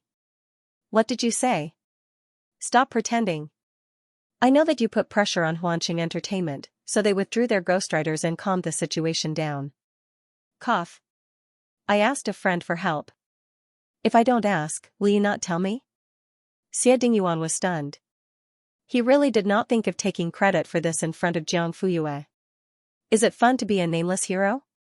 I didn't think so much. When he saw the so-called news on the internet, his first reaction was anger. He even vented his anger on Hanheng. He was too incompetent as an uncle. Not only was he photographed by the paparazzi, but he also wrote nonsense. When the news came out, he did not deal with it in time. It became more and more serious and fermented to the point where the whole internet was watching. He also contacted the operators of those marketing accounts that were targeting Jiang Fuyue and making malicious comments about her. They were all shut down and deleted. Let's see who dares to bully her, Jiang Fuyue asked. Why did you do this? The man was silent for a moment and said in a low voice. Yeah, can't you see? I'm trying to be nice to you. Digression, 2 updates together, 3,000 words. Today, he also knew how to flirt with Xian 99. Jiang Fuyue's heart skipped a beat when she heard him call her Yaya. Does Professor Xian need to be nice to someone? Usually not, but you're an exception. Jiang Fuyue smiled. But there's no reward. What should I do? Now there is. This phone call. You rarely take the initiative to contact me, right? Xie Dingyuan didn't say it out loud, but he knew it clearly in his heart that she was cold and distant. Because he used to be the one in charge. Because he was favored, he was fearless and unscrupulous. Now that the tables had turned, it was his turn to experience the feeling of being at a disadvantage. But the strange thing was, he didn't hate this feeling. He was even a little enjoying it. Jiang Fuyue said, Professor Xia paid a lot of money. From the perspective of investment science, the initial investment is for the future returns. Did investment science tell you that returns and risks coexist, and that you may lose everything in the end? The man laughed softly. Stay confident and hold on to it for the long term. Time will give you a perfect answer. Jiang Fuyue raised her eyebrows. But if you sell it in the short term, there's no possibility of holding on to it for the long term. In this way, time wouldn't have a chance to hand in the paper because it didn't even receive the paper. Why should I sell it? The man asked. If it's a blue chip with good returns, then the owner has no reason to give it up. Is Professor Xia praising himself? The man smiled. I thought we were discussing investment insights. Pretentious. Okay, thank you for this time. He readily agreed. You're welcome. Don't be a nameless hero next time. If I didn't find out, then you would have suffered a big loss. So there will be a next time? Without waiting for her answer, he continued, it's my pleasure. It's an honor. Jiang Fuyue, he really knew how to climb up the ladder. After ending the call, Xie Dingyuan put away his phone and turned around. He was shocked by what he saw. 9 heads popped out from the door. They were the 7 sisters, the old man, and the old lady. Xie Dingyuan, cough. Little 9, are you on the phone with a friend? What kind of friend? Do we know each other? Why don't you invite him over for a meal? Mom made a lot of delicious food today. Yes, yes, yes. Your friend is our friend. Then, should I prepare pink or blue slippers for you? Girls usually like pink. Coming. In that case, we should also prepare some desserts. Yes, it must be low fat and low sugar. As a girl, even if she eats sweets, she must be beautiful and healthy. Oh, by the way, the style must be beautiful. Even if you don't eat it, you can still use it for photos. Young girls nowadays are all obsessed with appearance. So, little 9, is it a girl? Everyone was waiting for these words. In an instant, all eyes were on Xie Dingyuan. The latter, the old lady nudged Xie Zhendong with her elbow. The old man coughed lightly and said, Little 9, since everyone is so curious, why don't you tell us? Xie Dingyuan. I suddenly remembered that there is an experiment report that hasn't been published. I'm going to Q University now. You guys can eat first. Don't wait for me. Then, he ran away. Xia Yunlan, there must be something wrong with little 9. Xia Yunxiang, big problem. Xia Yunqi, no way? Does he really have a girlfriend? After hanging up the phone, Jiang Fuyue rubbed Xiao Meng's head and said, let's go downstairs and eat. Woof, woof. Woof, the relationship storm finally calmed down. Han Heng's agent did not find out the reason for the couple's sudden retreat, so he simply stopped investigating. Anyway, they did not lose anything. The next day, Jiang Fuyue woke up naturally as usual. After washing up, she changed her clothes and went downstairs. However, she saw cameras everywhere in the living room. Woof, woof, woof. Xiao Meng immediately ran over and rubbed Jiang Fuyue's calf. Han Shen passed by and saw Xiao Meng's obsequious behavior. He could not help but laugh out loud and said, why don't you take care of this dog? Jiang Fuyue, if Han Ting is willing, I have no objections. Han Shen touched his nose and did not say anything. He was just casually mentioning it. The little brat would definitely not agree.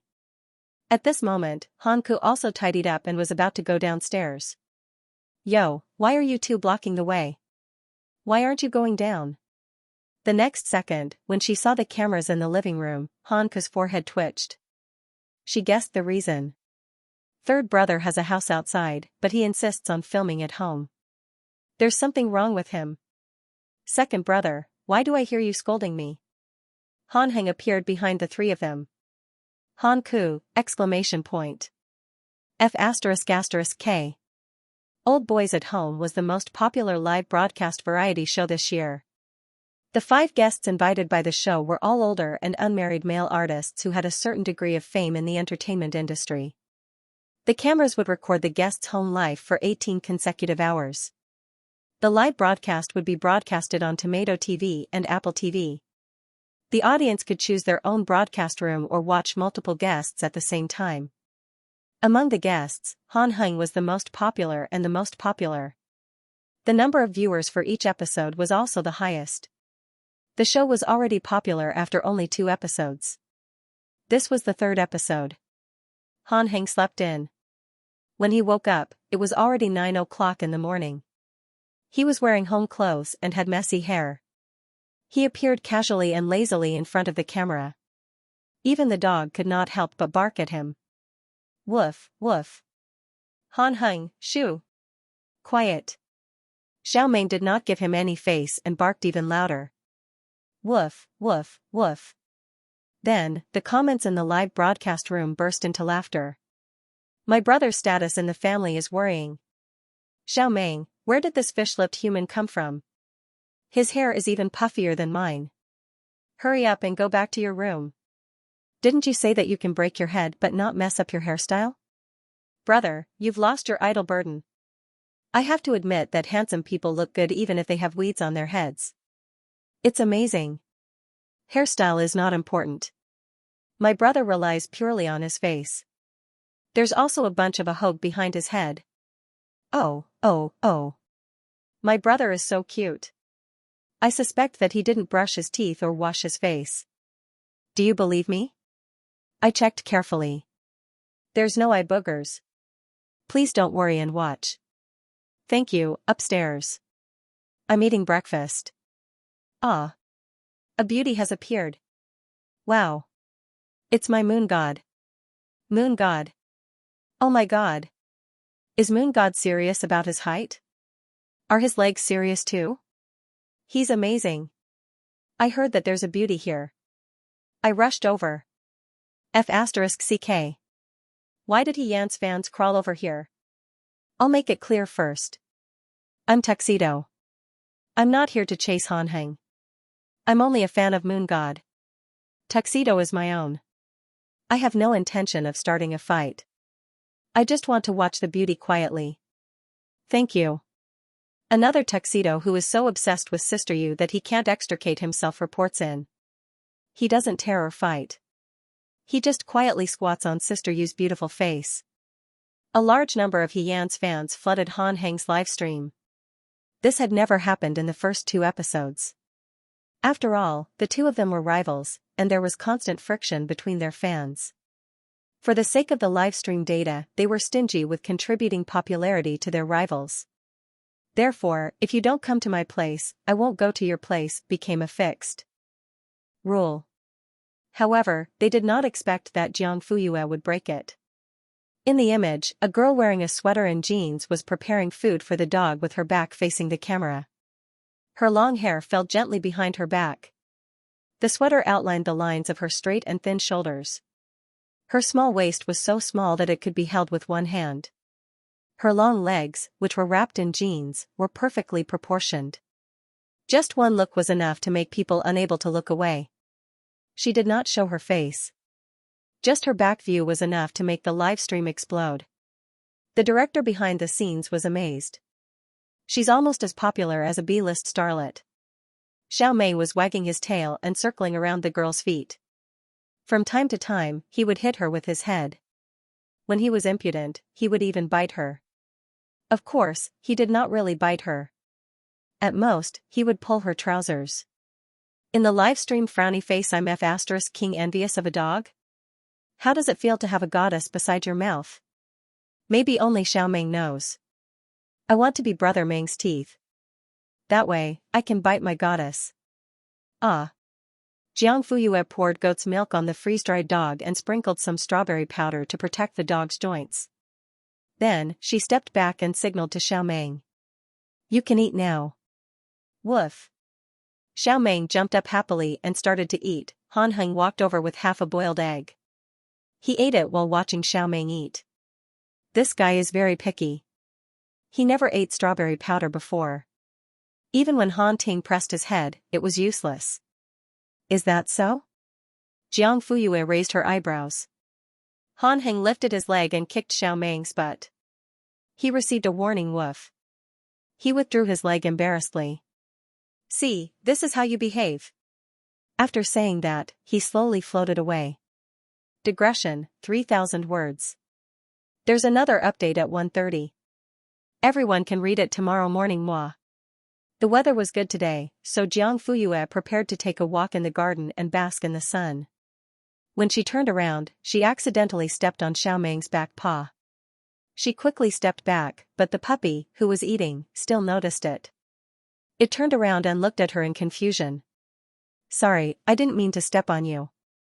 Xiao Meng whined and stopped eating.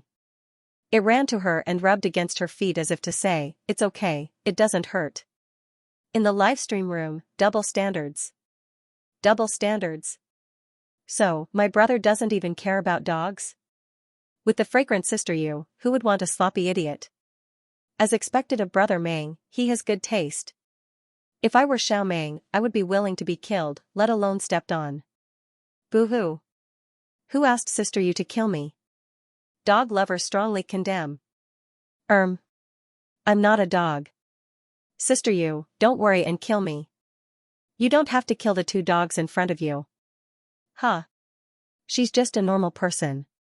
Is it necessary? Moon goddess?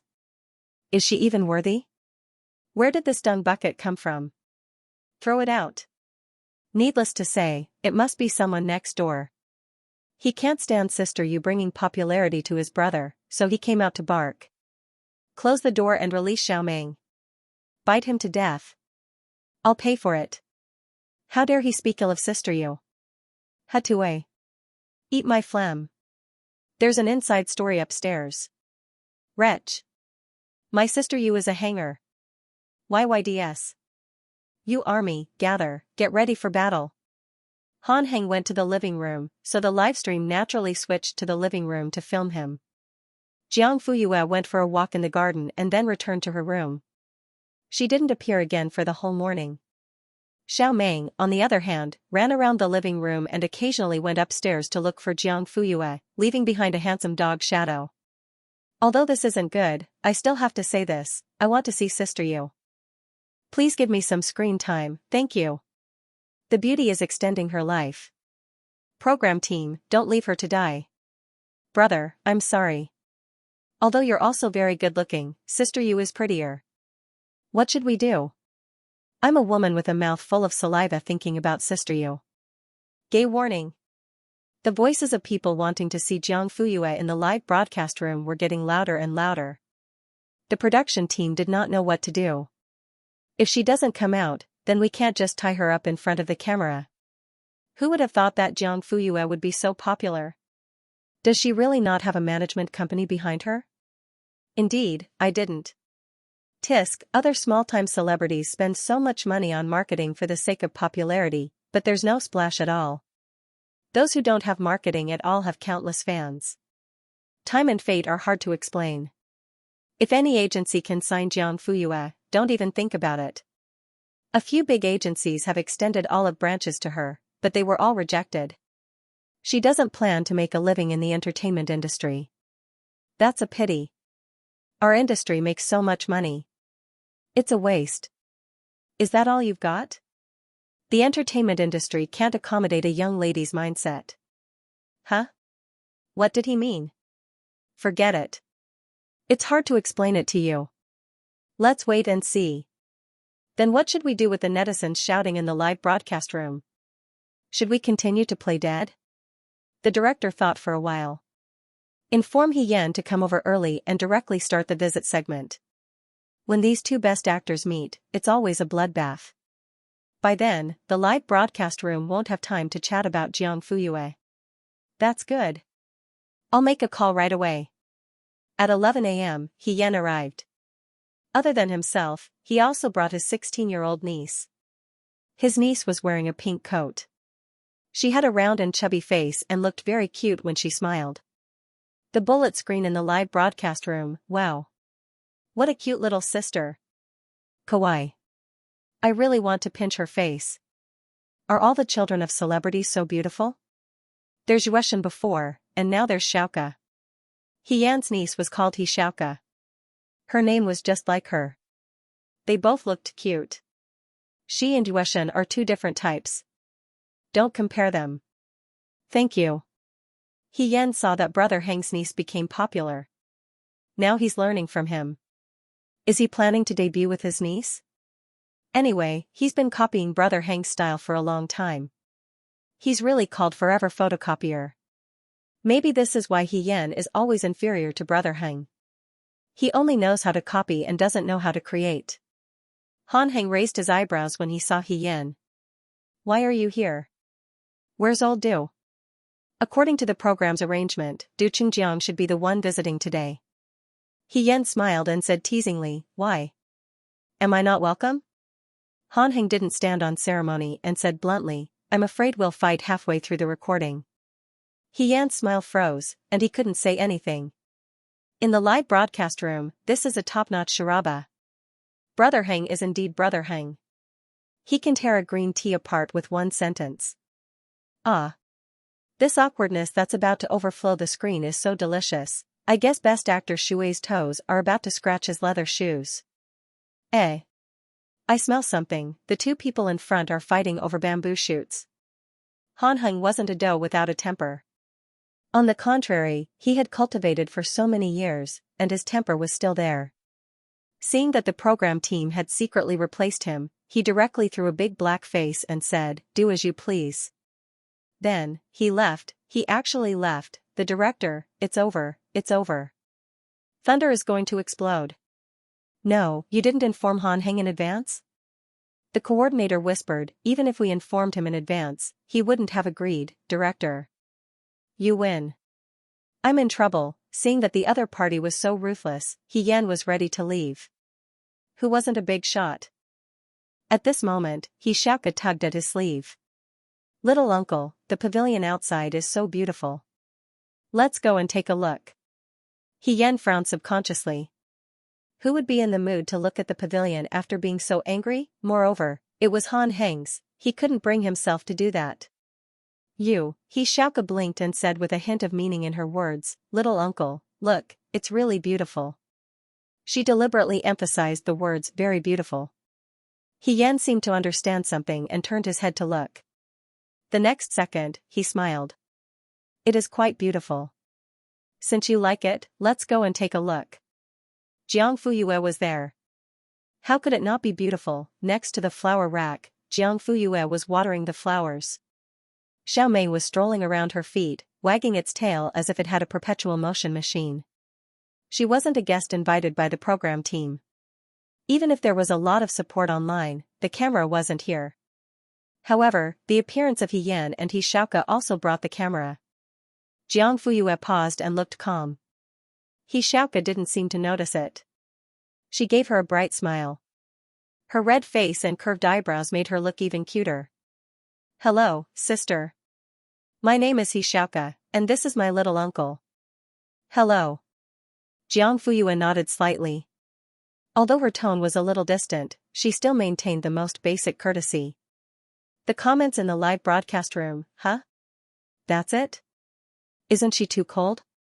Xianxia greeted her so warmly. The netizens all call her Moon Goddess. Does she really think of herself as a god? She's so high and mighty. Who is she showing it to? She's become arrogant once she becomes famous. Her eyes have grown to the sky. The netizens praise her too much. Her image is completely ruined. TSK, how much money did the previous few people receive? I'll pay double. Tell me the mastermind and I'll spare your life. It's too obvious. It seems that the next door is going to play dirty again. It's the same every time. She's tasted the sweetness. She stepped on Brother Heng to get to the top, and now she's letting her niece step on Brother Heng's niece. She's so disgusting. What's wrong with Sister Yu's reaction? It's already very nice of her not to turn her head and leave when an unfamiliar person comes to talk to her. Why? She still wants to smile and call her sister? Don't joke around. If it were me, I would treat her like a human trafficker. She doesn't even know who she is, but she smiled as soon as she came up. What else could it be? Sisters, you have to be vigilant in life. Don't talk to strangers. Especially this kind of person who comes up inexplicably. Sister Yu, you're so beautiful. Can we be friends? Hearing this voice gave her goosebumps. Xianxia saw that she didn't respond, but she wasn't discouraged. She turned her head and looked to the side. Wow. There's a piano here. So romantic. By the way, Sister Yu, can you play the piano? Jiang Fuyue didn't want to talk to her anymore and was about to say goodbye. Xianxia didn't give her a chance to speak at all. You're so beautiful and smart. You must know everything. Piano shouldn't be a problem for you, right? Why don't we play a duet? Bach's A Major Sonata or Mozart's Andante in G major? Or one of Schubert's Four Landler dances? Which one do you know? With that, Xianxia stepped forward and sat on the piano stool. She reached out and lifted the piano cover. She was so fast that Jiang Fuyue couldn't stop her in time. Digression, 2 chapters, 3,000 words. The cute girl is here. I'll torture her in one breath tomorrow. I'll also ask for votes. Fish will work hard to update. Who said that smart and beautiful people must know how to play the piano? Is this moral kidnapping? No, this is called ability kidnapping. If you can, you must know how to do everything. Oh my god. That's suffocating. Who said she was cute just now? You. This is the first time that pink disgusts me. What's wrong with pink? It's just a low-level green tea spirit wearing it. Listening to her say oh, yeah, I'm so embarrassed that I'm having cancer. Could this be the legendary, coquettish girl? Do you believe that sister you can make you wait for dinner with a single blow of the swona? Xian is a weirdo, but his niece is even weirder. Who gave her the courage to provoke sister you? The comments in the livestream room were densely packed with complaints. The quality of the netizens this year was quite high. They didn't swear much, but they were extremely sarcastic. The director was stunned and had to force himself to hold back his laughter. Xian's nieces too. The director didn't finish his sentence. Stupid. The assistant director on the side finished his sentence. Who's to blame for her own failure? Originally, if she was just a bystander, it wouldn't have been so troublesome and she could have gained a small group of fans. In the end, she relied on trampling on Jiang Fuyue to establish her own image. She didn't even look at her IQ. Did she really think that it was so easy to win the competition gold medal? If Jiang Fuyue didn't have some ability, she definitely wouldn't have achieved her popularity today. But then again, if she can really make Jiang Fuyue suffer, she can be considered a talent. The coordinator rubbed his chin and looked promising. The director shook his head and didn't agree. So what if she makes Jiang Fuyue suffer? She's just relying on the fact that she doesn't know how to play the piano. But her aggressive behavior has ruined her own popularity. The gains don't make up for the losses. Do you think the netizens are still as easy to fool and incite as they were 20 or 30 years ago? After surfing the internet for so many years, their brains have already grown. So, will Jiang Fuyue take the bait and play a duet with her? The viewers in the livestream were also curious. By the way, can sister you play the piano? Although it's not worth it to compete with this kind of person, I really want to see sister you stunning the entire internet. Understood. We've all watched Shuangwen grow up. Who wouldn't want to torture a scum? Jiang Fuyue scolded Xianxia when she saw that Xianxia was about to touch the keys. Stop. Xianxia was stunned. She blinked her eyes and felt wronged. Sister Lei Feng, I advise you not to touch it. Xianxia didn't understand. I don't mean any harm. I just saw that there was a piano here, so I wanted to play it. Jiang Fuyue turned a deaf ear to this explanation. She only looked at the piano with a hint of nervousness in her eyes. Now, please get up from the piano stool immediately and stand 5 steps away. Otherwise, don't blame me for being rude. Xianxia looked even more aggrieved, as if she was going to cry in the next second. She glanced at the camera not far away and sneered inwardly. What kind of genius girl was this? She actually revealed such a fierce side in front of the camera. It seemed that there was no need to compete at all. This Jiang Fuyue had completely lost in front of her. Sister Lei Feng, I thought we were friends. Can't friends be more harmonious? If you have something to say, you can talk to me nicely. I'm blah blah blah blah. She was long-winded and didn't get up from the piano stool. Jiang Fuyue was really a little angry. I'll say it again. Please stand up and leave. The girl's neck shrank back as if she was frightened. She actually cried just like that. 2 lines of tears fell from her red eyes, meandering down her pink cheeks and finally hanging on her chin. Due to gravity, she fell on the piano keys with a thud. Jiang Fuyue's face completely changed. She went forward and pulled her away. Xianxia didn't react. If she hadn't subconsciously held on to the railing next to her, she would have fallen flat on her face. You pushed me? She widened her eyes in disbelief. Jiang Fuyue ignored her. She looked at the piano keys stained with tears and frowned. Sister Lei Feng, if you have any dissatisfaction with me, you can just say it. There's no need to hit me, right? The girl's tears rolled down her cheeks again. She looked like a weeping beauty. Xian finally couldn't take it anymore. He stepped forward and shielded Xianxia behind him. Let's talk nicely. How can you hit me? Talk nicely? Jiang Fuyue looked up abruptly with a sneer on her lips. That depends on whether some people can understand human language or not. He Yan frowned. It's wrong to hit her. If I don't do it, am I going to watch her destroy the piano?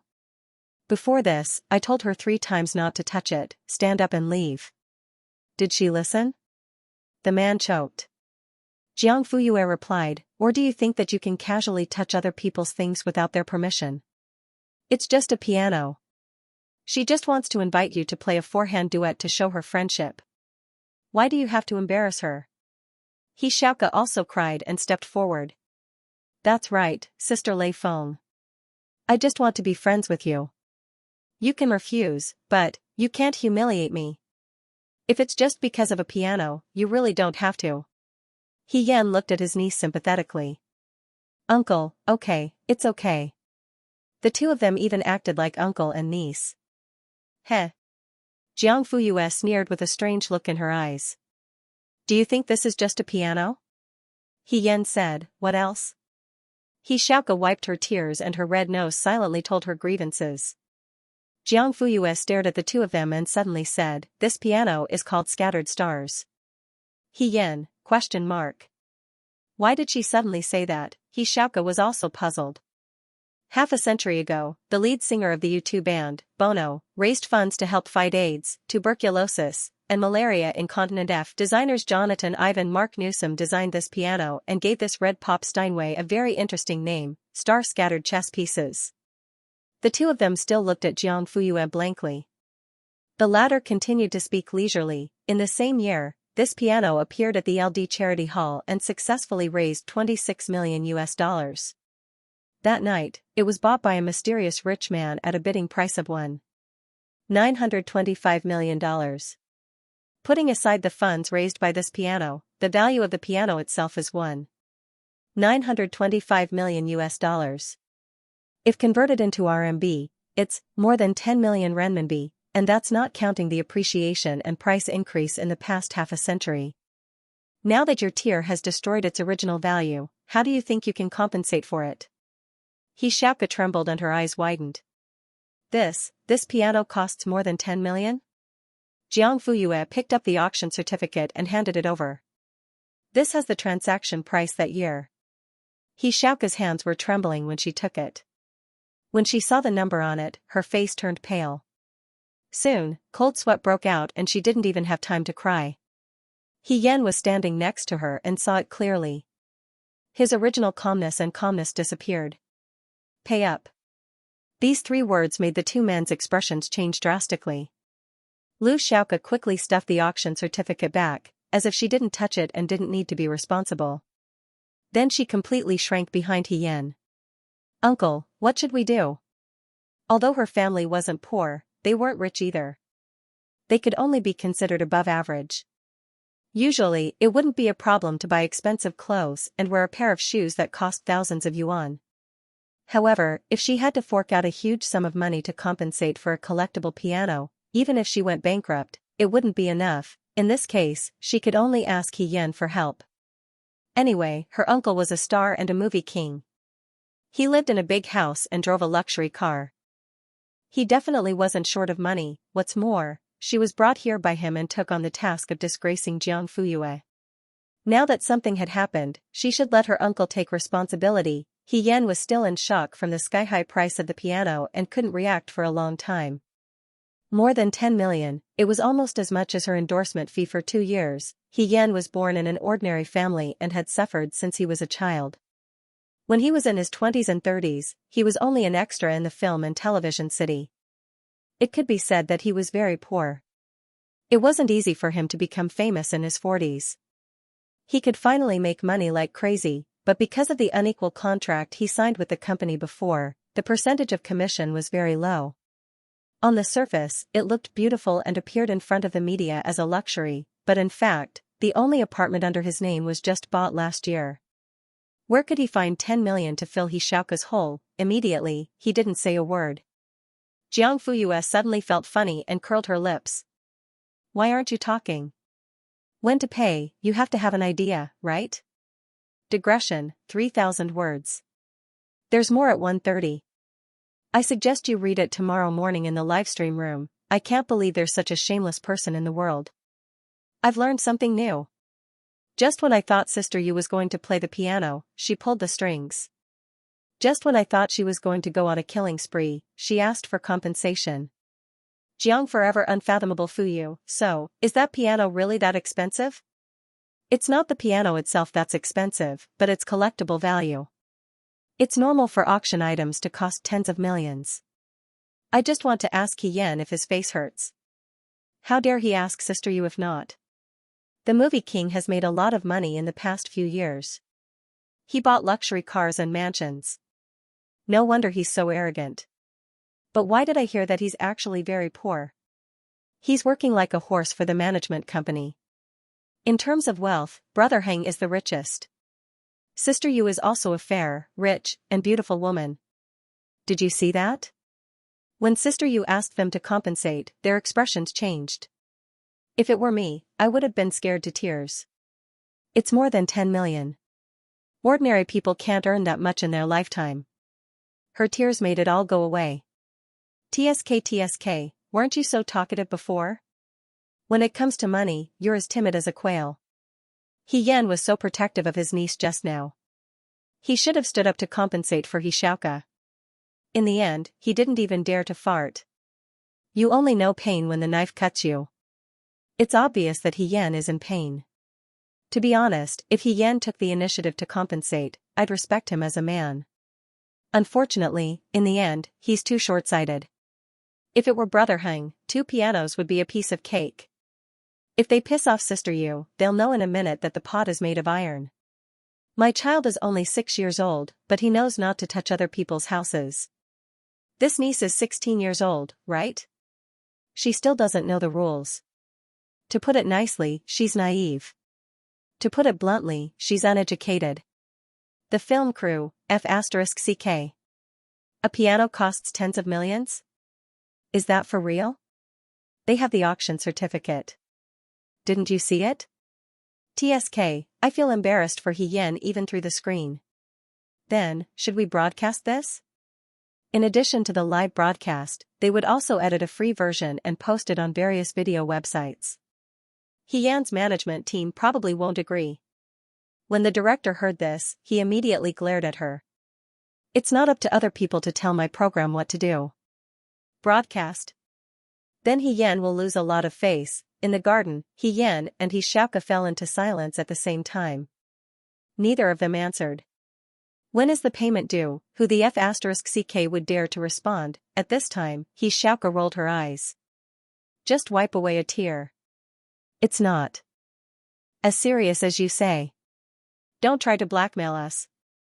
Jiang Fuyu smiled. Every key of this piano is made of the most precious red sandalwood.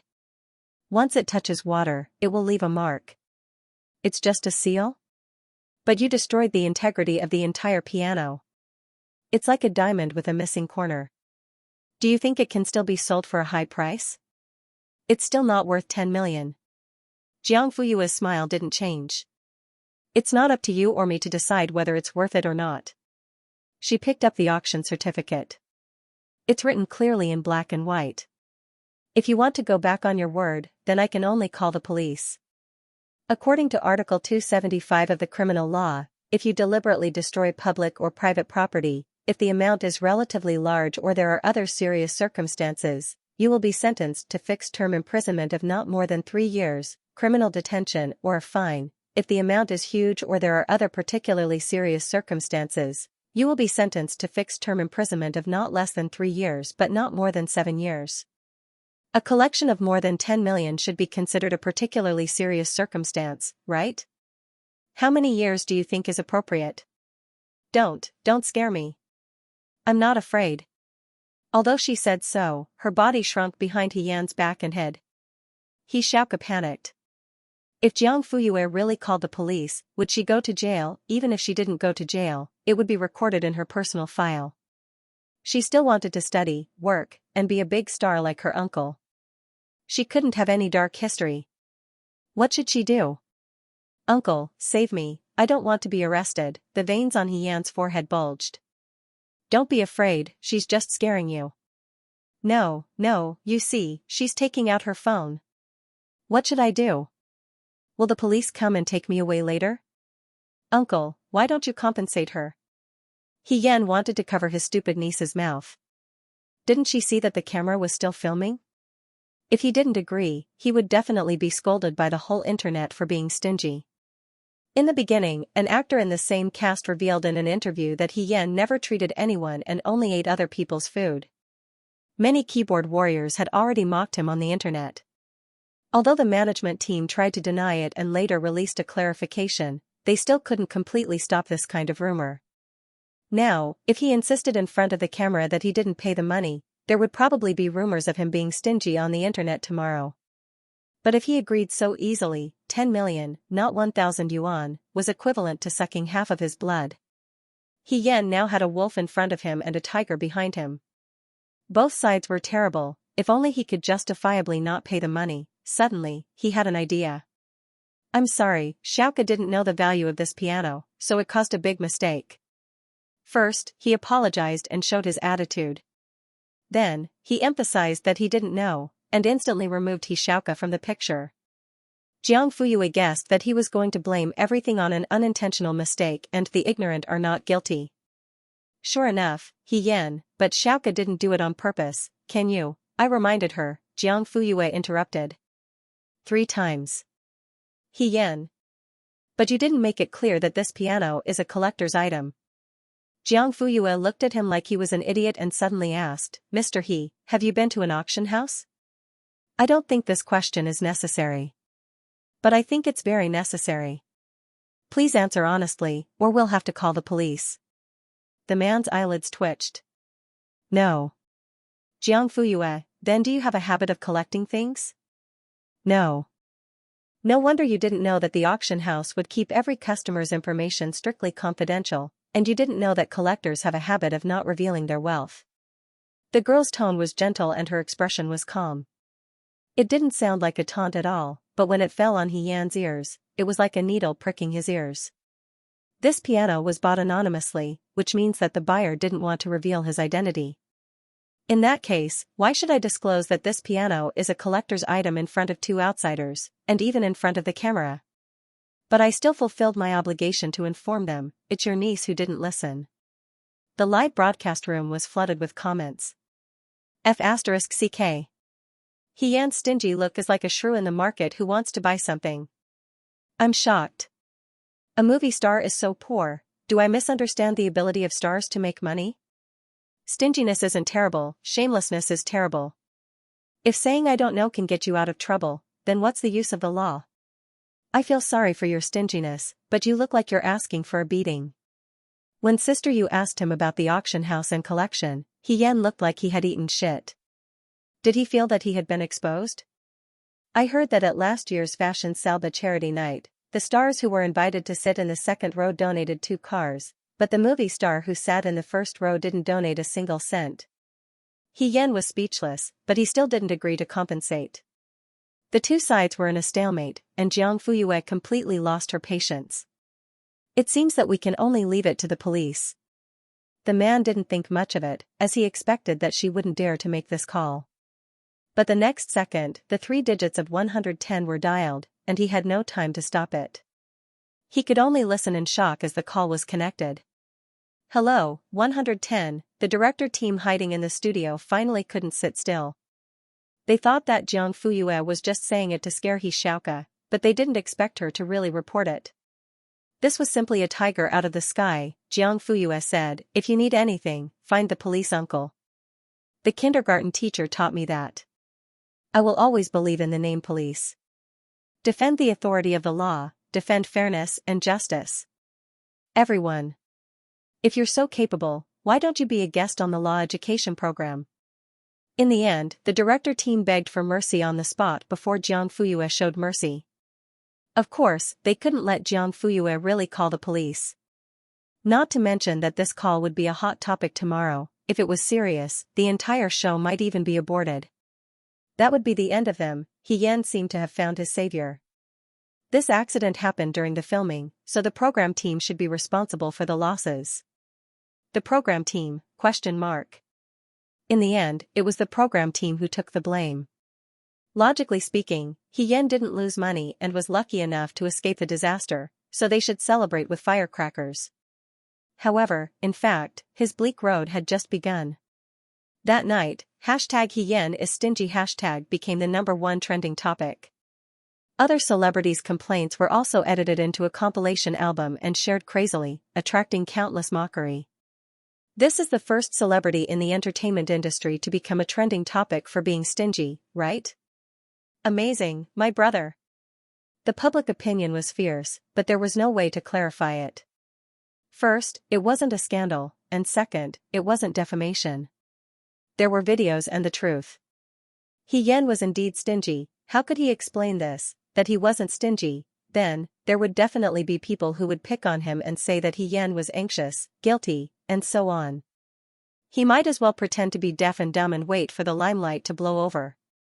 Xian also knew that this was the best solution, but it didn't stop him from being angry. Especially when he used another account to refresh his comment section. When he saw the free ha ha ha ha ha, he couldn't wait to drag out the netizens who were laughing at him behind their IDs and beat them up. And Han Heng, the main culprit, Han Heng, ? What did it have to do with me? I was upstairs the whole time, he didn't know when, but the netizens' nickname for him changed from watering to stingy. Every time he appeared, there would be a string of heartless ha ha ha. When he went on shows, he would be deliberately cued with topics like stingy or poor. Then, there would be another round of ha ha ha ha. There were even reporters who asked him in public during an interview, "Everyone says you're stingy. Brother Yan, do you think you're stingy?" His face darkened and he left in a huff. In the end, he was put online to ridicule. However, this wasn't the most damaging thing. What he couldn't accept the most was that his management team wanted to use this opportunity to create a stingy persona for him. His manager, based on the current popularity, you don't have to invest too much. You just need to make a self-deprecating post to deepen the netizens' impression. Then, I'll call a few variety show directors and ask them to cue you during the recording. You'll definitely be able to establish a stable persona. It was simply a small investment and a huge profit, however, Xian was very against it. I'm an actor, not a comedian for others' amusement. You have to be clear about this. Once the persona was established, his future career would be tied to the word stingy. To the sensitive Xian, this was simply unacceptable. Some people were rich. If you laughed at them for being stingy, they wouldn't care and would just laugh it off. However, some people were poor. If you called them stingy in public or asked them to admit that they were stingy, they would never do that. Xian said, "Don't try to persuade me. I won't agree." The manager said, "This is marketing." Marketing? Do you understand? I'm not saying that you're stingy. Xian stood up and left without saying a word. His back view was extremely arrogant. His manager almost died from anger. Separated by a wall in the outer room, several staff members were also discussing. They're really arguing? Brother Yan left in a huff while Sister Coco was smashing things inside. Isn't that obvious enough? Are you really going to create some stingy persona? I don't think Brother Yan will agree. Cough. The more you care about something, the more you won't let others talk about it. Actually, Brother Yan can be a little. I'm just saying. Don't spread rumors. This sentence was like the key to Pandora's box, and the others couldn't hold it in anymore. It's not just a little. It's very good. Last year on New Year's Eve, he gave out 88 yuan. The moment I opened it, I was stunned. Later, I saw Du Qingjiang's team's assistant showing off the picture. Master Du directly transferred 88 yuan, which is 1,000 times more than ours. When they asked me how much I gave out, I was too embarrassed to say. My heart ached. Sister Xiaohua, you took 88 yuan? Yes. Didn't you? I only got 66 yuan. I got 52 yuan. F***ck. That's amazing. The program crew paid and the piano was taken away. They sent it to the auction house. Good lord, it was more than 10 million yuan. They had to recoup some of their losses, right? Otherwise, how could the program continue? In the end, the appraisal expert told them that the piano's value was reduced by half because of the imprint on the keys. The director's heart was bleeding. In the middle of the night, he lay down and prepared to sleep. However, the more he thought about it, the angrier he got. He sat up and called the assistant director. The assistant director was already asleep. When he heard the ringtone, he cursed under his breath. In the end, he had no choice but to pick up the phone. Hello? It was soft. Xian doesn't need to record the next episode. Let him crawl. The assistant director shivered and suddenly lost all his sleepiness. What do you mean? You're going to replace Xian? I'm not preparing. I've already replaced him. Also, from now on, he's not allowed to be in any of my projects. Yes, he was banned, otherwise, how could he be worthy of the 5 million yuan cut off from him? Xian soon received the termination notice. Then, he was dumbfounded. The reason given by the other party was that the artist's reputation had been damaged and he was no longer suitable to continue being a guest on the show. In other words, the responsibility was placed on Xian's side. In this way, the program crew would abandon him and not have to pay the liquidated damages. With many parties unable to mediate, Xian could only withdraw. At the same time, the 2 luxury brand endorsements and 3 first-tier brand ambassadors under his name were removed one after another. The reason was that his own image no longer fit the brand culture. To put it bluntly, a stingy person endorsing a luxury brand. Was this a joke? Xian's career suffered a complete setback. In the end, it was because he was used to being the cold and aloof best actor that he suddenly showed a stingy cough. The calculating side of him was too different and his character was overturned.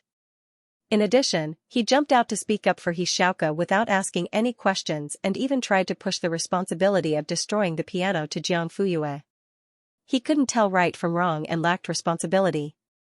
He was simply a bear. The fans were disappointed, and many of them even quit and stepped on him. Han Heng's agent laughed so hard that his mouth was about to rot. Xian is digging his own grave. I heard that old witch Coco has already started to pick new people. She's probably going to give up on him. Han Heng said, not necessarily.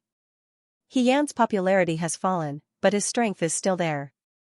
At most, they'll give out his resources or use him to exchange for resources for new people. In either case, Xian is still a soldier under Coco.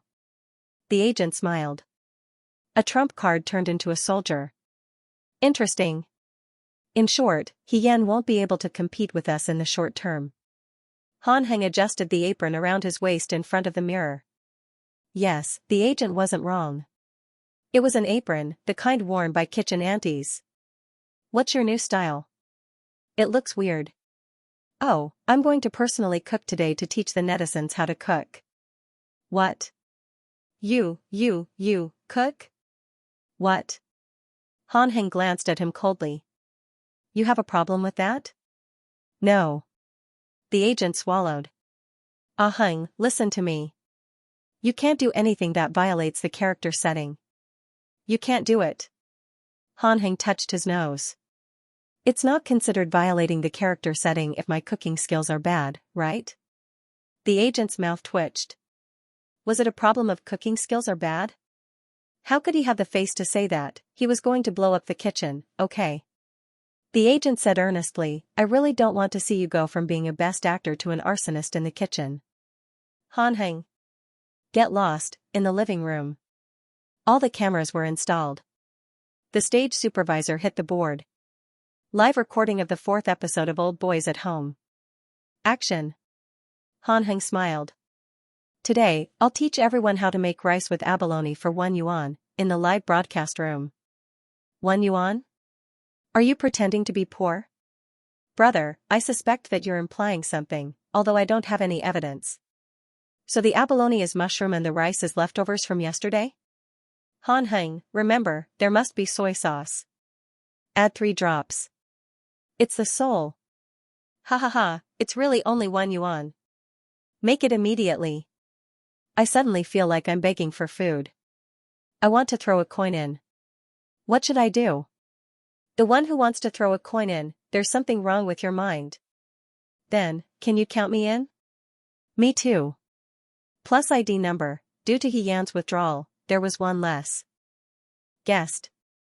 The director did not invite any other celebrities to fill in the spots, mainly because he was too poor, too damn poor. To avoid losing viewers, he had to add new tricks. One of them was live interaction. Han Heng. A plate of rice with abalone is ready. Let's have a chat next? Xiao Zhang, move your leg closer. Let me see what everyone's saying. As soon as he said that, the bullet screen went wild. Brother. Look at me. Heng Heng. Mom is here, soar bravely, the sun will always follow you. Han Heng cleared his throat. Ahem.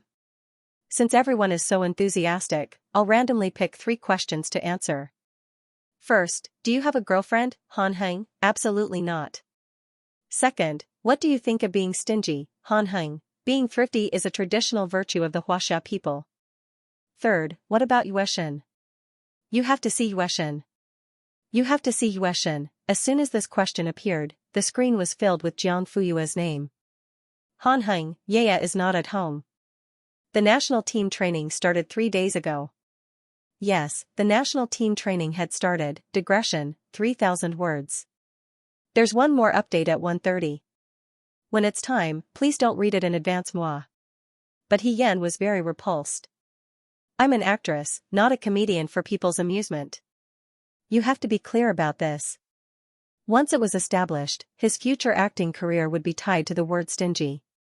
To the sensitive Yan, this was simply unacceptable. Some people were rich, and if you laughed at them for being stingy, they would just laugh it off. But some people were poor, and if you called them stingy in public or asked them to admit that they were stingy, they would never do that. Yan, don't try to persuade me, I won't agree. The manager, this is marketing. Marketing. Do you understand? I'm not saying that you're stingy. Yan got up and left without even saying goodbye. His back view was extremely arrogant.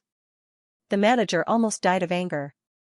In the outer room, a few staff members were also discussing. They really quarreled? Brother Yan left in a huff, and Sister Coco was smashing things inside. Isn't that obvious enough?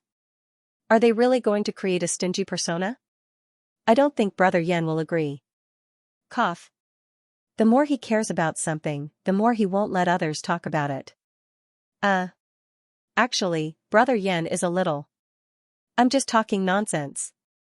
Don't spread it around. This sentence was like the key to Pandora's box, and the others couldn't help it. It's not just a little. It's very good. Last year on New Year's Eve, they gave out 88 yuan. I was stunned when I opened it. Later, I saw Du Qingjiang's team's assistant showing off the picture. Master Du directly transferred 88 yuan, which is 1,000 times more than ours. When they asked me how much I gave out, I was too embarrassed to say. I was so jealous. Sister Xiaohua, you took 88 yuan? Yes. Didn't you? I only got 66 yuan. I got 52 yuan. F***ck. That's amazing. The production crew paid and the piano was taken away. They sent it to the auction house. Good lord, it was more than 10 million. They had to recoup some of their losses, right? Otherwise, how could the show continue? In the end, the appraisal expert told them that the piano's value was reduced by half because of the imprint on the keys. The director's heart was bleeding. In the middle of the night, he lay down and prepared to sleep. However, the more he thought about it, the angrier he got. He simply sat up and called the assistant director. The assistant director was already asleep. When he heard the ringtone, he cursed under his breath. In the end, he had no choice but to pick up his phone. Hello? It was soft. Yan doesn't need to record the next episode. Let him crawl. The assistant director quivered and immediately lost all his sleepiness. What do you mean? Are you going to replace Yan? It's not preparation. Yes, it had been replaced. Also, from now on, he's not allowed to work on any of my projects. Yes, ban, otherwise, how could he be worthy of the 5 million he had cut off from him? Yan soon received the termination notice. Then, he was dumbfounded. The reason given by the other party was that the artist's reputation had been damaged and he was no longer suitable to continue being a guest on the show. In other words, the responsibility was placed on Yan's side. In that case, the production team would abandon him and not have to pay the penalty for breaching the contract. Yan had no choice but to withdraw. At the same time, the 2 luxury brand endorsements and 3 first-tier brand ambassadors under his name were removed one after another. The reason was that their own image no longer fit the brand culture. To put it bluntly, a cheapskate endorsing luxury goods. Was this a joke? Yan's career had been thwarted. In the end, it was because he was used to being the cold and aloof best actor that he suddenly became stingy. Ahem. The calculating side was too different and his persona was overturned. In addition, he jumped out to speak up for Xianxia without asking any questions and even tried to push the responsibility of destroying the piano to Jiang Fuyue. He couldn't tell right from wrong and lacked responsibility. He was simply a bear. The fans were disappointed, and many of them even quit and stepped on him. Han Heng's agent had been laughing for the past 2 days. Yan is digging his own grave. I heard that the old witch, Coco, has already started to pick newcomers. She's probably going to give up on him. Han Heng said, not necessarily. Yan's popularity has fallen, but his strength is still there. At most, they will give out his resources or use him to exchange resources for newcomers. In either case, Yan is still a soldier under Coco. The agent smiled. An ace turned into a soldier. Interesting. In short, Yan won't be able to compete with us in the short term. Han Heng adjusted the apron around his waist in front of the mirror. Yes, the agent didn't see wrong. It was an apron, the kind used by kitchen aunties. What's your new style? It looks weird. Oh, I'm going to personally cook today to teach my netizens how to cook. What? You cook? What? Han Heng glanced at him coldly. You have a problem with that? No. The agent swallowed. Ah Heng, listen to me. You can't do anything that violates your persona. You can't do it. Han Heng touched his nose. It's not considered violating my persona if my culinary skills are bad, right? The agent's mouth twitched. Was it a problem of poor culinary skills? How could he have the face to say that? That was going to blow up the kitchen, okay? The agent said earnestly, I really don't want to see you go from being a best actor to an arsonist in the kitchen. Han Heng. Get lost, in the living room. The cameras were all installed and the stage supervisor hit the board. Live recording of the 4th episode of Old Boys at Home. Action. Han Heng smiled. Today, I'm going to teach everyone how to make rice with abalone for 1 yuan, in the livestream room. 1 yuan? Are you pretending to be poor? Brother, I suspect you're implying something, although I don't have any evidence. So the abalone is mushroom and the rice is leftovers from yesterday? Han Heng, remember, there must be soy sauce. Add 3 drops. This is the soul. Ha ha ha, it's really only 1 yuan. Make it immediately. I suddenly feel like I'm begging for food. I want to toss a coin. What should I do? The one who wants to toss a coin, there's something wrong with your mind. Then, can you count me in? Me too. Plus ID number, due to Yan's withdrawal, there was one less guest. The director didn't invite any other celebrities to fill in the spots, mainly because he was too poor, too damn poor. To avoid losing viewers, he had to add new tricks. One of them was live interaction. Han Heng. A plate of rice with abalone is ready. Then let's have a chat. Xiao Zhang, move your leg closer, let me see what everyone's saying. As soon as he said this, the bullet screen went wild. Brother. Look at me. Heng Heng. Mom is here. Heng Heng flies bravely, the sun will always be with you. Han Heng cleared his throat. Ahem. Since everyone is so enthusiastic, I'll randomly pick 3 questions to answer. First, do you have a girlfriend, Han Heng? Absolutely not. Second, what do you think of being stingy, Han Heng? Being thrifty is a traditional virtue of Huaxia. Third, what about Yueshan? You have to see Yueshan. You have to see Yueshan. As soon as this question appeared, the screen was filled with Jiang Fuyue's name. Han Heng, Yaya isn't home. The national team training started 3 days ago. Yes, the national team training had started. The training was held at Q University. The familiar campus, the familiar scenery. After the Ipoh summer camp, Jiang Fuyue was back. There were a total of 34 people participating in the training. 30 of them were the top 30 of the CMO winter camp, and the other 4 were the top 2 of the Huaxia Women's Mathematical Olympiad and Huaxia Western Mathematical Olympiad. The training would last for 7 days. After 7 days, 6 of the 34 people would be selected to represent Huaxia at the IMO. They would compete with other countries' mathematics geniuses. Ling Xian, I heard that Hamasaki Naohara is on Japan's team this year. Jiang Fuyue's reaction was calm. I know, he challenged me before he left. Can't this guy be beaten into submission? He's convinced by the 4 arts, but that doesn't mean he's convinced by the mathematics competition. Currently, it seems that he's a little bit better than his brother Hamasaki. What's a little bit better? At least he can afford to lose. Before leaving, he openly challenged Jiang Fuyue. As for Hamasaki Naohara, since he couldn't win, he brought his brother back to China. What a coward. Ahem. The teacher stood on the podium and coughed heavily. Ling Xian, Jiang Fuyue, have you finished your questions? Why are you talking in secret? In an instant, everyone looked at the two of them. The teacher was a good teacher, and he didn't want to embarrass his students in front of him. But these two didn't have any self-awareness at all. How could they compete in the IMO with such an attitude? How could they show the majesty of Huaxia, a big country? He had no choice but to call them out in front of everyone and teach them a lesson so that they wouldn't do it again. Of course, it was also a warning and deterrence to the other team members. Unfortunately, the plan was beautiful, but the reality was terrible. Jiang Fuyue, yes, I'm done. Ling Xian nodded. I'm done too. The teacher, ? Digression, as usual, update first and clear the cache at 1:30 p.m. Love you. I won't deduct more. Jiang Fuyue wants all 3 of her friends to be selected. No.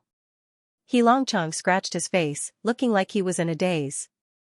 Old Xiang, what are you talking about? However, Li Zhao and Yuan Bentao understood. Given Jiang Fuyue's individual strength, there was no doubt that she would be selected for the final 6-man team to compete in the IMO. This was something that all the teachers who had taught him before would admit. The fact that he had scored full marks in all 6 exams was the most direct proof of that. Therefore, she did not have to worry about herself, but her 3 friends.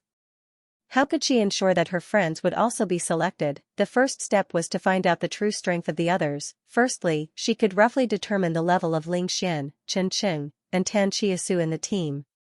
Secondly, she had to guard against dark horses, take Guazidong for example. Who knew if there were others hiding their strength and planning to sneak out? Look, Jiang Fuyue had tried. The other party panicked and was instantly exposed. Li Zhao tried his best to calm down, but his eyes were still filled with shock. This Jiang Fuyue, he said it twice, his tone harsher each time. In the end, he even sounded like he was gritting his teeth. She's too daring. Yuan Bentao nodded in agreement. Her courage was not something that ordinary people could compare to. She's done everything that a teacher should do.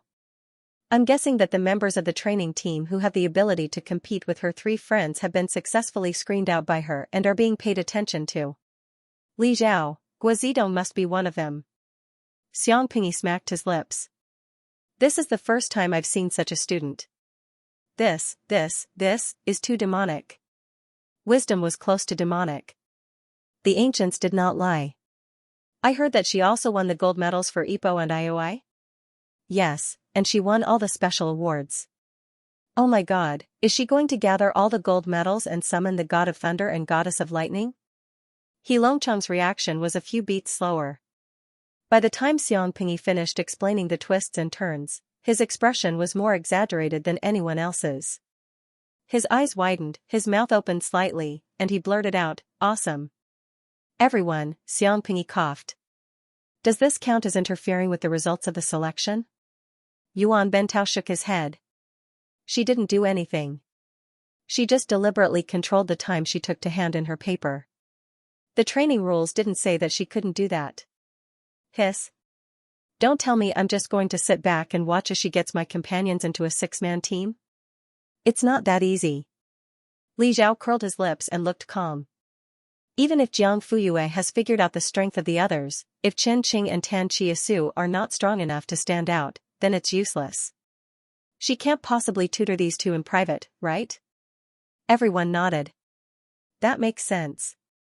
Was something like the mathematical Olympiad something that could be improved just by practicing at the last minute? What kind of joke was this, at the same time, in an empty classroom in the teaching building? Jiang Fuyue stood in front of the whiteboard, which was densely filled with formulas and steps. Do you understand? Tan Chiasu sat below and nodded his head frantically. Chen Chang's eyes also lit up. I understand. Great. She really was tutoring, Jiang Fuyue. Okay, next question. She only stopped when the sky gradually darkened. Okay, that's it for today. After that, she threw her pen, grabbed her bag, and looked like she was going to leave immediately. Tan Chiasu and Chen Qing wanted to stay a little longer and tidy up their notes before leaving, so they didn't move from their seats. Oh, by the way. Jiang Fuyue walked to the door and suddenly turned around. The speed of this exam was okay. You handed in your papers early. Keep it up. As long as you can maintain this condition, you can definitely surpass Wei Kongjue and Wu Pingting. Chen Cheng, what about Shi Ranran? Jiang Fuyue, she's no longer on the competition list. Their eyes lit up. Tan Chiasu said, Sister Yu, we'll work hard. Chen Cheng, me too. Me too. Jiang Fuyue waved her hand and walked away gracefully. Tan Chiasu, why did you understand the questions after listening to Sister Yu once? Why did you feel like your head was going to explode after listening to the teacher? Chen Qing thought for a while and said seriously, because Sister Yu is a hanger. Also, there's that competition list that was specially made for the two of us. Even who we have to surpass and how many minutes we have to hand in our papers in advance were clearly planned out. Sob, how did Sister Yu come up with that? Chen Qing, I suspect that Sister Yu's brain is a big data analysis machine. She analyzed everyone in the team, including you and me. Tan. Chiasu shrank his neck and felt a chill run down his spine. You're making me a little scared, stop fooling around. Hurry up and finish. We'll eat after you finish. I'm hungry. Okay. Work hard on the questions. Work hard to squeeze into the 6-person team. Last night, I dreamt of standing side by side with Sister Yu in the IMO. That feeling can only be described with one word, valiant. Chen Chang's eyes were filled with yearning. He secretly made up his mind that he would also dream of it tonight. Logically speaking, if the two of them could rank in the top 5 of the winter camp, they should not be weak. How could they be reduced to the point where they had to take remedial classes? In fact, before the training began, Chen Qing and Tan Chiasu also thought so. After all, they were tied for 5th place.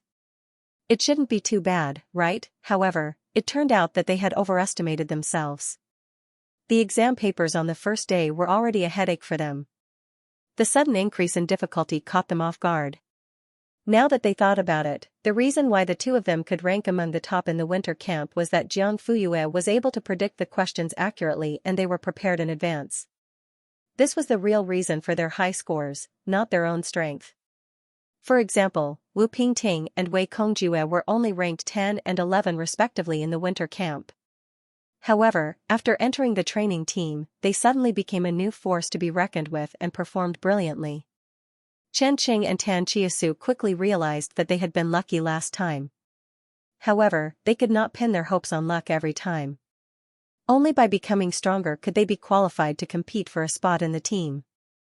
Therefore, they went to ask Jiang Fuyue for remedial classes. In just 2 short days, the results were amazing. The two of them were now able to catch up with Wu Pingting and Wei Kongjue. On the 4th day of the training, Jiang Fuyue noticed that several teachers were looking at her strangely. It was as if they were investigating something. When she walked past them without looking sideways, They would even turn their heads and continue to look at her until she disappeared around the corner and could no longer be seen. Only then would they slowly withdraw their gazes.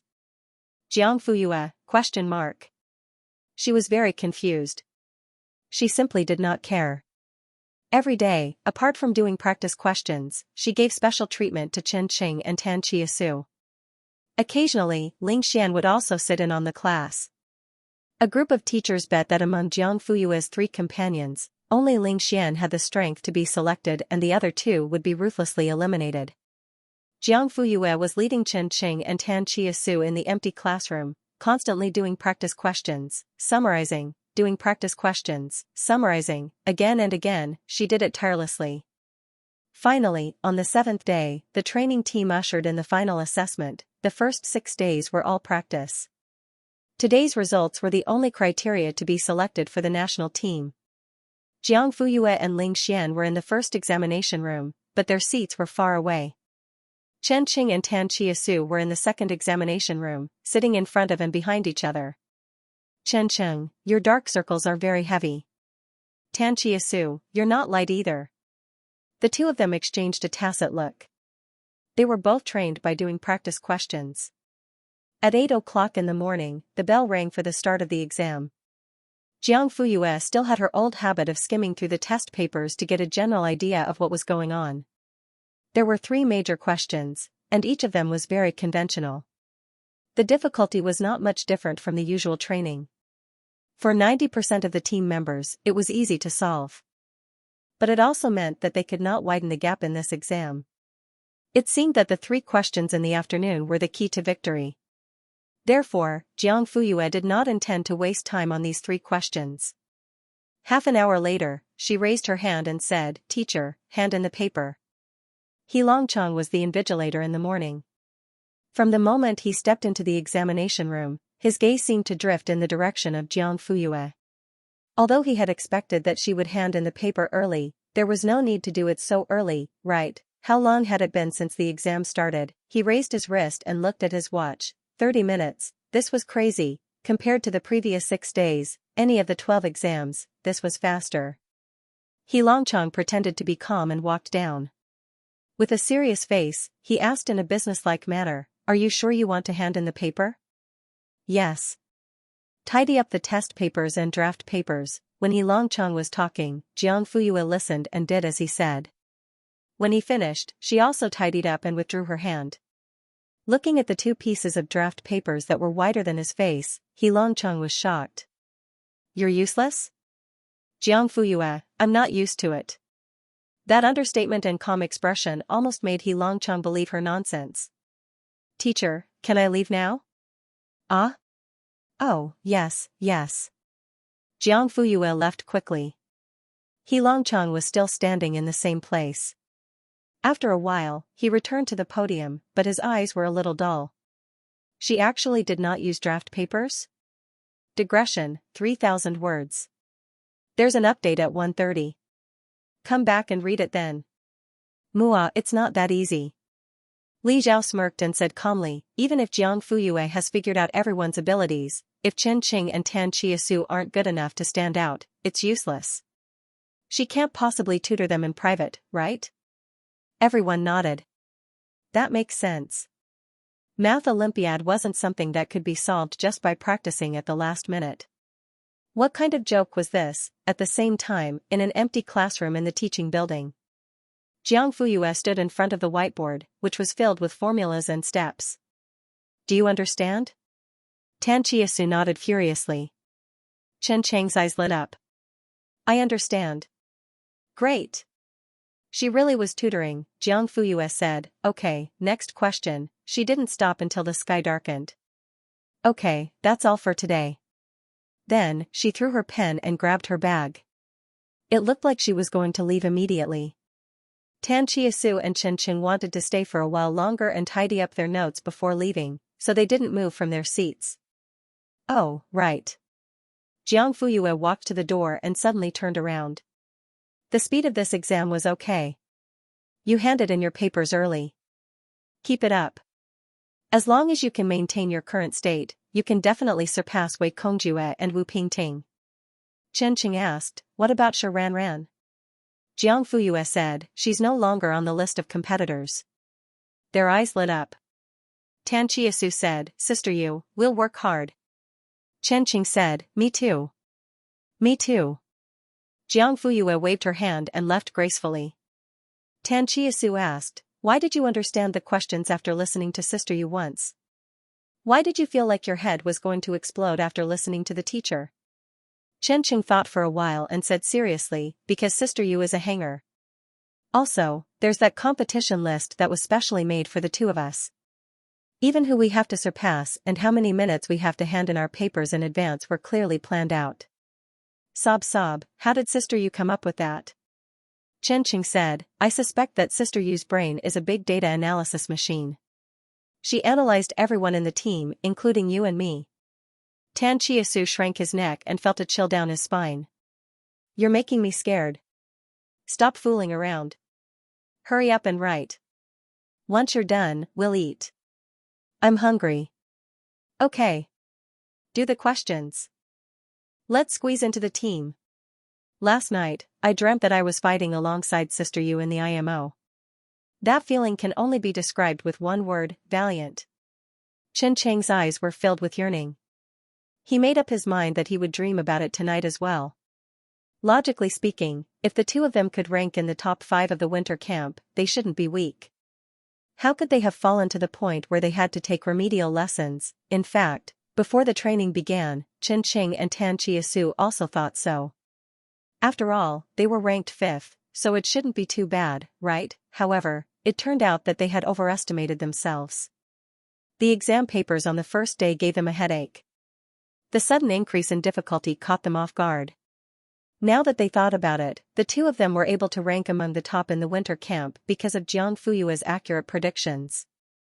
They were prepared in advance. This was the real reason for their high scores, not their own strength. For example, Wu Pingting and Wei Kongjue only ranked 10 and 11 respectively in the winter camp. However, after entering the team, they suddenly rose to prominence and performed well. Chen Qing and Tan Chiasu quickly realized that they were lucky last time. However, they couldn't rely on luck every time. Only by becoming stronger could they be qualified to compete for a spot in the team. Therefore, they went to ask Jiang Fuyue for remedial lessons. In just 2 days, the results were amazing. The two of them were now able to catch up with Wu Pingting and Wei Kongjue. On the 4th day of the training, Jiang Fuyue noticed that several teachers were looking at her strangely. It was as if they were investigating something. When she walked past without looking sideways, the other party would even turn their heads and continue to look at her until she disappeared around the corner and couldn't be seen anymore. Only then would they slowly withdraw their gazes. Jiang Fuyue? She was very confused. She simply didn't care. Every day, apart from doing exercises, she gave special lessons to Chen Qing and Tan Chiasu. Occasionally, Ling Xian would also sit in on the class. A group of teachers bet that among Jiang Fuyue's 3 companions, only Ling Xian had the ability to be selected and the other 2 would be ruthlessly eliminated. Jiang Fuyue was leading Chen Qing and Tan Chiasu in the empty classroom, constantly doing exercises, summarizing, doing exercises, summarizing, over and over again. She didn't get tired of it. Finally, on the 7th day, the training team ushered in the final assessment. The first 6 days were all practice. Today's results were the only criteria to be selected for the national team. Jiang Fuyue and Ling Xian were in the first examination room, but their seats were far away. Chen Qing and Tan Chiasu were in the second examination room, sitting in front of and behind each other. Chen Qing, your dark circles are very heavy. Tan Chiasu, you're not light either. The two of them exchanged a tacit look. They were both trained by doing exercises. At 8 o'clock in the morning, the bell rang for the start of the exam. Jiang Fuyue still had her old habit of skimming through the test papers to get a general idea of what to expect. There were 3 major questions, and each of them was very conventional. The difficulty was not much different from the usual training. For 90% of the team members, it was easy to solve. But it also meant that they couldn't widen the gap in this exam. It seemed that the 3 questions in the afternoon were the key to victory. Therefore, Jiang Fuyue didn't intend to waste time on these 3 questions. Half an hour later, she raised her hand and said, "Teacher, hand in the test paper." He Longcheng was the invigilator in the morning. From the moment he stepped into the examination room, his gaze seemed to drift in the direction of Jiang Fuyue.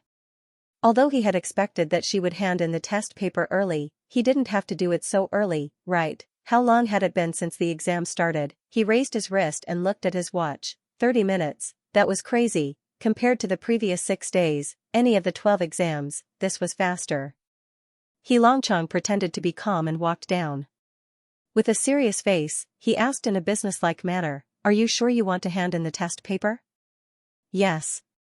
"Tidy up the test paper and draft paper." When He Longcheng was talking, Jiang Fuyue listened and did as he said. When he was done, she also tidied up and retracted her hand. Looking at the 2 pieces of draft paper that were wider than his face, He Longcheng was shocked. "You're useless?" Jiang Fuyue replied, "I'm not used to it." That casual tone and calm expression almost made He Longcheng believe her nonsense. "Teacher, can I leave now?" "Ah? Oh, yes, yes." Jiang Fuyue left quickly. He Longcheng was still standing in the same place. After a while, he returned to the podium, but his eyes were a little dull.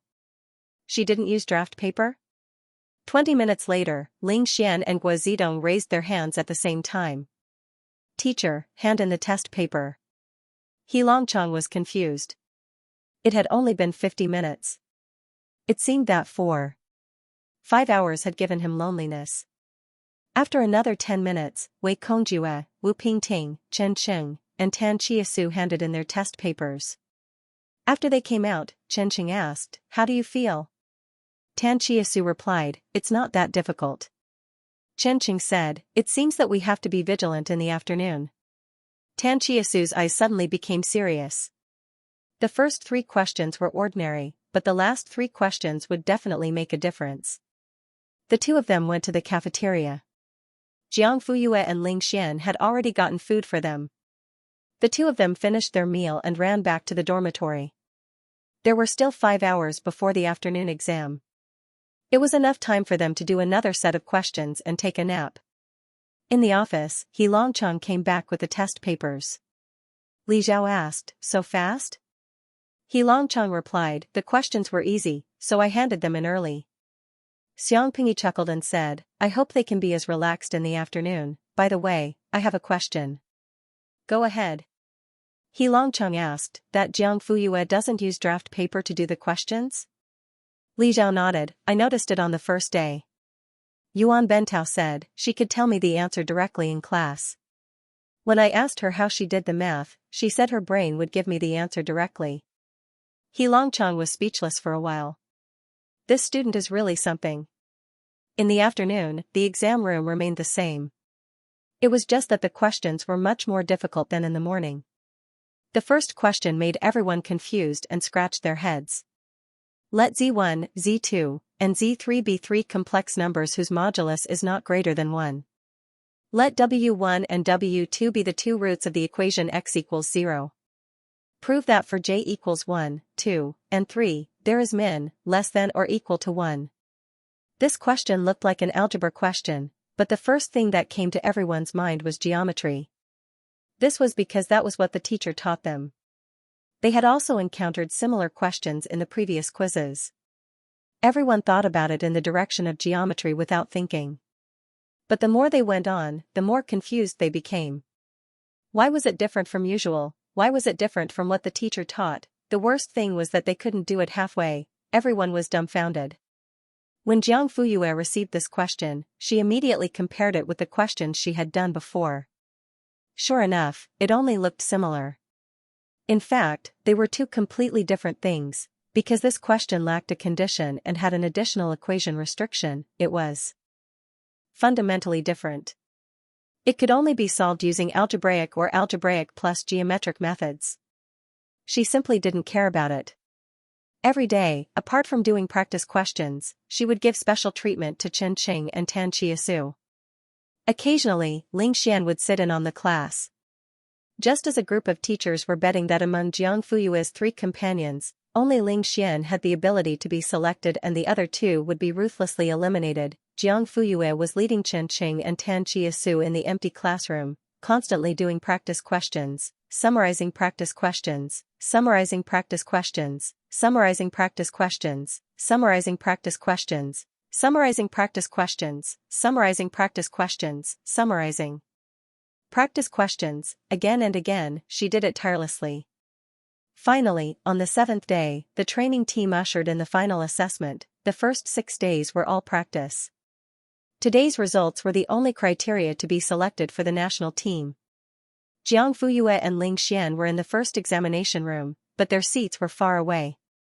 Chen Qing and Tan Chiasu were in the second examination room, sitting in front of and behind each other. Chen Qing, your dark circles are so heavy. Tan Chiasu, you're not light either. The 2 of them exchanged a tacit look. They were both trained by doing practice questions. At 8 o'clock in the morning, the bell rang for the start of the exam. As usual, Jiang Fuyue skimmed through the test papers first to get a general idea of what to expect. There were 3 major questions, each of which was very conventional, and the difficulty was not much different from the usual practice. For 90% of the team members, it was easy to solve. But it also meant that they couldn't widen the gap in this exam. It seemed that the 3 questions in the afternoon were the key to victory. Therefore, Jiang Fuyue didn't plan to waste time on these 3 questions. Half an hour later, she raised her hand and said, "Teacher, hand in the paper." He Longchang was invigilating the exam in the morning. From the moment he stepped into the examination room, his eyes seemed to drift in the direction of Jiang Fuyue. Although he had expected that she would hand in the paper early, it didn't need to be so early, right? How long had it been since the exam started? He raised his wrist and looked at his watch. 30 minutes, what a freak. Compared to the previous 6 days, any of the 12 exams, it was faster. He Longchang pretended to be calm and walked down. With a serious face, he asked in a businesslike manner, "Are you sure you want to hand in the paper?" "Yes." "Organize the test papers and draft papers." When He Longchang was talking, Jiang Fuyue listened and did as he said. After he finished speaking, she also tidied up and retracted her hand. Looking at the 2 pieces of draft paper that were wider than his face, He Longchang was shocked. "You're useless?" "Jiang Fuyue, I'm not used to it." That casual tone and calm expression almost made He Longchang believe her nonsense.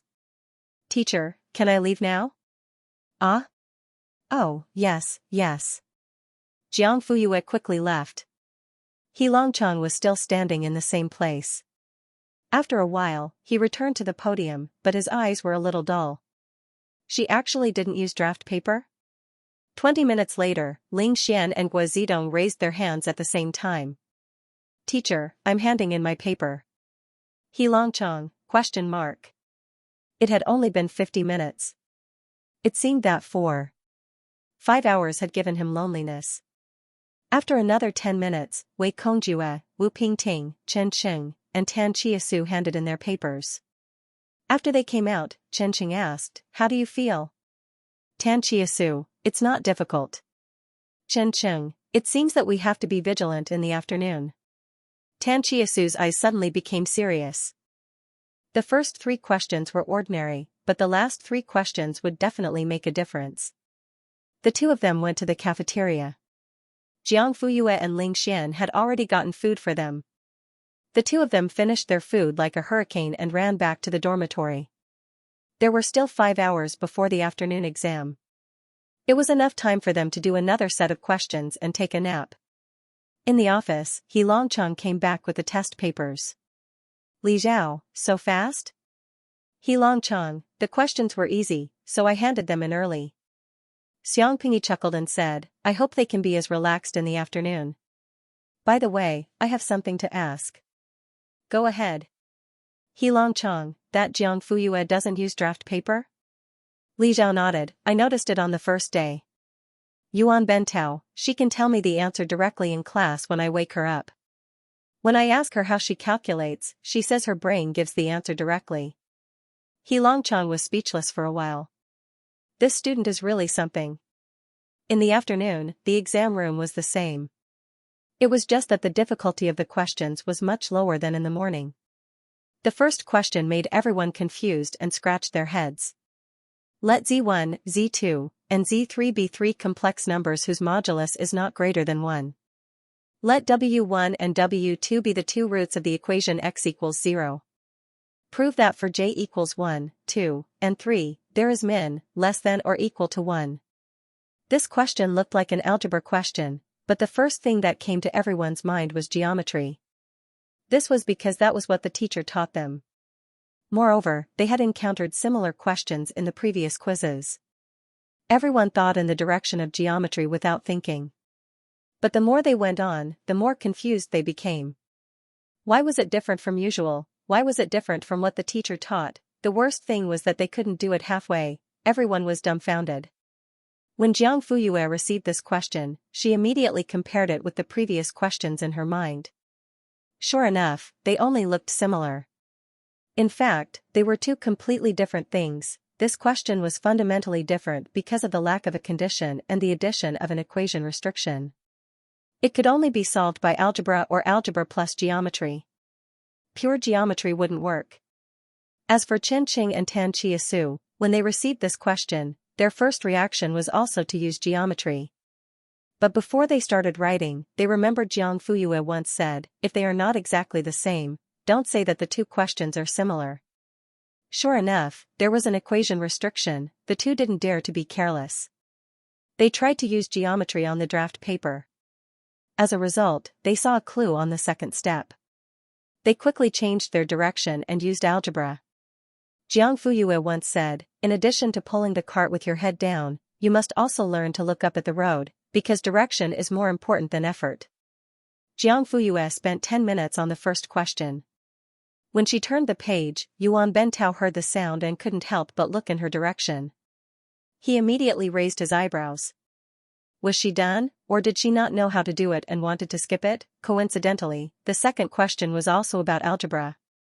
It was a question about the inverse Cauchy inequality on convex sequences. Originally, it was found by Alzer, a mathematician from Germany. Later, he refined it and attracted many mathematicians. The research results also increased. Coincidentally, Jiang Fuyue had read the relevant papers and knew many of the conclusions that had been proven. One of the derivation theorems happened to be related to this question. If it could be used directly, it would only take 3 steps to solve this question. Unfortunately, the IMO required that one could only use high school knowledge to solve the question. Even the theory of calculus and linear algebra could not be used directly. It was not impossible to use it, but one had to use existing high school knowledge to complete the proof or deduction on the spot. Jiang Fuyue was silent for a moment. The deduction process was quite tedious. 10 minutes later, she asked for more papers. Yuan Bentao paused. What's wrong? Jiang Fuyue, not enough. In the end, Yuan Bentao gave her a blank page on the spot. Everyone else, ? Which question was so crazy? How could it make Jiang Fuyue ask for more papers? I'm even less confident. Jiang Fuyue spent a full 20 minutes on this question. Not only did it fill up the original blank space of the test paper, but it also filled up the additional page in a voluminous manner. When the patrol passed by her, Yuan Bentao was stunned at first glance. Did the second question require so many steps? No. What was she doing? The third question was the easiest. Jiang Fuyue only spent 8 minutes on it. So, 38 minutes after the exam started, Jiang Fuyue raised her hand again. In an instant, the exam hall was filled with gasps. F***CK. Why was she faster than this morning? I'm going to die. I only have one question, is she still human? I want to open her brain and see what's inside and how it's different from ordinary people. I felt better when I saw Professor Yuan's dumbfounded expression. Ling Xian came out 2 hours after the exam started. Everyone was shocked that Jiang Fuyue handed in her paper early. Ling Xian didn't even raise his head as he continued to write. After all, he was already used to it. Others were afraid, but he was calm because the devil was beside him. He was scared and became more courageous. Chen Qing came out 3 hours and 15 minutes after the exam started, which was more than an hour later than Ling Xian. But judging from his expression, he should have finished quite well. Tan Chiasu also came out 5 minutes later with a smile on his face. The four of them didn't discuss the questions, nor did they ask Jiang Fuyue to compare their answers. Chen Qing, the exam is finally over. Tan Chiasu, after working hard for a week, I can finally sleep well tonight. When did Guo Zidong and Wei Kongjue hand in their papers? Jiang Fuyue suddenly asked. They were both in the second exam hall, so she didn't know. Chen Qing, I don't know. Anyway, they hadn't handed in their papers when Tan Chiasu came out. Jiang Fuyue smiled slightly. That's good. Tan Chiasu and Chen Qing looked at each other with tacit understanding. That night, Ling Xian treated them to a big meal outside the school. As expected of a rich young master, he was so generous. He ordered one of the 3 most expensive Western restaurants in the capital. Chen Qing, it's good to be rich. Tan Chiasu, burp. This damn smell of money. When they finished eating, it was already dark. The street lights were dazzling and the neon lights were flashing. The four of them were about to take a taxi back to school when Jiang Fuyue suddenly received a call. After saying okay twice, she said that she wouldn't go back for the time being and asked them to leave first. Ling Xian frowned. It's not safe for you to be alone. Don't worry, I know what to do. Ling Xian knew that he couldn't persuade her. Call me if you need anything. Don't be too late. Okay. The 3 of them got in the car and left. 5 minutes later, a black Mercedes-Benz stopped in front of Jiang Fuyue. She opened the door and sat in the passenger seat. Xie Dingyuan, congratulations. Jiang Fuyue raised her eyebrows. What do you mean? The IMO gold medal is in sight. The national team list hasn't even been announced yet and you're already congratulating me for winning the gold medal?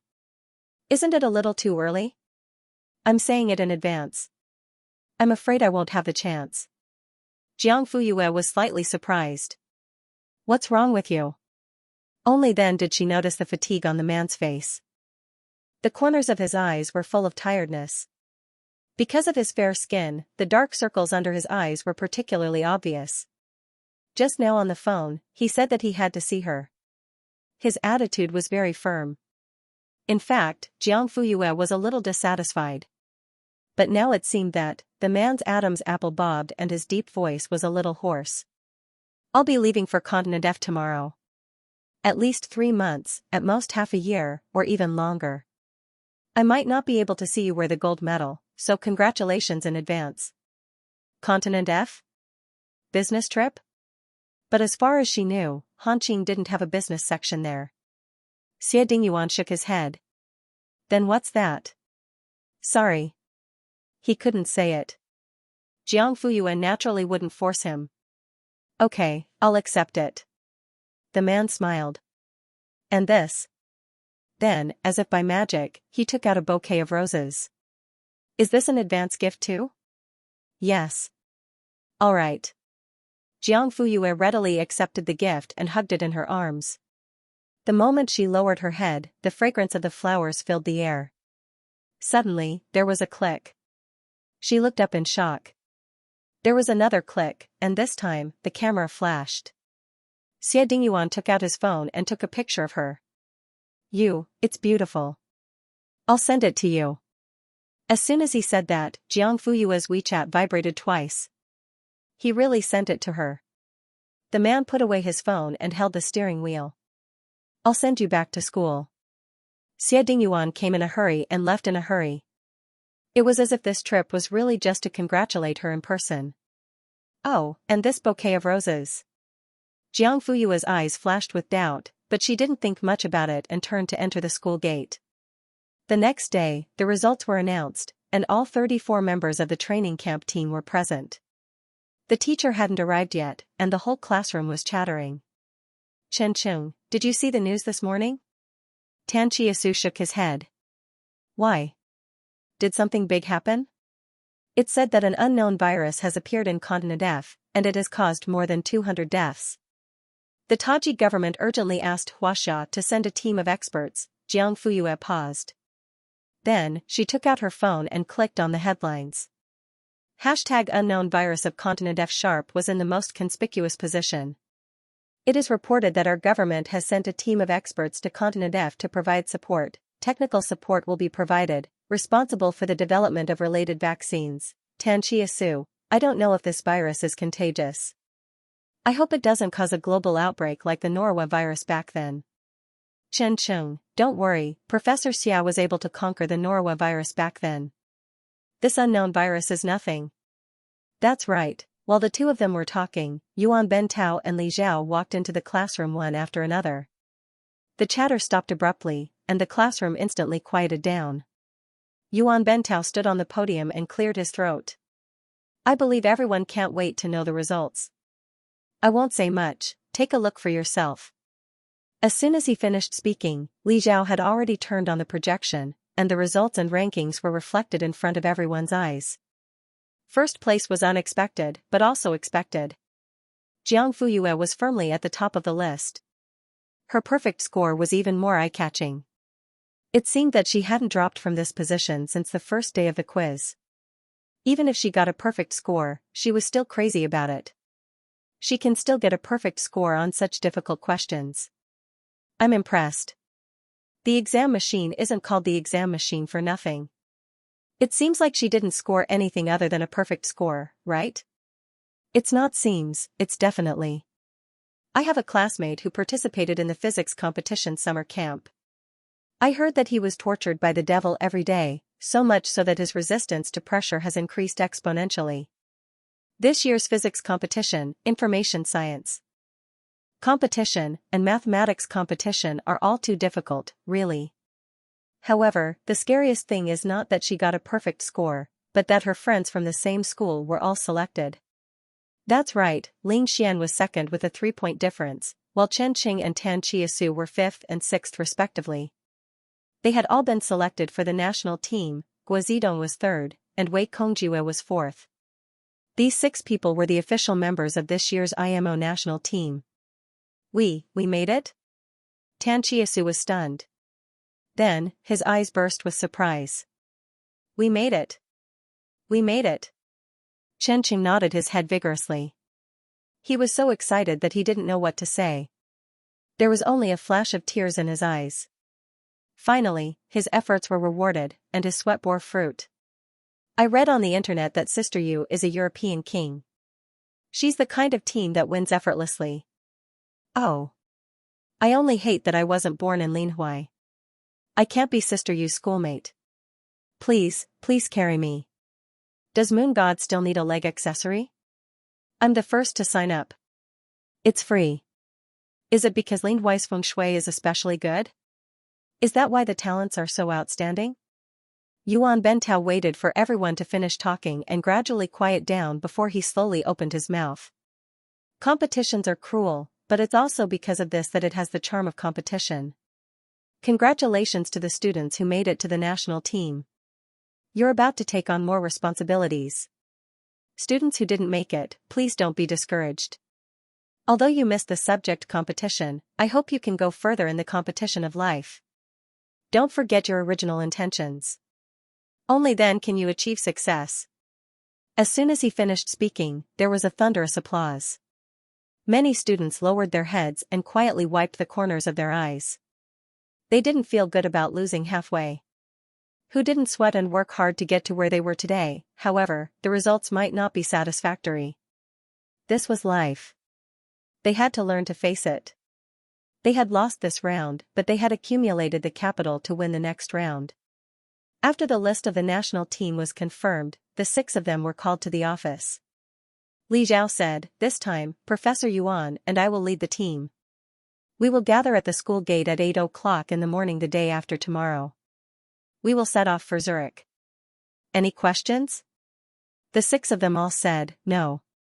Okay, then go back and prepare. Jiang Fuyue, stay. After the 5 of them left, Jiang Fuyue met Li Zhao's gaze and raised her eyebrows slightly. "Professor Li, are you looking for me?" He nodded. Yes. As he spoke, he opened his drawer and took out a stack of A4 paper. Jiang Fuyue calmly glanced at the top page. It was a mathematical Olympiad problem. The blank space below was filled with the solution steps, formulas, and numbers. It looked familiar. Li Zhao pushed it in front of her. Look, do you know what this is? Jiang Fuyue didn't need to look because she already remembered. I know. Li Zhao saw that she was calm and not guilty at all. He couldn't help but frown. Then tell me what this is. Test questions. What test questions? Mathematical Olympiad practice questions. Li Zhao, we didn't set such questions. So? Can't students do questions that you didn't set before? Li Zhao's eyebrows tightened. Now someone reported you for stealing and leaking questions. Private training classes. They want you to be disqualified from the national team and banned forever. Another report. Wasn't it similar to the public exposure led by Feng Lulu at the CMO winter camp? The only difference was that Feng Lulu was more impulsive and chose to confront Jiang Fuyue face to face. This time, the person who reported Jiang Fuyue had obviously learned from the former's lesson and changed to the strategy of complaining behind her back, using the teacher to pressure Jiang Fuyue. May I ask who this person is? Li Zhao shook his head. Sorry, according to the rules, we can't disclose the personal information of the informant. Digression, I'll update it at 2 o'clock. Everyone, take a look. You keep saying that you are dissatisfied with Chen Qing and Tan Chiasu being selected, but the fact is that both of them have higher scores than you. You say that you work hard, but don't tell me that Chen Qing and Tan Chiasu don't work hard? Just because you don't see it doesn't mean it doesn't exist. Wu Pingting gritted her teeth. But in the previous quizzes, both of their scores and rankings were behind me. So? If they were behind you for a while, they should always be behind you. You have the freedom to study hard, and they also have the right to keep improving. Wu Pingting, I've seen those training questions. If it weren't for you, they wouldn't have improved so quickly. Chen Qing and Tan Chiasu's scores were increasing at a visible rate, and their rankings were getting higher and higher. To be able to achieve such significant results in such a short period of time, Jiang Fuyue was the biggest cheat. You can communicate with the teacher, so why can't they communicate with me? This is different. Jiang Fuyue asked again, what's the difference? Wu Pingting couldn't tell. Because the teacher didn't help you as much as I did for Chen Qing and Tan Chiasu, so the former is studying normally, and the latter is cheating? Wu Pingting's mouth tightened, and she was speechless. I understand your feelings, but I don't agree with your behavior. There are many people in this world who are better than you, and there are even more results that are not what you expected. If a spot on the national team can make you go against your conscience, then your conscience is too cheap. Wu Pingting's whole body trembled, and she shook her head with tears in her eyes. I didn't want it to be like this, but I'm so sad. I want to do something to make it better, but it seems that I've made things worse. Just now, Professor Li called her to his office and severely criticized her in front of the other professors. Although the professor didn't say anything to hurt her self-esteem, Wu Pingting clearly saw disappointment in his eyes. That was an emotion heavier than disgust or contempt. She would rather have the professor scold her to her face than to silently label her as a bad person in her heart. I'm sorry, I'm really sorry. Tears gushed out of the girl's eyes. Her sophistry were just a facade, unable to hide the fact that her emotions were gradually collapsing. After holding it in for so long, it finally exploded. Jiang Fuyue only heard a wah-wah sound. Then the girl squatted in the corridor, buried her head in her arms, and performed a live version of wailing. Just as she was about to leave quietly, the girl suddenly rushed over and hugged her calf. Jiang Fuyue! Exclamation point. Wu Pingting was burping and crying at the same time. Boo-hoo. Sister Yu, I'm really sorry. I'm just too. Burp. It's so sour. Jiang Fuyue, question mark. In the next second, he heard the girl say, if I were your schoolmate, your classmate, then you would definitely give me special treatment, burp. Then you wouldn't give them special treatment, burp. Chen Qing and Tan Chiasu, who rushed over after hearing the news, happened to hear this sentence. The two of them stopped in their tracks and quickly exchanged glances. Someone is fighting for favor. Alert, Jiang Fuyue, whose calf was being hugged. Well, she was a little confused. In the end, this crying performance ended with Wu Pingting successfully adding Jiang Fuyue on WeChat and skipping away. Chen Cheng, you added her as a friend? Tan Chia-su, my position is in danger. Their eyes met and they instantly reached a tacit understanding. Without alerting Jiang Fuyue, they turned around and sneaked away. Well, to stop Wu Pingting. A cool breeze blew and Jiang Fuyue suddenly came back to her senses. She looked down at her trouser leg. Tisk, it's wet. She turned around and left. When she passed by the office door, she suddenly met Li Zhao's head. Li Zhao was stunned and laughed awkwardly. Haha. Hi. What a coincidence. He was obviously peeping and eavesdropping, but he was caught red-handed. If he wasn't thick-skinned, he wouldn't have dared to laugh like that. Jiang Fuyue walked straight past without looking at him. Li Zhao raised his voice. Student Jiang, get ready. We'll set off early the day after tomorrow. She didn't respond and disappeared around the corner of the stairs. At this time, another 3 heads popped out from the doorframe and looked in the direction Jiang Fuyue left. Yuan Bentao asked, did she agree or not? Xiangpingi, silence means consent. He Long Chong, what if she doesn't come the day after tomorrow? Li Zhao elbowed him. Don't jinx it. Hey, old Li. Are you crazy? Why are you so forceful? You were the fastest to dodge just now. Don't think I didn't see it. He Long Chong, that's because you reacted too slowly. Who's to blame? Hey, you're asking for it. Why don't you try it? Don't run if you dare. Downstairs, Chen Cheng and Tan Chia-su easily caught up with Wu Pingting with their long legs. What do you want? Chen Cheng was a little shy. He greeted her out of habit. Student Wu, did you enjoy your lunch? Wu Pingting, ? Is there something wrong with his brain? Tan Chia-su's mouth twitched and he pushed him away. You. You're not allowed to look for Sister Yu. Huh? Tan Chia-su, stop pretending. We all saw it. You cheated Sister Yu on WeChat. Wu Pingting stared at him. I didn't cheat. Sister Yu agreed to add me, so I added her. Chen Cheng scratched his head. What should he do? Tan Chia-su didn't care so much. Sister Yu is usually very busy. Super busy. She's so busy that she can fly. If you're more considerate, you should take the initiative to delete her WeChat. Wu Pingting immediately covered her phone and looked at them as if they were bandits. I'm not considerate at all, really. Tan Chia-su, Chen Cheng thought about it. Since he couldn't do it, he could only say, Sister Yu is ours.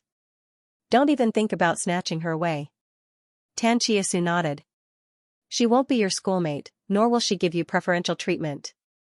Chen Cheng continued with a serious expression, only we are her sweetheart. Tan Chia-su.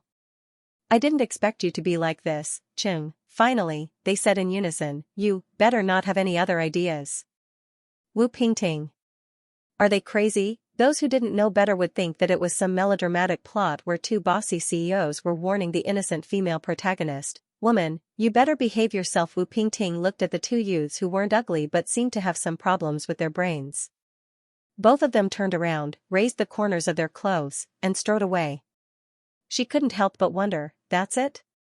How did he get into the national team? In the next second, she seemed to understand, Sister Yu was too strong.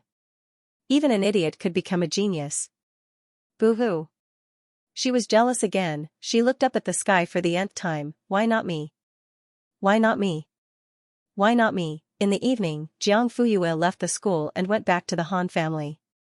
Han Ke drove to pick her up. On the way, she received a lot of calls from investors and colleagues. Manager Han, will the unknown virus in Continent F affect the price of raw diamonds? Should I sell my current positions or not? Is there a need to stock up for the price to rise? Old Han, I plan to sell the non-ferrous metal stocks in Continent F when the market opens tomorrow. What do you think? I heard that this virus is not simple. It's highly contagious and has already affected several countries in North Country. Most of the diamond mines are in South Country, so there won't be much fluctuation for the time being. However, it's hard to say about the price of oil. the virus is aggressive. It looks like it's going to be a tug of war. I'm optimistic about the rice and daily necessities. Last week, a lot of investors entered the market. Hanke fiddled with his hair while adjusting his Bluetooth headset. Xianxia has sent a team of experts to Continent F to provide support. I heard that the leader is very capable and has great achievements in the field of viruses. The possibility of a tug of war is very low. Experts? The other end snorted and seemed to be disapproving. I received insider information that the virus infection symptoms are worse than hemorrhagic fever. It's impossible to cure it in a short time. There's only hope if Professor Xia goes there personally. However, Hanke still insisted on not entering the market. The rice and daily necessities were directly related to the life and death of ordinary people in Continent F. He couldn't do it. Forget it. I know you don't want to make money from wars or diseases. This habit can't be changed. Hanke smiled and ended the call. Suddenly, second uncle, do you know the leader of the team of experts? Hanke looked at her serious face and didn't beat around the bush like those people outside. Instead, he said directly, I have a classmate in the Ministry of Health. When we had dinner yesterday, I heard him reveal a little, but not much. Jiang Fuyue asked, who's the leader? Hanke shook his head. I'm not sure. This is a state secret. Even my classmate has no right to know. By the way, why did you suddenly ask this? Digression, 2 updates, 3,000 words. There's one more update at 150. Don't come early so? After you for a while, should I always be after you? You have the freedom to study hard, and they also have the right to keep improving. Wu Pingting said, I've seen those training questions. If it weren't for you, they wouldn't have improved so quickly. Chen Qing and Tan Chiasu's scores were increasing at a visible rate, and their rankings were getting higher and higher. To be able to achieve such significant results in such a short period of time, Jiang Fuyue was the biggest cheat. If you can communicate with the teachers, why can't they communicate with me? This is different. Jiang Fuyue asked again, what's different? Wu Pingting didn't know what to say. Because the help I gave you was not as great as the help I gave to Chen Qing and Tan Chiasu, the former was learning normally while the latter was cheating? The corners of Wu Pingting's mouth tightened, and she fell silent. I understand your feelings, but I don't agree with your actions. There are many people in this world who are more outstanding than you. There are even more who do not meet your expectations. If a spot in the national team can make you go against your conscience, then your conscience is too cheap. Wu Pingting shuddered and shook her head with tears in her eyes. I didn't want it to be like this, but I'm too sad. I want to do something to redeem myself, but it seems like I've made things worse. Just now, Professor Li had called her to his office and severely criticized her in front of the other professors. Although the professor didn't say anything to hurt her self-esteem, Wu Pingting could clearly see the disappointment in his eyes. It was a heavier emotion than disgust or contempt. She would rather have the professor scold her to her face than to silently label her as a bad person in her heart. I'm sorry, I'm really sorry. Tears gushed out of the girl's eyes. Her sophistry were just a facade, unable to hide the fact that her emotions were gradually collapsing. After holding it in for so long, it finally exploded. Jiang Fuyue only heard a wah-wah sound. Then the girl squatted in the corridor, buried her head in her arms, and performed a live version of wailing. Just as she was about to leave silently, the girl suddenly rushed over and hugged her calf. Jiang Fuyue! Exclamation point. Wu Pingting was burping and crying at the same time. Boo-hoo. Sister Yu, I'm really sorry. I'm just too. Burp. It's so sour. Jiang Fuyue? Question mark. In the next second, he heard the girl say, if I were your schoolmate, your classmate, then you would definitely give me special treatment, burp. Then I wouldn't have opened the door for them, burp. Chen Qing and Tan Chiasu, who had rushed over after hearing the news, happened to hear this sentence. The two of them stopped abruptly and quickly exchanged glances. Someone was fighting for his favor. Alert, Jiang Fuyue, whose leg was being hugged, was speechless. Yes, he was a little confused. In the end, the crying performance ended with Wu Pingting successfully adding Jiang Fuyue on WeChat and skipping away. Chen Cheng, you added me as a friend? Tan Chia-su, you're in danger. Their eyes met and they instantly reached a tacit understanding. Without alerting Jiang Fuyue, they turned around and ran away secretly. Yes, they were going to stop Wu Pingting. A gust of cold wind blew and Jiang Fuyue suddenly came back to her senses. She looked down at her trouser leg. Tisk, it's wet. She turned around and left. When she passed by the office door, she suddenly met Li Zhao's head. Li Zhao was stunned and laughed awkwardly. Haha. Hi. What a coincidence. He was obviously peeping and eavesdropping, but he was caught red-handed. If he wasn't thick-skinned, he wouldn't have dared to laugh like that. Jiang Fuyue walked straight past without looking at him. Li Zhao raised his voice. Student Jiang, get ready. We'll set off early the day after tomorrow. She didn't respond and disappeared around the corner of the stairs. At this time, 3 more heads popped out from the doorframe and looked in the direction Jiang Fuyue left. Yuan Bentao asked, did she agree or not? Xiangpingi, silence means consent. He Longchang, what if she doesn't come the day after tomorrow? Li Zhao elbowed him. Don't jinx it. Hey, old Li. Are you crazy? Why are you so forceful? You were the fastest to dodge just now. Don't think I didn't see it. He Longchang, that's because you reacted too slowly. Who's to blame? Hey, you're asking for it. Why don't you try it? Don't run if you dare. Downstairs, Chen Cheng and Tan Chia-su easily caught up with Wu Pingting. What do you want? Chen Cheng was a little shy. He greeted her as usual. Student Wu, did you enjoy your lunch? Wu Pingting, ? Was there something wrong with his brain? Tan Chia-su's mouth twitched and he pushed him away. You. You're not allowed to look for Sister Yu. Huh? Tan Chia-su, stop pretending. We all saw it. You cheated Sister Yu on WeChat. Wu Pingting glared. I didn't cheat. Sister Yu agreed to add me, so I added her. Chen Cheng scratched his head. What should he do? Tan Chia-su didn't care so much. Sister Yu is usually very busy. Super busy. She's so busy that she can fly. If you're a little more considerate, you should delete her WeChat. Wu Pingting immediately covered her phone and looked at them as if they were bandits. I'm not considerate at all, really. Tan Chia-su, Chen Cheng thought about it. Since he couldn't do it, he could only say, Sister Yu is ours. Don't even think about taking her away. Tan Chia-su nodded. She won't be your schoolmate, nor will she give you special treatment. Chen Cheng continued with a serious expression, only we are her sweetheart. Tan Chia-su. I didn't expect you to be like this, Cheng. In the end, they said in unison, you better not have any other ideas. Wu Pingting. Are they crazy? Those who didn't know better would think that it was some cliché plot where 2 overbearing CEOs were warning the innocent heroine, woman, you better behave yourself. Wu Pingting looked at the 2 youths who weren't ugly but seemed to have some problems with their brains. Both of them turned around, raised the corners of their clothes, and strode away. She couldn't help but wonder, that's it? How did he get into the national team? In the next second, she seemed to understand, Sister Yu was too strong. Even an idiot could become a genius. Boo-hoo. She was jealous again. For the nth time, she looked up and asked the heavens, why wasn't it me? Why wasn't it me? In the evening, Jiang Fuyue left the school and went back to the Han family.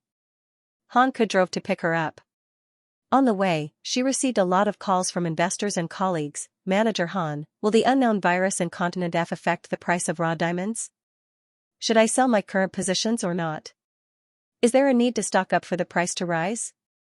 Old Han, I plan to sell the non-ferrous metal stocks in Continent F when the market opens tomorrow.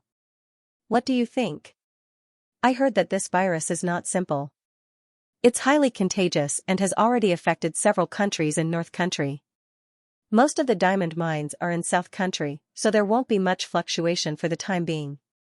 However, it's hard to say about the price of oil. The virus is aggressive. It looks like it's going to be a tug of war. I'm optimistic about the rice and daily necessities. Last week, a lot of investors entered the market. Hanke fiddled with his hair while adjusting his Bluetooth headset.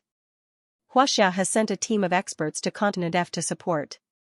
I heard that the leader is very capable and has great achievements in the field of viruses. The possibility of a tug of war is very low. Experts? The other end snorted and seemed to be disapproving. I received insider information that this virus infection is worse than hemorrhagic fever. It can't be cured in a short time. There's only hope if Professor Xia goes there personally. However, Hanke still insisted on not entering the market. The rice and daily necessities were directly related to the life and death of ordinary people in Continent F. He couldn't do it. Forget it. I know you don't want to make money from wars or diseases. This habit can't be changed. Hanke smiled and ended the call. Suddenly, second uncle, do you know the leader of the team of experts? Hanke looked at her serious face and didn't beat around the bush like those people outside. Instead, he said directly, I have a classmate in the Ministry of Health. I heard him reveal a little when we had dinner yesterday, but it wasn't much. Jiang Fuyue asked, who's the leader? Hanke shook his head. I'm not sure. This is a state secret. Even my classmate has no right to know. By the way, why did you suddenly ask this? Jiang Fuyue looked out of the window and said calmly, nothing. I'm just asking. Hanke didn't think much of it and drove into the villa. Continent F, northwest of the Gambier Desert. The scorching sun was high in the sky, scorching the earth. The golden sand rose into a heat wave. The thick military boots stepped on the hot gravel, emitting a stench of glue. A team of 20 people was moving forward with difficulty. Professor Xia. A figure in camouflage walked quickly to the man. We didn't find a water source in the west. Digression, let's update it at 150. Clearing the cache. Woof. Jiang Fuyue was awakened by a dog's bark. She opened the bedroom door and saw Han Ting dragging Xiaoming downstairs with the dog leash. He turned around instinctively when he heard the sound and met Jiang Fuyue's gaze. The young man was stunned.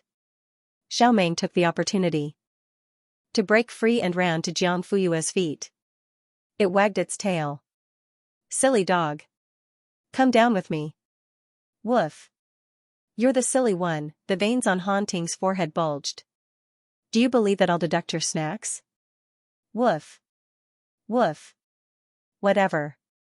I've already deducted all my snacks. The young man was so angry that he stomped his feet and pointed at Xiaoming. He wanted to say something, but he saw Jiang Fuyue's half-smile and became angry. What are you laughing at? Is it that funny? Jiang Fuyue nodded. It's funny. It's always been humans bullying dogs. Today is the first time I've seen a dog bullying a human. It's quite interesting. You. She tilted her head and narrowed her eyes. What? I'm too lazy to argue with you. After saying that, it ran downstairs. Woof. Xiaoming jumped up and barked happily. Jiang Fuyue patted the dog's head. Gloat. Woof. Woof. Knowing that Jiang Fuyue would be flying to Zurich the next morning, Grandpa Han insisted on sending her off. Han Shen said, you're an old man. You'd better give it a rest. TSK, how can you talk to your father like that? Han Shishan glared at him. Han Shen shrugged. He was not afraid of him. Han Ke came down from upstairs, adjusting his collar as he walked. When he heard this, he could not help but laugh.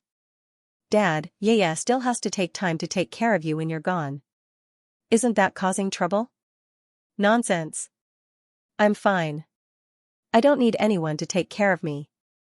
Han Heng swallowed the toast in his mouth. Yaya and the teacher are both there. Why are you going? Who is older than the others? Who has more white hair? Han Shishan.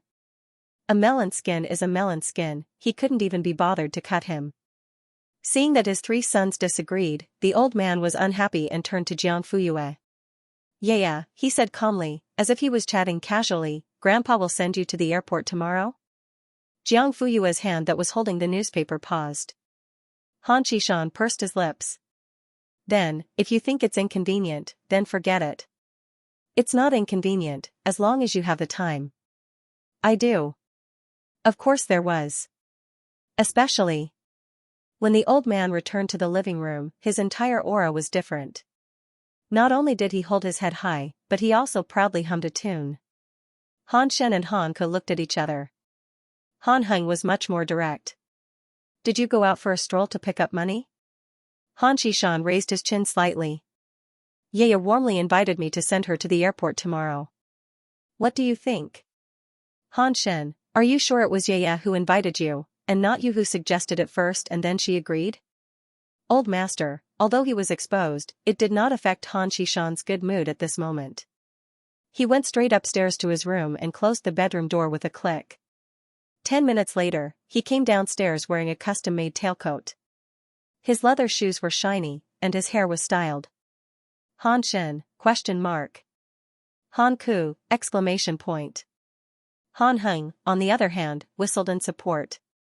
The old man smiled and thought to himself, this melon skin is still a little useful. I'll wear this tomorrow to send Yaya off. What do you think? Han Shen. Are you sure you're not going to attend a business cocktail party? Han Ku, or are you planning to go to the branch office to get a ribbon cut after sending Yaya off? Han Heng, I think you can wear this to the National Competition Committee building and then announce on the spot that you're donating 10 million yuan for the competition to nurture more pillars of the motherland. Han Xishan nodded in satisfaction. Okay, I'll wear this tomorrow. Then, he called the helper over. Iron all my clothes later. Don't even have a single crease, okay? Okay.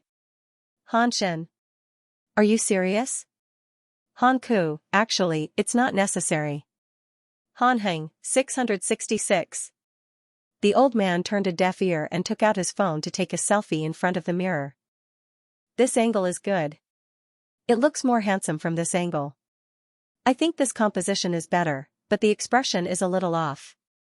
Let's do it again, his 3 sons, ? Their retarded father was much happier. Han Xishan took a number of selfies and carefully selected 9 to form a 9-picture grid. He then posted it on his WeChat moments. The caption, I'll send off the little princess tomorrow. I'll be the most handsome boss in the airport wearing this. In an instant, there were endless likes and comments.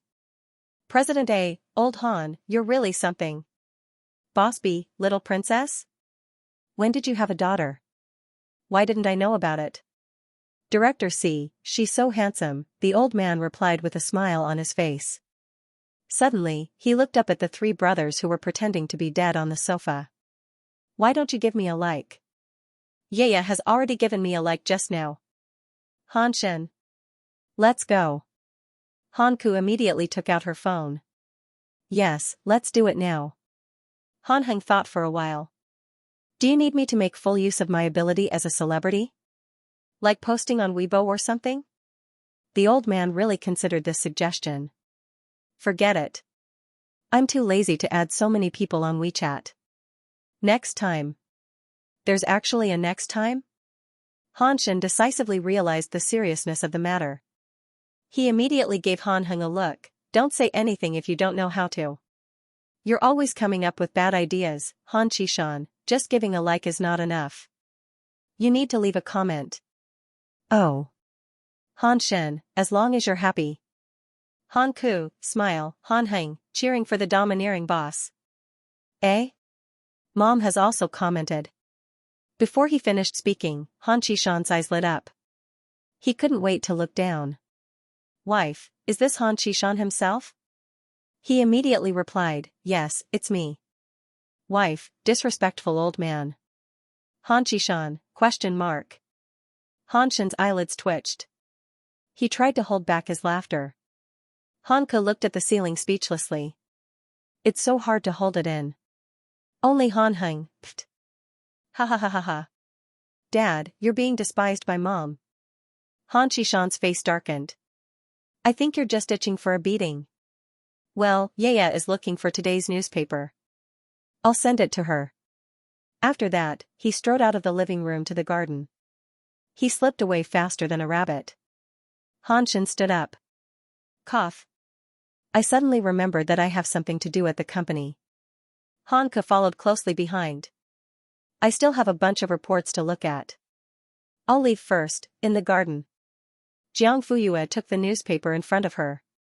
The headline on the front page was Unknown virus from Continent F may have spread to Continent M. Thank you, uncle. Han Heng sat down opposite her. Why do you like to read this kind of news? Jiang Fuyue read 10 lines at a glance. She didn't even look up. Then what kind of news do you think I should read? Don't little girls like to gossip about celebrities, dress combinations, and so on? Jiang Fuyue looked up. Han Heng paused. Did I say anything wrong? Uncle. Her expression was solemn. It's everyone's responsibility to care about national affairs. Oh. Han Heng scratched his head in embarrassment. He was lectured by his little niece. This was really. Then I'll read it in the future. Jiang Fuyue nodded and said okay. Then, she put down the newspaper. Why aren't you reading it? I've finished reading it. The article only briefly mentioned the team of experts and didn't go into detail. In the afternoon, Han Ting invited his classmates to his house to play. A group of people barbecued in the small garden. They even moved 2 VR game consoles outside. Wow. Brother Ting is Brother Ting. The garden is bigger than my house. This VR game console actually comes with a full set. It must have cost a lot, right? Wow. Handsome Brother Ting. He's ruthless and rich. These were all Han Ting's lackeys. They called him brother very smoothly. However, there was also a group of boys who usually didn't get along with him. Han Ting didn't plan to invite them. But this group of people insisted on coming. They even said that they wanted to see if his family was really that rich. Of course, Han Ting couldn't stand this kind of provocation. He blurted out hot-headed, "Come on, I'm not afraid of you." Then, this group of people came. And then, it's just SOSO. It's about the same size as my house. The game console is not bad. Unfortunately, it's not the latest generation. It's already G9. There's actually no endless pool. I have 2 at home. The barbecue machine is too smoky. Isn't there a ventilation system installed? The flowers aren't expensive enough. The soil doesn't have 5 colors. The stone table and stone bench are actually made of stone. They should at least be made of jade. Han Ting gritted his teeth. His fists were already hard. However, he could still tolerate it. However, the lackeys under him couldn't take it anymore. Brother Ting was their boss. How could he be humiliated by the trash from the next class? Hey! What nonsense are you talking about? Watch your mouth. If you have the ability, don't flaunt your wealth. Let's compete in something else. The leader of the next class came forward with his arms crossed. He smiled faintly. Sure, what do you want to compete in? Compete. The lackey rolled his eyes. Compete in grades. Ha ha ha, are you kidding? If I remember correctly, Han Ting was last in the final exam last semester, right? The lackey, who asked you to compete with Brother Ting? If you want to compete, compete with your own relatives. That's more exciting. What? Do you know who Brother Ting's sister is? Everyone, ? Jiang, Fu, Yu, digression, 2,000 words. There's still one more at 1:30. Don't read it in advance. Come and read it or read it tomorrow morning. Moi, at the same time ask for votes. I'll give it as I see fit. Ha ha ha. Yeah. He pretended to be chatting casually and asked, Grandpa will send you to the airport tomorrow? Jiang Fuyue paused in her action of picking up the newspaper. Han Qishan pursed his lips and said, then, if you think it's inconvenient, forget it. It's not inconvenient, as long as you have time. I have time. Of course. I have time. When Grandpa Shen returned to the living room, he looked completely different. Not only did he hold his head high, but he was also humming a tune proudly. Han Shen and Han Ke looked at each other. Han Heng was much more direct. Did you go out to pick up money? Han Qishan raised his chin slightly. Yaya invited me to send her to the airport tomorrow. What do you think? Han Shen said, are you sure it was Yaya who invited you and not you who suggested it first? Grandpa Shen, although he had been exposed, Han Qishan was still in a good mood. He went straight upstairs to his room and closed the bedroom door. 10 minutes later, he came downstairs wearing a custom-made tailcoat. His leather shoes were shiny and his hair was styled. Han Shen, ? Han Ku, ! Han Heng, on the other hand, whistled in support. Grandpa Shen smiled and thought to himself, this melon is still useful. I'll wear this tomorrow to send Yaya to the airport. What do you think? Han Shen. Are you sure you're not going to a business cocktail party? Han Ku, or are you going to the branch office to get a ribbon cut after sending Yaya to the airport? Han Heng, I think you can wear this to the National Competition Committee building and announce that you're donating 10 million yuan for the competition. You can train more pillars of support for our motherland. Han Qishan nodded in satisfaction. Okay, I'll wear this tomorrow. Then, he called the maid over. Iron my clothes and pants. Don't even have a single crease, okay? Okay. Han Shen. Are you serious? Han Ke said, actually, it's not necessary. Han Heng, 666. The old man turned a deaf ear to her and took out his phone to take a selfie in front of the mirror. This angle is good. I look more handsome from this angle. I feel that this composition is better, but the expression is a little lacking. Let's start again.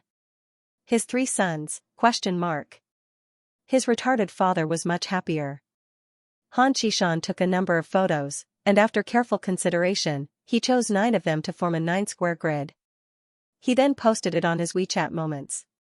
Caption, I'll give it to the little princess tomorrow. Wearing this outfit, I'll be the most handsome boss in the airport. For a moment, there were endless likes and comments. President A, Old Han, you're really something. Boss B, little princess? When did you have another daughter? Why don't I know about it? Director C, just like that, the old man replied with a smile on his face.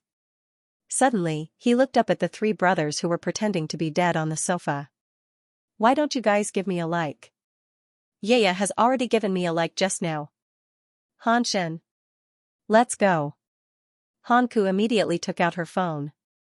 Yes, let's do it now. Han Heng thought for a while. Do you need me to fully display my ability as a celebrity? For example, posting on Weibo or something? The old man really considered this suggestion. Forget it, I'm too lazy to add so many people on WeChat. Next time. There's actually a next time? Han Shen decisively realized the seriousness of the matter and immediately gave Han Heng a look. Don't say anything if you don't know how to. You're always coming up with bad ideas, Han Qishan. Just giving a like is not enough, you need to leave a comment. Oh. Han Shen, as long as you're happy. Han Ku, smile, Han Heng, cheering for the domineering boss. Eh?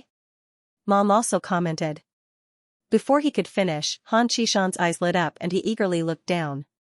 Wife, is this Han Qishan himself? He immediately replied, yes, it's me. Wife, disrespectful old man. Han Qishan, ? Han Shen's eyelids twitched and he crazily tried to hold back his laughter. Han Ke looked at the ceiling speechlessly. It's so hard to hold it in. Only Han Heng, pfft. Ha ha ha ha ha. Dad, you're being despised by Mom. Han Qishan's face darkened. I think you're just itching for a beating. Well, Yaya is looking for today's newspaper, I'll send it to her. After that, he strode out of the living room and into the garden, running away faster than a rabbit. Han Shen stood up.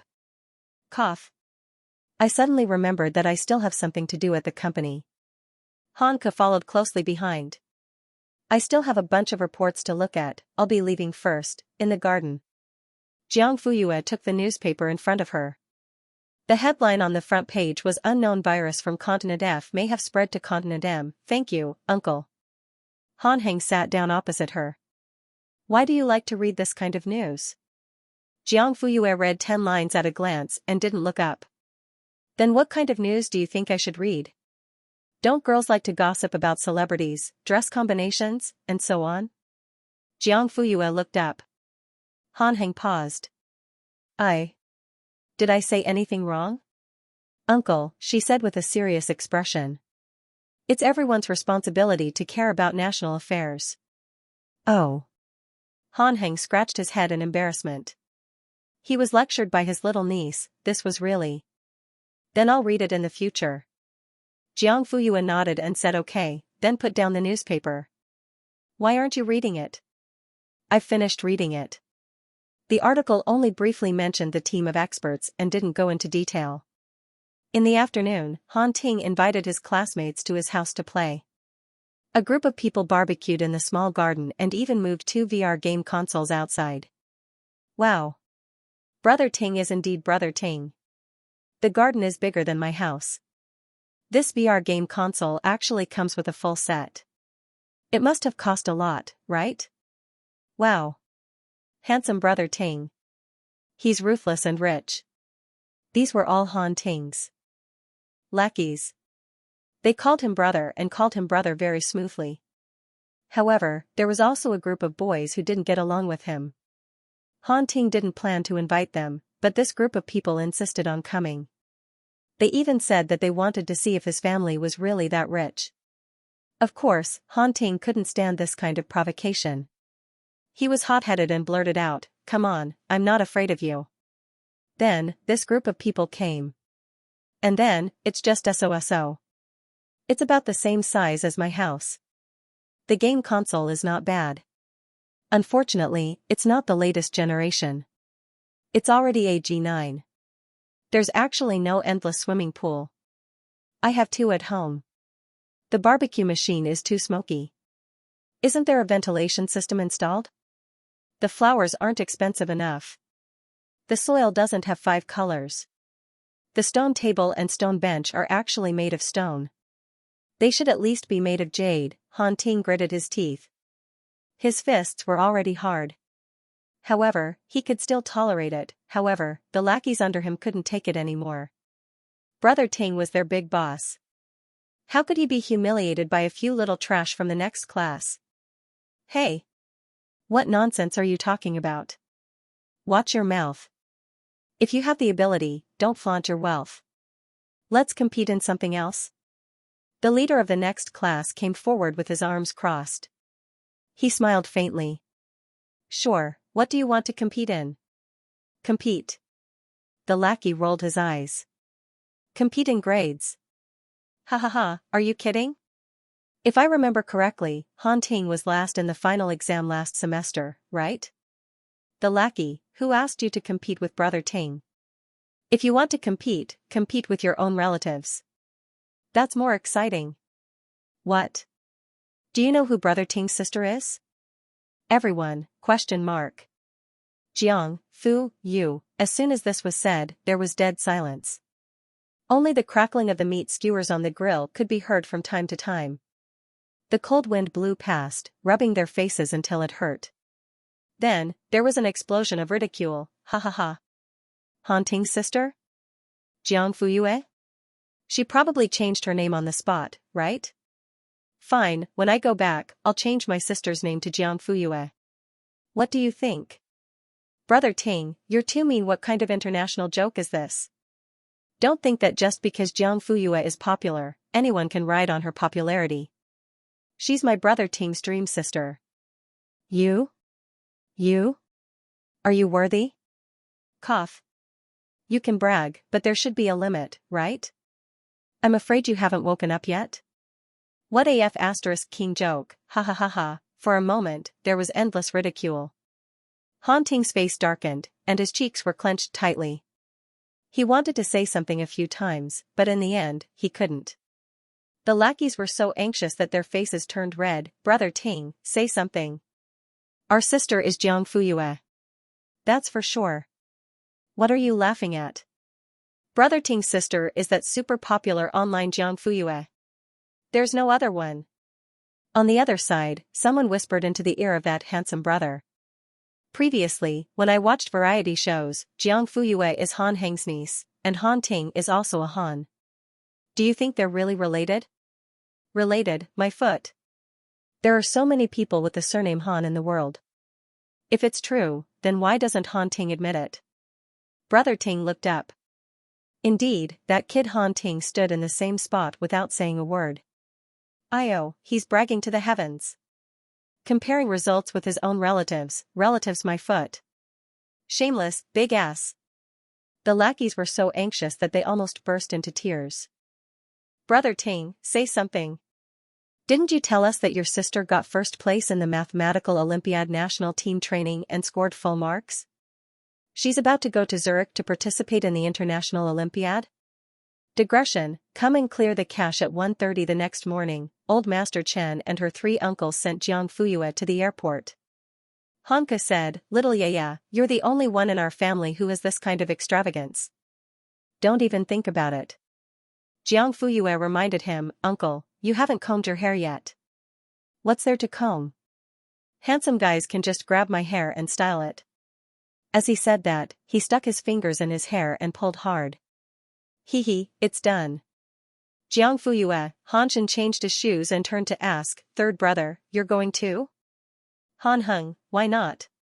Cover your face well. Don't let the paparazzi see you." "Don't worry, I'm prepared."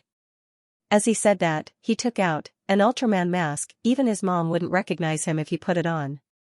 "Hurry up. We're going to be late." Old Master Chen stood at the door and urged them. Dressed in a tuxedo, he looked like an old duke who walked out of a medieval oil painting. Just like that, a duke, an Ultraman, and 2 normal people accompanied Jiang Fuyue to the airport. At the airport, Li Zhao looked at his watch. "Why aren't they here yet?" "Yuan Bentao, there are still 2 hours before boarding." "Why are you panicking?" "I'm not panicking. What if there's a delay on the way?" "Hey, they're coming." Li Zhao looked over. It was really Jiang Fuyue. The next second, he suddenly frowned. "Why is there an Ultraman here?" Yuan Bentao shook his head. How would he know? More importantly, this Ultraman was approaching them. "Sister Yu," Chen Qing waved his hand. Tan Chiasu stepped forward and looked around. "Eh? Sister Yu, where's your luggage?" "It's with me." Tan Chiasu looked up and jumped 2 steps away. "Oh, Ultraman?" Jiang Fuyue's mouth twitched. She introduced, "This is my uncle." Then, he introduced Han Shen, Han Ku, and Old Master Li. Li Zhao came to a sudden realization and went forward to shake hands with Han Qishan. "So you're Zhang's grandpa. Nice to meet you." Han Qishan enthusiastically returned the handshake. His usually cold face was like a spring breeze. "Thank you for your hard work, teacher. Please take care of my family's yaya during this journey. Here's my business card. If you need it, don't hesitate to call me. I'll do my best." Li Zhao and Yuan Bentao took the name card and scanned it. "The chairman of the Han Corporation?" Shock flashed in their eyes. Okay. The old man smiled and said calmly, "If Yaya has any requests, as long as it is within reason, please bear with it." So he was waiting here. First, he gave his name card, then he raised his request. As expected of a businessman who had cultivated to become a master. Li Zhao and Yuan Bentao naturally agreed. On the other side, Han Shen and Han Ku were giving neck pillows and noise-canceling headphones to the other students. The flight was too long and affected the students' rest. This is just right. Ling Xian, Chen Cheng, and Tan Chiasu took the headphones and thanked them. "Come, students, this is yours." Wei Kongjiwe and Guozidong didn't expect them to have it too. "This, no need. Hanke stuffed it into his hand. "Why are you being so polite? We're all classmates. Don't be so polite. I hope we can get along harmoniously, unite, and win glory for our country." Wei Kongjiwe. "Thank you." Guozidong didn't refuse. The noise-canceling headphones of this brand cost several thousand yuan. Jiang Fuyue's family must be rich, right? Wei Kongjiwe looked at the headphones in his hand. More than that. These were top-notch headphones that cost at least 5 figures.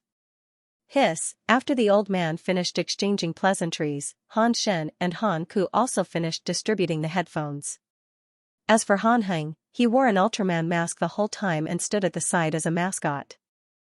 When Jiang Fuyue and the others passed through the security check and were about to enter the gate, he magically took out 2 scrolls. With a shake of his hand, the scrolls fell and 2 words appeared. Left, full score gold medal. Right, triumphant return. Very good, concise and to the point, but the handwriting was a little ugly. Jiang Fuyue laughed.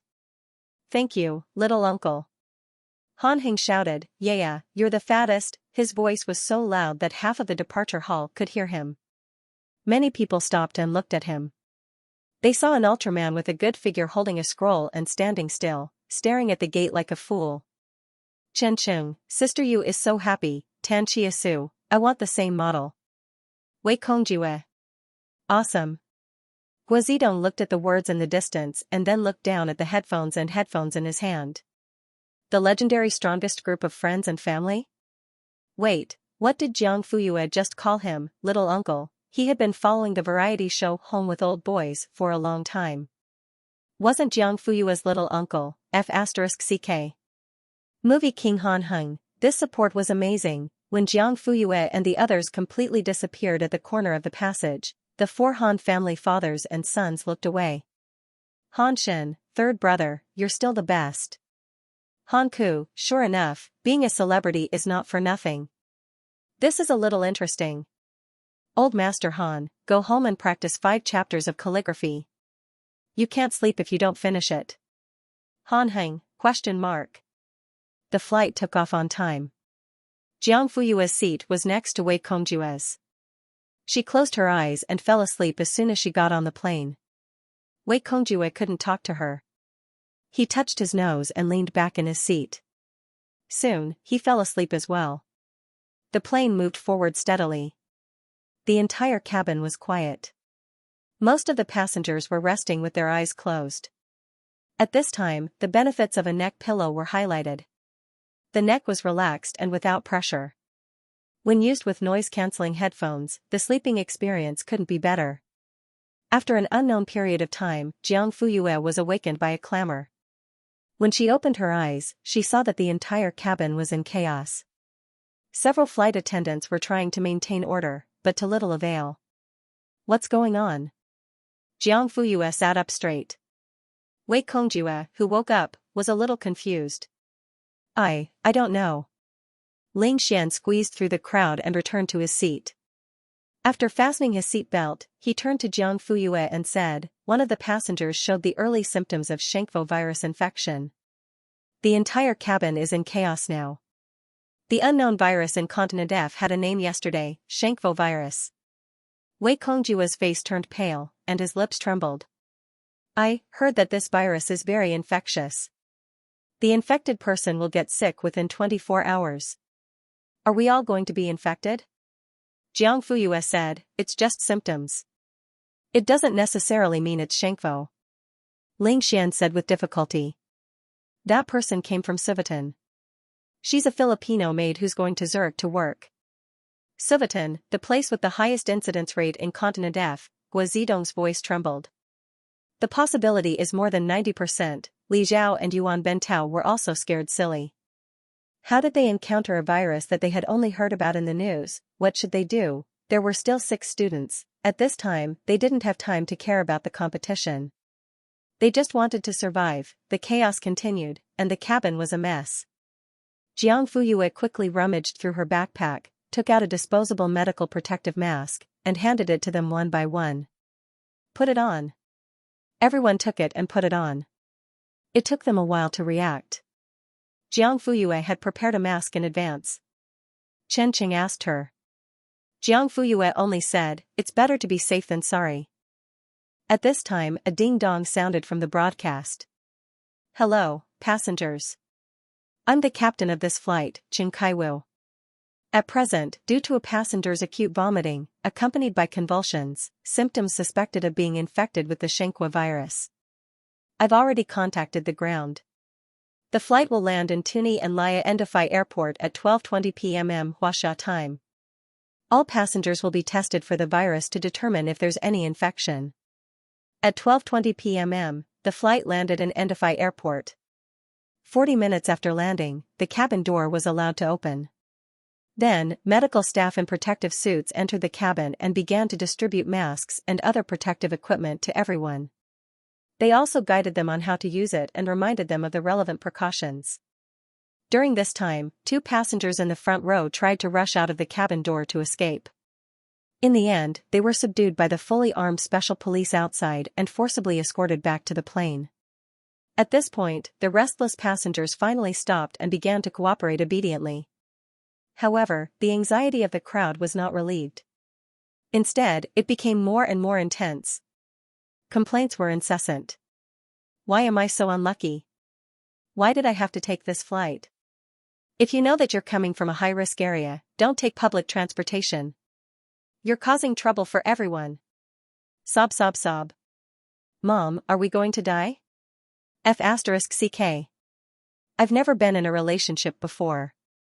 Am I going to die just like that? Say, maybe it's not Xianxia? You're already showing symptoms. If it's not Xianxia, then what is it? Let me out. I want to go home.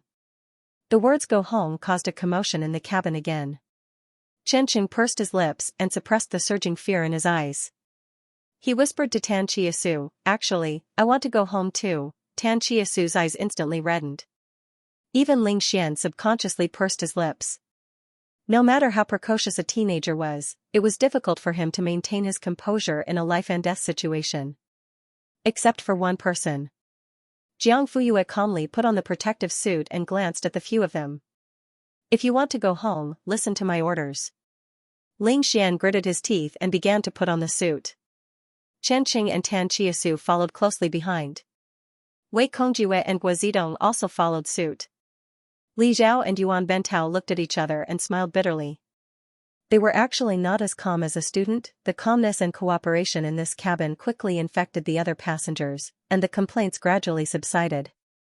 After everyone put on the protective gear, the medical staff led them out of the special passage and to the temporary quarantine area at the back of the airport. Their personal passport information was registered first, and then their body temperature was measured. Passengers with fever would be isolated. Then, the airport staff delivered meals for everyone. What followed was a long wait. When the sun set and the sky gradually darkened, the outside world became noisy again. Didn't they say that they were going to do a virus test? Why haven't they done it yet? They should at least give us a definite answer if we're infected or not, right? Otherwise, are we going to be locked up here? I still have to fly to Zurich to sign the contract. The school over there will start registration in 2 days. My child can't afford to delay it. Yes. Do the test immediately. If there's no infection, let us go. Everyone requested for a test as soon as possible. Seeing that the commotion was getting louder and louder, the relevant personnel came out to explain, currently, the only test kit that can detect the virus can only be made by experts in the Civitan area.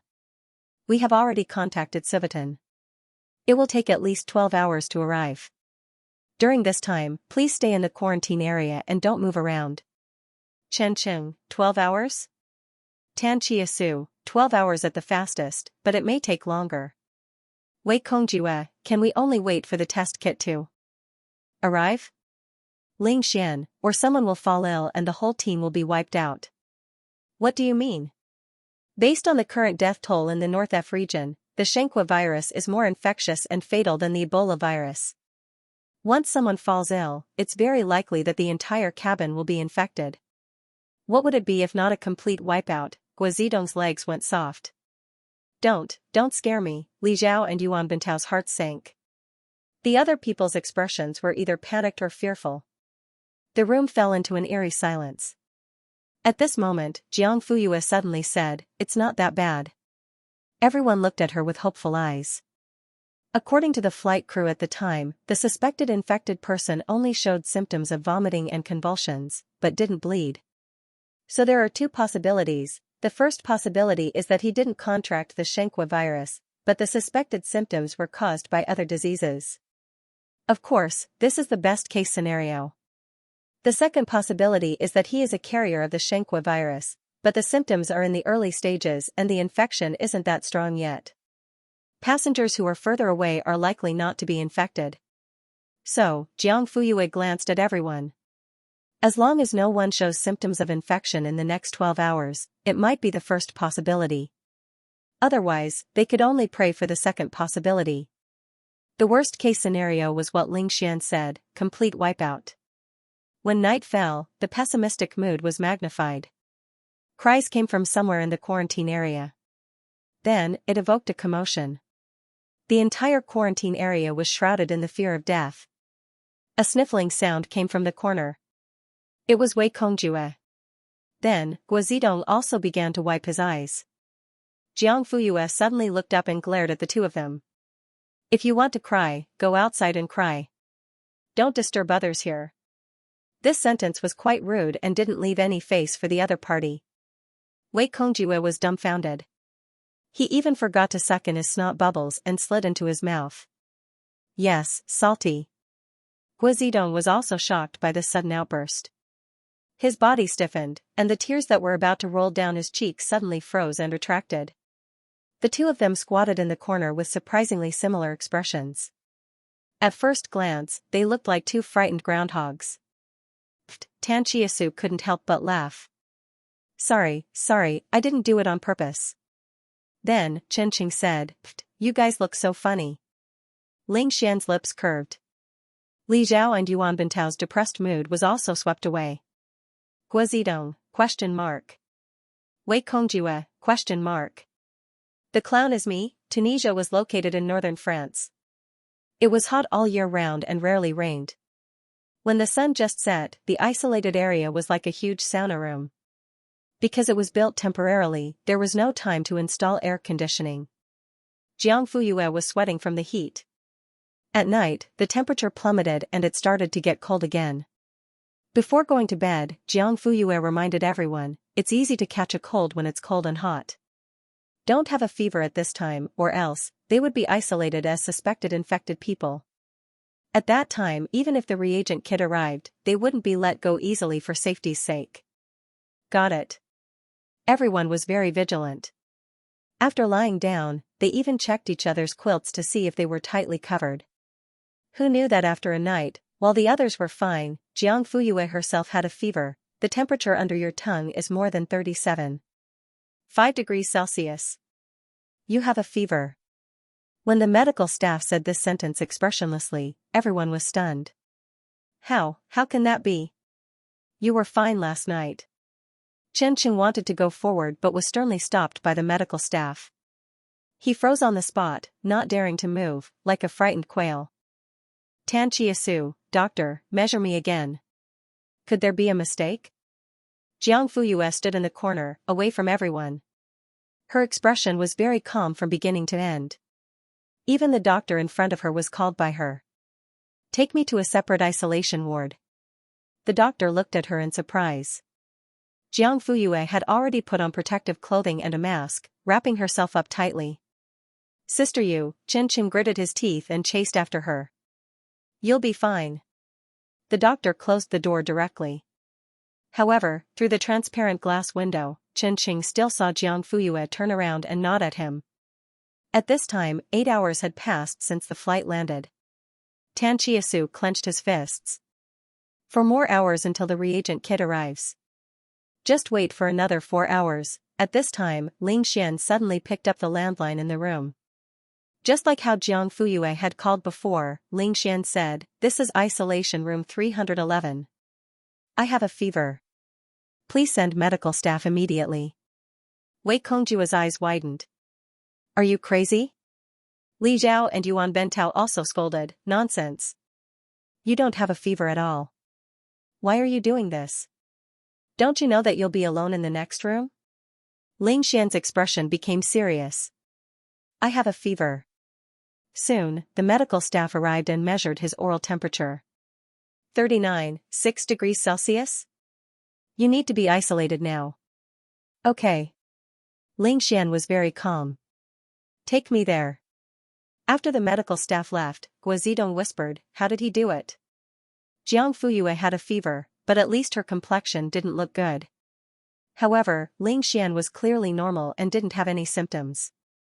Wei Kongjue whispered to him, before the doctor came in, I saw him drink a mouthful of hot water. Why? Why did Ling Xian do that?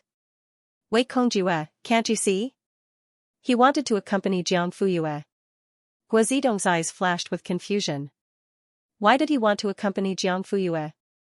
Infection isn't a joke. Wei Kongjue. Are you stupid? In the isolation room. The front wall was made of transparent glass so that the doctor could observe the patient's condition at any time.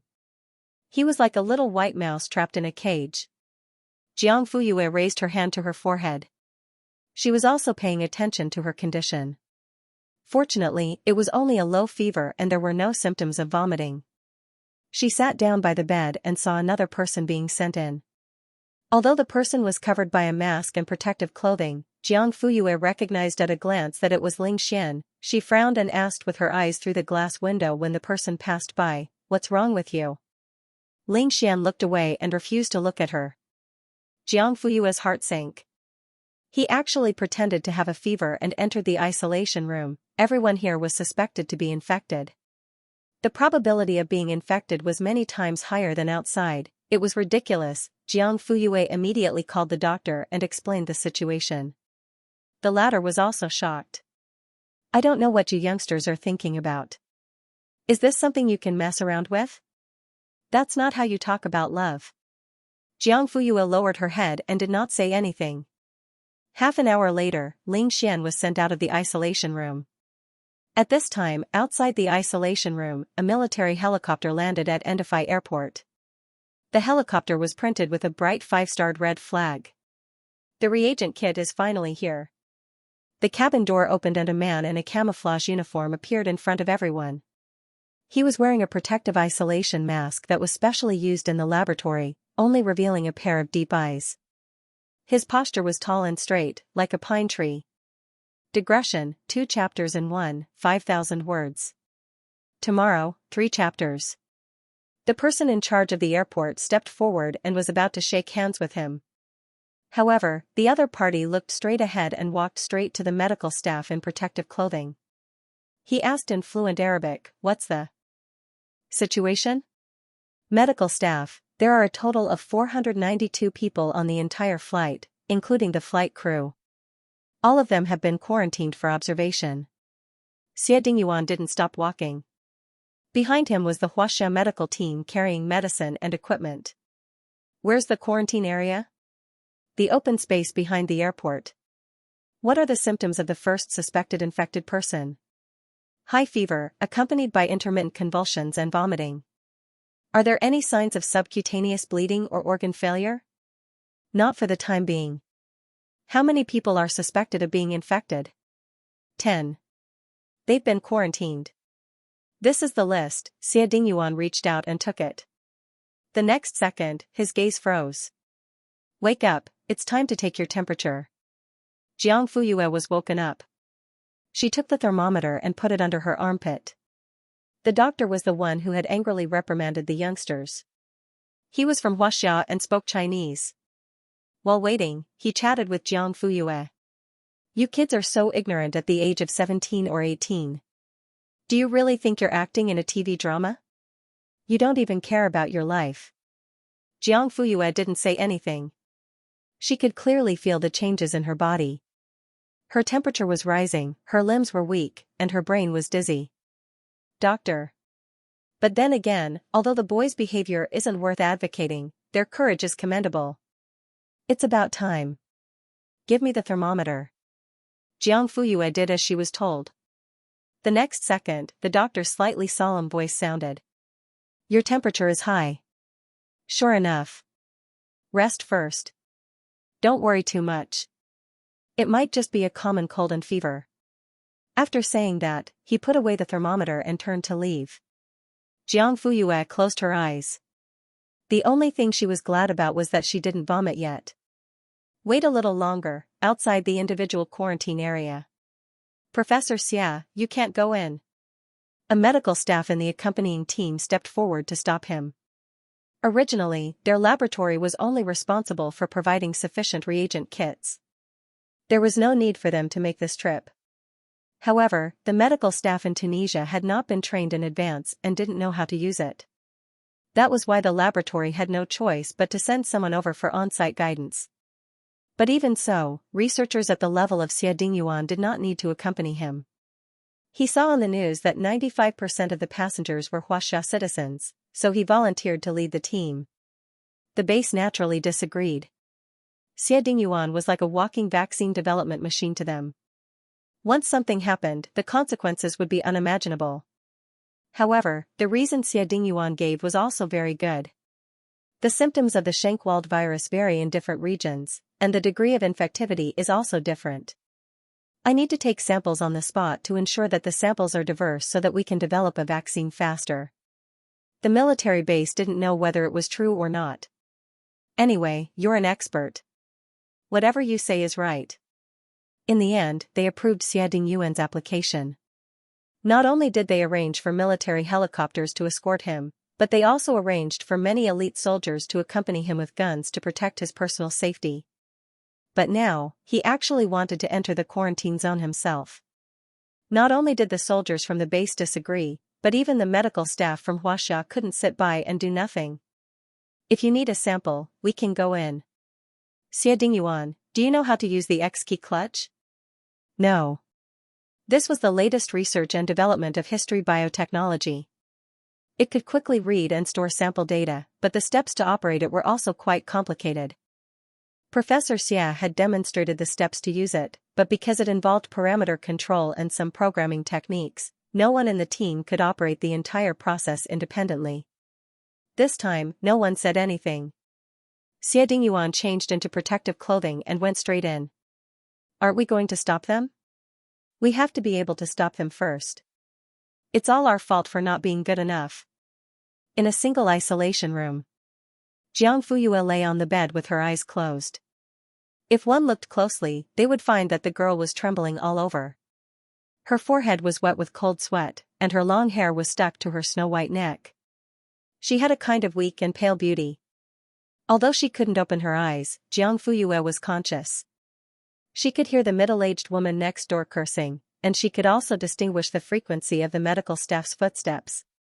She could even feel the door of the room she was in vibrating when the door closed. Her mind was clear, but her head was heavy and her feet were light. She felt weak all over.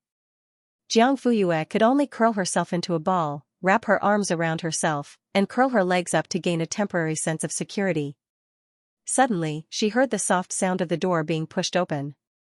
Then, there were footsteps approaching the bed. Jiang Fuyue could feel two eyes on her. The next second, she felt a cold touch on her forehead. A familiar voice sounded in her ears.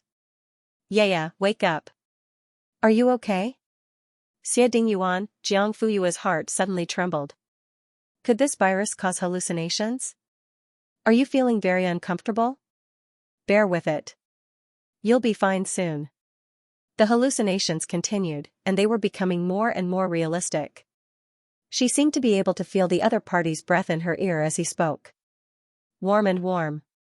Jiang Fuyue tried hard to open her eyes to see what was going on, but it was in vain.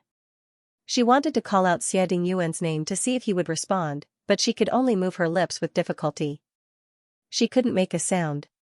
Xia Dingyuan came closer and closer. His ear was about to touch the girl's lips, trying to hear what she wanted to say. "Yeah, speak louder." There was a hint of comfort in his gentleness. Right, she heard it, even if it was just a vague single word. The man's eyes lit up. Right what? Set, the man was stunned. Set, what if it wasn't right? But thank you, Xia Dingyuan, was she calling him? Before Jiang Fuyue completely fell into a coma, she felt her body being embraced in a warm embrace. Her curled-up limbs were carefully opened. She felt the sting of a needle piercing her skin on her arm, and a cold liquid was pushed into her blood vessels. She couldn't help but shiver.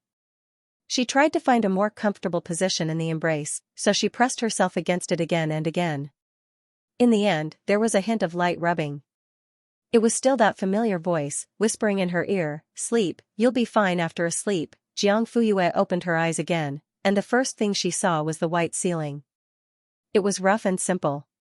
She was still in the isolation room, looking at the medical staff bustling back and forth outside the transparent glass window. The number of people had obviously increased, and they were shuttling back and forth in an orderly manner. She raised her hand to touch her forehead. Her temperature had dropped, but it was still a little hot. However, the weakness in her limbs had greatly improved. She turned over and continued to sleep. Across the wall, Xie Dingyuan looked at the purple test paper in the reagent box and breathed a sigh of relief. It's not Xianxia. The medical team behind him also smiled in unison. After the initial suspected infected person was diagnosed, the remaining people were lucky enough to escape. The Xianxia virus was extremely contagious. Fortunately, they hadn't found any cases of infection along the way. Xie Dingyuan raised his hand, and a medical staff came forward to bring the isolated people out of the room. Just like that. One room after another, 3 hours passed in the blink of an eye.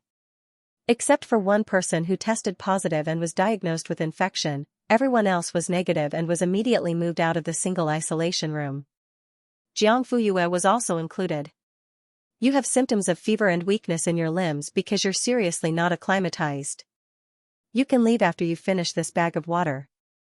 Thank you. Oh, by the way, this medicine has a strong sleep-inducing component. Be careful, don't sleep too deeply. Okay. The doctor left, and Jiang Fuyue was the only one left in the room. The voice that had whispered into her ear once again echoed in her mind. He had called her Yu, so, was it Xie Dingyuan, or was it an illusion? As she thought about it, she didn't know when her eyelids closed. Jiang Fuyue slept soundly and deeply, and she didn't even notice that someone had pushed the door open. Xie Dingyuan had taken off his protective suit at this time, and the surrounding isolation rooms had been completely disinfected. He looked at the sleeping girl in front of him. Her side profile was fair and clean, and her expression was peaceful. Her brows, which had been furrowed because of discomfort, were now relaxed, and only peace was left. Professor Xia, it's time to go. Someone outside urged. Xie Dingyuan, got it. His voice didn't wake the sleeping girl. The man's eyes flashed with helplessness. Although he wanted to talk to her, he couldn't bear to disturb her sleep. He leaned over, gently held the girl's cheek, and whispered softly, yeah. As he spoke, he lowered his head and kissed her. He was presumptuous, but he didn't regret it. Digression, 3,000 words. There's another update at 2 o'clock. Don't subscribe in advance, come see it at that time or tomorrow morning. Their lips were pressed against each other. There was no taste of lust or passion. There was only the infinity of two souls. Professor Xia, it's really time to go. One of the medical staff looked hesitant. After a few moments of hesitation, he couldn't help but look inside. He happened to see the cold and self-restrained Professor Xia moving away from the girl's lips. Although he couldn't see his expression, the hand that was holding the girl's face said too much. The medical staff was shocked. He didn't react until he got on the plane and slowly took off. Xie Dingyuan. A sample report of 2 confirmed cases? Ah? Oh. Here it is. He quickly handed it over. Xie Dingyuan took it but didn't look away from his face. What's wrong with you? Ah? The medical staff stared blankly with their eyes wide open. His colleague whispered, just now, Professor Xia called you 3 times, but you didn't respond. I'm sorry. I was thinking about something just now. I won't do it again. Xie Dingyuan retracted his gaze and said indifferently, don't do it again. Yes. The medical staff couldn't help but look at the professor's mouth. TSK, when he kissed the girl just now, it was soft and warm. Now, it was hard and cold in front of them. Why did you fall asleep? When the doctor came in, he saw that the 4 bag was empty. The blood had been sucked out, and half of the 4 tube was red. He quickly woke Jiang Fuyue up and pulled out the needle neatly. Jiang Fuyue smacked her lips. Sorry, I slept too soundly. Good dreams always made people greedy. She just dreamed that she was eating cotton candy. It was soft and fluffy, and the most amazing thing was that it was warm. Okay. Go directly to the airport. Your partner has already gone there. The flight is expected to take off in an hour. We can go now? The doctor nodded. Of course. Everyone has been tested with the reagent, and they have safely passed the 24-hour illness period. Tested? Jiang Fuyue was stunned. When? You were unconscious at the time, and Professor Xia personally came to draw your blood. This is the first time he has received such treatment. After that, it was all done by the medical staff below. Xie Dingyuan did not do anything else. Professor Xie? Jiang Fuyue's heart skipped a beat and her eyes flashed with surprise. Xie Dingyuan? What other Professor Xie could there be? This time, Professor Xia was the one who personally delivered the reagent kit and taught us how to use it on the spot. I didn't expect him to be even younger and more handsome than what I saw on the news. The doctor seemed to be a fan of Xie Dingyuan. The moment he opened his mouth, he gushed. This time, the Schenkwald virus swept through northern France. So many people have died. The danger level is even higher than Ebola. I didn't expect Professor Xia to come in person. Jiang Fuyue was stunned for a moment. It turned out that the voice she heard was not an illusion. He was right beside her. An hour later, the flight carrying the passengers who had survived the disaster departed from Endify Airport, flying to their original destination, Zurich. The flight landed on time at 3 in the afternoon local time. Jiang Fuyue and the others followed the host country's arrangements and headed to Kelly Hotel. As they had been delayed in Tunisia for a day and a night, most of the participating countries had already checked in by the time they arrived. They had even held 2 networking meetings. It's really strange this year. Huaxia's team hasn't arrived yet? In the past, they would have arrived a day or 2 in advance. It's said that there's a genius girl in Huaxia's team this year. She has already won the IPHO and IOI gold medals. The IMO gold medal is also very popular. Jiang Fuyue? I know her. You know her? The blonde foreign student rubbed his nose. I participated in the IPHO. He had seen Jiang Fuyue's ferocity. That was really. He still had a shadow when he thought about it. Eh? Is that Huaxia's team? Under everyone's undisguised scrutiny, Jiang Fuyue and the others calmly swiped their room cards, walked in, and closed the door. Wei Kongjue, why do I feel like those people are looking at us? Guazidong, they're not looking at us, they're looking at Jiang Fuyue. Oh. Geniuses were really amazing. It was already evening when they finished packing up. Jiang Fuyue lived alone. Instead of going downstairs to the restaurant for dinner, she ordered room service. After dinner, she walked around the room a few times. After digesting her food, she took a shower and went to bed. Her acclimatization was one of the more serious types.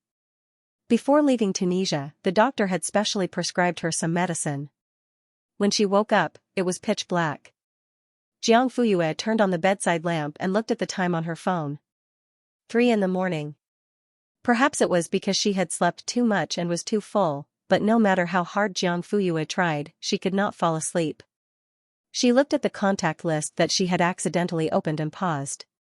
After pondering for a moment, he found Xie Dingyuan's phone number. With a light tap of his finger, he dialed it. Sorry, the number you have dialed is temporarily unavailable. Jiang Fuyue was not surprised. Usually, laboratories built in military bases had strict signal control and restrictions. What's more, Xie Dingyuan's research was very important. There could not be any mistakes, so Sufang had to be cautious. Jiang Fuyue opened WeChat and found Xie Dingyuan's profile picture. She clicked on the chat box and hesitated for a while. In the end, she only typed 2 words. Thank you. She clicked send. Unsurprisingly, she did not receive a reply. She put down her phone, turned off the lights, and lay down. 10 minutes later, she fell asleep again. The next day, all the participating countries gathered at the University of Zurich auditorium for the opening ceremony of the IMO. At the ceremony, the host first introduced the members of the main committee, who were the team leaders of each country. The chairman was appointed by the host country. This year, it was the famous mathematics authority in Zurich, Professor Gale. Then, the representative of the host country went on stage to give a speech and read the rules of the competition. Finally, there were some encouraging words at the end, and the entire opening ceremony came to a successful end. In the afternoon, the team members from each country would visit the University of Zurich, the Zurich Museum, and so on. This was also the best time for the team members from each country to meet and communicate before the competition. For example, Jiang Fuyue met Hamasaki Naohara. This also meant that Huaxia's team would meet the Japanese team. This scene seemed familiar. It seemed to have happened in the Ippo before. However, at that time, the person who met Jiang Fuyue was Hamasaki Naohara's brother, Chiba Hamasaki. In the end, Chiba Hamasaki was speechless and embarrassed to the world. Perhaps because of the tragic lesson of the past, the Japanese team did not act rashly this time. Huaxia's team also decided to wait and see. However, Jiang Fuyue and Hamasaki Naohara, who were the leaders, were the most relaxed. Hamasaki Naohara said, "We meet again. Do you remember the challenge I issued to you?" Jiang Fuyue said, "I wouldn't dare to forget." Hamasaki Naohara smiled. Her gray eyes lit up as she said, "Then I'll see you on the field." After that, she turned and walked away with the Japanese team. Wei Kongjue and Guazidong looked at each other. "What do you mean? A challenge?" Tan Chiasu said, "It smells like gunpowder." Chen Qing said, "You don't have to say anything. Just do it." Jiang Fuyue did not take it seriously at all. She casually said to everyone, "Let's go and take a walk in front." At the same time, Li Zhao, who was the team leader, and the other team leaders were taken to another hotel. They had to choose 6 questions and translate them into their own language. From this moment until the end of the exam the day after tomorrow, they could not contact the outside world. As the deputy team leader, Yuan Bentao stayed with the participants and was responsible for their daily lives.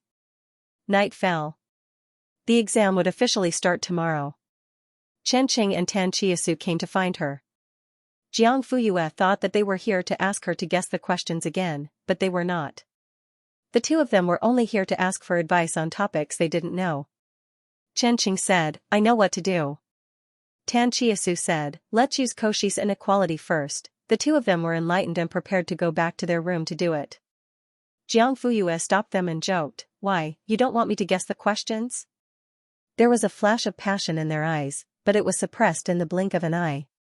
Chen Qing said, "Although I really want to, I don't want to this time." Tan Jiaxu nodded like a chicken pecking rice. "Why?" Jiang Fuyue raised her eyebrows. Had he changed? Chen Qing said, "We want to see how many points we can get and what prizes we can win with our own strength." Tan Chiasu said, "Once or twice is fine, but 3 or 4 times is not good." After that, the two of them took the test papers and left quickly. Everyone was slowly improving and maturing in the continuous competitive practice. Perhaps this was the most important meaning of the subject competition for students, growth. On the 3rd day, the IMO officially started. There were a total of 6 questions and each question was worth 7 points. The full score was 42 points. It was divided into 2 days. There were 3 questions each day, from 9 a.m. to 13:30 p.m. 5 hours. Jiang Fuyue finished all the questions in 50 minutes. Then, she raised her hand and handed in the paper. Digression, the 2 updates together totaled 3,000 words. Tomorrow at midnight. End of chapter 684. Don't forget to subscribe, like, and share the video to support the channel.